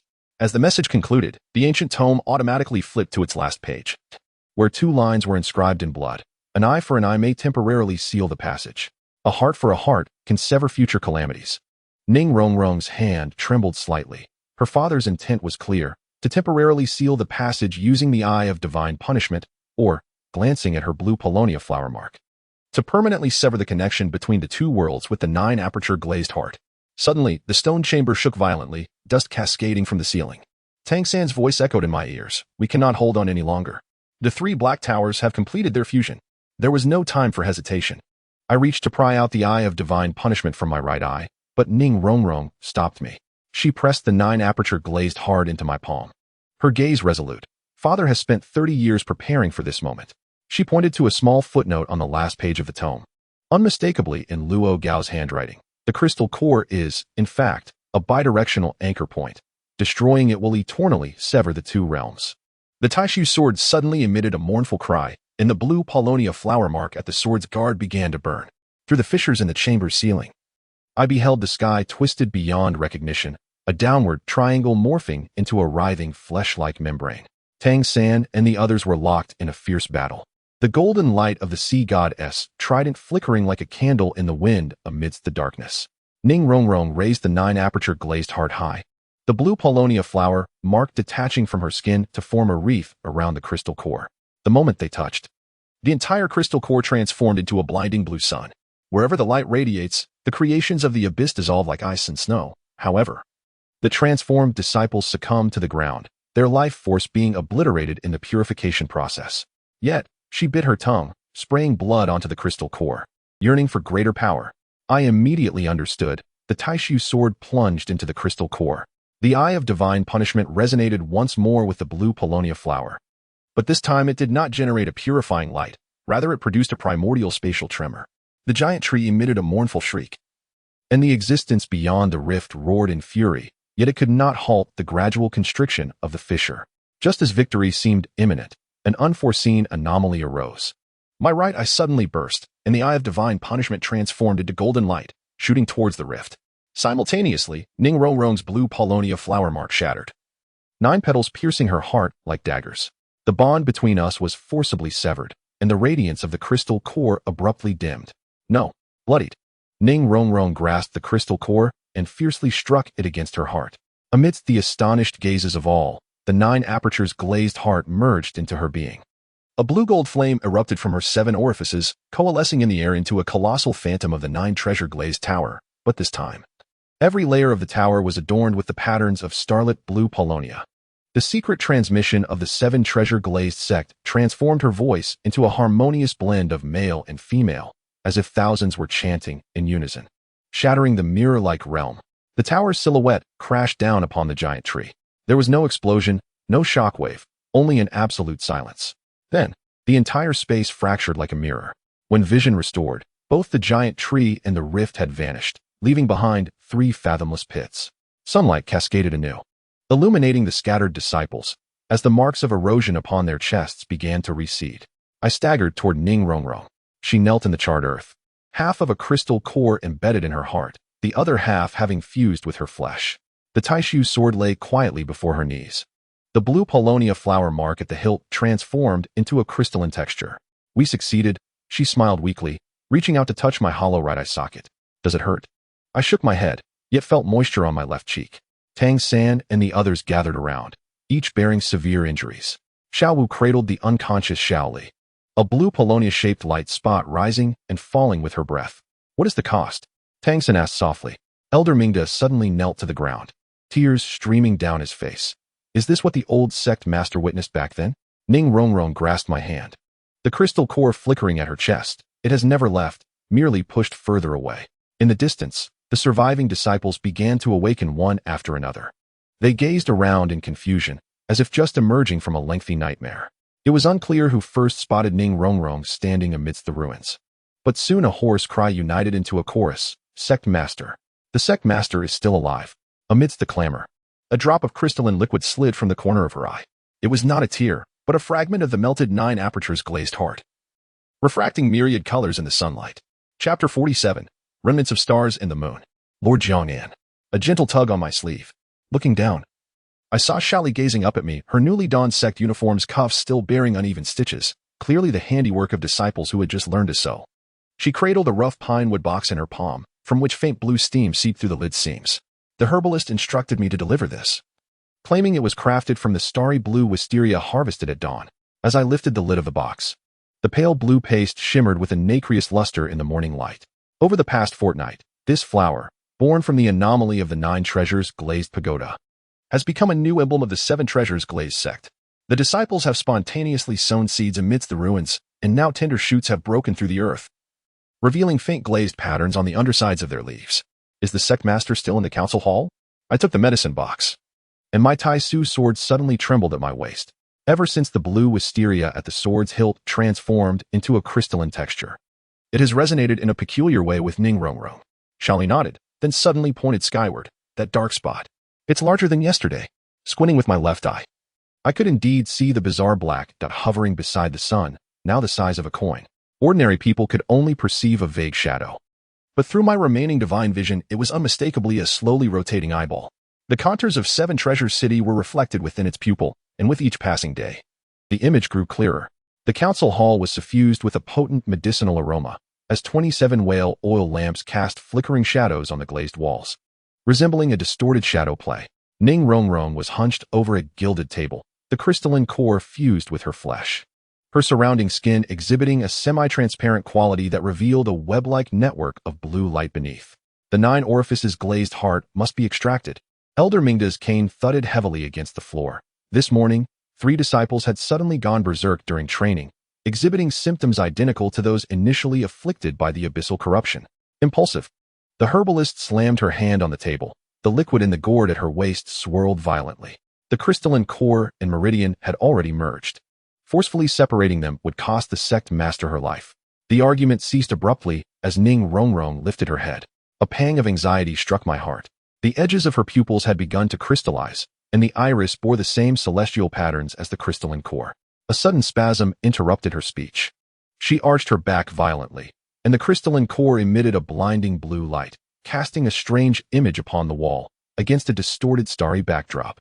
Countless black towers stood like tombstones. In the center of the image, a humanoid shadow pressed its palm against the lens, the 5 fingers distinctly revealing their fingerprints. It persisted 6 breaths longer than last time. Elder Mingda's voice trembled, as the scroll he unfurled was densely marked in red. I rushed forward to support Ning Rongrong, and the Taiji sword unsheathed itself, positioning itself before the projection. When the blue wisteria at the sword's hilt overlapped with the light of the crystalline core, the image shattered like soap bubbles. Yet her collar was already soaked with cold sweat, and new cracks around the crystalline core spread like a spider's web. It was using the crystalline core to gauge the strength with which she gripped my wrist. I could feel the abyss re-establishing its anchor to this world. Footsteps echoed from the corridor. Tang San and Xiao Wu rushed into the hall, the scent of the sea overpowering the herbal fragrance. Xiao Wu clutched a box intricately carved from profound ice, droplets of water condensing on its surface leaving dark stains on her sleeve. Senior Poseidon mentioned that this was the world anchor left behind by the first sea god. Tang San opened the box, revealing a whale bone inscribed with runes, capable of temporarily stabilizing spatial structure. As the whale bone neared the crystalline core, an extraordinary scene unfolded. The patterns on both surfaces began to writhe and intertwine as if they were living entities. The crystalline core fissures healed slightly at an observable pace, but almost immediately, the whale bone emitted a distressing crack, swiftly becoming riddled with spiderweb-like fractures. At the very least, it proved the validity of our hypothesis. Ning Rongrong cautiously collected the fragments of the whale bone, the blue liquid seeping from the cracks crystallizing at her fingertips. If only we could locate more of this type.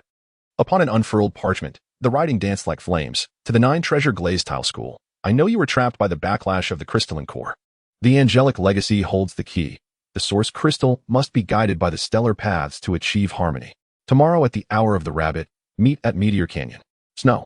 A profound silence enveloped the hall. Dai Mubai's claw left 5 deep grooves on the table. Qianren Xue had ascended to the divine realm half a year ago. This must be a trap. Perhaps not. Ning Rongrong's fingertips traced the dark patterns along the edge of the letter. Look closely. Under the magnifying glass. The paper's edge revealed minute golden particles, remnants of Qianren Xue's unique sacred flame. More critically, the letter mentioned the source crystal, which is precisely what the ancient text referred to as the 9 apertures glazed heart. How did she know I had abruptly ceased speaking?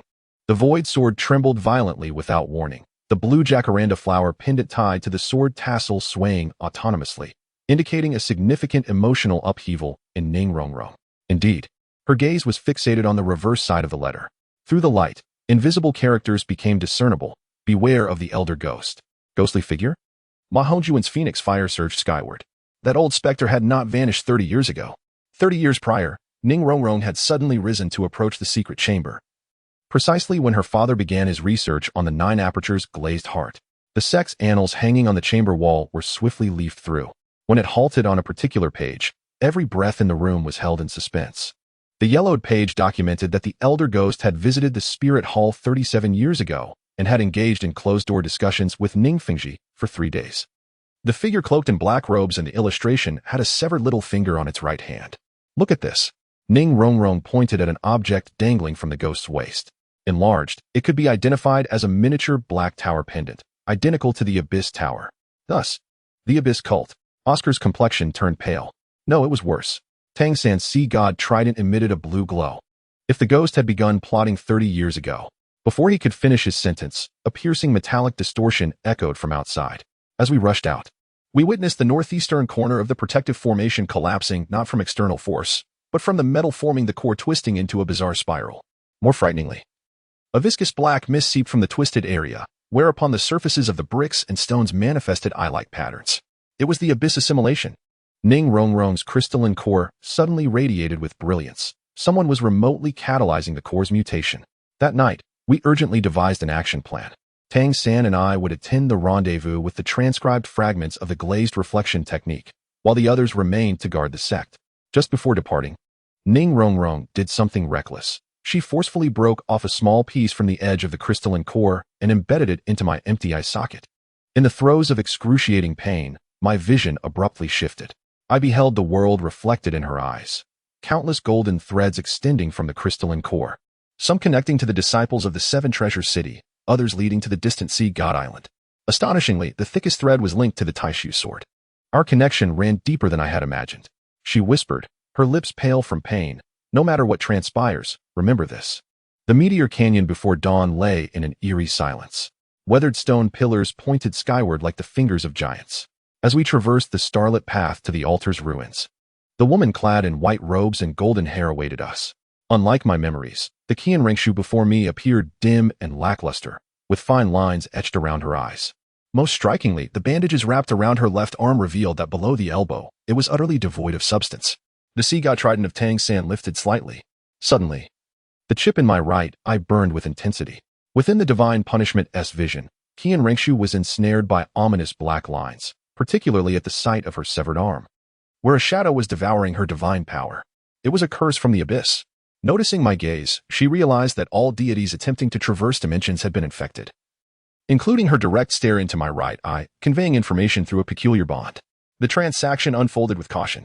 After she perused the manuscript of the Liuli Zhaoing Chu, she indeed provided critical information. The boundary source crystal was originally a treasure of the Dragon Clan, which had been shattered into 9 pieces.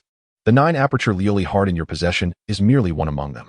She unfurled a star map, marked with 8 twinkling points of light. When the 9 converge, the ground will collapse without warning. 7 black stone pillars erupted from the earth, their crimson eyes simultaneously locking onto Qian Rengshu. More terrifyingly, the shadow at her severed arm suddenly elongated, transforming into chains that bound her in place. Not me, she cried out in desperation, as the sacred flames surged towards the nearest stone pillar. Yet, the attack penetrated the pillar, only to be absorbed and amplified by the array. The moment the black mist gushed forth from the crevice in the ground, my right eye's chip throbbed with excruciating pain. In the ashen white vision, those mists manifested countless tiny tendrils, attempting to invade my sea of consciousness. The Taishu sword instinctively protected its master, resonating with the blue-hued crystal, erecting a pale blue barrier. Utilize the star trajectories. He and Rengshu struggled to form seals amidst the chains, aligning with the ancient text's prescribed positions. I immediately drew the 9-star conjunction diagram upon the ground with the sword as my quill. Simultaneously, Tang Sen pointed the sea god trident towards a specific direction.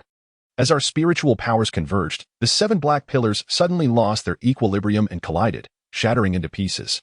She unveiled a chilling truth. The Spectre had discovered a method to communicate with the abyss through the data on the 9-aperture Liuli heart provided by Ning Fengji. That madman had transformed himself into a half-abyssal entity, now lurking in the Shadow Canyon at the juncture of the Star Luo Empire and the Spirit Hall. He seeks this.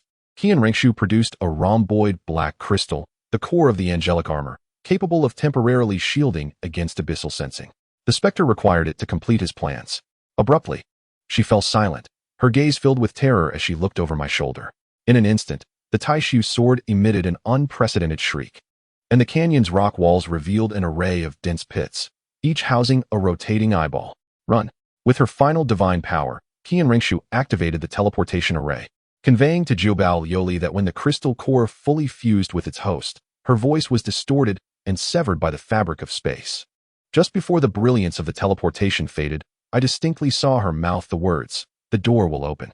On our return journey, Tang Sen remained unusually silent. It was not until the silhouette of Qibao City emerged on the horizon that he suddenly spoke. "She is afraid." What? At the mention of complete fusion, Tang Sen tightened his grip on the trident, his fingers trembling. This mystery deepened upon encountering Ning Rongrong. She stood atop the newly constructed Liuli Tower. The crystal core on her chest now perfectly aligned with her skin, the star map on its surface clearer than the day before. Most unsettling was the sight of a translucent shadow standing behind her, its outline eerily resembling Ning Fengji. As the new star map unfurled, 9 red dots flickered like breaths. The Jukieo Liuli heart was never just a singular entity. When they all manifested, the Taisu sword suddenly quaked violently. Within my divine punishment vision, the shadow behind Ning Rongrong was not Ning Fengji. It was an even more ancient presence. It was gradually devouring the host soul through the crystal core. I wished to warn her, but found my voice trapped in my throat. A searing pain surged from my right eye, as if some force was preventing me from revealing the truth. Meanwhile, Ning Rongrong seemed entirely oblivious, still focused on elucidating the star map. Outside, the starry blue jacaranda buds trembled in the night breeze. The dark spot hovering beside the sun bizarrely contracted for a moment, resembling a blink. Chapter 48. The Eye of the Abyss. Ning Rongrong's voice came from behind. Today, she had unusually tied her long hair back. The shadow of the Jiubao Liuli Tower slowly rotated behind her, the 7th tier now appearing semi-transparent, following the direction of her finger. The dark spot at the sun's edge was indeed clearer than the previous day. In my crystal vision, it was unmistakably a pupil-like eye, its surface riddled with constantly shifting blood vessels. Elder Mingda had conducted an assessment. She handed me a bamboo slip, her fingertips chillingly cold, as if devoid of life. Over the past 7 days, the probability of disciples experiencing nightmares had increased by 40%. With strikingly similar content, they dreamt of standing within a labyrinth of countless black towers. The records on the bamboo slip were alarming. The youngest disciple, Shaoli, awoke from a dream to find her skin marked with patterns akin to those of the crystal core, having scratched her chest with her nails. Disciples responsible for the medicinal garden reported that the newly cultivated starry blue jacaranda began to move on its own without wind, occasionally exuding a black viscous substance from its blossoms. Is there any news from Tang San? I pressed down on the restless Taisu sword. Since the sword resonated with the blue jacaranda flower and the crystal core, it had become peculiarly attuned to Ning Rongrong's emotional fluctuations. She shook her head, and the crystal core on her chest suddenly flickered. Through her semi-transparent skin, I could see a mass of shadows writhing within. News from Sea God Island last night indicated that they had discovered remnants resembling black pillars in the deep sea. Oddly enough, she suddenly furrowed her brow, as if a gap had formed in the memories of her predecessor, Poseidon, rendering her unable to recall the provision of whale bone anchors to us. A chilling sensation crept up my spine. I recall the ominous warning conveyed by Qian Rengshu through a special connection. Could it be that even the Sea God Island's master is involved? Suddenly, the voice of Xiao Wu erupted from the staircase. She clutched a dripping package, her rabbit ears quivering from her hurried pace. This was discovered by the fat one at the edge of the Star Doe forest. Within the waterlogged parcel lay remnants of a celestial wing. The golden feathers were encrusted with blue crystals, identical in composition to Ning Rongrong's core. More terrifyingly, the severed flesh had crystallized, forming small tower-like structures. It was Qianrengshu. The moment Ning Rongrong's fingertips brushed against the feather, the core erupted with blinding light. In that brilliance, we fleetingly beheld a horrifying vision. Against the backdrop of the vast starry sky, 7 towering black spires formed a circular arrangement, their tips emitting beams of light converging upon a colossal eyeball at the center. Within the iris of that eye, 9 grooves were faintly discernible. As the vision faded, Xiao Wu's lips quivered. The positions of those 7 towers correspond precisely to the ancient sites of the 7 great sects on the continent. In the council chamber at noon, the debate raged like a boiling cauldron. Dai Mubai slammed his fist onto the bronze sand table. Shattering the model of the Star Luo Empire's territory, the ghostly nest is in the Shadow Canyon? What are we waiting for? Fool. The old herbalist pipe clacked against the table. Did you not hear what the girl said? That lunatic has transformed herself into a half-abyssal being. She unfurled a yellow diagram of human meridians, illustrating the flow of core energy. More troubling is the fact that the sect master's condition, the 9 apertures glazed heart, is altering her constitution. Is it replicating itself? Oscar's voice shifted in pitch. Ning Rongrong silently loosened her collar. A collective gasp filled the room as a second small core, no larger than a fingernail, emerged beneath her collarbone, its star map patterns identical to that of the main core. This was discovered this morning. Her tone was chillingly calm. The growth rate is 3 times faster than anticipated. Before she could finish, she suddenly broke into a violent cough. Blue crystals cascaded from her fingers, forming an eerie radiating pattern on the floor. As I rushed forward to support her, the Taishu sword emitted a thunderous roar, and to my astonishment, a miniature core had also manifested at the heart of the blue yew flower. It was propagating through the connection of soul power. Tang San's sea god trident glowed blue, meticulously scanning each individual, and the results were spine-chilling. Except for Xiao Wu, who was immune due to her soul beast constitution, all core members, including myself, showed traces of core particles within our bodies. Particularly alarming was the crystalline formation in my right eye, which had developed root-like tendrils slowly extending towards my brain. We had become vessels for sowing. Ning Rongrong forced a bitter smile as she wiped the crystalline residue from her lips. No wonder Qianrengshu warned us. Suddenly, an alarm shattered the heavy atmosphere. Zhu Zhuqing swept into the hall like a shadow. There is a spatial distortion at the southeast corner of the protective array. She hesitated. Rare for her, the patrolling disciples reported seeing the old sect master, Lord Ning Fengji, standing at the gap in the city wall. That is not my father. She murmured so softly it was nearly inaudible. It is mimicking the image from my memory. When we arrived at the city wall, the bizarre sight before us froze our very blood. The 30-meter-high city wall twisted and distorted like a melting candle, its edges revealing a texture reminiscent of biological tissue. In the center of the ruins stood Ning Fengji, gazing at us with his pupil-less eyes. His voice resonated like a cacophony of countless voices, urging the door to open. The Taisu sword trembled violently in my hand. A searing pain radiated from my right eye.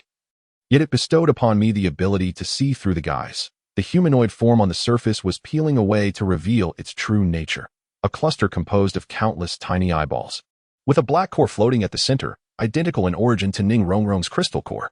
Retreat. Tang San Sea God Trident struck first, transforming into a blue light net under the first form of the Golden 13 Trident. However, the attack passed through the illusion, only to be absorbed and transformed by those eyeballs.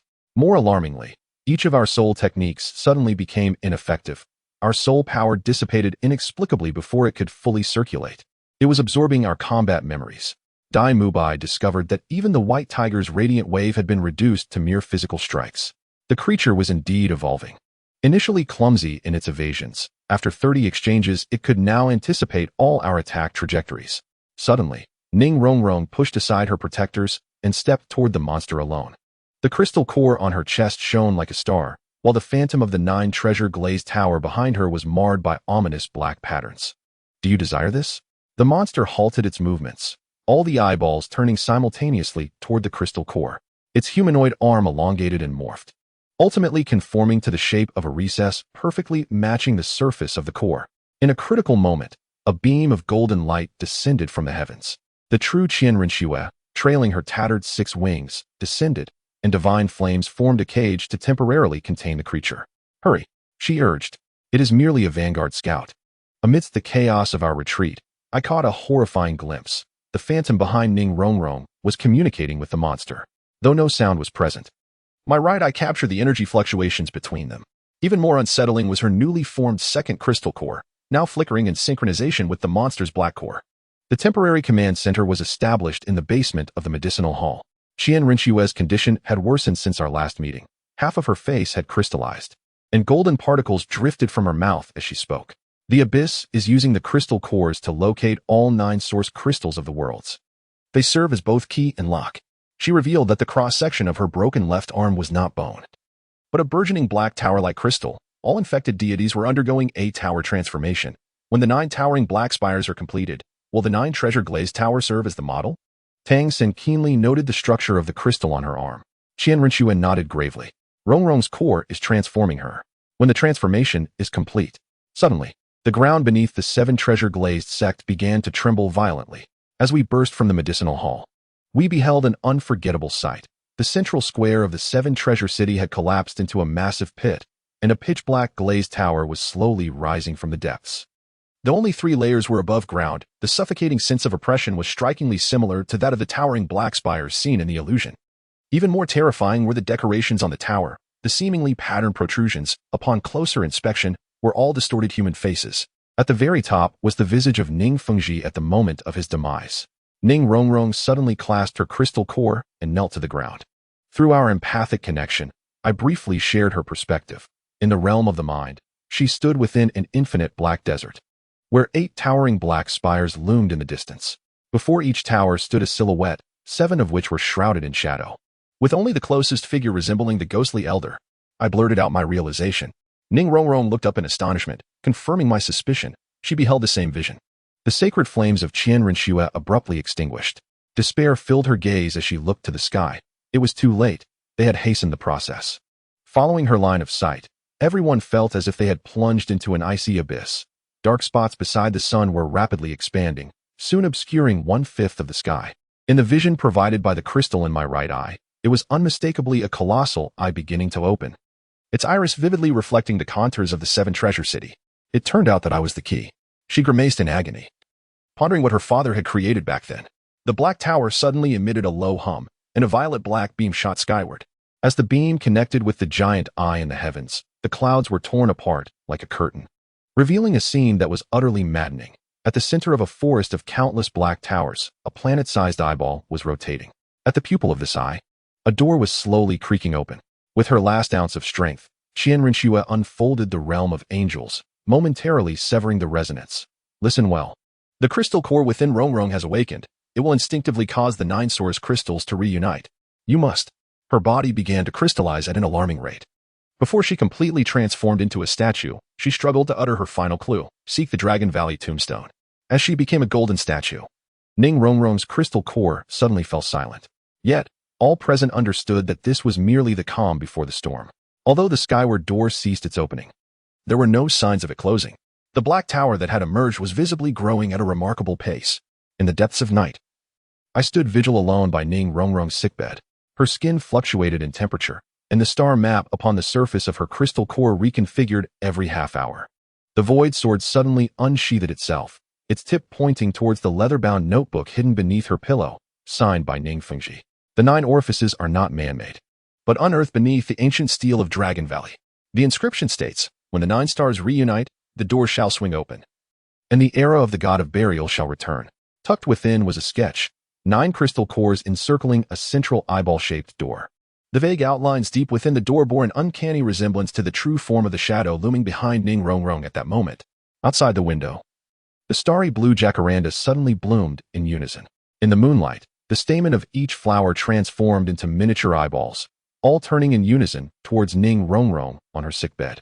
Simultaneously, an unprecedented searing pain surged through the crystal in my right eye. Amid the agony, I distinctly heard a voice proclaiming, "Find the remaining eyes." Chapter 49. The first glimpse of the 9 stars morning mist enveloped the glazed rooftops of the 7 treasure glazed tile school like a fine veil. The starry blue jacaranda swayed gently in the breeze, scattering pale blue petals upon the azure stone steps before the medicinal chamber. I stood by the window, watching as a droplet of dew rolled from the edge of a petal, refracting a spectrum of colors in the light of the rising sun. The temperature rose once more. The voice of Xiao Wu reached me from behind. I turned to see her cradling a white jade medicinal bowl, its surface adorned with golden flecks floating atop a dark green liquid, from which wisps of steam spiraled gently. The rabbit ears atop her head twitched restlessly, while her long eyelashes cast delicate shadows upon her cheeks. Ning Rongrong reclined upon the cold jade couch at the center of the room, with the ethereal silhouette of the nine treasure glazed tile pagoda hovering 3 feet above her chest. The once crystalline tower now emanated dark blue ripples from within, reminiscent of deep-sea creatures gliding through the glass. The 7th tier of the tower had become semi-transparent, revealing the faint movement of celestial bodies within. Tang Xin stood at the edge of the couch, the sea god's trident embedded in the ground, its tip dripping blue light that formed a hemispherical barrier around Ning Rongrong. His slender fingers traced the silhouette of the glazed tower, the pale golden patterns of the blue-silver emperor's martial soul spreading from his fingertips to the tower's body. Cracks began to widen. Tang Xin spoke in a low tone, pointing at the spiderweb-like fractures on the 7th tier, which appeared more like an intricate embellishment than destruction. Suddenly, the intricately carved wooden door of the medicinal chamber burst open, and Ma Hongjun rushed in, enveloped in the scent of charred remnants. The phoenix wings on his back flickered with unextinguished crimson flames, evaporating the moisture in the air into white mist. "Look at the sky," he gasped, pointing out the window, as embers from his wings fell onto the floor, scorching small black holes into the wood. The 9 celestial phenomena, a frail yet clear voice emerged from behind. Ning Rongrong had awoken at some point, leaning against the doorframe.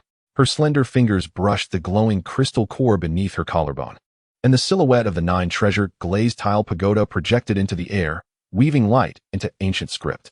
The 7 treasure secret record states that the last appearance of the 9 celestial phenomena was 3,000 years ago. Her voice, though soft, commanded silence among all present. The year the spirit hall was obliterated, Tang San solemnly added, as the blue-silver emperor sprouted from the ground, forming an armrest for Ning Rongrong to lean against. Xiao Wu promptly offered her a warmed medicinal broth, and I noticed her discreetly adding a few petals of the heartbroken red flower into the bowl. Dai Mubai struck his fist against the ginkgo tree in the courtyard, causing a shower of golden leaves to cascade down. "Be clear about it. Are we facing fortune or misfortune? It is both calamity and opportunity." Ning Rongrong sipped the medicinal broth, her pallor improving slightly. Her fingers danced lightly, rearranging the strands of light in the air. The appearance of the 9 celestial phenomena signifies a shift in the laws of heaven and earth. Beneath our 7 treasure glazed tile sect lies the key to the 9th celestial phenomenon. Noon sunlight streamed through the glazed windows of the council chamber, casting a spectrum of colors upon the map. Oscar was using his specially crafted soul power sausage juice to mark locations on the map, the red liquid staining the parchment with 4 distinct symbols: the Lava Mountain Range, the heart of the Stardoe Forest, the far north, and the Dragon Valley. As he pointed to the 4 red dots, they formed a perfect arrangement of the 4 symbols. Tang San Si God Trident gently tapped the center of the map, causing a blue halo to radiate outward. "Rongrong's condition cannot afford delay. We must split up." Ma Hongjuan's palm pulsed with a crimson flame, gradually coalescing into a diamond-shaped crystal. "Xiao Ao and I will head to the Lava Mountain Range. Ancient texts record that the heart of lava there can stabilize energy surges. The life ancient tree has been unusually active of late." The rabbit ears of Xiao Wu trembled gently, while the red pendant of longing on my wrist moved without a breeze. The blue-silver emperor of Sangu should resonate with it. My fingers glided over the surface of the Tai Su sword, where the blue-patterned flower design faintly glimmered. Echoing the location of Long Valley marked on the map, I set out to find the final piece of the puzzle. Ning Rongrong retrieved 8 translucent crystal shards shaped like the glazed tower from her bosom, distributing them among everyone. As her fingertips brushed against mine, a vision suddenly flashed before my right eye. An elderly man with white hair stood beneath the starry sky, with 9 towering spires rising behind him, each crowned with a luminous orb akin to Ning Rongrong's crystal core. As dusk enveloped the world, I traversed the misty forest outside 7 Treasure City alone. The mutated flora appeared semi-transparent within the vision granted by the crystal shards, with flowing blue energy all directing towards the northeast, where Long Valley lay. The Taisu sword emitted a low, continuous hum within its sheath, and the jade pendant at the sword's tassel moved without wind. "Come forth." Abruptly, I turned, and the Taisu sword carved a brilliant arc of blue light. The sword's energy tore through the seemingly empty space, and 5 figures clad in starry robes staggered into view. Beneath their flowing garments were not legs, but writhing clusters of crystal, radiating an eerie blue glow in the twilight. The foremost figure pulled back his hood, revealing a face I could never forget: the 7th Elder, who perished 3 years ago in Meteor Canyon. Yet, his skin had become semi-transparent, and a pulsating black core was distinctly visible at his neck. The vessel required his voice, which rasped like sandpaper, each word laced with a harsh static. The other four raised their hands simultaneously, dark soul rings manifesting, but at their center lay not ordinary soul skill runes, but crimson pupils. In an instant, battle erupted. These crystallized monstrosities wielded soul skills imbued with a peculiar corrosiveness. Severed limbs fell to the ground, taking root and sprouting into miniature crystal clusters. My fourth soul skill, Tai Su Sword Chi, swept through, cleaving 3 bodies in half, yet from the severed ends, more crystal clusters surged forth. This was relentless. Gritting my teeth, I unleashed my sixth soul skill, Sword Shadow Splitting Light, sending 7 beams of sword light piercing towards the 7th Elder's chest. Just as the sword tips were about to strike, the crystal shard in my right eye captured an anomaly. The fluctuating frequency of their core matched precisely with the ripples of Ning Rongrong's awakened crystal core. Are you failed vessels? I provocatively taunted. The 7th Elder's pupils constricted suddenly, and the crystal clusters that enveloped him erupted like an enraged porcupine. This was the flaw. I activated the Tai Su Sword's 9th soul skill, Tai Su Induction, with all my might, the blue flower at the sword's guard fully blooming, forming a vortex that drew in the swirling crystal mist.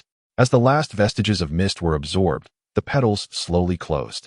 To my astonishment, I discovered a drop of deep blue dew coalescing at the heart of the flower, within which floated a miniature star map, strikingly similar to the reconfigured Soul Power Star map within Ning Rongrong.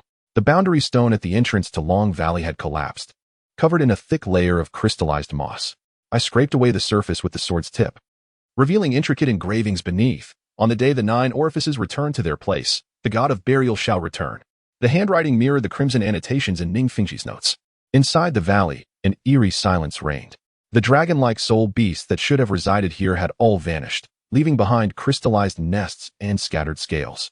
Following the guidance of the crystal chip, I arrived at the precipice of the broken dragon cliff, where 9 robust chains dangled from the cliff face, collectively suspending an ancient stone tablet. Upon the touch of the Taishu sword against the tablet's surface, an extraordinary transformation ensued. The 9 chains rattled violently, morphing into ethereal golden dragon apparitions that soared and spiraled into the sky. A piercing agony surged through my right eye, yet amidst the excruciating pain, my vision abruptly stratified, allowing me to perceive simultaneously the material realm, the flow of energy, and the faintly discernible threads of causality. The surface of the tablet revealed the ethereal image of Ning Rongrong, whose core emitted 8 luminous beams connecting various regions of the continent. 3 particularly radiant beams corresponded to the whereabouts of Ma Hongjun, Tang San, and Daimubai. Deep within the subterranean depths of the 7 Treasure City, there resided a colossal energy entity, akin to an enlarged heart, undoubtedly the Liuli Heart Eye. It became evident that the 9 suns were 9 inherited crystal cores. As I traced the newly revealed inscription on the tablet, it became clear that Rongrong was the current key bearer.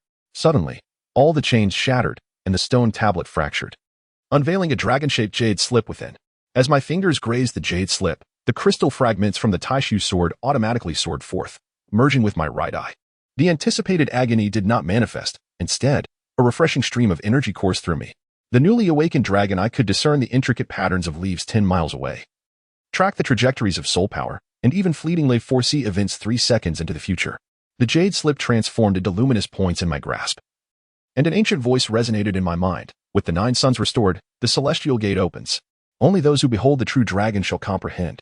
The voice abruptly ceased. I swiftly turned, my dragon eye perceiving ripples in the space 5 miles away. Through the dual layers of vision, I vaguely glimpsed the phantom of an elderly man with white hair, identical to the figure behind Ning Rongrong. His right pinky finger remained unscathed as he buried something underground. Just as I contemplated pursuing him, the Liuli Tower fragment in my arms suddenly radiated heat.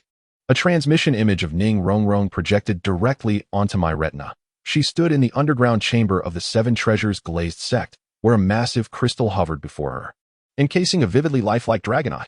Chapter 50. Fire bath and ice tempering the dawn over the lava mountains arrived unusually early. As the first rays of sunlight pierced through the sulphurous haze, tinting Ma Hongjuan's phoenix wings a brilliant gold red, he stood at the edge of the volcano, gazing down at the bubbling lake of magma, the heat distorting the air before him. Oscar stood 3 paces behind him, stuffing the last anti-fire sausage into the soul guide device. Fatty, are you certain this is the place?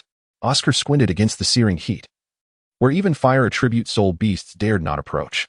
In the center of the roiling magma, a crimson crystal pillar stood tall, etched with phoenix patterns. These designs seemed to come alive in the firelight, as if preparing to take flight. Just as Oscar retrieved his binoculars, the magma surged violently, and a colossal bird composed entirely of flames ascended into the sky, its wingspan reaching 20 zhang. "Be careful," Ma Hongjun exclaimed, yanking Oscar aside as the phoenix flames instantaneously formed a protective shield. The firebird's claws grazed the surface of the shield, igniting a shower of blinding sparks. The heat washed over them, and Oscar caught the acrid scent of his singed bangs. 3 mirrored sausages were simultaneously hurled into the air, transforming into 3 duplicates of Oscar that dashed in different directions. The firebird, indeed, was bewildered, swooping toward the leftmost doppelganger. Taking advantage of the moment, Ma Hongjun unleashed his 5th soul skill, the Phoenix Meteor Shower, as dozens of fireballs descended with a fierce howl. A shocking scene unfolded as the firebird opened its massive beak and devoured all the fireballs. Its body swelled, and the patterns on its wings became more distinct. It was absorbing the fire attribute attacks. Oscar, hiding behind a rock pillar, shouted. He pressed his right hand against the ground, attempting to communicate with Tang San through the blue-silver grass, only to discover that the fluctuations of soul power were obstructed by an unseen force. Wiping the sweat from his brow, Ma Hongjun suddenly smiled, realizing this is not an enemy. He retracted all his soul rings, spread his arms wide, and approached the edge of the magma, reborn through the phoenix's flames. Oscar's eyes widened in disbelief. Are you mad? Yet, upon seeing the resolute glimmer in Ma Hongjun's eyes, he suddenly grasped the truth. He swiftly retrieved a golden sausage, crafted with Ning Rongrong's blood as the catalyst, known as the 9 treasure turnout sausage, which could provide a comprehensive enhancement for a short duration. Then, the sausage arced through the air. Ma Hongjun caught it and swallowed it whole, instantly enveloped in a radiant, multicolored glow. He leaped into the magma, and flames instantly engulfed his figure. Oscar's heart nearly stopped. 1 second, 2 seconds, just as he prepared to leap in to save him. A dazzling brilliance erupted from the center of the magma lake. A phoenix, entirely composed of flames, ascended from the magma, and upon its back, Ma Hongjun, naked yet unscathed, bore golden patterns flowing across every inch of his skin. Oscar stared at his trembling hands, an astonishing realization sending chills down his spine. In that moment, he had not merely replicated Ma Hongjun's soul skill, but had grasped the very essence of the fire's laws. For the first time, his mirrored sausage could exist independently without relying on another's soul power. When the two touched the crimson crystal core, it split in 2, merging into their respective martial souls. Ma Hongjun's phoenix wings were edged in gold, each feather as sharp as if carved by a knife. Oscar's palm manifested fiery patterns, with the sausage he crafted automatically enveloping itself in a faint golden aura. The frigid winds of the extreme north sliced through the air, and Dai Mubai's white tiger shield was already coated in frost. Zhu Zhuqing transformed into a shadow, weaving through the ice columns, the phantom of the nether cat flickering behind her. Mubai, over here. Her voice was scattered by the wind. Dai Mubai turned towards the sound, only to find Zhu Zhuqing standing before a mirror-like ice wall, her fingers lightly brushing the icy surface. Upon his arrival, he was astonished to discover that the reflection beneath the ice was not their own, but rather a colossal white tiger and a dark cat with emerald green pupils. More eerily, these 2 phantoms were gazing at them from deep within the ice, their eyes seemingly tangible, the true form of their martial souls. Dai Mubai furrowed his brow. But my white tiger form is not this color. Zhu Zhuqing suddenly pressed her temples. They are calling to me. Her body leaned slightly forward, as if being drawn into the ice. Dai Mubai hurriedly grasped her hand, but at the moment of contact, he saw a vision of himself at 20. Sitting upon an icy throne, with not the white tiger phantom behind him, but a pair of wings composed of ice crystals. The ice wall suddenly fractured with countless fine cracks, each fissure seeping forth blue mist. Mist coalesced into words in the air, an ancient script of the Soul Masters that Dai Mubai had only encountered in the royal archives of the Star Luo Empire. The mirror of the far north reflects the true self. Zhu Zhuqing's body began to frost, yet she seemed impervious to the chill. I have glimpsed the ultimate form of the nether spirit cat. Her voice grew faint. If we step inside, Dai Mubai gripped her hand tightly, exclaiming, it is far too perilous.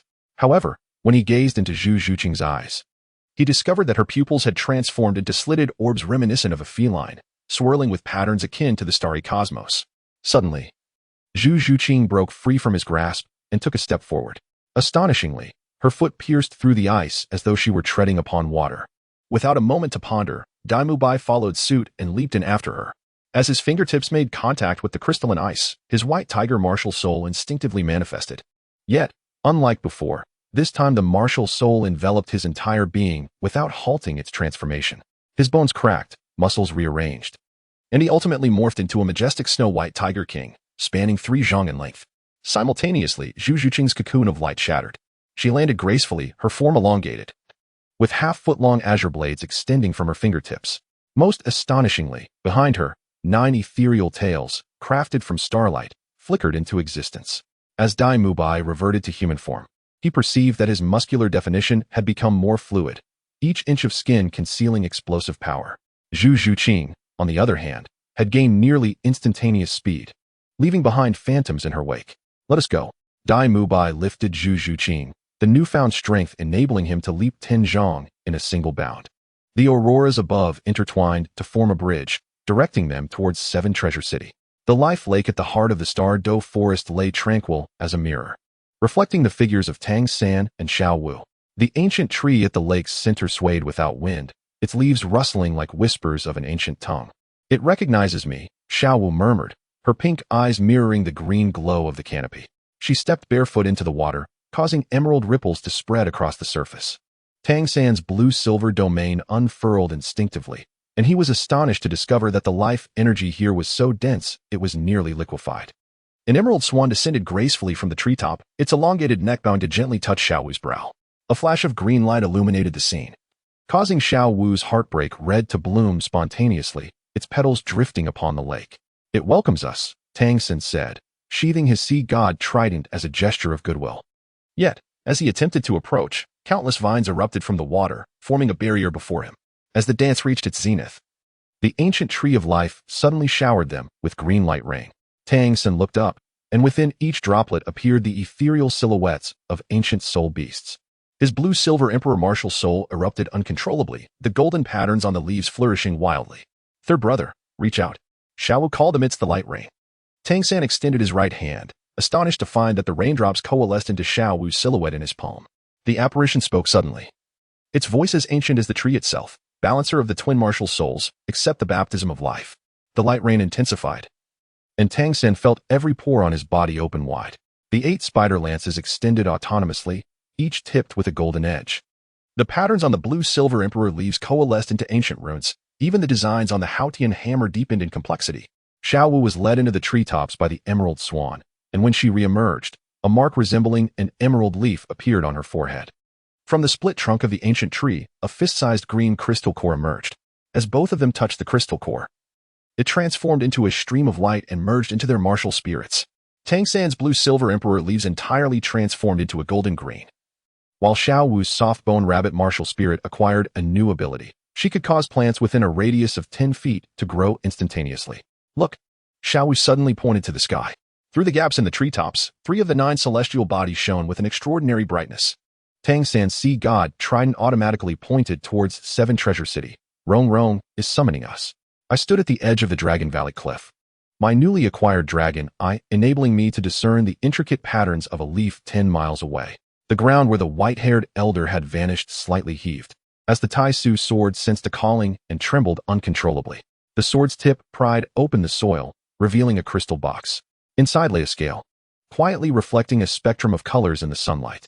When my shadow fell upon the scale, it suddenly levitated, projecting a holographic image. A youthful Ning Fengji stood in the same position, accompanied by the white-haired elder. Together, they buried something underground and then knelt before the celestial array in the sky. Most astonishingly, the elder's right pinky finger remained intact, perfectly mirroring the ethereal figure behind Ning Rongrong. The image flickered and shifted to a real-time scene of Ning Rongrong. She stood in the underground chamber of the 7 Treasure glazed tile school, a gigantic crystal hovering before her, which had developed a fissure, with the dragon eye within gazing back at her.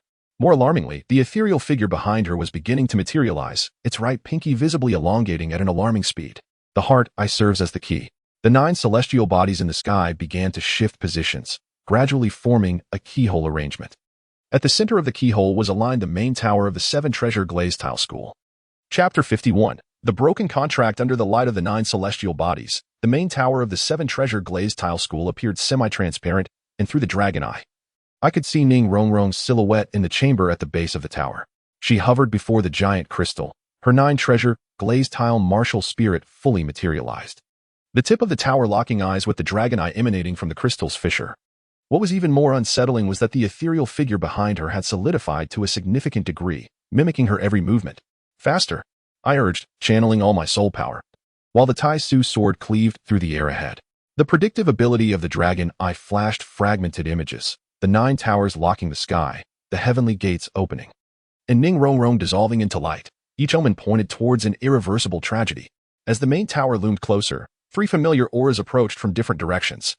Ma Hongjuan's phoenix fire traced a golden-red arc across the sky, Dai Mubai's sword through the buildings cradling Zhu Qing, while Tang San and Xiaowu glided down on a massive vine woven from blue silver emperor. We landed simultaneously in the plaza before the tower, exchanging knowing glances that revealed our respective gains. In the center of the plaza, the black tower had completely transformed into a crystalline structure, its surface swirling with a star map corresponding to the 9 celestial bodies. 9 grooves appeared around the base of the tower, 4 of which resonated with the crystal core fragments we had acquired. Rong is at the base of the tower. I pointed to the ground, and the vision of the dragon eye pierced through layers of obstruction, awakening the dragon eye within the crystal. Tang San Sea God Trident suddenly emitted an alarming hum. Something is amiss. Before he could finish, the main tower shook violently, a beam of light soaring skyward, connecting directly to the celestial 9 luminaries array. We dashed into the tower, racing down the spiraling staircase. The deeper we descended, the air grew increasingly viscous, as if we were plunging into the depths of the ocean. When the final stone door swung open, the sight before us froze everyone in place. Ning Rongrong was ensnared in midair by 9 luminous chains, while the shadow behind her had broken free, siphoning energy from her core. It was an elderly figure in white robes, resembling Ning Fengji, yet with tendrils composed of crystalline clusters extending from his fingertips. The colossal crystal in the center of the chamber had completely fractured, and the dragon's eye was establishing a connection with the shadow. At last, the wielders of the key have arrived. The shadow's voice rasped like sandpaper against glass. 3 millennia of waiting culminated in this moment. Tang San Sea God Trident launched the first strike, the first form of the 13 golden spears transforming into a blue net aimed at the shadow. However, the attack passed through, only to be absorbed by the dragon's eye. Futile. The shadow chuckled lightly, revealing its materializing arm. I am the manifestation of Ning Wuchen's malice, existing between reality and illusion. Unless we simultaneously attack both the physical and spiritual realms. Suddenly, enlightenment dawned upon me. The dragon's eye detected the subtle energy threads connecting the shadow and itself. Rongrong, can you hear me? Ning Rongrong struggled to lift her head, her pupils transforming into the same vertical slits as the dragon's eye, yet her gaze remained clear. When our eyes met, she imperceptibly blinked. Act now, I shouted, unleashing the 9th soul skill of the Taishu sword, Taishu induction, with all my might. The blue wisteria at the sword's guard radiated an unprecedented brilliance. Simultaneously, Tang San's sea god light, Ma Hongjuan's phoenix flames, and Dai Mubai's white tiger's radiant wave all surged toward the shadow's core. As anticipated, all attacks were rendered ineffective against the shadow. But in that fleeting moment, a brilliant light suddenly erupted from Ning Rongrong's core. She willingly infused all her soul power into the chains binding her. The 9-treasured glazed tile tower crumbled, transforming into countless specks of light that surged into the bodies of our 8. Time seemed to freeze. In a glimpse of 1,000th of a second, I beheld 3,651 potential futures. In the vast majority of outcomes, we would seal the shadow at the cost of one sacrifice. Yet, within the faintest possibility lay the key to breaking the deadlock. Ning Rongrong's eyes widened in realization. Just as the shadow's tendrils were about to fully invade her body, she did something utterly unexpected. She proactively extracted her core from her chest and hurled it into the air. In my name, I renounced the pact. Her blood traced ancient runes in the air. I immediately hurled the Taishu sword toward the core. The blue wisteria at the sword's guard collided with the core, unleashing a dazzling starburst. Ma Hongjuan's crimson core, Oscar's fiery patterns, Dai Mubai's azurized crystal, Zhu Zhuqing's shadowy blade of light, Tang San's golden green leaves, Xiaowu's emerald mark, and my dragon's eye power, all 7 forces surged toward the core suspended in the sky. The shadow emitted a piercing scream. No, this cannot be. It lunged madly towards the crystal core, only to be intercepted by the suddenly appearing white-haired elder. This was the true essence of Ning Wuchen's lingering sentiment. His right hand was missing a pinky, a sacrifice made years ago to sever ties with malevolent thoughts. Rules are meant to be broken, my child. Ning Wuchen smiled at us, before transforming into golden light and merging with the crystal core. The 9 celestial bodies in the sky realigned, no longer forming a keyhole but blossoming into the shape of a flower. A beam of light shot forth from the pinnacle of the Crystal Tower in Seven Treasure City, resonating with 8 other locations across the continent. Through the Dragon's Eye, one could see the Molten Mountains, the far north, and the core of the stars, places we had once trained in, each emitting pure energy beams. The 9 celestial bodies had returned to their rightful positions, and a new covenant had been forged. Ning Rongrong weakly fell into my embrace, her chest wound being mended by starlight. From this moment forth, the 9 celestial bodies would no longer serve as seals but rather as a bridge connecting heaven and earth. Tang San pondered deeply. So, what Senior Qian Rinxue meant by breaking the rules is to redefine them. I continued his train of thought, the newly born starry sky reflected in the Dragon's Eye. The ancient powers established the 9 celestial bodies for protection, but over the years, they had transformed into shackles. True inheritance lies not in power but in the courage to initiate change. Daimobai suddenly pointed out the window. Look at those disciples. In the square. The disciples of the Seven Treasure Glazed Tile School gazed up at the sky. To our astonishment, many of them were experiencing a reversal of crystallization. Those black crystal clusters were transforming into transparent crystals, merging perfectly with their martial souls. Several younger disciples even broke through on the spot, their soul rings evolving under the light of the 9 celestial bodies. This was the true inheritance. With our support, Ning Rongrong approached the window, no longer demanding suppression but guiding energy to coexist harmoniously. Suddenly, Xiao exclaimed, San Gu, your martial soul. Tang San unfurled his blue-silver emperor, and the once golden patterns now shimmered with starlit points of light. Even more astonishingly, the Haotian hammer bore a corresponding star map. Others began to examine themselves, discovering that each of their martial souls had acquired new abilities corresponding to the 9 celestial bodies. Ma Hongjun attempted to summon the phoenix flames, and within the golden-red heart of the flames, stars swirled. Oscar's sausages automatically formed miniature formation patterns on their surfaces. Zhu Zhuqing could instantaneously transform into starlight. Dai Mubai's white tiger claws could tear through space. Every movement of Xiao Wu radiated starlight, and my void sword could briefly sever causality. Ning Rongrong's wound had completely healed, and a new crystal core formed in her chest, no longer a singular blue, but imbued with the colors of 9 stars. The phantom of the 9 treasure glazed tile pagoda behind her reconstituted, but this time, it was transparent, with each layer corresponding to the power of a celestial body. Yet it was not over. Ning Rongrong suddenly grew serious, pointing into the distance. The re-illumination of the 9 celestial bodies was merely the beginning. For the starry sky held even more mysteries awaiting exploration. Following the direction of her finger, my dragon's eye discerned countless flickering lights in the depths of the cosmos, as if welcoming new members into their fold. The brightest among them was continuously sending out a pulse signal toward the direction of the 7 Treasure Glazed Tile School. Was that not the place of awakening recorded in the legends of Sea God Island, indicated by Tang San's Sea God Trident? Chapter 52. The Dual Gods Breaking Through the Void on the 7th full moon night following the return of the 9 luminaries. I sat alone in the center of the formation on the starry platform of the 7 Treasure Glazed Tile School. The Tai Su sword rested across my knees, the bluebell at the sword's guard having fully transformed into the essence of a star core, with 9 colored radiance circulating among its petals. The 9 luminary stars above shone tenfold brighter than usual, forming a complete inheritance diagram in my dragon eye's vision. Are you still unable to break through the bottleneck at level 98? Ning Rongrong's voice came from behind me. She walked barefoot across the starry ground, leaving behind ephemeral imprints of blooming glazed flowers with each step. Since merging with the 9 luminary star core, her 9 treasure glazed tower had evolved into the entirely transparent 9 luminary star tower, capable of enhancing the abilities of tidal Douluos by 2 levels with a mere soul skill amplification.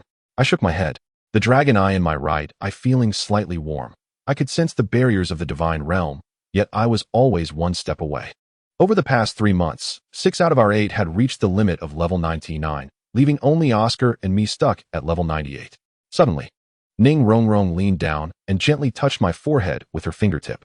A 9-colored halo flowed from her chest's star core, coursing through her fingertip into my meridians. I see it now. You lack not soul power, but the dual god position. I opened my eyes wide in shock, just in time to catch the knowing smile at the corner of Ning Rongrong's lips. She pointed toward the night sky. The 9 divine realms corresponding to the 9 luminaries are drawing near. 3 days from now marks the once-in-a-millennium period of planar overlap. The glazed star tower spun in her palm, projecting a 3-dimensional star map, indicating where my path lies. The star map froze in a void area, where 2 entangled black hole-like vortices resided. In that instant, I grasped the essence of the void and time. This was precisely the law represented by the Tai Su sword and the dragon eye. In the core area of the Star Doe forest, before dawn, the lake of life reflected the luminaries of the 9 stars. We 8 sat in a circle on the platform at the lake's center, each of us radiating near-divine fluctuations of soul power.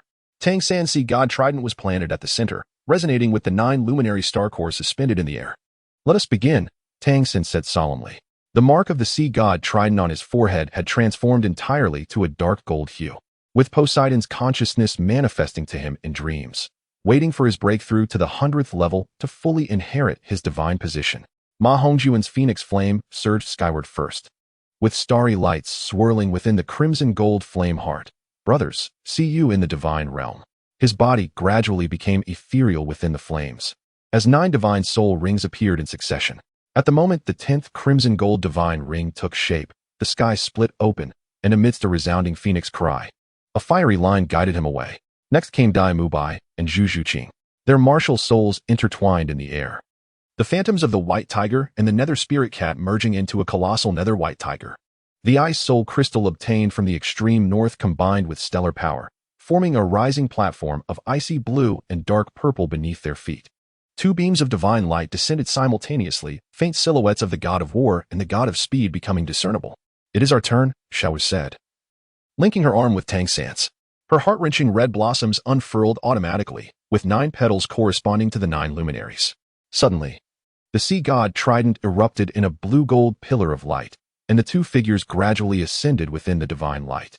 Most remarkably, a starry silk ribbon had appeared around Xiao Wu's waist, symbolizing the inheritance of the goddess of life. Oscar grasped Ning Rongrong's hand, and under the enhancement of the star radiance, the 9th spirit ability, Diamond Intestine, astonishingly evolved to exude a divine aura.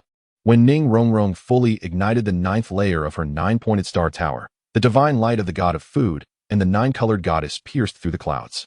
Yet, in that final moment, Ning Rongrong suddenly turned her head towards me, her lips moving in a silent communication that only I could decipher. In the blink of an eye, I found myself alone by the lakeside. The Tai Su sword trembled violently, its blade revealing patterns identical to those of the 9-pointed star core. Taking a deep breath, I channeled all my soul power into the dragon eye. It was time to embark on my own divine path. As the first rays of sunlight broke through the clouds, the Tai Su sword soared autonomously into the sky. The blue jacaranda flower at the sword's cross blossomed entirely, triggering the 9-pointed stars to emit beams of light simultaneously. My body levitated in the center of the beams, and my soul power, now at the 98th level, began to surge wildly under the influence of the star radiance. 99 level shattered. I heard Tang San's astonished cry echoing from the divine realm. Typically, a soul master ascends to divinity by undergoing the trial of a single deity. However, I faced a dual divine tribulation. The void divine ring launched the initial assault. The surrounding space suddenly collapsed, pulling me into an absolute void. There was no light, no sound, and even the concept of time ceased to exist. This was the most brutal test, to maintain one's true self in eternal solitude. The foresight of the dragon eye became utterly ineffective here, and the Tai Su sword lost all its brilliance. I could not ascertain how long had passed, perhaps a mere moment, or perhaps a millennium. Just as my consciousness began to fade, a warm sensation surged from my chest. It was the shard of the Liuli star tower that Ning Rongrong had secretly placed there before parting. The 9-colored radiance blossomed in the void, illuminating 8 familiar figures. Ma Hongjun's phoenix flame, Tang San's sea god light, and Xiao Wu's life energy. My companion's powers pierced through the void via the star radiance, lighting my path home. Break. As the dual divine tribulation dissipated, 2 substantial divine rings slowly descended. Unlike the conventional inheritance of divine positions, the crowns of the void god and the time-space god were simultaneously bestowed upon me. My left eye transformed into a silver clock, while my right eye morphed into a profound black hole, with the Tai Su sword entwined in waves of time and space. "Welcome to the Divine Realm Council." A familiar voice echoed. Tang San, clad in sea god armor, approached, accompanied by Xiao Wu, who wore the crown of the goddess of life. Behind them, Ma Hongjun's phoenix flame shone even more brilliantly under the divine sunlight, while Daimubai and Zhu Zhuqing donned the cloaks of the god of war and the god of speed, respectively. Finally, Ning Rongrong and Oscar appeared, the halo of the 9-colored goddess intertwining with the aroma of the god of food to form a rainbow bridge. "I knew you would succeed." Ning Rongrong lightly touched my chest with her fingertip, revealing a miniature 9-pointed star map. "Now, It is time to fulfill the duties of the Divine Realm as Inspector. The vision of the Divine Realm she showcased astonished me. The once singular Divine Realm had expanded into 9 layers of star domains, corresponding to the 9 planes of the 9-pointed stars. Each of us 8 guardians presided over different star domains, collectively safeguarding the newly born 9-pointed divine system. As the dual deities presiding over both void and time-space, my divine temple was situated at the convergence point of the 9-layered divine realm. The Tai Su sword was enshrined in the center of the main hall, continuously releasing chains of laws that maintained the balance of the various planes. Most wondrously, through the connection with the Dragon Eye and the Star Radiance, I could observe the development of the 7 treasures Liuli sect in the lower realm at any time. The trident of Tang San, emblematic of the sea god, emitted a warning blue light. Should we intervene? No. I shall part the barriers of space and time, revealing the child of destiny from that realm, bestowing upon him a fortuitous opportunity, a strand of temporal energy, infused with the characteristics of the 9 luminaries, pierced through the dimensional veil, transforming into a shooting star that descended into the body of a young boy in the lower realm. Ma Hongjun rubbed his hands in anticipation. When shall we explore other planes? At any time. The void sword in my grasp has evolved into the key of time and space, capable of unlocking the doors to any world. However, before we embark on such journeys, the Eye of the Void suddenly issued a grave warning. The protective barrier at the edge of the divine realm was torn asunder by an unknown force, and swarms of dark creatures began to infiltrate. More unsettling was the fact that they bore familiar crystalline characteristics, resonating with the energy from the anomalies that had once afflicted the 7 treasures glazed sect. It seems the tale of the 9 luminaries has only just begun. Ning Rongrong's 9 luminaries star tower unfurled instantly, its 9 tiers corresponding to each celestial power. We exchanged knowing smiles, revealing our divine artifacts. The dual divine positions within me roared, and the key of time and space pointed towards the source of the invasion. They are a colossal eye, enveloped in a cluster of black crystals, began to slowly open. Chapter 53. The Eye of the Abyss. I stood upon the observation platform of the Void Temple, the power of the dual divine positions coursing through me. The temporal eye of my left gaze reflected the source of the fissure, a gigantic eye, comparable in size to a small planet, its surface adorned with patterns identical to those found in the underground crystals of the 7 treasures glazed sect. The Eye of the Abyss. Ning Rongrong's voice resonated through the 9 luminary star tower. It had indeed not been completely vanquished. Tang San wielded the sea god's trident, cleaving through the sky as he led the gods to confront the first wave of invaders. As his golden 13 prongs struck the crystalline beasts, a bizarre phenomenon unfolded. The shattered crystals did not dissipate, but absorbed a portion of the sea goddess power, reassembling into an even more formidable form. They could devour divine power to evolve. Daimubai roared, cleaving a towering crystallized beast with his war goddess axe. Yet the fragments swiftly transformed into hundreds of smaller monsters. My Eye of the Void suddenly throbbed with pain, foreseeing the direst of outcomes. If these creatures were allowed to proliferate unchecked, the entire divine realm would be completely crystallized within 3 days. The temporal eye promptly locked onto a coordinate deep within the fissure, where fluctuations resonating with Ning Rongrong's crystal core were suspended. We must sever the source. I teleported to the heart of the battlefield, the key of time and space in my hand extending into a long sword entwined with starlight. Rongrong, grant me the power of the 9 luminaries. A multicolored beam descended from the heavens, and the phantom of Ning Rongrong's 9 luminary star tower emerged behind me. As the sword's edge sliced through space, a rift traversing the battlefield abruptly opened, banishing half of the invaders into the chaotic void. Yet, just as the rift was about to close, the pupil of the Eye of the Abyss constricted suddenly. A crystalline tendril, exceeding 100 feet in diameter, pierced through the rift and struck the ground of the divine realm with tremendous force. The area struck was instantly enveloped in a grayish-white crystal, and 3 second-tier deities, caught unawares, were transformed into crystalline sculptures. In an emergency-convened assembly of the 9 luminaries, Xiao Wu's life scepter projected a holographic image. The scene depicted is from 3 millennia ago. At the moment of the annihilation of the martial Soul Hall, 9 meteors cascade from the heavens, 8 of which strike the remnants of the 7 great sects, while the 9th descends into the depths of the 7 treasures glazed sect. Ning Rongrong points to the indistinct figure with white hair in the imagery, revealing that the inaugural sect master, Ning Wuqing, did not seal it, but rather retained a portion of its power. The imagery shifts, unveiling a shocking truth. The fall of the 9 suns was not an accident, but a mechanism of a higher civilization designed to seal the Eye of the Abyss.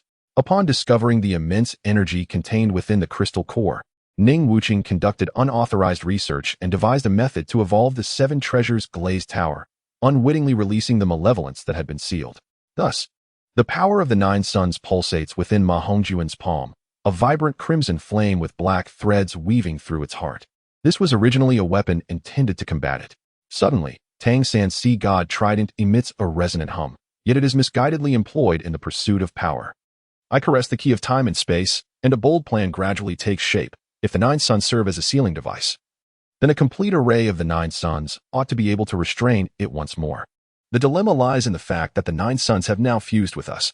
Zhu Zhiqing keenly observes, and the collective gaze of the group turns towards me.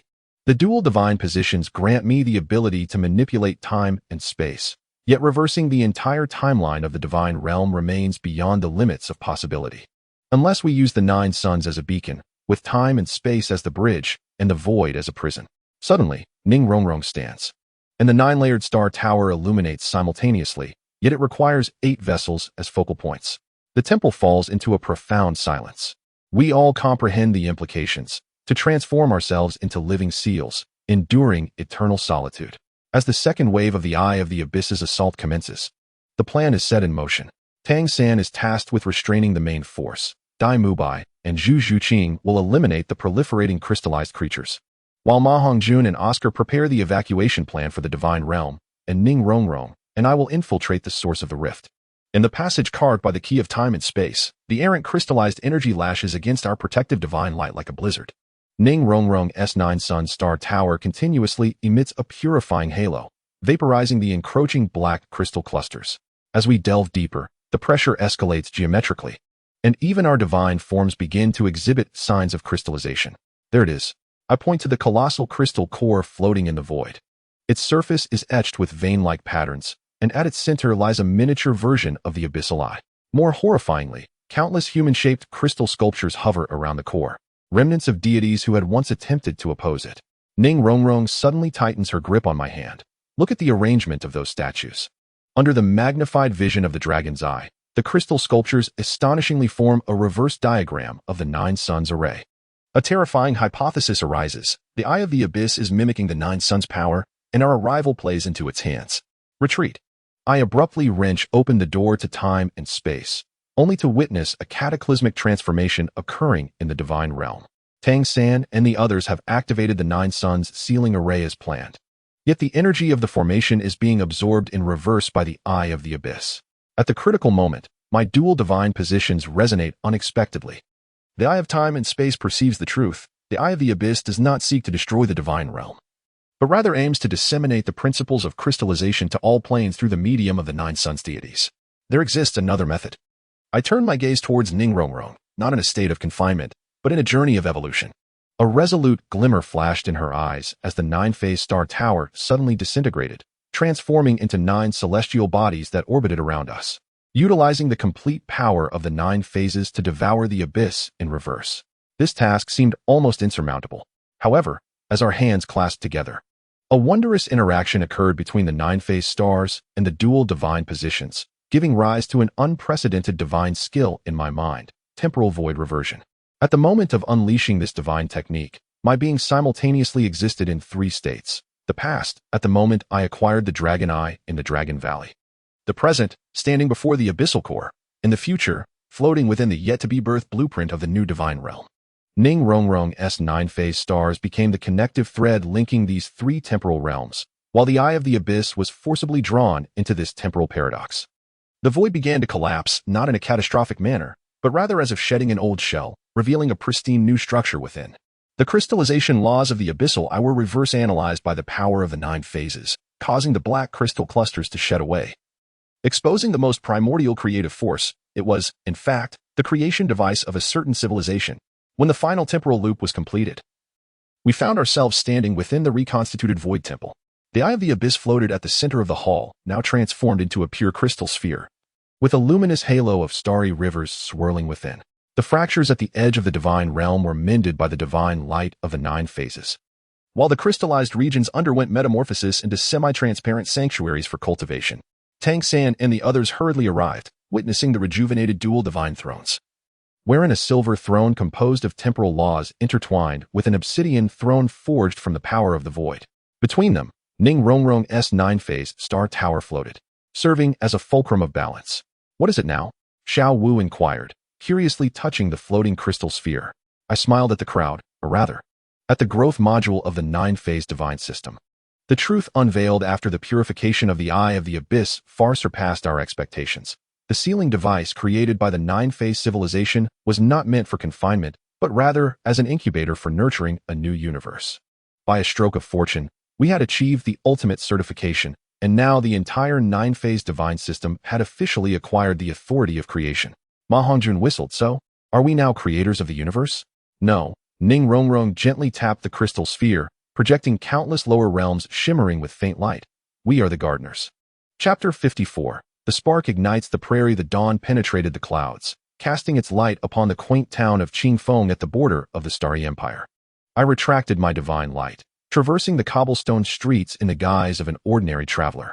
The eye of time and space radiated a slight warmth, guiding me towards the direction of the nine-phase power, to the blacksmith shop in the east of the town, where a 16-year-old boy named Tang Xing was hammering a piece of crimson metal. As the hammer struck, sparks erupted in a peculiar nine-pointed star formation. On the boy's bare back, 9 luminous points corresponding to the 9 phases faintly appeared. Unaware of my presence, he was entirely focused on infusing his soul power into the glowing iron block. The star steel requires 7 rounds of tempering. I intentionally kicked over a shovel by the door. The boy abruptly lifted his head, his pupils displaying a rare 9-colored rotation under the sunlight. Warily, he set down the hammer, and soul rings began to ascend from beneath his feet. Yellow, yellow, purple, purple. The edge of the 4th soul ring already glimmering with a black halo. You are not an ordinary guest. He wiped the sweat from his brow, the hammer resting against his chest. In Qingfeng Town, there exists no soul master capable of deciphering the secrets of star-forged steel. I let out a soft chuckle, my fingertips gathering a glimmer of starlight. This was a fragment of the 9 suns, brought down from the divine realm, refracting iridescence in the sunlight. I heard that when you awakened your martial soul at the tender age of 6, a meteor fell from the sky? The luminous points on his back suddenly aligned, forming a star map reminiscent of Ning Rongrong's from years past. The temperature in the blacksmith shop surged, the flames in the forge twisting into the shape of a phoenix. Do you know my parents? The boy's voice trembled. In the backyard of the blacksmith shop, Tang Xing revealed his true capabilities. He removed his coarse linen shirt, and the 9 luminous points on his back pulsated with his breath.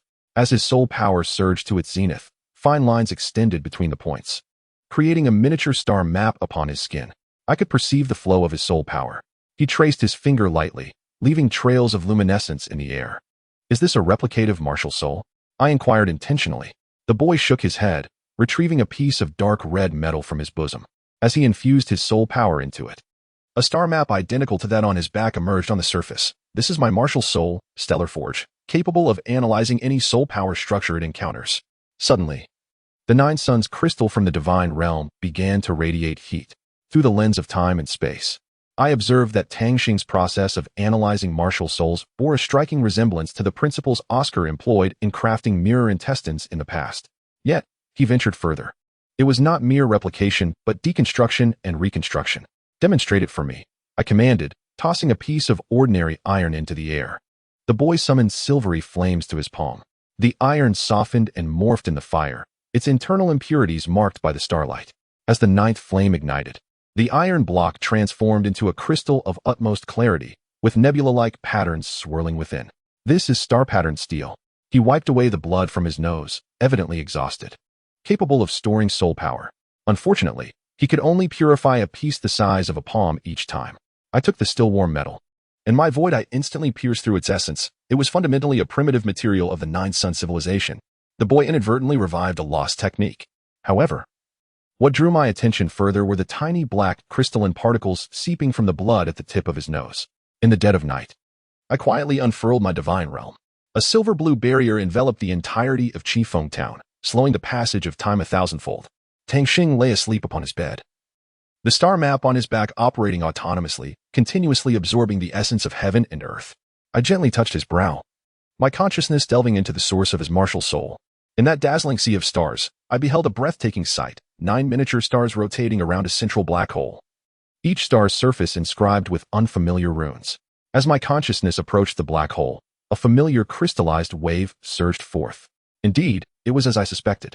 This was no ordinary martial soul, but a miniature version of the Nine Suns sealing system. The black hole within the boy was a replica of the abyssal eye, designed to balance the overwhelming creative power. Those black crystalline particles were not impurities, but safety valves to prevent the starlight from spiraling out of control. Great one. Tang Xing suddenly awoke, his pupils momentarily unfocused from the impact of my consciousness. I know of their existence, he stated astonishingly, producing an iron box from beneath his pillow. I have collected and studied it for 3 years. Within the confines of the box lay dozens of gossamer thin black crystals, each encapsulating a unique structure of soul energy. Some even mimicked the intricate networks of plant-type soul beasts. The most chilling of all was a particular shard that was slowly growing, its surface adorned with patterns reminiscent of the abyssal eye. They possessed the capacity to learn. Tang Xing's voice was laced with both fear and excitement. Last week, I attempted to infuse it with fire attribute soul energy, and now it has begun to generate flames autonomously. A hurried resonance emanated from the divine realm. Ning Rongrong's warning reached my consciousness through the Jiuyo link. The flow of time in the lower realms was anomalous, and a divine entity was approaching. As the morning mist lingered, unfamiliar divine energy enveloped Qingfeng town. I instinctively shielded Tang Xing behind me, the key of time and space extending into a sword in my grasp. Suddenly, a desolate well to the east erupted with a brilliant blue beam of light, and a figure clad in a star-patterned robe stepped forth from the luminescence. Our first encounter was with the god of the void. The newcomer lowered their hood, revealing a visage indistinguishable from that of a human, save for the starry glimmer pulsating within their pupils. I am Ryan from the 3rd Observation Station, tasked with documenting the evolution of civilizations within this dimension. Tang Xing suddenly let out a muffled exclamation, his back illuminated by a radiant star chart. The observer, Ryan, regarded him with astonishment. A wild inheritor? This experimental group is indeed full of surprises. Experimental group? I lifted my sword slightly. It is a rather intricate explanation. Ryan lightly gestured in the void, conjuring a holographic projection. To put it simply, the Jiuyo civilization is one of the 720 civilization seeds we have deployed, aimed at studying the balance between order and chaos. The projection displayed real-time images from countless dimensions. Some were entirely consumed by crystallization laws. Others fell into chaos due to excessive freedom, while only a select few developed in a delicate state of equilibrium. Our dimension has been designated as the 9th special observation object. Your divine system is quite fascinating, Ryan remarked with keen interest as he scrutinized Tang Xing. Typically, inheritors awaken a singular power of a celestial body, yet this child has formed a miniature Jiuyo system. Tang Xing interjected. Are those black crystals a product of your design? No, they are a result of civilization itself.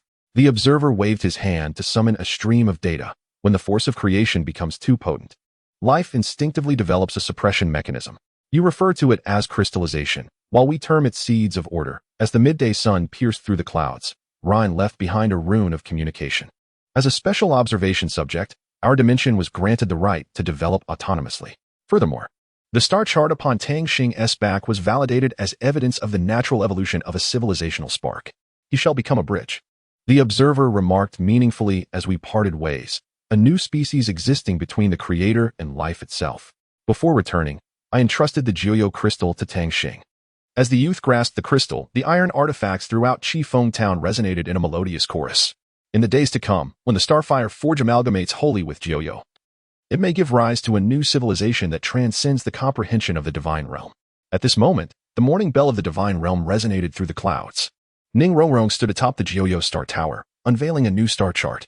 The coordinates left by Ryan indicated that within the infinite dimensions, an additional 719 experimental groups awaited visitation.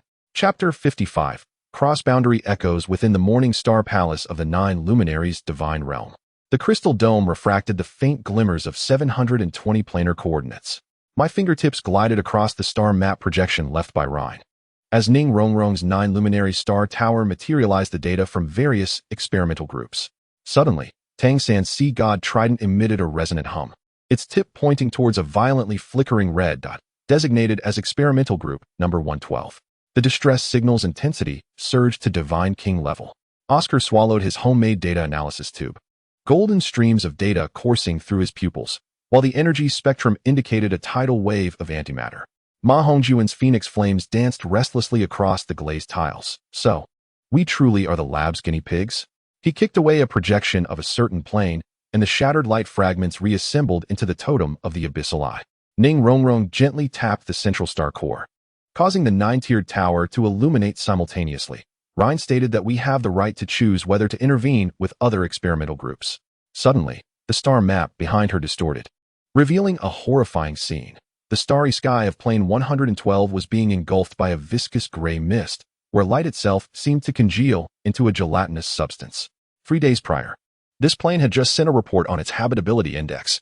Zhu Shiqing called up a comparative image. The once verdant ecological planet had transformed into a gray-white crystalline structure, with an erosion rate reaching 0.7 light-years per day. Dai Mubai's divine battle axe struck heavily. What does it matter what the experiment is? To witness death and not offer aid. What kind of deity does that make us? Suddenly, the crystal screen of the observation platform rippled. Ryan's figure emerged within the waves, clad this time in a silver-gray emergency battle suit. Apologies, everyone. The third observation station has just detected chaotic contamination in Zone 112. According to protocol, we have 3 questions. Tang San interrupted his formulaic statement, the domain of the sea god quietly enveloping the hall.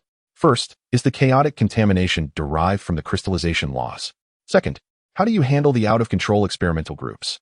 Third, he pointed the trident's tip towards Ryan's chest. Why inform us of the risks only now? Ryan's starry pupils constricted to needle points. Top secret. But given that your divine system has surpassed the threshold of 4th-level civilization. He waved his hand to project a triple encrypted image. The screen revealed countless planes frozen like insects ensnared in a spider's web. The answer was affirmative. Chaos is the ultimate form of excessive order, and our conventional method of handling it is to initiate a restart. In the underground workshop of Qingfeng Town, the star map behind Tangxing was operating autonomously. The 9 luminaries' crystal hovered above the furnace, tinting the silvery flames with crimson hues. 12 soul master apprentices held their breath, watching as the iron ore twisted into a flowing liquid in the fire. Patterns resembling those on Tangxing's back emerging on the surface. Maintain a constant infusion of soul power. The youth wiped away the blood from his nose. As the star-patterned steel mold fit perfectly, the moment the liquid metal flowed into the groove, 360 miniature star maps illuminated simultaneously, causing subtle distortions in the space above the forge. It's done. The old blacksmith trembled as he lifted the formed arm guard. The dark silver surface shimmered with the radiance of nebulae, and the soul power conduction efficiency tester skyrocketed. The apprentices erupted in cheers, oblivious to the black crystal chip in the corner's iron box resonating quietly. In the late hours of the night, Tangxing remained alone in the workshop. He withdrew the latest generated chip and was astonished to discover that its surface patterns bore a striking resemblance to the chaotic diagrams emanating from the divine realm. When he attempted to infuse it with fire attribute soul power, the chip abruptly levitated, sketching a fragmented star array in the void, clearly a variant of the 9 luminaries sealing array. It dawned upon him that the youth, eager to communicate, pressed his bloodied fingertip onto the chip, and his pupils were instantly filled with starlight. A torrent of indistinct images from 720 planes surged into his mind, each resonating with anguished cries. Upon awakening, he found that the chips within the iron box had disintegrated into powder. Yet a complete interdimensional star map emerged upon the workshop wall. Suddenly, alarms blared at the divine realm's summoning platform. The once pure Ascension passage began to ooze a viscous substance akin to tar, and the remnants of a 12-winged angel fell from it. Oscar's mirrored intestinal structure transformed into a life support device, barely sustaining the last breath of the newcomer. Chaos devoured the wings of the angels from the sacred song, Star Domain, which began to crystallize and peel away, while our radiant celestial path accelerated the pollution. Ning Rongrong's 9 luminary star tower descended a purifying beam. Yet it provoked an even fiercer backlash. The angels' pupils abruptly turned a murky gray, and their vocal cords emitted a noise reminiscent of metal scraping. Unity is the eternal truth. In an instant, I unfolded a temporal and spatial barrier. The fallen angel continued to mutate within the stilled continuum, crystalline clusters bulging beneath its skin, ultimately erupting into a cloud of gray mist. Dai Mubai's white tiger shield was a moment too late, as the fog-laden portion of his left arm immediately lost sensation. It was a pollution of concepts. Ryan's projection suddenly intercepted the communication, instantly isolating the contact. Tang San's sea god power coursed through Dai Mubai's body, uncovering a more terrifying reality. The white tiger's divine soul was being rewritten. The divine essence of the war god, symbolizing the power of slaughter, now exuded a chilling sense of order. Zhu Zhuqing suddenly launched a shadowy ambush, severing Dai Mubai's left arm with her claws, before the severed limb could touch the ground. It transformed into gray crystals, intricate networks of light spreading within.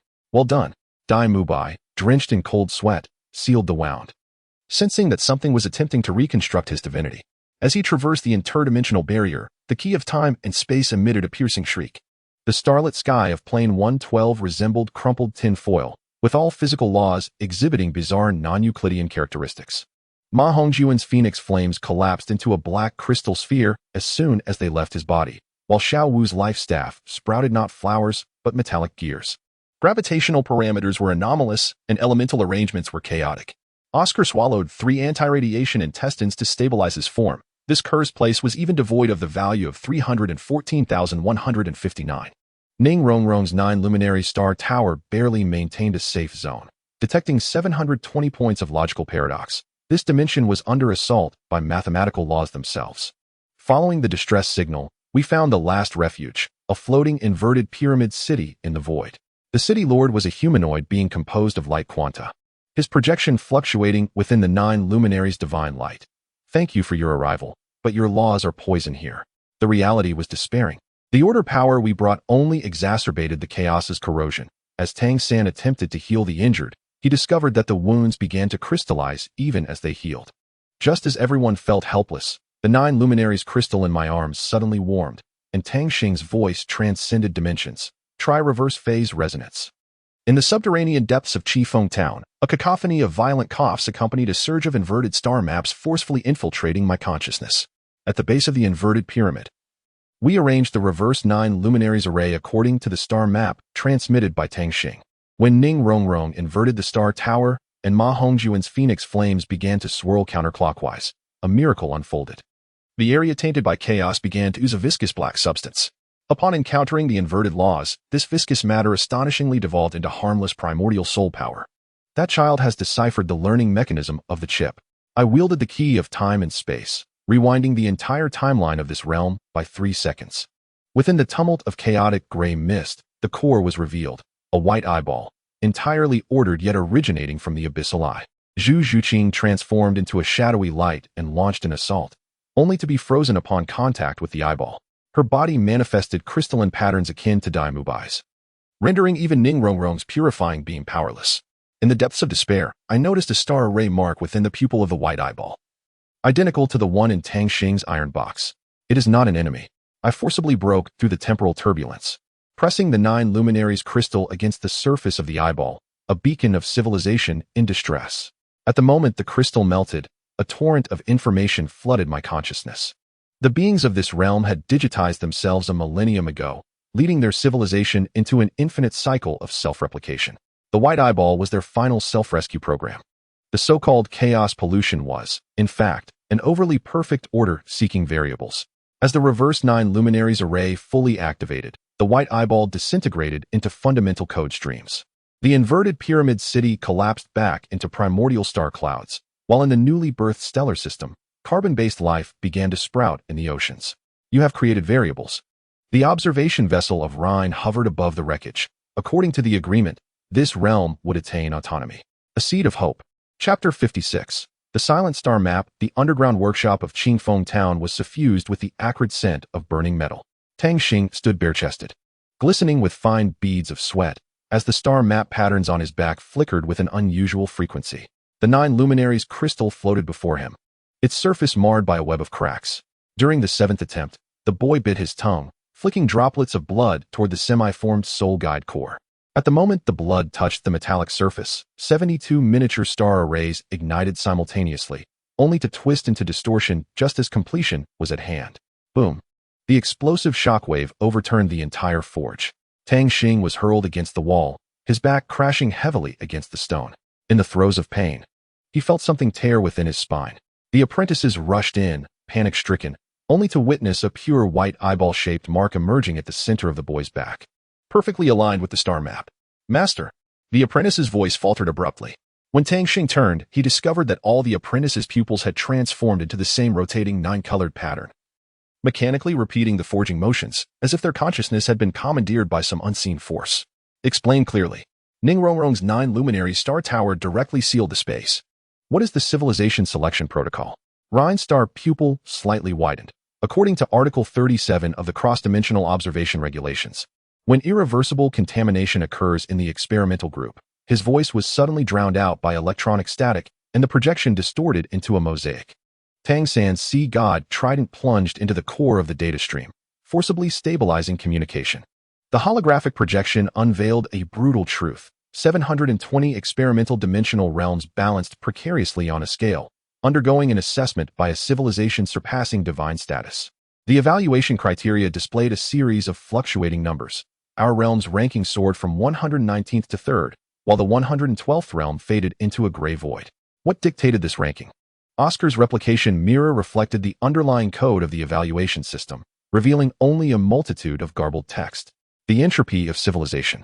Rhine's fingertips glided over the star map, each realm illuminated by red and blue halos, with red signifying a tendency toward order solidification and blue embodying chaotic variables. Your intervention in the 112th realm abruptly shifted the scene to Tang Xing's workshop.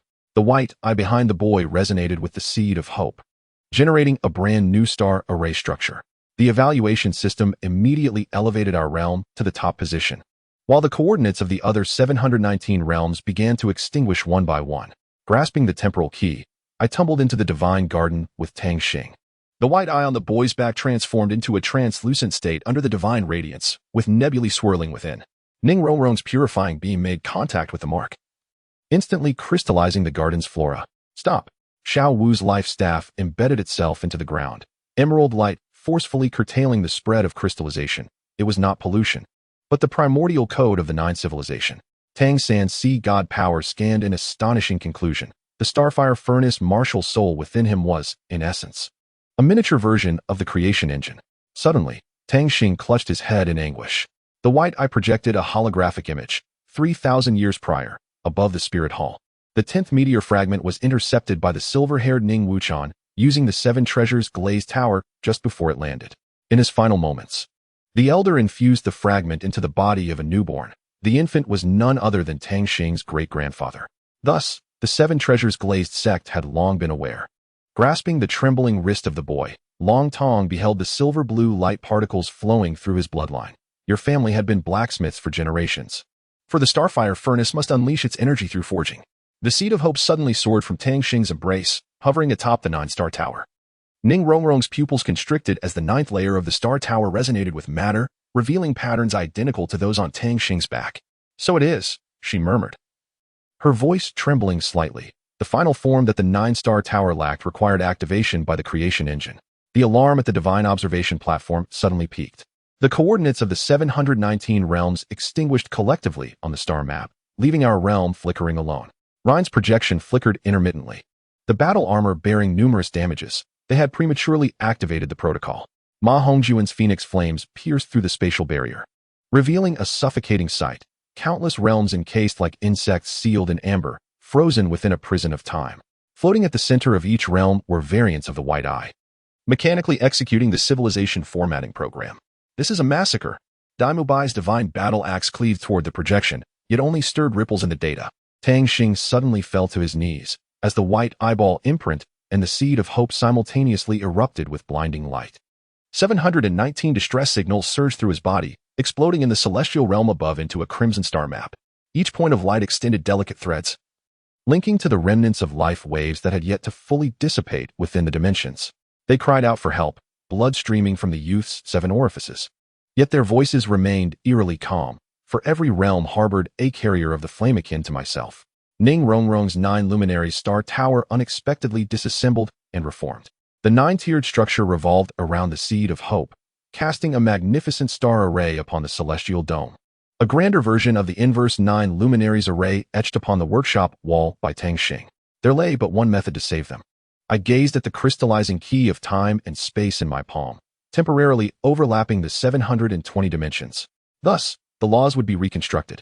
Tang San's sea god trident plunged into the array's center, enveloping the scene in a spectral ocean.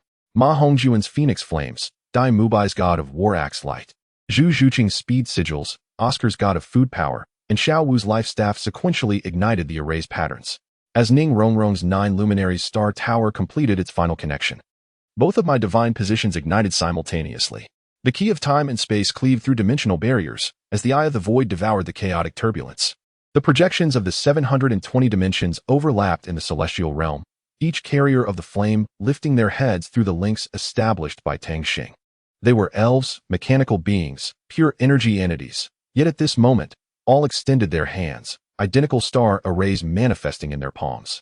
Now, I detonated the divine core, and the laws of time and space surged like a tide, sweeping across all dimensions. In an instant, the entire universe came to a standstill. Then, a miracle was born. The seed of hope blossomed in absolute silence. Its roots penetrated the 720 dimensions, extracting the essence of each civilization and achieving a brief yet resplendent fusion in a superposed state. The 9 luminaries star tower recorded this fleeting tapestry of civilizations, magic and technology, flesh and machinery, spirit and matter. All contradictions reached perfect equilibrium in this moment. As the dimensions reseparated, the evaluation system's alarm reverberated throughout the celestial realm. The ranking numbers of all dimensions transformed into dazzling gold, and the system prompt flashed frantically. Detected termination of the interdimensional civilization symbiotic protocol. Protocol terminated. We have awakened. Chapter 57. The Eye of Dimensions. On the 7th day of time stagnation in the celestial realm, the third eye of Tangxing finally fully opened. It was not a biological eye in the traditional sense, but a star crystal composed of pure loss. As it rotated, the entire space of the 9 luminaries' celestial realm manifested in an unprecedented state. The pillars of the temple coexisted in both past and future, and Ning Rongrong's 9 luminaries' star tower incessantly shifted between material and energy forms. Even the phoenix flames in Ma Hongjuan's palm revealed a 2-dimensional projection. Impossible. The star crystal pupil of this high-level observer trembled violently. How could you access the operational interface of the 5th dimension? Tang San's God Trident was immediately poised at Ryan's neck. It seems there are many matters you have never disclosed. Tang Xing's third eye slightly contracted, causing Ryan's body to become translucent. Within his thoracic cavity, a diminutive white orb pulsated, its surface inscribed with runes identical to those of the evaluation system. He was also a subject of experimentation.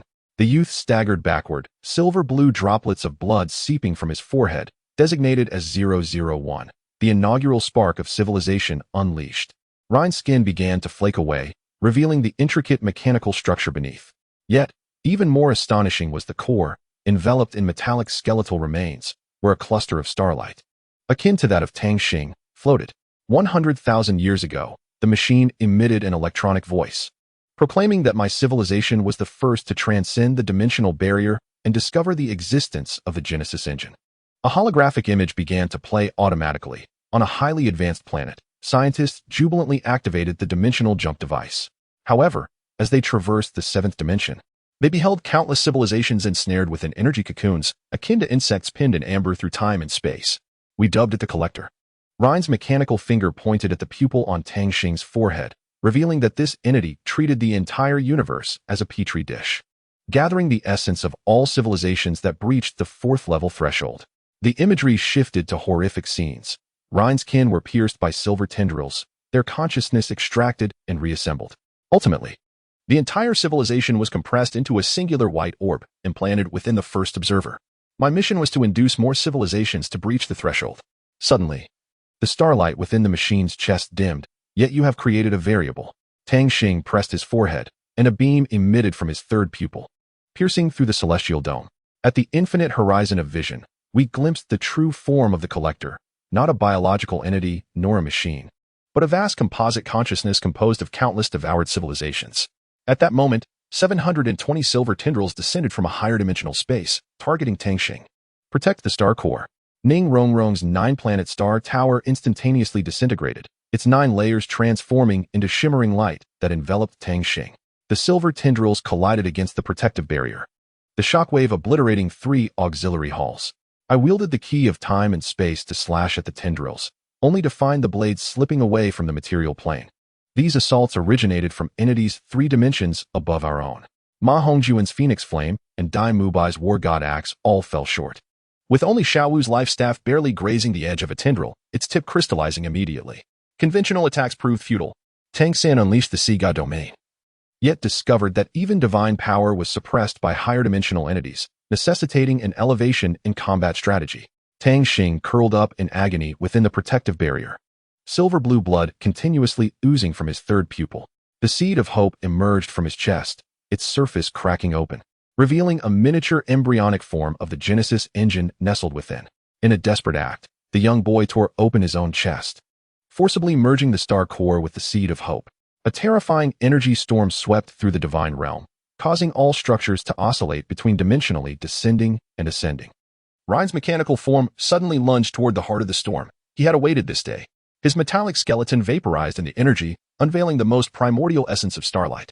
This flame merged with Tang Xing's star core, forming a bow of light that spanned 7 dimensions. In need of an arrow, Tang Xing's fingers had crystallized. Yet he strained to draw the bowstring.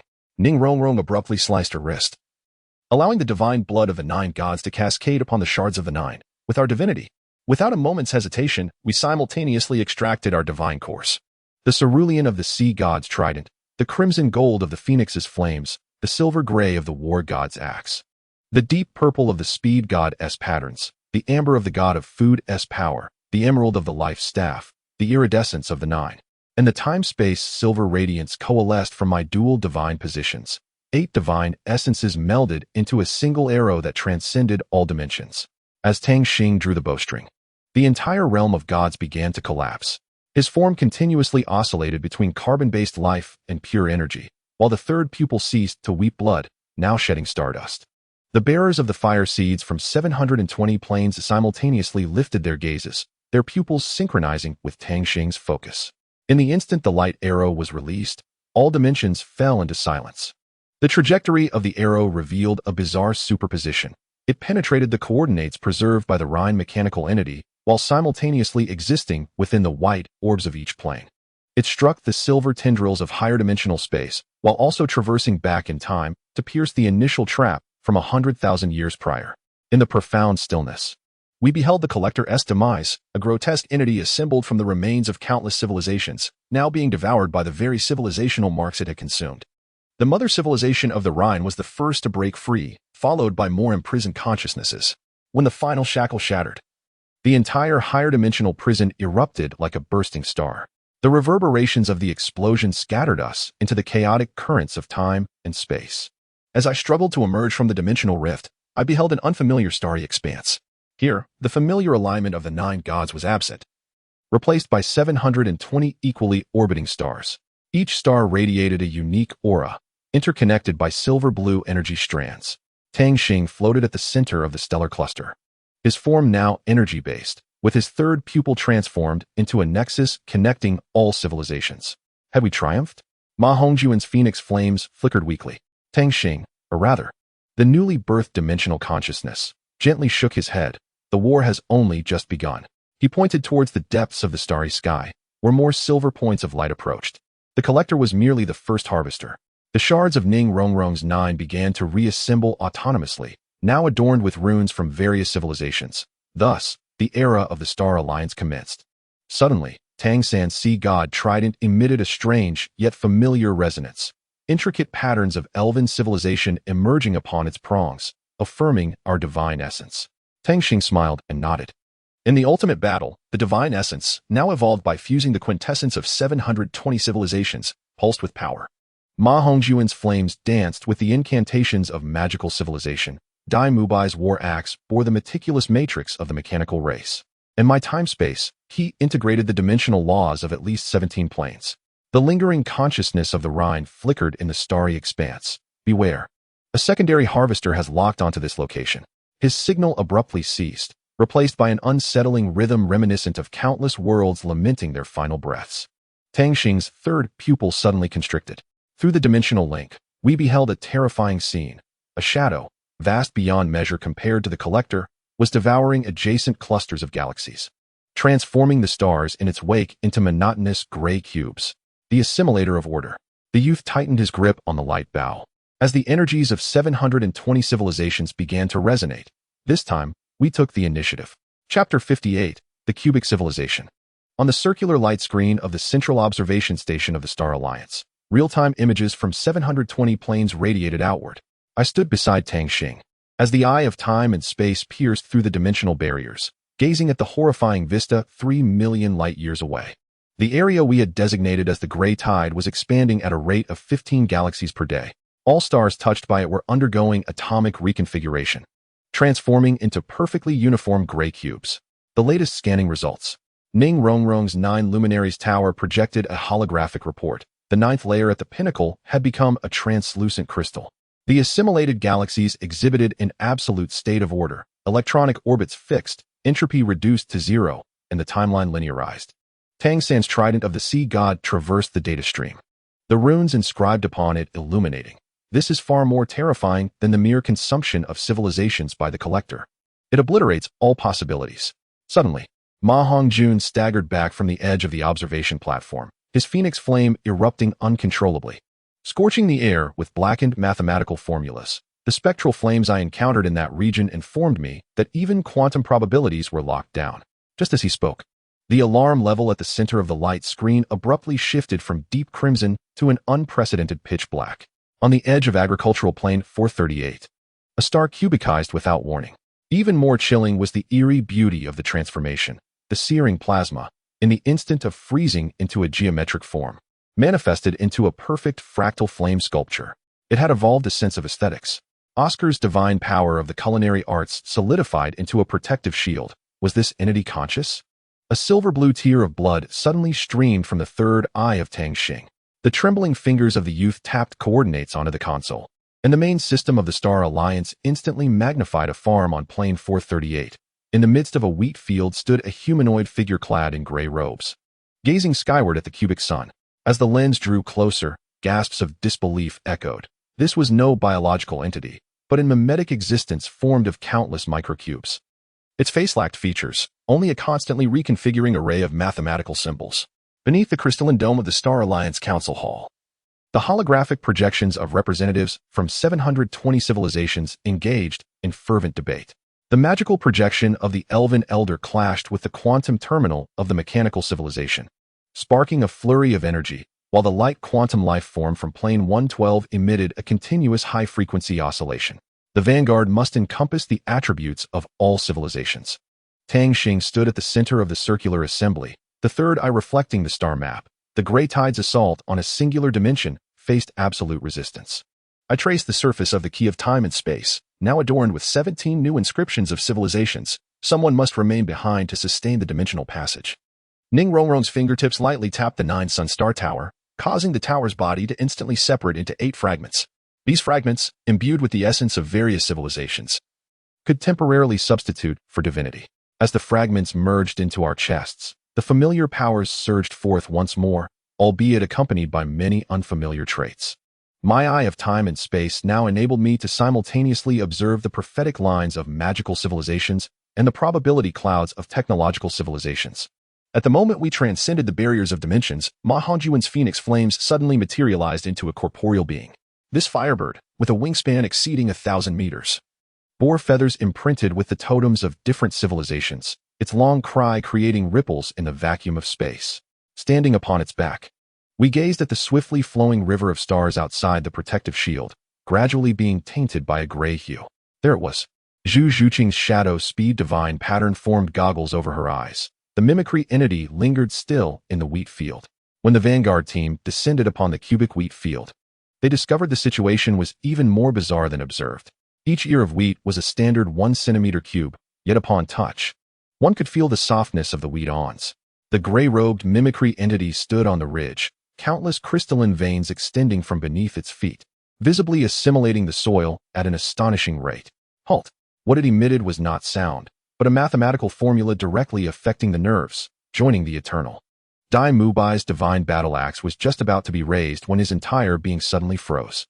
Gray crystalline clusters formed on the axe surface, rapidly spreading along his arm armor. More terrifyingly, the assimilation process seemed to carry cognitive contamination. An eerie smile emerged at the corner of his mouth beneath his helmet. Dimension shock. Now, Tang San's sea god trident erupted with divine light, embodying the characteristics of 17 civilizations. It sought to unveil despair to us. Xiao Wu's life staff plunged into the cubic ground, emerald radiance tearing a rift in absolute order. Yet life eternally harbors variables. From the rift suddenly emerged countless silver-blue tendrils.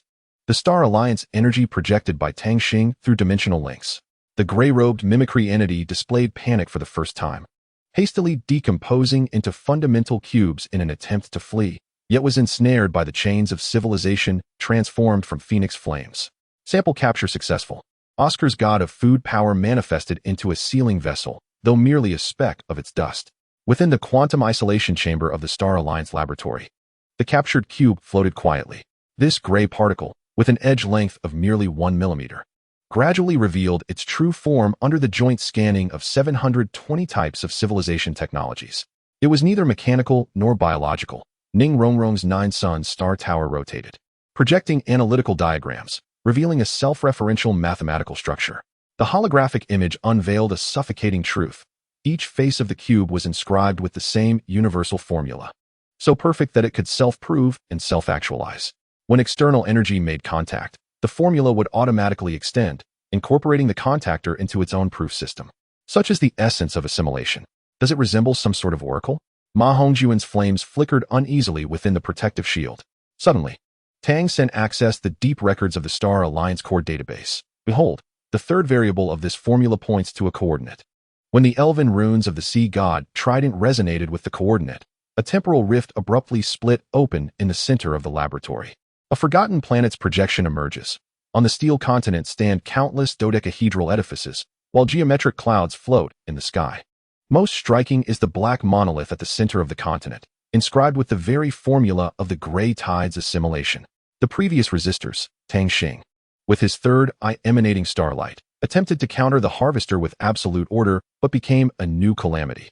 Suddenly, the cube within the isolation chamber trembles violently. Before the eyes of many, it completes a self-replication, and the surface formula of the newly formed cube exhibits subtle mutations. More alarmingly, the quantum computer of the Star Alliance reveals that this mutation is synchronizing with the Gray Tide's essence 3 million light-years away, at a superdimensional speed. It is learning from my temporal key and sounding an alarm, absorbing the characteristics of our civilization during the contact process. In corroboration of this assessment, the laboratory's protective shield begins to cube itself. The Gray Tide formula flows like a virus across the console screen, transforming the operational interface into a monotonous gray grid. Emergency alarms resonate throughout the Star Alliance, as representatives from 720 dimensions simultaneously sense the crisis. This assimilation can actually propagate through dimensional links. The core area of the Star Alliance begins to warp. Standard geometric cracks appear on the crystalline dome from the magical dimension, while the quantum computer of the mechanical civilization spews forth an endless array of mathematical symbols. Tang Xing stands before the central console, his third eye now a blinding incandescent white. The dimensional link must be severed immediately. The magical projection of the Elven Elder begins to pixelate. Otherwise, all civilizations will succumb to infection. No, the photon quantum life form emits sharp ripples. Without a connection, we cannot combat the Gray Tide. His fingers glide across the console, bringing up a deep structural diagram of the Star Alliance's energy network. Within the overlapping vision of 17 dimensions, the Gray Tide formula reveals slight discrepancies. The arc of a certain variable is off by 0.00001 degrees compared to the others. A flaw with an absolute order? Oscar stares in disbelief. It is a backdoor left by the previous resistors. Tang San's trident quivers with excitement. They deliberately embedded contradictions within the formula. Suddenly, Ma Hongjun ignites in phoenix flames. Unlike the past golden red hue, this time, the flames swirl with the colors of 720 civilizations. Someone needs to magnify this error to counter absolute order with the entropy of civilization. I understand his intent, but the price is high. Dai Mubai has already removed his war god armor. The flame requires a vessel. There is no time to hesitate.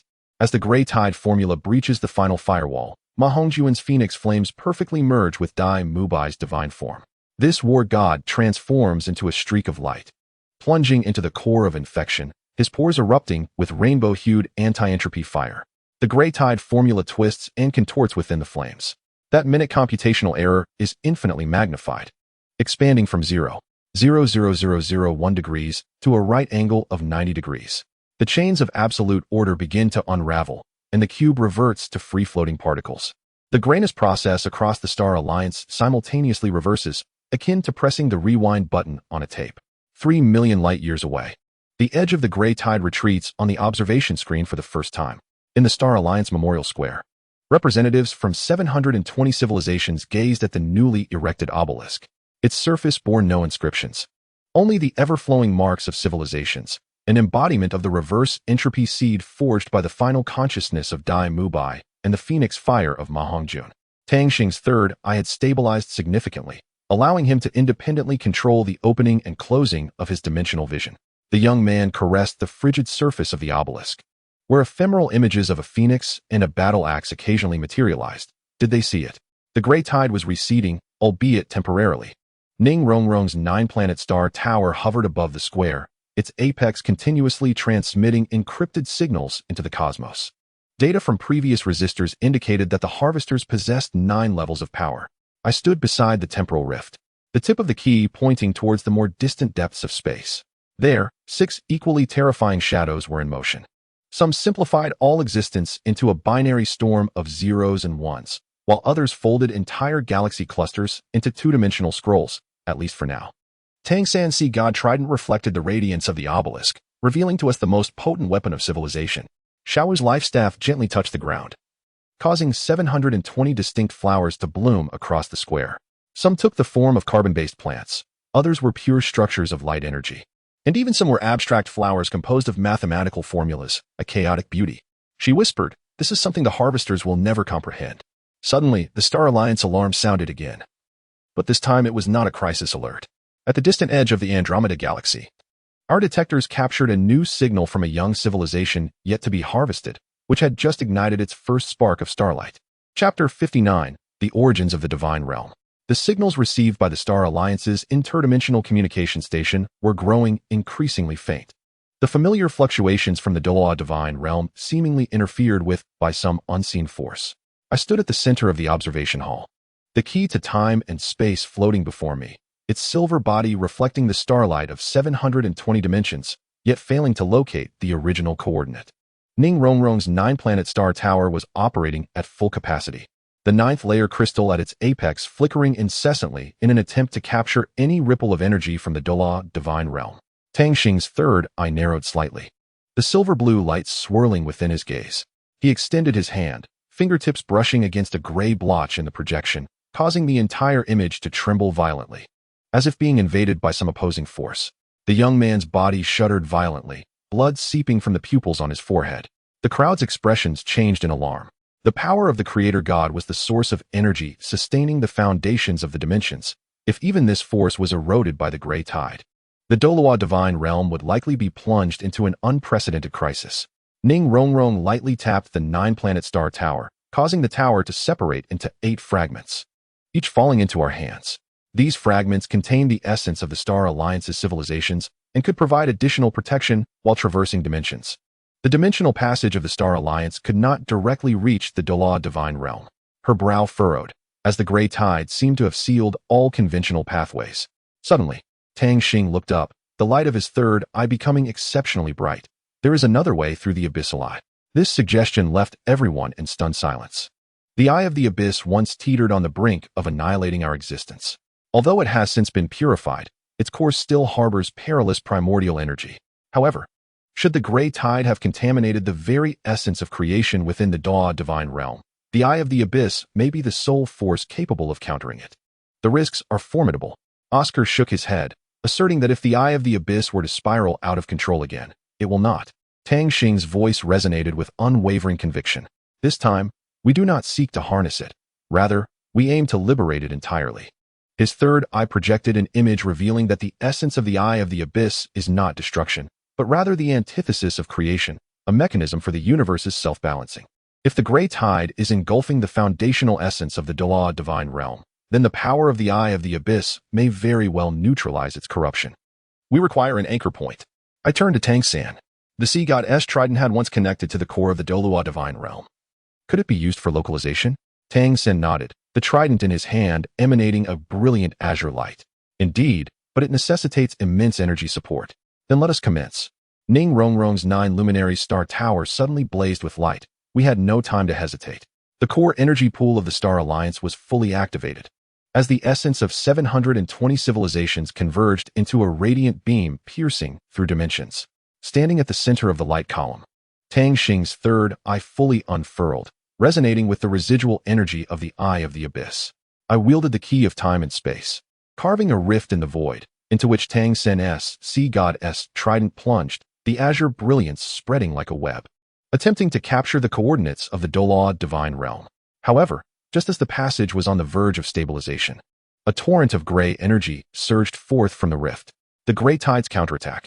Zhu Zhuqing transformed into a wisp of ethereal light, instantly positioning herself before the others, her speed inscribing countless afterimages in the air as she endeavored to intercept the spread of the gray energy. Yet, this force exceeded all expectations. Her divine patterns crystallized upon contact. Ma Hongjuan's phoenix flames roared forth, the crimson-golden inferno colliding with the gray tide, erupting in a cacophony of tearing sounds. Within the flames materialized the totems of innumerable civilizations, striving to combat absolute order with entropy, but the encroachment of the gray tide was swifter, compressing the flames inexorably. Hold firm. Tang San Sea God domain unfurled with all its might, the divine light of the trident forming a barrier to temporarily stave off the spread of the gray tide. I gritted my teeth, pushing the power of the key of time and space to its utmost. As the scene on the other side of the rift gradually clarified, the Douluo divine realm had undergone a complete transformation. The once resplendent starry sky was supplanted by a gray-white cubic structure. Temples, mountains, and even the flowing clouds were frozen in absolute geometric forms. In the heart of the divine realm, the original pillar of creation had morphed into a colossal gray monolith, its surface inscribed with the same assimilation formulas as the gray tide. The pillar of creation has been tainted. Ning Rongrong's voice trembled slightly. The gray tide is rewriting the fundamental laws of the divine realm. At that moment, a familiar figure emerged from the gray mist. With silver hair flowing and eyes like stars, it was none other than Ning Wuchen, the first-generation master of the Seven Treasures, Glazed Tile School, who had once left clues in the Dragon Valley. However, at this moment, he was entirely cloaked in a gray crystalline form, with tendrils resembling streams of data extending from the remnants of his right hand, connecting to the Genesis pillar. Father? Ning Rongrong whispered in disbelief. Tang Xing's third eye constricted sharply. That was a construct created by the gray tide. The mimicry of Ning Wuchen slowly raised a hand, and the energy of the Genesis pillar erupted violently, the gray tide surging towards us like a tsunami. The passage began to collapse, the temporal and spatial structure at the edges of the fissure freezing inch by inch. At the last moment before the fissure closed, the voice of the mimicry of Ning Wuchen pierced through dimensions. Submit to eternity. The Star Alliance observation hall fell into a profound silence. Everyone understood that the Douluo divine realm had succumbed, and the next target of the gray tide would inevitably be the Star Alliance. Chapter 60. The Battle of Return to Source. Chapter 12. The Battle of Return to Source. The energy fluctuations in the core area of the Star Alliance had yet to subside, and an oppressive silence enveloped the observation hall. Ning Rongrong unconsciously rubbed the fragments of the Jiuyou Star Tower, the residual energy of the Genesis pillar still radiating warmth. Tang San Sea God Trident leaned against the control console, its azure divine light significantly dimmed, as if the recent brief clash with the gray tide had drained its primordial power. The Genesis pillar is the foundation of the divine realm. My key of time and space slowly rotated in the palm of my hand, its silvery glow illuminating the solemn faces of those present. Should it be fully assimilated, the very laws of the entire Douluo universe would be reconstructed. Tang Xing stood before the holographic star map, his third eye reflecting the light points of 720 planes. His voice carried a wisdom beyond his years. The gray tide does not randomly select its targets. It always first attacks the core of creation in each plane. Suddenly, Oscar slammed his hand on the table, the power of the god of food coalescing into a golden screen. Wait, if the gray tide spreads through the energy of creation, how can the abyssal eye resist it? Is it not also a variant of the power of creation? This question sliced through the fog like a bolt of lightning. The Jiuyou Star Tower of Ning Rongrong emitted a resonant hum, the 9 crystalline layers of the tower illuminating one by one, because the abyssal eye is the anti-creation force. It is the inverse state of the creation process. The holographic image automatically reorganized with her explanation, depicting the scene of the universe's birth. Following the initial energy explosion, a reverse collapse point must inevitably arise. This equilibrium mechanism ensures that the universe does not expand indefinitely, leading to entropy. The abyssal eye is the embodiment of this collapse point. Thus, the gray tide cannot assimilate it. Tang San Sea God Trident trembled slightly, as light cannot devour darkness. It is not so simple. Zhu Zhuqing's ethereal runes flowed beneath her eyes. That mimicry of Ning Wuchen can manipulate the tainted power of creation. Dai Mubai's divine war axe struck heavily. Regardless of whether it is real or not, anyone daring to impersonate the old sect master must pay the price. Tang Xing suddenly covered his third eye, a strand of silvery blue blood seeping through his fingers. The gray tide is tracking us in reverse through dimensional links. An alarm suddenly echoed throughout the Star Alliance. On the main screen of the observation hall, the coordinates of 6 peripheral planes flickered ominously in red. The vanguard of the gray tide had already breached the outermost dimensional defense. The elven realms at the periphery of the Star Alliance were the first to fall under siege. As our rescue team traversed the portal, the sky had already transformed into a grayish-white lattice structure. Towering ancient magical trees were frozen in a cubic moment, each leaf upon their crowns a perfect diamond crystal. The crystal staff of the elven elder was embedded in the ground, its tip emitting the last protective barrier that shattered like glass. Watch your step. Tang San's trident of the sea god traced a brilliant azure arc. The soil beneath us suddenly morphed into countless floating cubes, each face flickering with the remnants of elven magic. The gray tide mimetic entities emerged from the crystallized forest, adopting elven forms, yet their bodies were composed of standard geometric modules, with faces adorned by ever-reconfiguring mathematical symbols. As they raised their hands, elven magical runes materialized in the air, twisted into a spell of absolute order for slaughter. They were learning from Ning Rongrong's 9-stellar tower, radiating purifying light at a speed tenfold our expectations. The battle erupted instantaneously. Ma Hongjuan's phoenix flame collided with the order magic of the elven mimetics, sending shockwaves that raised the crystalline trees within a kilometer radius to the ground. My time-space key pierced the core of one mimetic entity, only to find its structure immediately reorganizing, spreading along the key toward my arm. Sever the connection. Tang San's trident swept through, the azure divine light temporarily repelling the gray energy. Daimu Bai's divine war axe and Zhu Zhuqing's ghostly speed divine pattern erupted simultaneously, cleaving through the dim canopy and revealing the shadowy figure of the Genesis god pillar behind. The gray tide had replicated the source of pollution from the Douluo divine realm within the elven plane. Immediate action was imperative, clenching the time-space key. I knew that if they completed their network, all realms would succumb simultaneously. Tang Xing wiped the blood from his third pupil. There was but one course of action, an assault on the Genesis god pillar of the Douluo divine realm. This plan bordered on suicidal. Unleashing the power of the abyssal eye at the heart of the gray tide's stronghold was akin to detonating a bomb at the center of a storm. Yet at this moment, the alarms of the Star Alliance resonated across all realms. The gray tide's vanguard was mounting simultaneous assaults on 12 frontline worlds. Split into 2 groups, Tang San's trident plunged into the ground, forming a makeshift sand table from azure divine light. The main force would distract the Gray Tide Legion, while an elite squad would launch a surprise attack on the Genesis god pillar. Ning Rongrong distributed fragments of the 9-stellar tower to each member. These shards encapsulated the essence of various civilizations' laws and could temporarily resist the Gray Tide's assimilation. Ma Hongjuan's phoenix flame coalesced in the air into a 3-dimensional map of the Douluo divine realm. How to breach the Gray Tide's defenses. They would undoubtedly guard the Genesis god pillar fiercely. A diversion was necessary. My time-space key pointed at the edge of the divine realm, creating dimensional rifts to draw their attention. Aiming for the base of the god pillar, we would then penetrate from there. Zhu Zhuqing's ghostly speed divine pattern glimmered slightly. How fast must we be? Faster than thought. Tang Xing's third pupil shed blood tears. The Gray Tide's reaction time was a mere thousandth of Planck time. Dai Mubai's divine war axe ignited with golden flames. Then let us proceed. The energy pool of the Star Alliance surged to its utmost limit. The essence of 720 civilizations converged into a torrent that transcended dimensions. Propelled by the guidance of Tang Xing's third eye, it surged directly towards the edge barrier of the Douluo divine realm. The response of the Gray Tide was swifter than anticipated. Within a mere tenth of a second, the entire outer defensive system of the divine realm underwent reconfiguration. As countless geometrically structured defense towers emerged from the void, unleashing beams of absolute order. Now, Tang San's sea god trident radiated an unprecedented brilliance. I wielded the key of time and space, tearing a nearly imperceptible rift in the dimensional barrier at the base of the divine pillar. Simultaneously, Ning Rongrong's 9-stellar tower shards illuminated, enveloping us in a bubble of interdimensional transition. In the instant of passage, the world succumbed to an eerie silence. The Douluo divine realm of the Gray Tide revealed its most authentic form. All matter was deconstructed and reassembled, mountains and rivers transformed into precise geometric modules, and the flowing clouds solidified into standard topological structures. Even light was tamed, propagating along absolutely parallel paths. The Genesis divine pillar loomed close, yet it seemed to lie beyond myriad dimensions.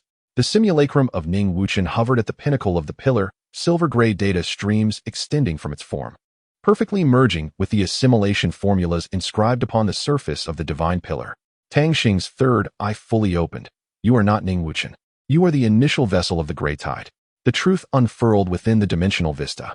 In his quest to explore the secrets of creation, Ning Wuchen inadvertently touched the seed of the Grey Tide from a higher dimension. To halt the spread of contamination, he severed his right hand, sealing the infected portion beneath the 7 treasures glazed sect.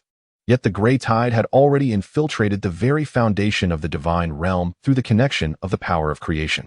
Release the eye of the abyss, I murmured. Now, Tang Xing's body suddenly levitated, and the third eye erupted with a silver-blue radiance of creation. This brilliance resonated with the shard of the eye of the abyss within Ning Rongrong's 9-stellar tower. As a pitch-black fissure spread across the surface of the Genesis divine pillar, for the first time, the Grey Tide exhibited signs of panic. The simulacrum of Ning Wuchen twisted violently, geometric modules incessantly reconfiguring in a futile attempt to mend the rift. Yet the power of the eye of the abyss was its nemesis. Absolute order clashed violently with chaotic void, and an energy storm akin to the birth of the universe erupted from the surface of the Genesis divine pillar. Hold on. The shards of Ning Rongrong's 9-stellar tower formed a temporary protective array, resisting the onslaught of energy turbulence. Tang Xing's body began to disintegrate. The substance that flowed from the third eye was no longer blood, but the purest essence of creation. The fissure of the eye of the abyss widened, as the assimilation formula of the Grey Tide was devoured inch by inch. The simulacrum of Ning Wuchen emitted an inhuman shriek, its form fracturing like a shattered mirror, revealing the silver-gray core code within. Now, Tang Sansi God Trident transformed into a stream of light, piercing the core. I wielded the key of time and space, channeling all divine power into the fissure of the eye of the abyss. In the final explosion, the entire Douluo divine realm was engulfed by silver-blue radiance. When the light dissipated, the Genesis divine pillar returned to its original golden hue. The assimilation formula of the Grey Tide vanished like receding tides, and all frozen entities regained vitality. At the pinnacle of the divine pillar, only a minuscule gray cube remained, its surface intermittently flickering with struggling data streams. Tang Xing plummeted from the sky, and the third eye dimmed completely. As Ning Rongrong caught him, she discovered that the youth's heartbeat had ceased. Yet his chest radiated a warm silver-blue glow. He had transformed himself into a vessel to seal the Grey Tide. On the observation screen of the Star Alliance, the Grey Tide across 720 planes simultaneously ceased its activity. In a higher dimension, a primordial existence turned its gaze for the first time upon this seemingly insignificant galaxy. Chapter 61. The fallen star's radiance, the golden light at the apex of the creation god pillar, surged like a tide across the Douluo divine realm. As all things previously solidified by the Grey Tide began to flow anew, the cubic mountains transformed into undulating curves, the geometric clouds resumed their dance with the wind, and even the light broke free from its absolute parallel constraints, refracting into a spectrum of radiant colors at the temple's edges. Ning Rongrong knelt beside the base of the god pillar, cradling Tang Xing, whose body was gradually becoming transparent, the silver-blue glow in his chest flickering like breath. He had transformed himself into the sea god trident that sealed Tang San, which now hung limply, its tip dripping divine power onto the ground, blooming into azure flowers. The core code of the Grey Tide was locked within the balance of the primordial energy and the eye of the abyss. My key of time and space hovered above Tang Xing, its surface markings of dimension dissolving at a visible pace. With each flicker, a portion of divine power flowed into the seal upon the youth's chest, sustaining that delicate threshold. Ma Hongjuan's phoenix flame flickered restlessly in his palm, and within the fire appeared the phantoms of the 720 planes of the Star Alliance.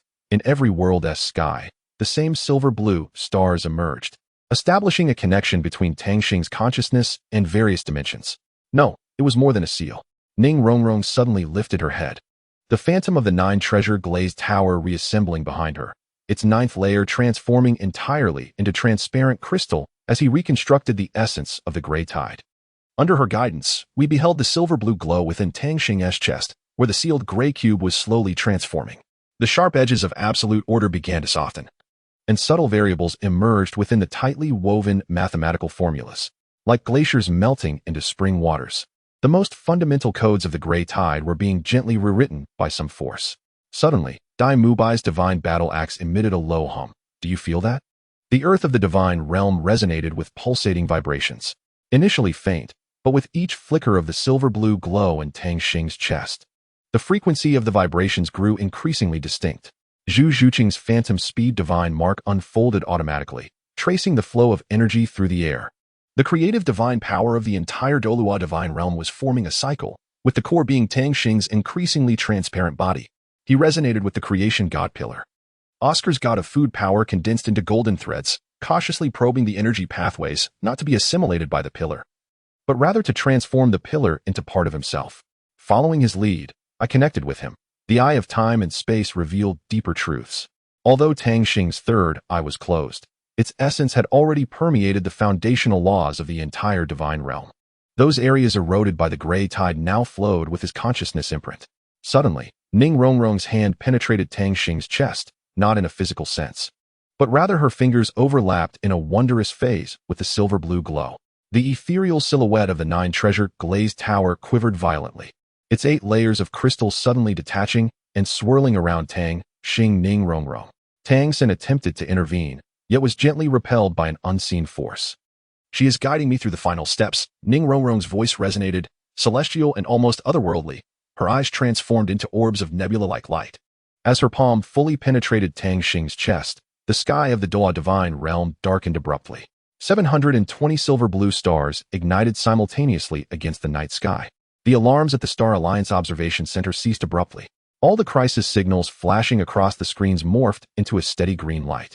While the edges of the planes partially eroded by the gray tide began to visibly repair, silver-blue starfire restoring the damage at an astonishing pace.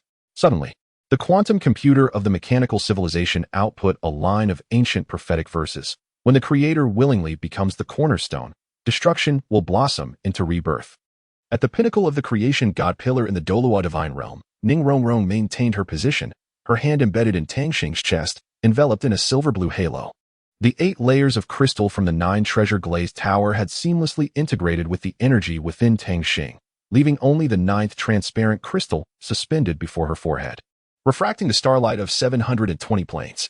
As she whispered, the silver-blue radiance from Tang Xing's chest suddenly expanded into countless filaments, intertwining with every line upon the surface of the creation god pillar.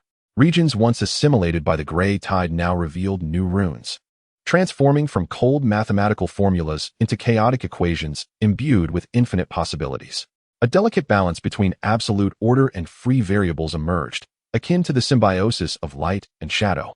Tang San's sea god trident soared into the air, its tip poised at Tang Xing's brow. "This is not an end, but an evolution." As if affirming his words, Tang Xing's transparent form began to reconfigure, no longer resembling that of a human youth, but instead manifesting as a pure energy construct, a silhouette composed of silver-blue starfire, embedded with the now deep blue core of the gray tide. Upon opening his eyes, the third eye upon his forehead transformed into a swirling star gem, within which countless silhouettes of civilizations ebbed and flowed.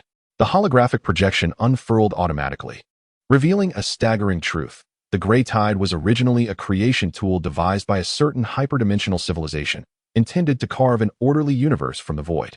However, over the eons, it spiraled out of control, twisting creation into assimilation.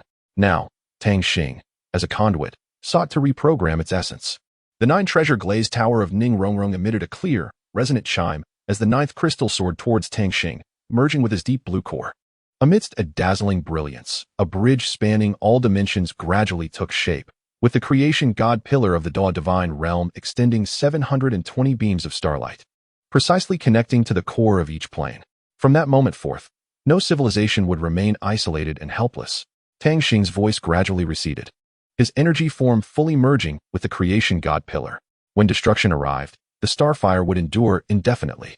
As the final words lingered in the air, his form completely dissipated within the silver-blue radiance. Yet all present could sense that a grander consciousness had awakened, as if the Douluo divine realm itself had come to life. Each pulsation of the creation god pillar echoing like the heartbeat of an immense heart. In the 3rd year, 7th month, and 14th day of the stellar calendar, the Star Alliance officially designated this day as the Day of Origin. In the central square of the Douluo divine realm, a new monument rose majestically from the ground. The monument was crafted from purified gray tide material, its surface shimmering with silver-blue starlight. Upon touching its surface, one could hear the last message left by Tang Xing. "I am all things are not me."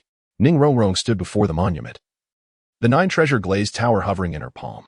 The tower now possessed a complete transparency, within which danced the sparks of 720 civilizations. Tang San's sea god trident leaned against the side of the monument, its newly added star patterns resonating with the cosmic creation pillar. With the threat of the gray tide alleviated, Oscar gazed at the once again azure sky of the divine realm, pondering the meaning of Tang Xing's words regarding higher dimensional perspectives. Suddenly, my key of time and space emitted a warning tremor, in a dimension imperceptible to ordinary beings. An existence far surpassing the gray tide brushed against the boundaries of this universe. It bore no concrete form, resembling a pure concept with an absolute aversion to chaos, instinctively purging variables. As Ning Rongrong's fingertips lightly brushed the monument, its surface reflected a vast star map, merely a tool. The star map expanded across the entire square, revealing a breathtaking sight. Beyond countless universes lay a civilization that regarded absolute order as the ultimate truth. The gray tide was merely one of the innumerable harvesters they had sown, and the dimensional resonance triggered by Tang Xing had already placed our star alliance on their eradication list. Mahojuan's phoenix flame suddenly erupted. Let them come. Within the flames, scenes of various civilizations of the Star Alliance preparing for battle emerged. The eternal tree of the elves bore armed fruits. The mechanical civilization's antimatter turrets completed their final adjustments, and the light quantum life forms wove dimensional traps. This time, there would be no sacrifices. The nine-treasure glazed tower of Ning Rongrong radiated brilliance, its pinnacle pointing towards the creation pillar, for we had obtained the most formidable shield. At the top of the pillar, a silver-blue starlight suddenly blazed forth. Within that radiance, the faint silhouette of Tang Xing could be discerned smiling, arms outstretched, as the powers of 720 planes continuously converged through the creation network. The starlight had ignited, ultimately becoming a conflagration of overwhelming force. In the 62nd chapter, Beyond Observation, on the 3rd year, 8th month, and 7th day of the Star Alliance calendar, an unprecedented silver-blue light streak illuminated the apex of the creation pillar in the Douluo divine realm. This beam of light resembled a sword, piercing through the barrier between the divine realm and higher dimensions, leaving a permanent mark in the void. Ning Rongrong stood at the base of the pillar, her nine-treasure glazed tower floating in her palm. Its body is transparent as crystal, swirling with the essence energy of 720 civilizations. The signal strength continued to ascend. Tang San's sea god trident was embedded in the ground, its azure divine light resonating with the energy of the creation pillar, revealing that the connection network left by Tang Xing was more robust than we had imagined. I stood on the observation platform, the key of time and space suspended before me, its silver body reflecting the fluctuations of higher dimensions. Since Tang Xing's fusion with the creation pillar, the Douluo divine realm had transcended its former simplicity, transforming into the energy nexus of the entire Star Alliance, where the creation laws of every plane intersected. Ning Rongrong delicately tapped the nine-treasure glazed tower, causing a radiant arc of light to emerge from its pinnacle, intertwining with the silver-blue brilliance emanating from the tip of the creation god pillar. In an instant, the heavens of the divine realm transformed into a colossal projection screen, reflecting a vision from a higher dimension devoid of matter, energy, or even the concept of time. Countless flowing threads of law resembled the fundamental source code of the universe. At the intersection of these threads, a silver-blue light point floated. The imprint left by Tang Xing. Was he attempting to communicate? Oscar's divine power of gastronomy coalesced into an analytical module, yet consciousness should not exist in such a realm. Suddenly, all the threads of law quivered in unison. An indescribable sensation of being observed descended upon the divine realm, not the gaze of a being, but as if the very foundational logic of the universe had suddenly taken an interest in us. The creation god pillar shook violently, its surface runes automatically rearranging as if responding to an invisible inquiry. It was scanning us. Zhu Zhuqing's ethereal speed divine pattern glimmered in her eyes, revealing not an attack but an assessment. Dai Mubai's divine battle axe ignited in golden flames. An assessment of what? The value of civilization. Ning Rongrong's voice trembled slightly, the glow of the nine-treasure glazed tower flickering as the imprint left by Tang Xing sought to prove our existence's significance to a higher dimensional entity. The threads of law within the projection suddenly began to weave, forming a complex, three-dimensional structure. This structure continually evolved from simplicity to complexity, ultimately transforming into a perfect geometric entity, an existence composed purely of law. The true master of the creation engine? Ma Hongjuan's phoenix flames overflowed uncontrollably, revealing countless births and destructions of civilizations within the flames. At that moment, the silver-blue light at the pinnacle of the creation god pillar suddenly split into 720 fine streams, each precisely connecting to a plane of the Star Alliance. The energies from all planes converged through this network into the Douluo Divine Realm, projected by the Creation God Pillar into the higher dimensional domain. We witnessed the emergence of a miracle. The energy readings in the core area of the Star Alliance skyrocketed. The 720 planes trembled simultaneously, not as a harbinger of destruction, but rather as an unprecedented infusion of energy. The runes on the surface of the Creation God Pillar reformed into an entirely new sequence, each stroke embodying cosmic truths that transcended our understanding. Was it granting us permission? Tang San's Sea God Trident levitated autonomously, its patterns synchronizing with the new runes on the God Pillar, an impossibility. Ning Rongrong's 9 treasure glazed tower suddenly disintegrated, with 9 layers of crystal swirling around her, each layer evolving. The 9th layer's crystal split into 2 halves, revealing a miniature silver-blue star that bore an exact resemblance to the imprint left by Tang Xing. It was not permission, but recognition. Her voice resonated ethereally and distantly, as the higher dimension acknowledged the diverse value of our civilization. My time-space key trembled violently, its surface adorned with countless intricate patterns. These patterns were not inscribed, but were rather a direct projection of the laws from a higher dimension materialized before us. As the divine power flowed within me, the vision of the eye of time and space suddenly expanded exponentially. I observed subtle transformations occurring in every realm of the Star Alliance. The ancient magical trees of the elven race bore crystalline fruits imbued with the laws of physics. The quantum computers of the mechanical civilization began to compute magical equations. The forms of the light quantum life forms transitioned freely between matter and energy. The merging of laws reflected through Oscar's replication mirror unveiled a breathtaking spectacle, where the fundamental rules of all realms began to interpenetrate. This transformation was not a forced assimilation, but rather a harmonious symbiosis. Each civilization retained its uniqueness, while simultaneously acquiring traits from others. The Douluo God realm served as a nexus, becoming the equilibrium point of this fusion. Suddenly, Ma Hongjuan's phoenix flames transformed into a silvery blue hue, with the life runes of the elves manifesting at the heart of the flames. I sensed the ability to manipulate plant growth. Dai Mubai's divine battle axe swung gently, leaving behind fleeting spatial ripples, a feat once achievable only by my time-space key. Tang Xing's plan and Zhu Zhuqing's shadow god rune expanded across her body, allowing her to momentarily enter a quantum state. It was never about confrontation, but rather about validation. A testament to those higher dimensional beings that the diversity within chaos is the true vitality of the universe. 3 months later, a new monument rose in the central square of the Star Alliance. The structure was forged from purified gray tide material, yet its surface was no longer cold and hard. It displayed varying characteristics depending on the touch of the beholder. When touched by an elf, flowers would bloom. When contacted by a mechanical life form, data streams would appear. And when approached by light quantum beings, it refracted a spectrum of colors. The inscription was a simple line: "We are variables, and variables are eternity." Ning Rongrong stood before the monument, the 9 treasure glazed tower hovering beside her.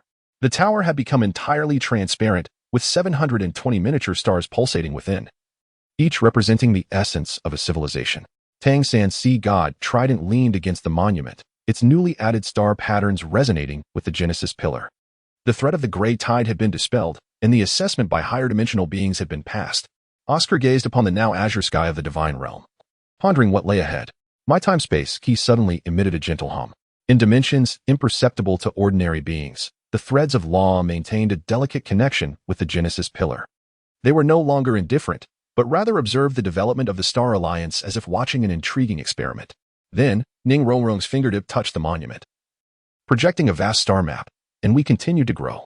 The star map expanded across the entire square, depicting an exhilarating scene. At the end of the dimensional passage left by Tang Xing, countless unknown universes awaited exploration. The worlds once isolated by the gray tide now opened their doors to the Star Alliance. Ma Hongjuan's phoenix flames suddenly split into 720 small flames, each exhibiting the characteristics of different civilizations. Let the starfire burn brighter. Ning Rongrong's 9 treasure glazed tower radiated light, its pinnacle pointing toward the apex of the Genesis pillar.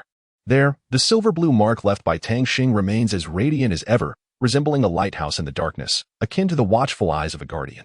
The spark of stars has ignited, ultimately becoming a conflagration. Chapter 63, Beyond the Stargate in the 4th year of the Star Alliance.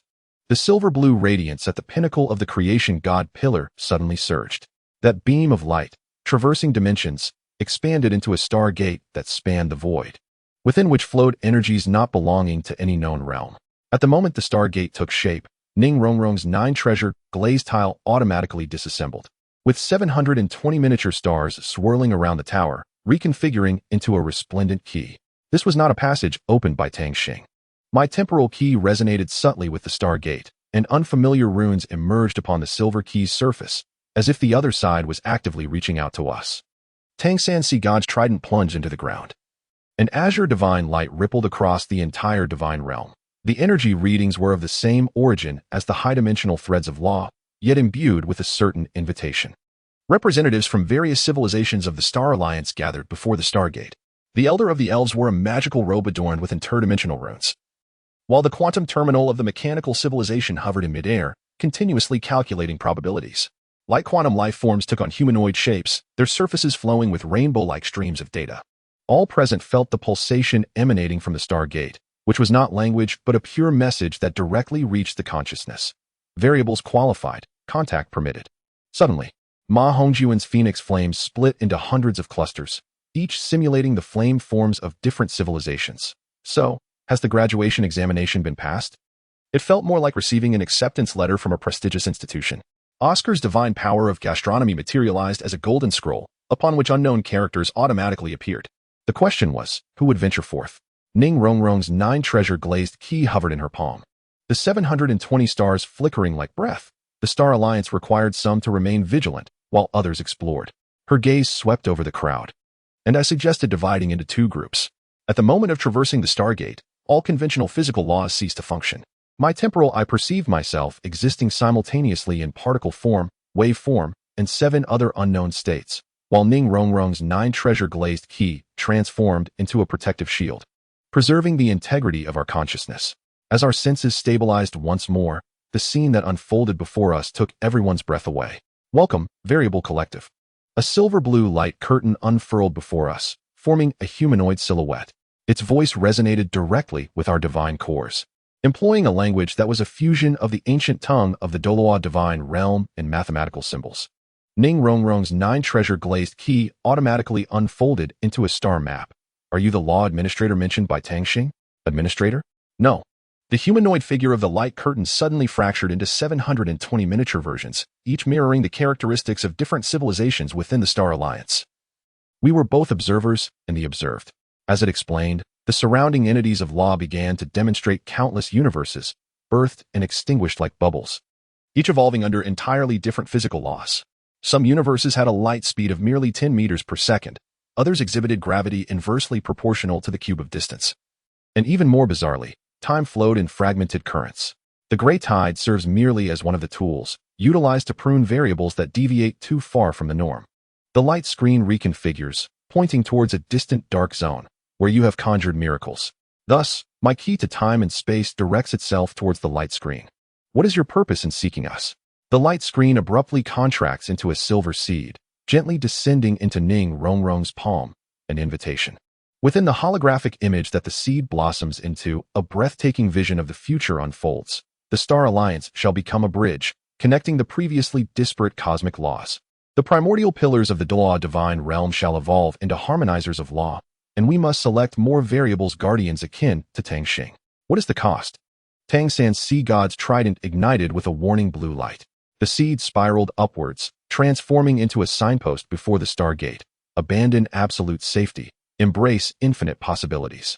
At that moment, Zhu Zhuqing's ethereal speed insignia suddenly issued an alarm. A newly formed plane at the edge of the Star Alliance was sending a distress signal, starkly different from that of the gray tide.